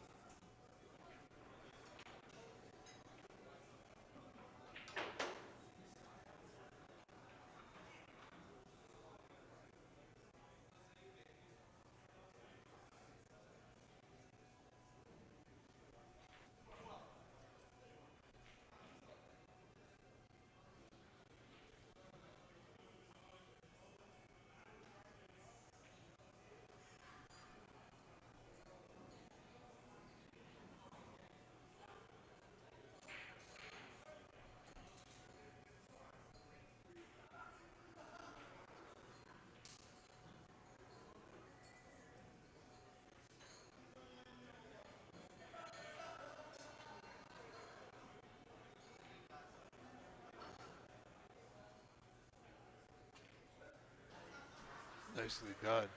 Needs a good bounce here. And he's okay.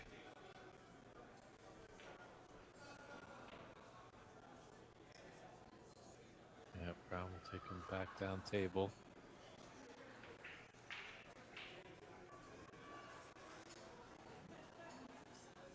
I don't know, but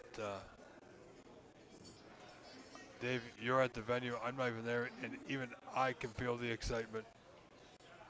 It's absolutely incredible.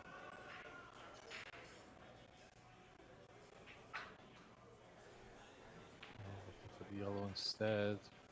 Oh, he's just past the blue. Still on the red here, Dave, to the right corner. Yeah, yeah, it's definitely buzzing here at the corner bank.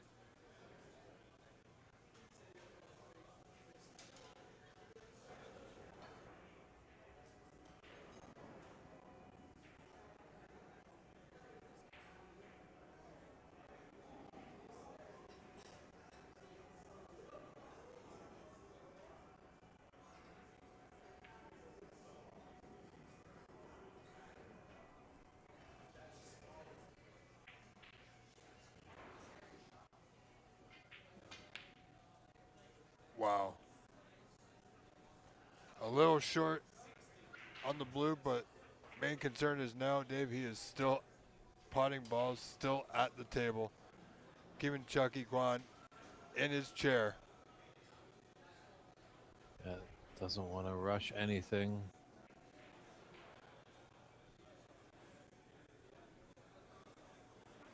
No, he's about. He's got a good pot here. Blue left center, run the cue ball around a few angles, but he's got to be sure. Got to fully commit here.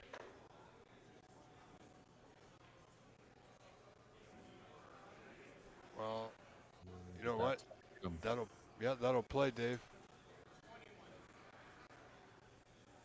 Yeah, it looks like just below the pink or that red. Well, yeah, it's close, but there could be a plant there too. Okay, let's have a red into the left middle. Yeah, left middle's a little bit more straightforward.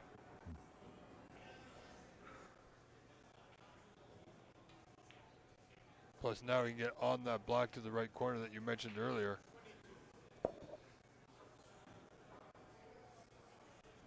Well, it's in his hands. The fate is up to Edward at this moment.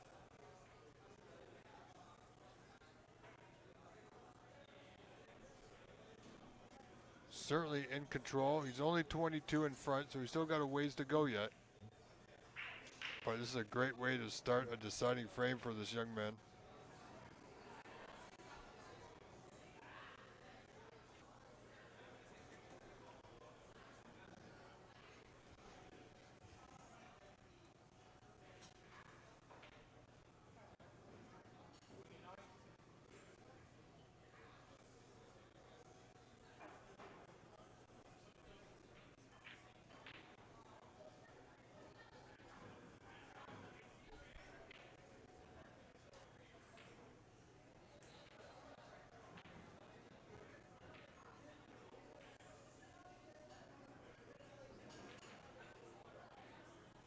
Is it there? Yes, it is.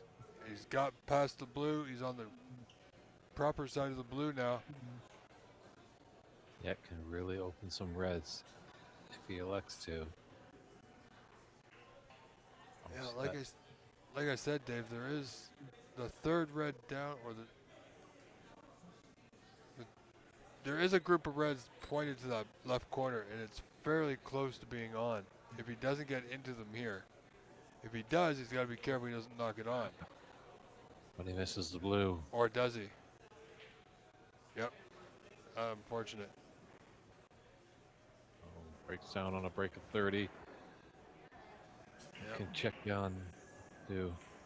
Chucky has two possible pots here, Dave. The red below the pink to the right center. Or the red at the top of the group of three just to the left of the pink. Not much else.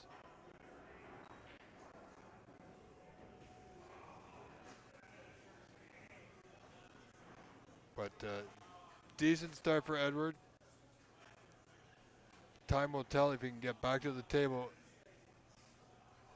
Checking with a good start.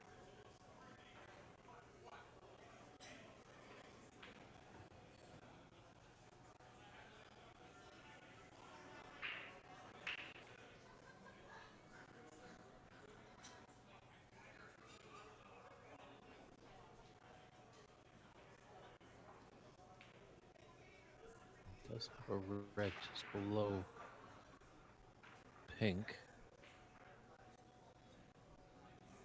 That ball to run. I think he's got just enough to get by. Oh, that's close. Yeah, A lot I'm not happier so with a sure. few more inches rolled up. I don't know if it is there.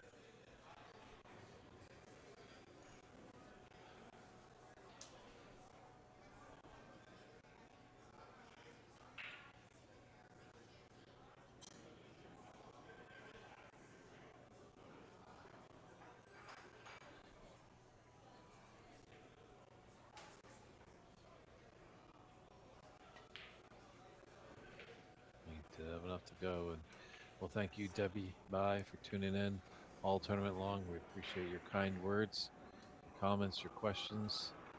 Everything is welcome.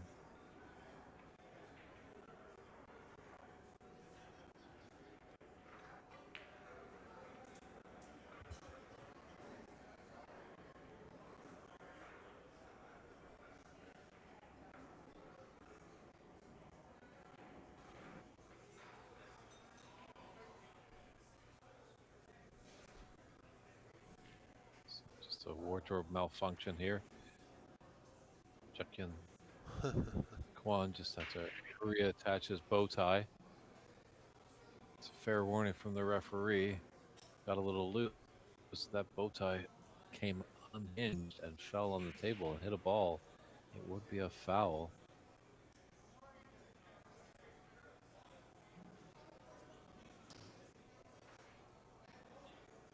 Well,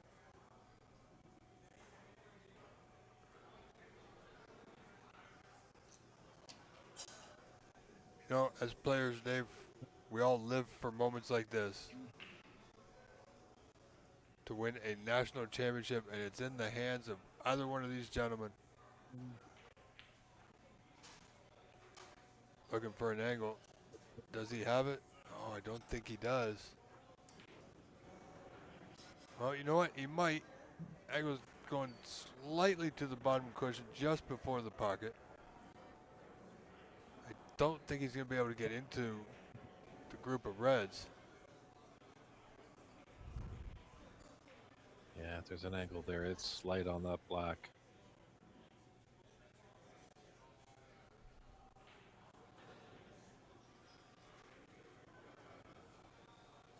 Yeah, I'm pretty sure if he was going in the reds, he'd prefer to do it direct and not off one or two cushions.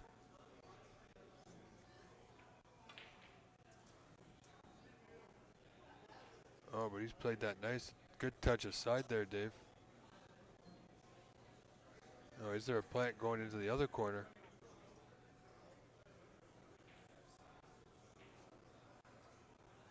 Because I Yeah, don't think those two reds go to right center.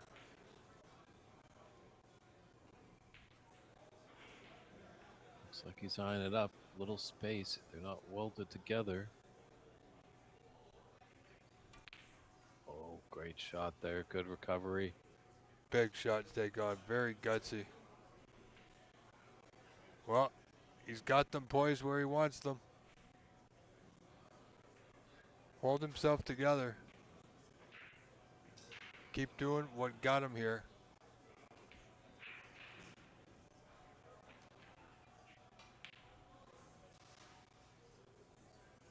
Well, that's not going to get him there, unfortunately, Dave.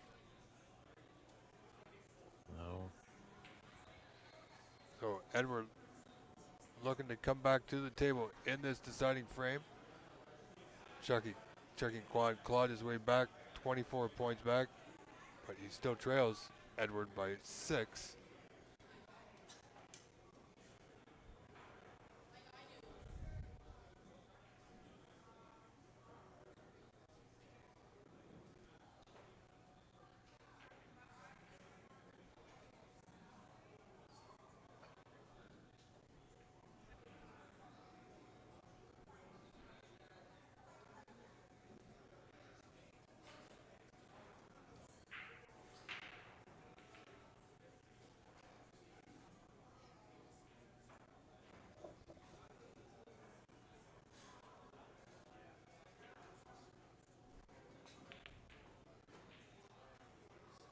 Needs a good white. Well, that's not bad at all. Ever looking to contain the situation now.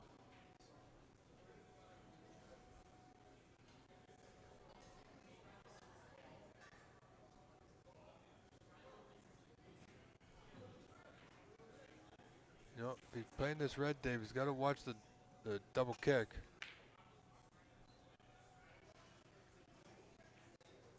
As long as the red doesn't go over the middle. Well, it's thin. Thin, but it's on. Turkey Quan may not play it. He's playing. He's not. He hasn't been taking these pots on, so I don't expect him to. The safety back into the ball. Keep the pressure on. A little pacey on that safety shot. Wanted him tight to the ball cushion. Yeah. Edward can put his hand down on the table. Yeah, make it easy for him to control his white.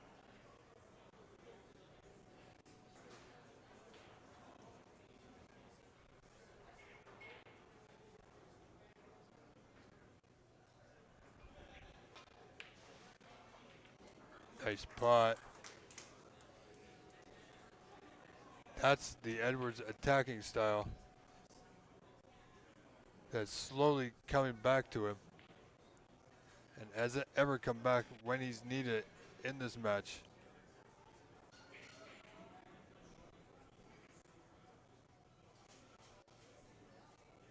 The Reds are there.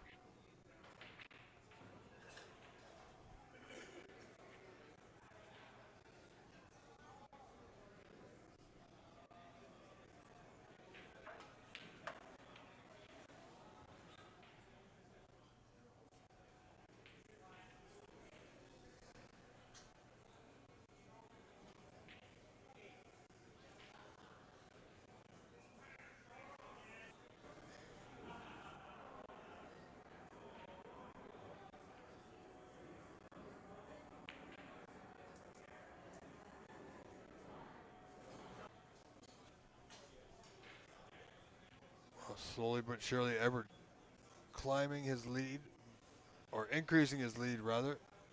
Once again, 39-24, only 15 points, but he's still at the table on the block.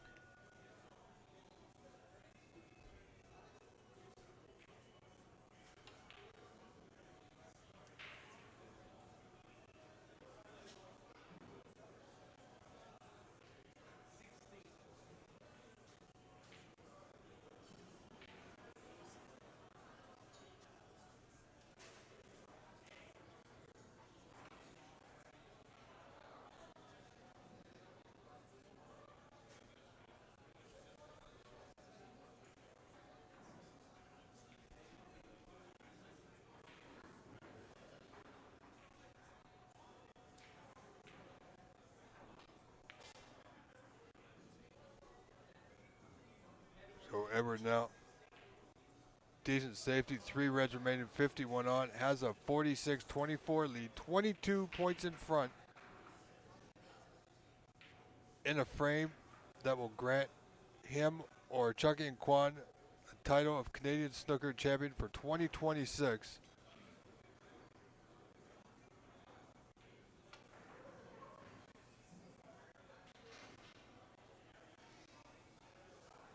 Well, I don't think Edward's going to have a choice here but to open those 2 Reds here.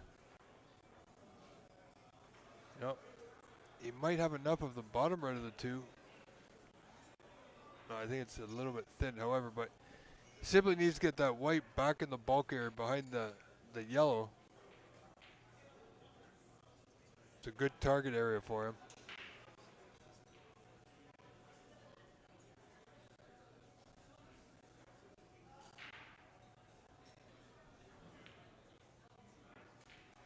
There it is. Nicely played. Does he have position?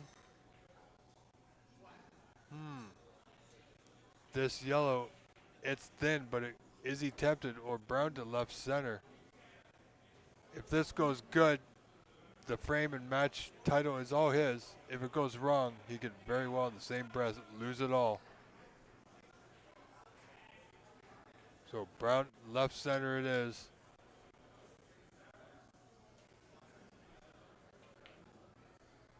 And it's there. It's in his hands now, folks. Everling leads by 27, 43 on, 2 reds remaining.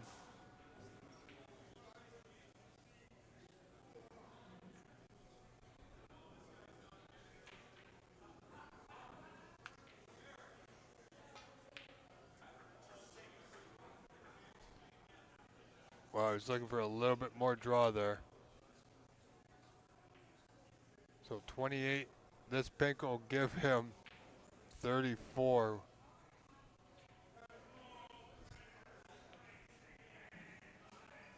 So he's just going to cinch the pink, play a snooker behind the black, put Chuck in some trouble.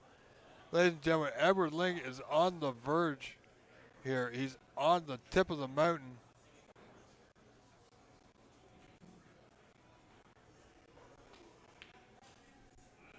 Oh, a little bit of check siding through the white out. So 34 in front, 35 on. The red is potable, but Chuck-in needs a black with that last red.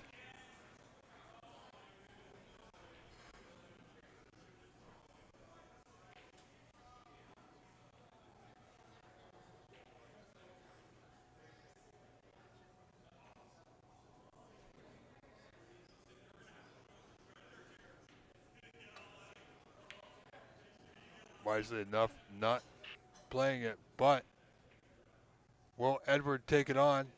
34 in front. This will get him on a color and put the frame and match out of reach for Chuck-in.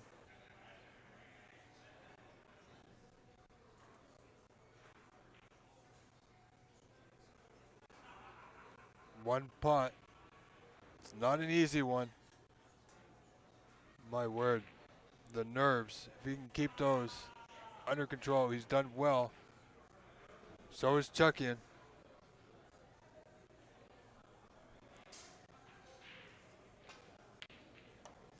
There it is, folks.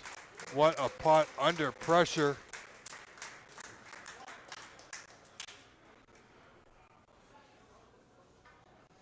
$35 in front now.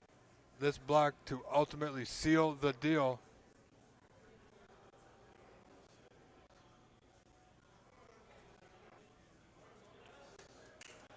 He's got it now, folks. However, it's not over until the concession.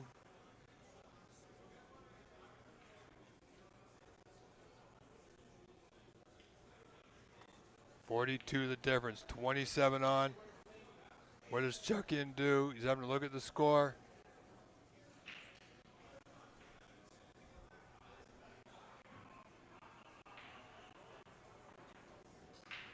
I think he's got to come back and give it an attempt. So multiple snookers required, 66-24 down, 42 the difference.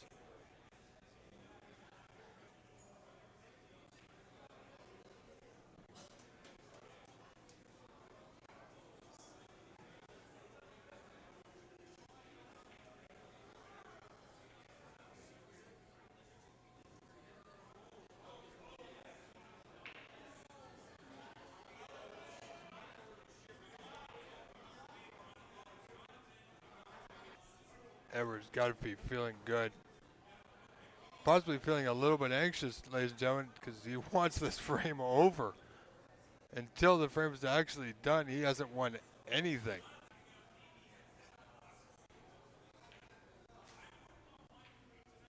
Well, that could be it. Oh, the blue come to his rescue.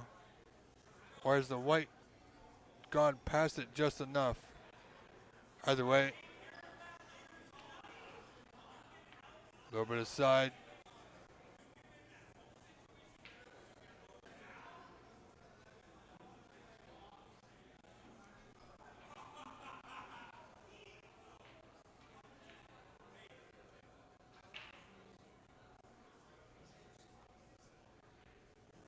he's got to be careful here.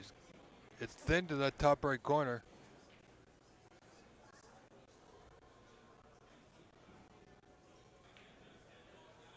Look out for the white. Oh my. So 38 to Darren's. He was a little bit careless.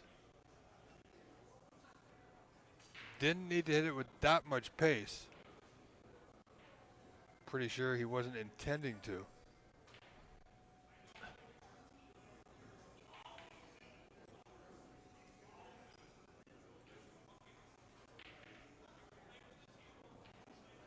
Oh.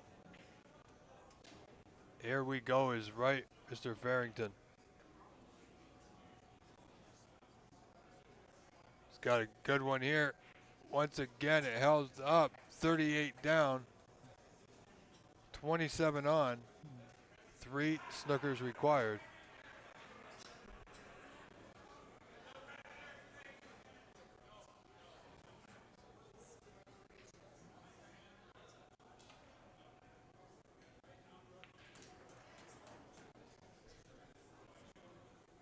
And thank you very much, Mr. Clancy.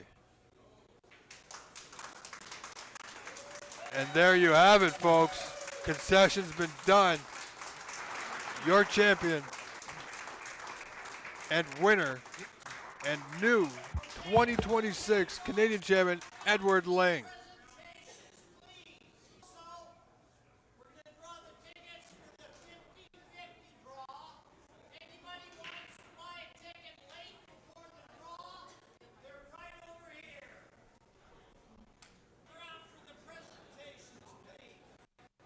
Absolutely incredible. Congratulations, Mr. Ling.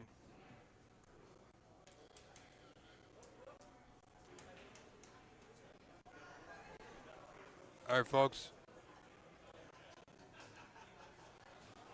What an incredible event.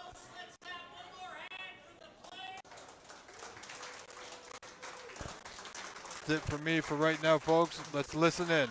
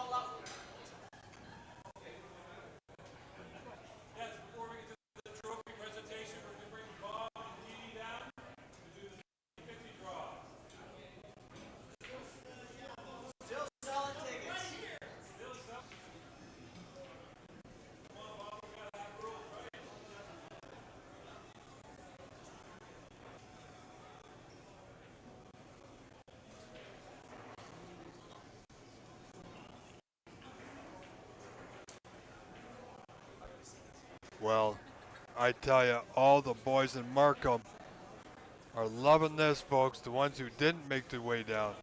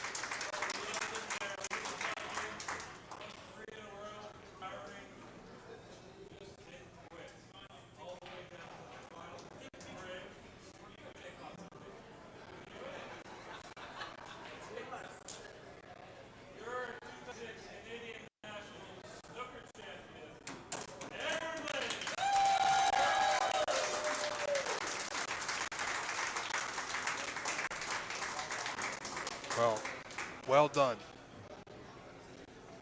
Well done. Well deserved, young man.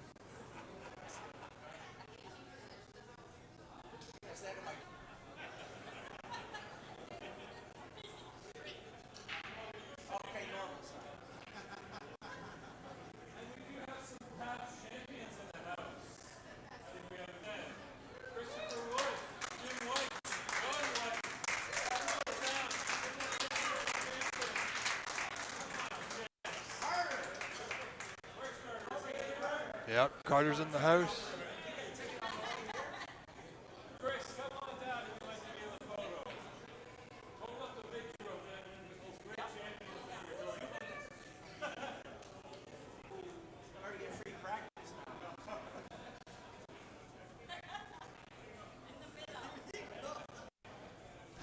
He's a little tall.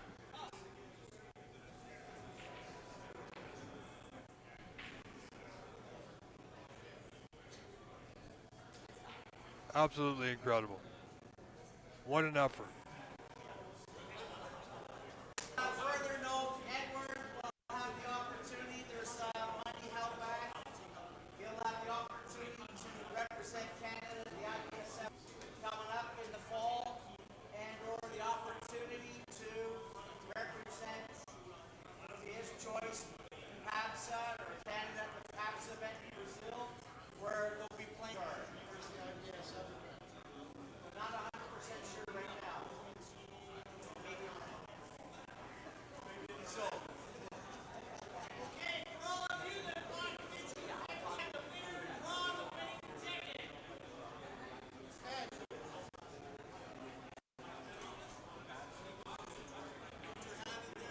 Toughest job you have to do, Edward. Roll the winning ticket.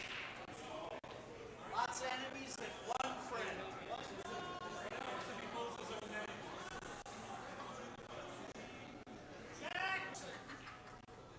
Jack Olson. We got his phone number.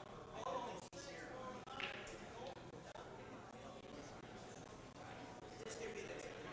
Okay, Jack, $60. Cheers on us. Jack. The one ring rule.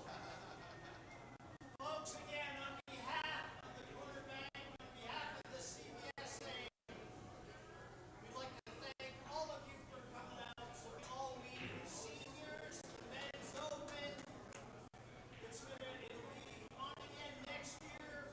Don't know where yet, but this kind of sport, I know the viewership numbers have been. The game is growing.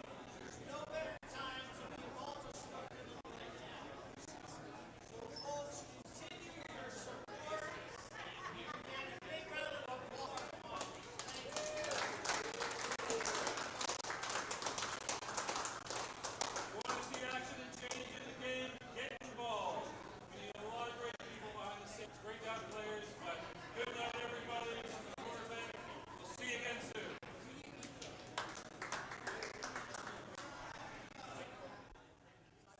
Well, ladies and gentlemen, what an incredible event.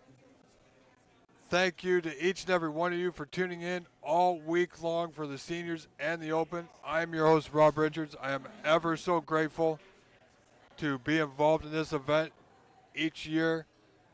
Looking forward to more events in the future. Coming up next week, I'll be involved with the NSL Championship, June 12th, 13th, and 14th from Master Q Billiards live on the NSL TV YouTube channel. Just want to say once again, I truly appreciate each and every one of you. Thank you, everyone. Have yourselves a wonderful night. And once again, congratulations. Edward Ling from Markham, Ontario, Canada is your new National Snooker Championship. Have a good night.